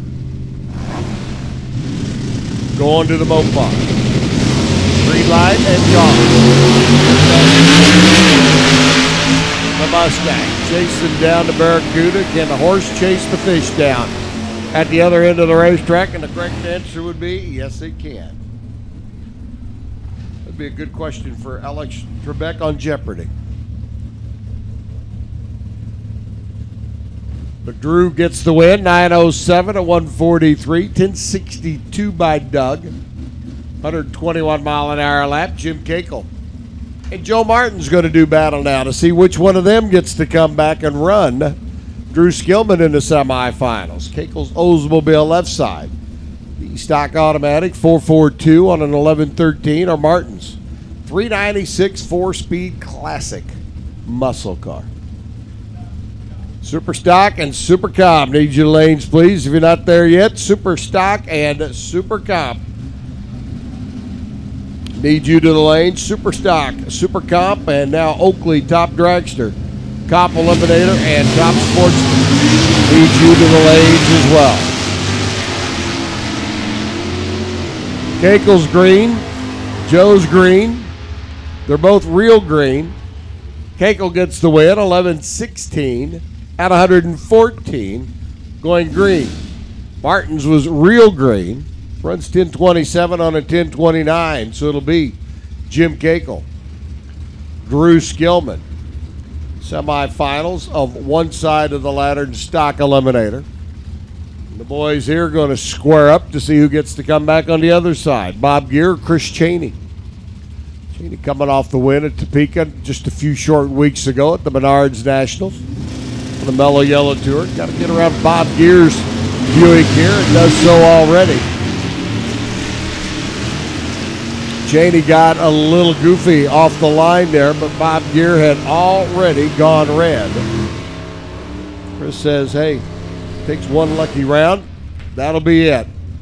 E-Motors through 14-15 on an 86-mile-an-hour lap. Super Stock, Super Comp.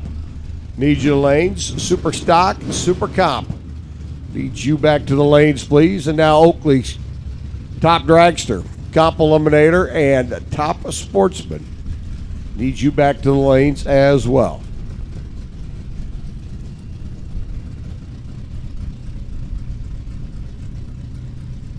Mike McDonald, Bo Fowler, 350 Malibu, 360 Mopar. Handicap start to the big old heavy Chevelle. Green and green on both ends, or both sides of the tree down here. Fowler trying to pull up from behind, pulls up alongside Michael and lights up the scoreboard. So it'll be Bo in the Mopar, Cheney in the Ford, or Cheney in the Camaro, Skillman in the Ford, and Kekel in an Oldsmobile.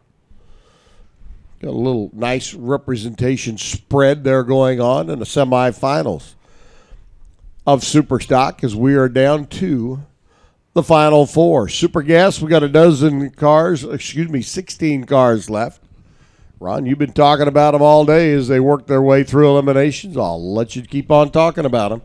Super Gas, Super Stock, Super Comp, getting ready to come up, and Oakley Top Dragster, Comp Eliminator, and our Oakley Motorsports Top Sportsman cars need you back to the lanes as well.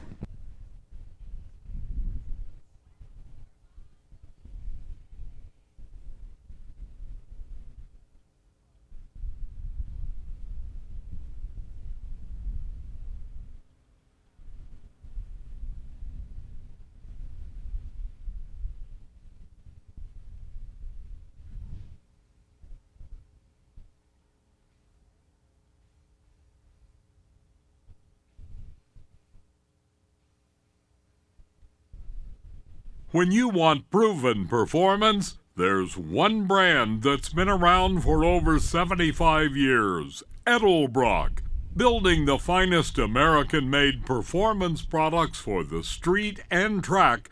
Edelbrock's Total Power Package delivers dyno-proven parts for maximum results.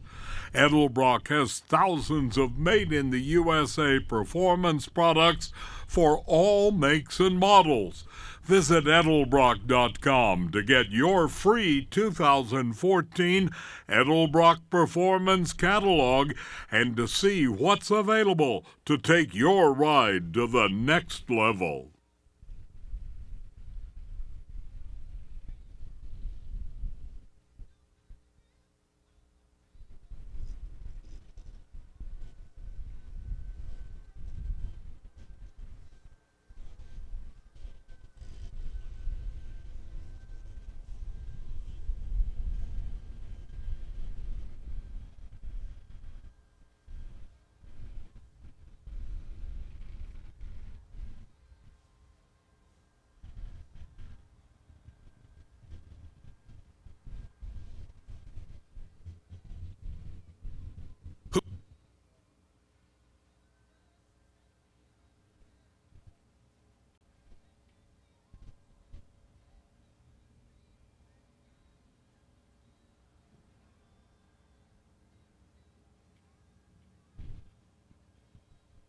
Hoosier Racing Tire is proud to be a participating sponsor of the NHRA Lucas Oil Drag Racing Series. Let our performance race tire technology help put you in the winner's circle. When you're looking for an advantage, remember the name Hoosier Racing Tire, because they truly are tires designed for champions. See us in the manufacturer's midway or contact the authorizing Hoosier Racing Tire dealer nearest you for product information to accommodate your racing needs.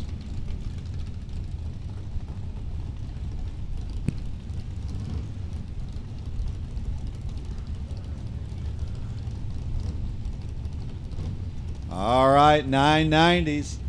They got to work through it, around it, over it, below it. First thing you got to do is be, hopefully the Christmas tree will be real kind to him, as Rodney Benson and Doug Croft will be the first pair up to try to keep advancing. I'm telling you, the trophy is just like a carrot dangling out there for him at this point in the day. Rod Benson will run the RBD Motorsports car down the left side. He's got that Mustang, and Doug Croft's going to have that Firebird. But that big Pontiac, Rod's got that Ford power plant and that Mustang. Doug Croft, well, got to try to squeeze that tree as tight as we can and not get too greedy. Well, they both did a pretty good job there. Could Doug Croft lasso the Mustang down there? We'll find out just a minute. Wind light, Rod Benson, 002 on the tree, 991 with a 5. Doug ran 991 with a 5. So there's that reaction time again that helps you turn on those wind lights. Rod Benson, keep the tank filled up with gas. Donnie Giovannini and Alan Bush. Bush in the Cavalier, Donnie in the Arrow. Well, I love both of these cars. I don't want to see one of them have to park. Enjoyed the race cars today. But they're going to have to decide which car I get to see a few more times, as Donnie's in on the left side. Alan, the last to light the last pair of bulbs. Well, Alan Bush, he's going to fade back there, and then he's going to let that big block Chevy do the rest of the work down there. And Alan will have a little bit to do with it. On the double breakout, Alan Bush punches the ticket. 9.879 for the win on the double whammy, as Donnie Giovannini's day will end 9.805. Wally Hack, Jerry Duke, the Monza, the Beretta. They're gone. They're green. Wally Hack's little Monza squirts out there. He's down in the next county already, and Jerry Duke's going to try to catch up. On the double breakout again, Wally Hack gets the job done. 9.882 to Jerry Duke's 9.848. Wally Hack will keep being on the attack as Tim Gillespie and Double J move in. Jeff Jensen out of Clarksville, Tennessee, a little beautiful city over there in Tennessee. 63 Corvette. He'll park it on the east side just for a little while. Tim Gillespie with the 33 Ford, got that big block Pontiac. Running for Gillespie Racing, the engineer, going to try to put together a good run. Try to run Jeff Jensen right off the property.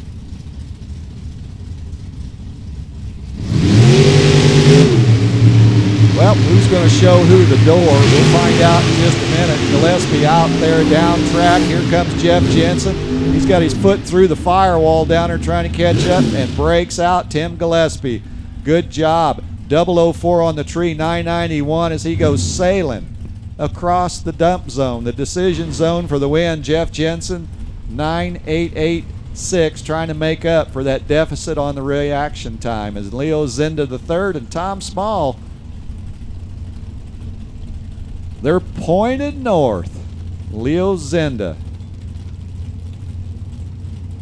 sits over there idling quietly on the race building lane. There goes Tom and Leo. We got a good race developing here as they're doing a lot of rubbernecking down here at the finish line, and the wind light comes on for Tom Small. I'm telling you, $9.91 for Tom with a 1, $9.91 with an egg for Leo Zinda. Well, I sound like a broken record, but that reaction time just helped Tom Small go to the next round. And the crowd goes wild. Well, the crew's going wild down there. Janice Swan and Troy Coughlin, the Jegs.com, Delaware, Ohio native.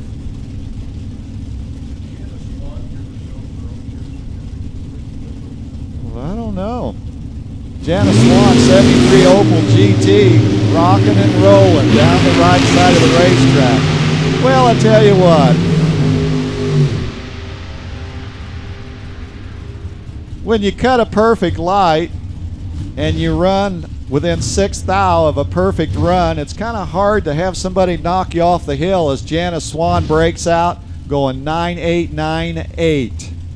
Janice was 0.15 on the tree, did everything but take the win down there at the top end. Troy just took no prisoners as Ray Miller III, Jeff Reed Jr. probably would like to cut a good light and run a number like Coughlin just did. Ray Miller III, the chassis builder over there, hanging out on the west side of the drag strip, and Jeff Reed Jr. got that car locked in and ready. Oh, did you see those stops on until tomorrow? Well, I bet the horsepower is in high gear down there. Look, Ray Miller turned that Camaro into a dump truck down there and takes the win with a 991 as Jeff Reed goes flying across the stripe on the breakout route with a 986 with a 4. That was cool. Scott Tuttle and Jeremy Mason, the cool turquoise 33 Ford of Scott Tuttle out of Franklin, Indiana.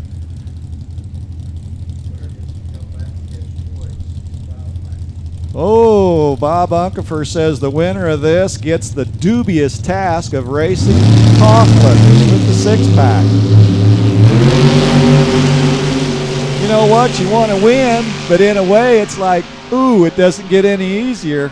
It's like walking across an alligator and hope he doesn't see you. Scott Tuttle takes the win. He's 990 with a 3, 19 on the tree, had about 200 in his pocket. Jeremy Mason did all he could with what he was dealt with as he goes 9.895 on the breakout. So Scott Tuttle, well, Scott, it don't get any easier. But he didn't get this far just by not having a good hot rod. Well, that'll conclude that. We're going to sit tight here for a little bit. We'll be back.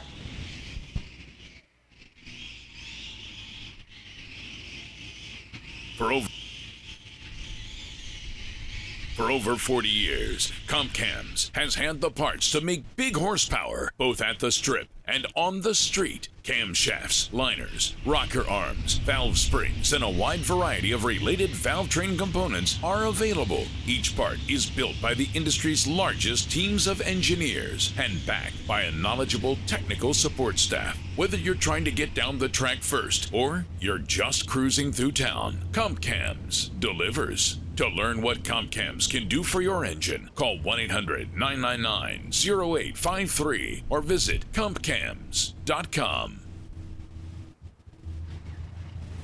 When it's time to purchase a data acquisition system, turn to the industry leader, Computech Systems. Computech has been providing racers with the best in motorsports technology for over 30 years. Computech's DataMax data logger with the digital dash will fit anyone's needs. Give Computech a call today to discuss their data acquisition system and reserve your free copy of the latest demo software. The DataMax from Computech can help put you on the fast track to the winner's circle. Call 301-884-5712 to order risk-free with a 30-day money-back guarantee. Also visit us on the web at www.computech.com.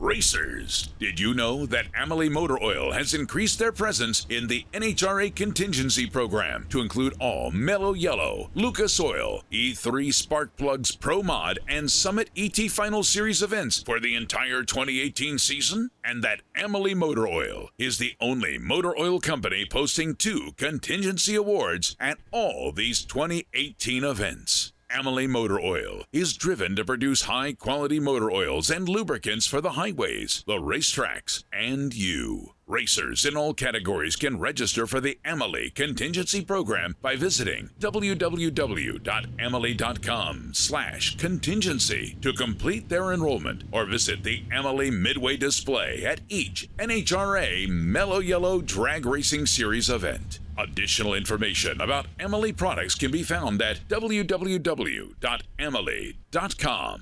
Amalie Motor Oil. Better than it has to be since 1903.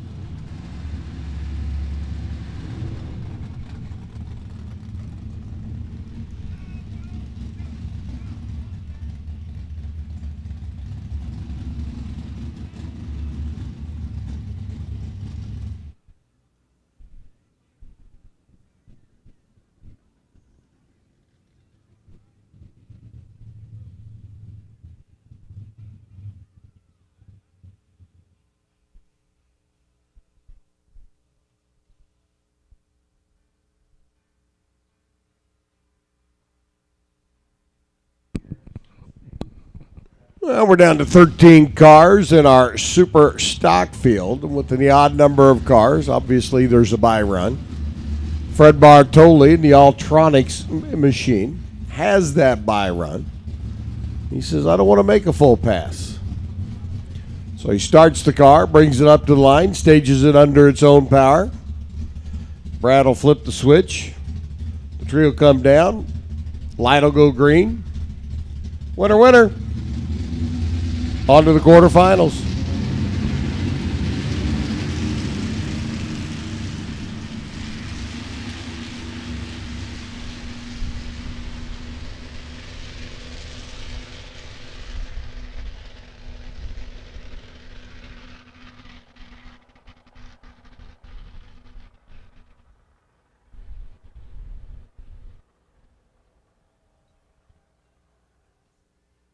So Bartoli eases his way into the quarterfinals, as we will be down to 7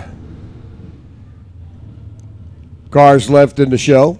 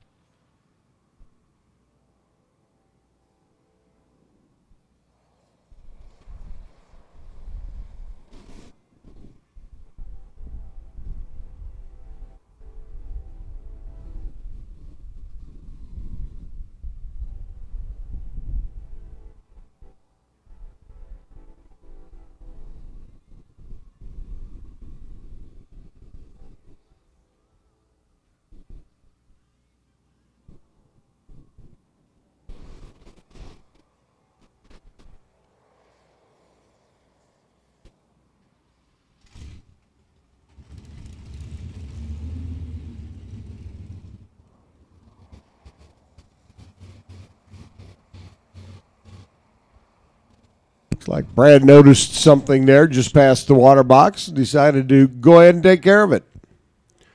Make sure nobody else drives through. So on hold here for just a minute. That'll give everybody back there a little opportunity to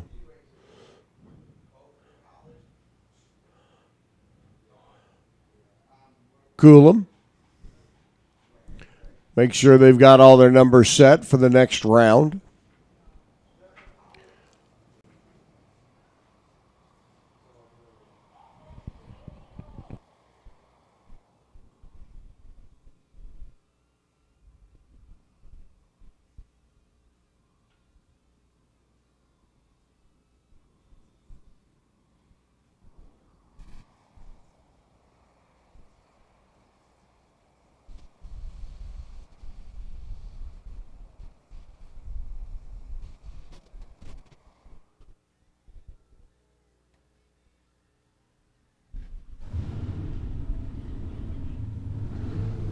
So Bradley out there doing what Bradley do best.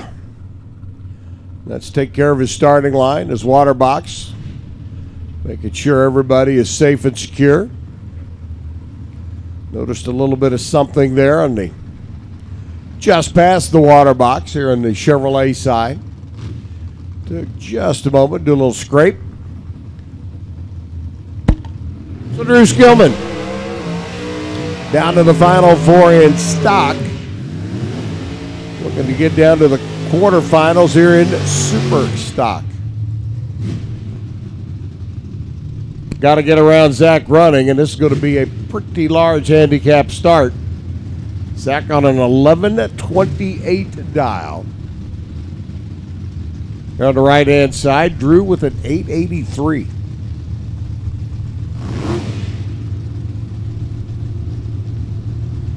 Not quite 2.5 full seconds. Handicap start going to go to Zach. The Oldsmobile's in. Throttle's down. Green lights behind him. And Drew leads.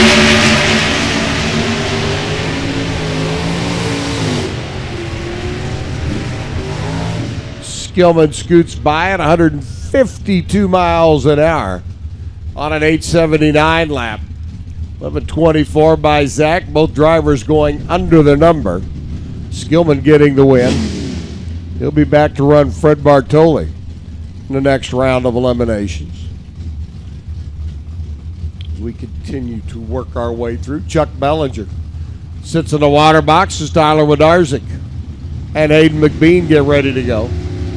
There are Super Stock J automatic cars still left in the battle. Tyler driving one of them. 29 to dial. Tyler still driving one up as McBean lights the red light. Wodarczyk gets the win, runs 10:34. And it looks like Hayden may have just hydrated our racetrack down at the other end. So bear with us just a moment while we check the top end of the racetrack. That 428 Cobra Jet with a big puff of smoke.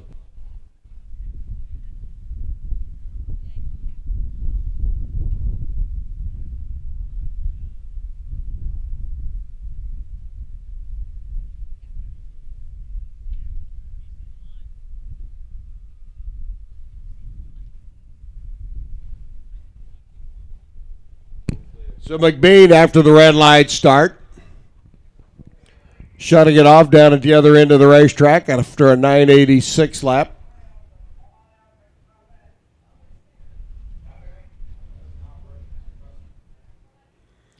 Big puff of smoke. The guys over the wall down there checking out the racetrack. And the guys from down track coming in to check out the shutdown area.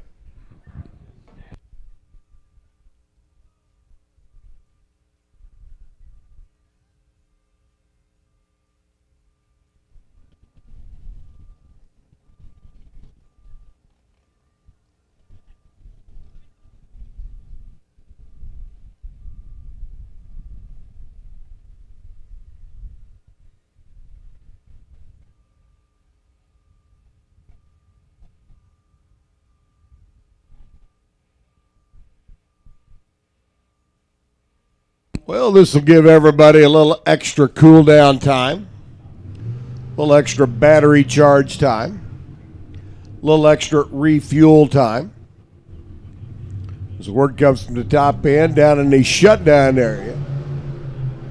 We got some cleanup we need to take care of, so we'll send the scrubber down. Do a little scrub-dub-dub. Clean up after the horse made its pass down the racetrack.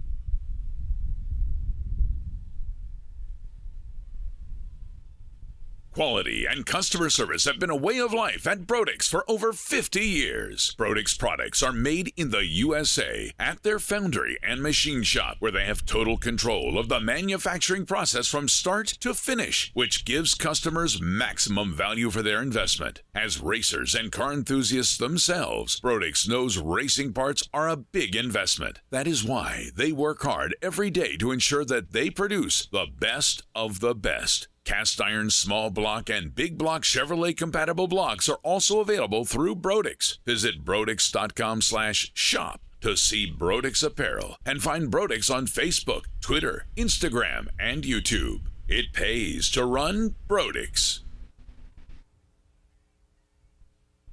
Every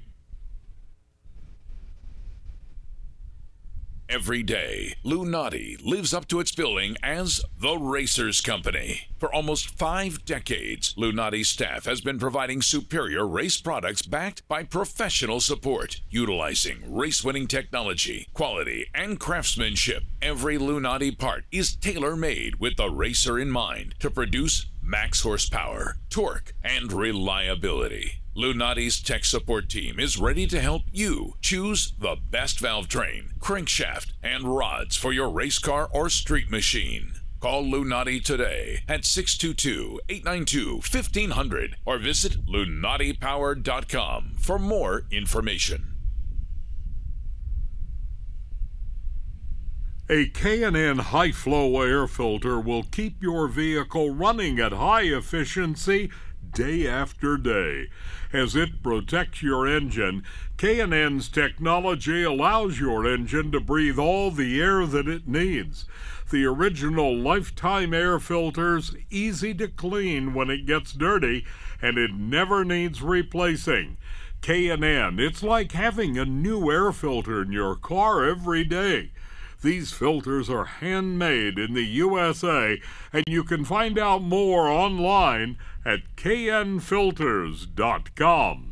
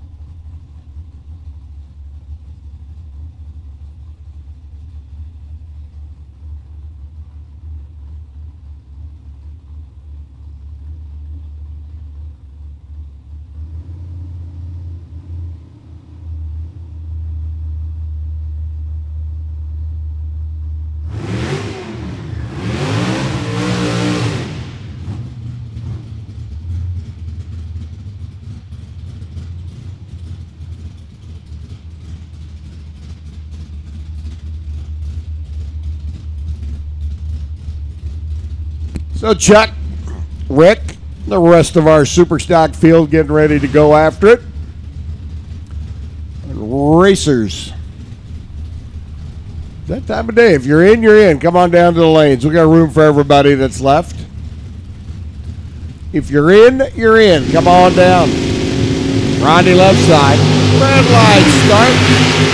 Bellinger heading for the other end of the racetrack, and it'll be a heads-up Super J automatic race between Bellinger and Wynarczyk in the next round of eliminations. Chuck cruises through 10:13 as he makes his way down the racetrack.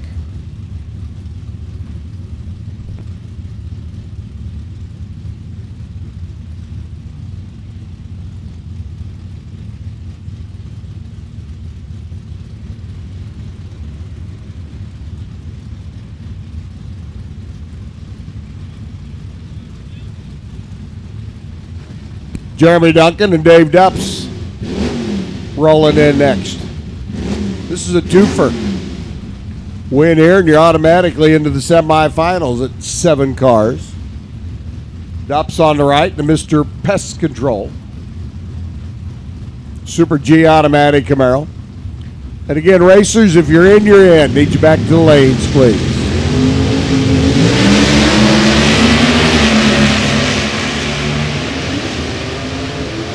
Dave, if you remember, had an adventurous run in that last round and does it again. 863 on 859, 992 by Jeremy Duncan. Taking 6 at the other end of the racetrack, and Dupps gets that lap and a freebie to the final 4. Because it's 7 cars, he will have the bye run in the next round of eliminations. Billy Rose, Chevy 2, Greg Meyer surviving a heads-up GTK automatic run in the last round. Now gets Billy.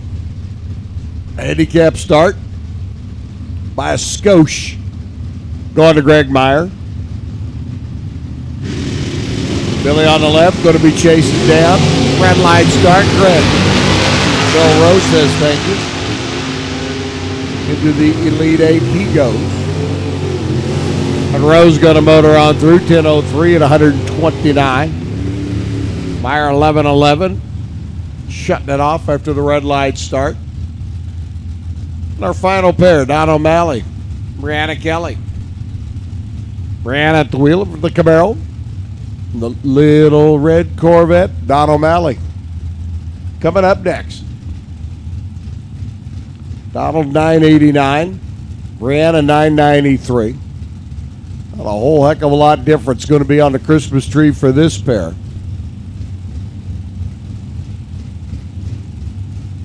Brad holding everybody up just for a moment. Make sure we got the top end clear and ready to go.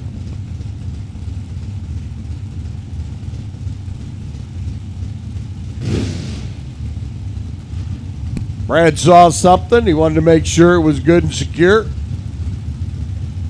Everything's looking good now. So O'Malley and Brianna. Winner's going to come back, take on Billy Rowe. It'll be Wynarczyk and Bellinger and heads up. Dupps with a bye, Bartoli and Skillman. Billy Rowe taking on the winner here.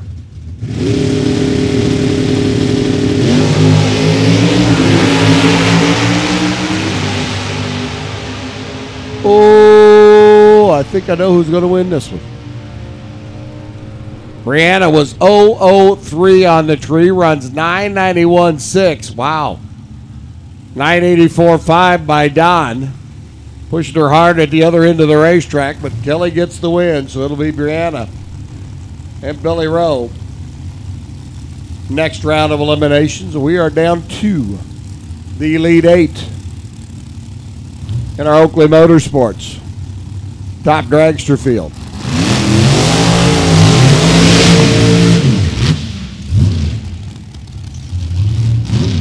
What are we down to? 8? 8 cars. Oakley Motorsports, top dragster. And Jeff, Liebla over on the Race Skillman side, and JB Strauswig on the Chevrolet side. Jeff dialed in at 626, JB at 619 as the sun starts to slowly make its descent. Beautiful sunset last night. Looks like we're going to be seeing another one here in a little bit. Liebla going to get the handicap start. JB in the Meyer distributing car. Trying to check them down. 4 pair left here in Top Dragster. Jeff was qualified number 17 with a 624. JB number 5 at 615. There's Dave. Here we go. Oh, JB got some work to make up. Jeff was set. And Jeff takes him out. How about a 10-pack? 000 up front for Liebla. Dead on 0. 627. JB a dead on 7. 43 up front, gave Jeff just a little bit too much room. So Jeff will be moving on to the next round as we hear a blower in the background. There's Mike Coughlin, the Jegs.com. Finishes burnout and backs up over on the Chevrolet side. He'll be taking on Tim Pack. 765 cubic inches of nitrous fed. Over on the Ray Skillman side. 613 for Pat, 623 for Mike Coughlin. Trying to keep the nitrous cheerleading going as JB stepped out and 1 Pro Charger moved on with Jeff Liebla. Now we got a blower and a nitrous car.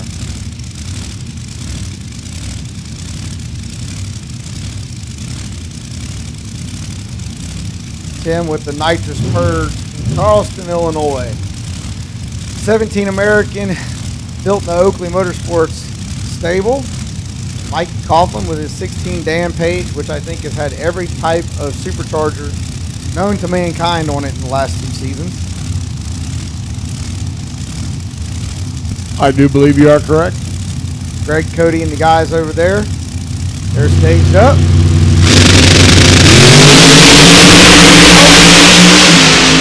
Little pop for Tim. He slows. Mike trucks down through 629.6. 48 up front for Mike.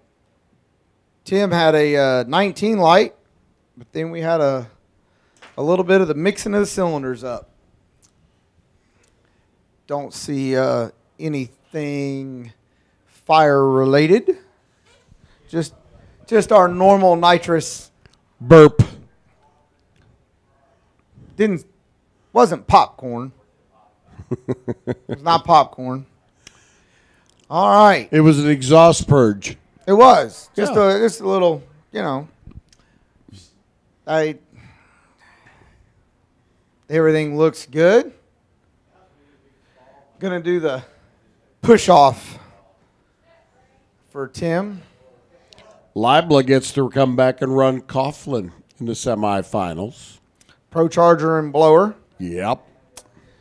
And so right now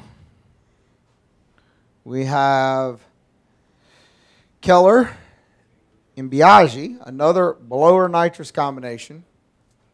And we also have another blower combination with nitrous opponent in Ashley Johnson and Christopher Carrico. So we're mixing it up pretty good. We're down to 1 Pro Charger, though. Well.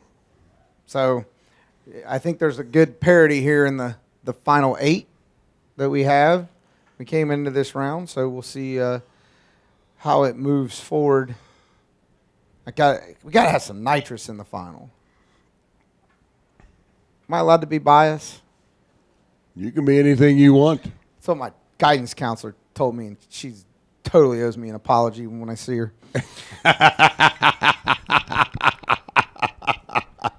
Oh. I'm not even going to go there with my guidance counselor. She gave up on me my junior year and said, "See ya." I had an English teacher tell me one time I probably needed to be selling fried chicken at Bojangles. Speedy delivery. She did, and I looked at her. I was like, "Man, don't set the bar too high for me." After 2 years in junior high and high school of shop class. When I signed up for it my junior year, I was told no. I was college material, and I couldn't take shop class. And I'm like, yeah, but you don't understand. I work on things. I build things. I make things. But it won't help you any. And I'm, if I could go back in time right now, there's about 6 people. It's probably a good thing I can't go back in time. That's why I've always said my guidance counselor is going to owe me an apology. It's so missed out. Yep. So missed out. Well, they're getting Tim cleared off the top end. I see some green lights, and the sun is squeezing in behind the clouds. And we are going to get them rolled back up here is John Biaggi over in the Chevrolet lane and Brian Keller over in the Ray Skillman lane. Going to set up here. Keller dialed in at a 619 and Biaggi dialed at a 620.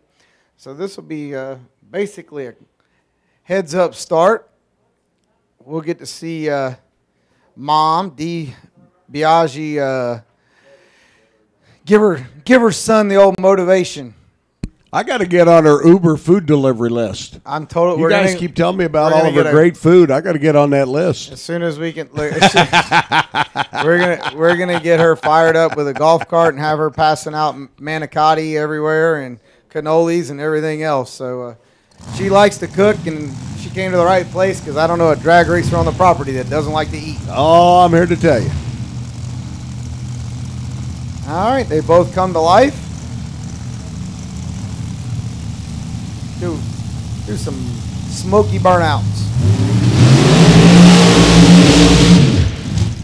Oh, together, like that. Like that.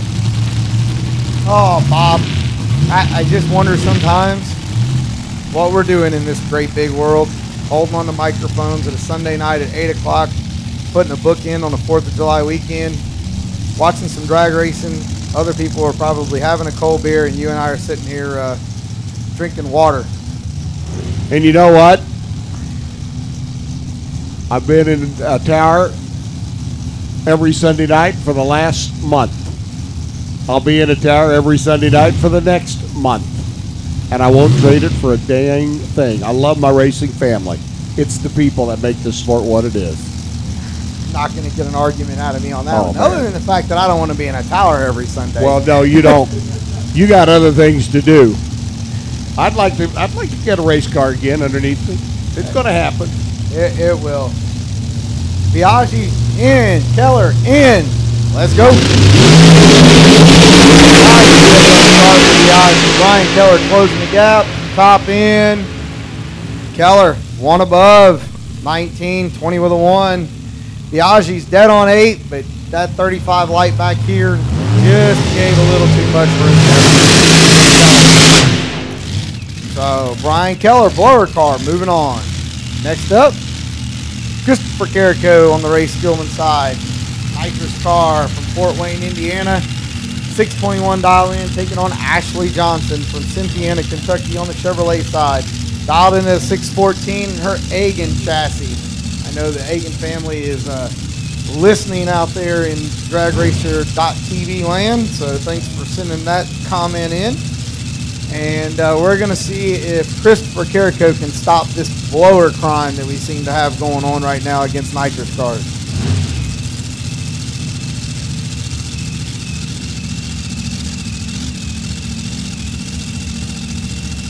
Brian gives Ashley the nice little motion in. And they're going to start the process into the stage beam.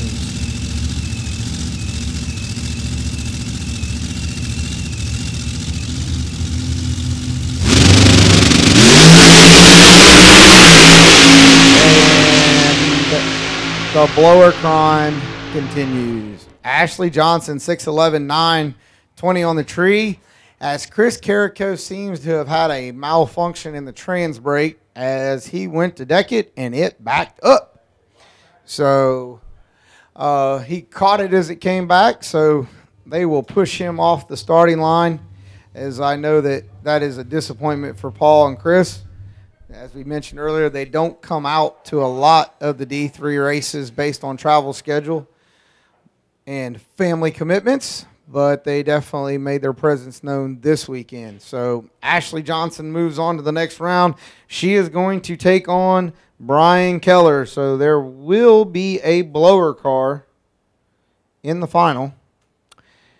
Well, there could, heck, Bob, there won't be a nitrous car potential. Oops. No laughing gas. Did someone not get the memo? Did you get it out there, buddy, in time? I don't think I got it out there in time. Okay. All right. Well, here comes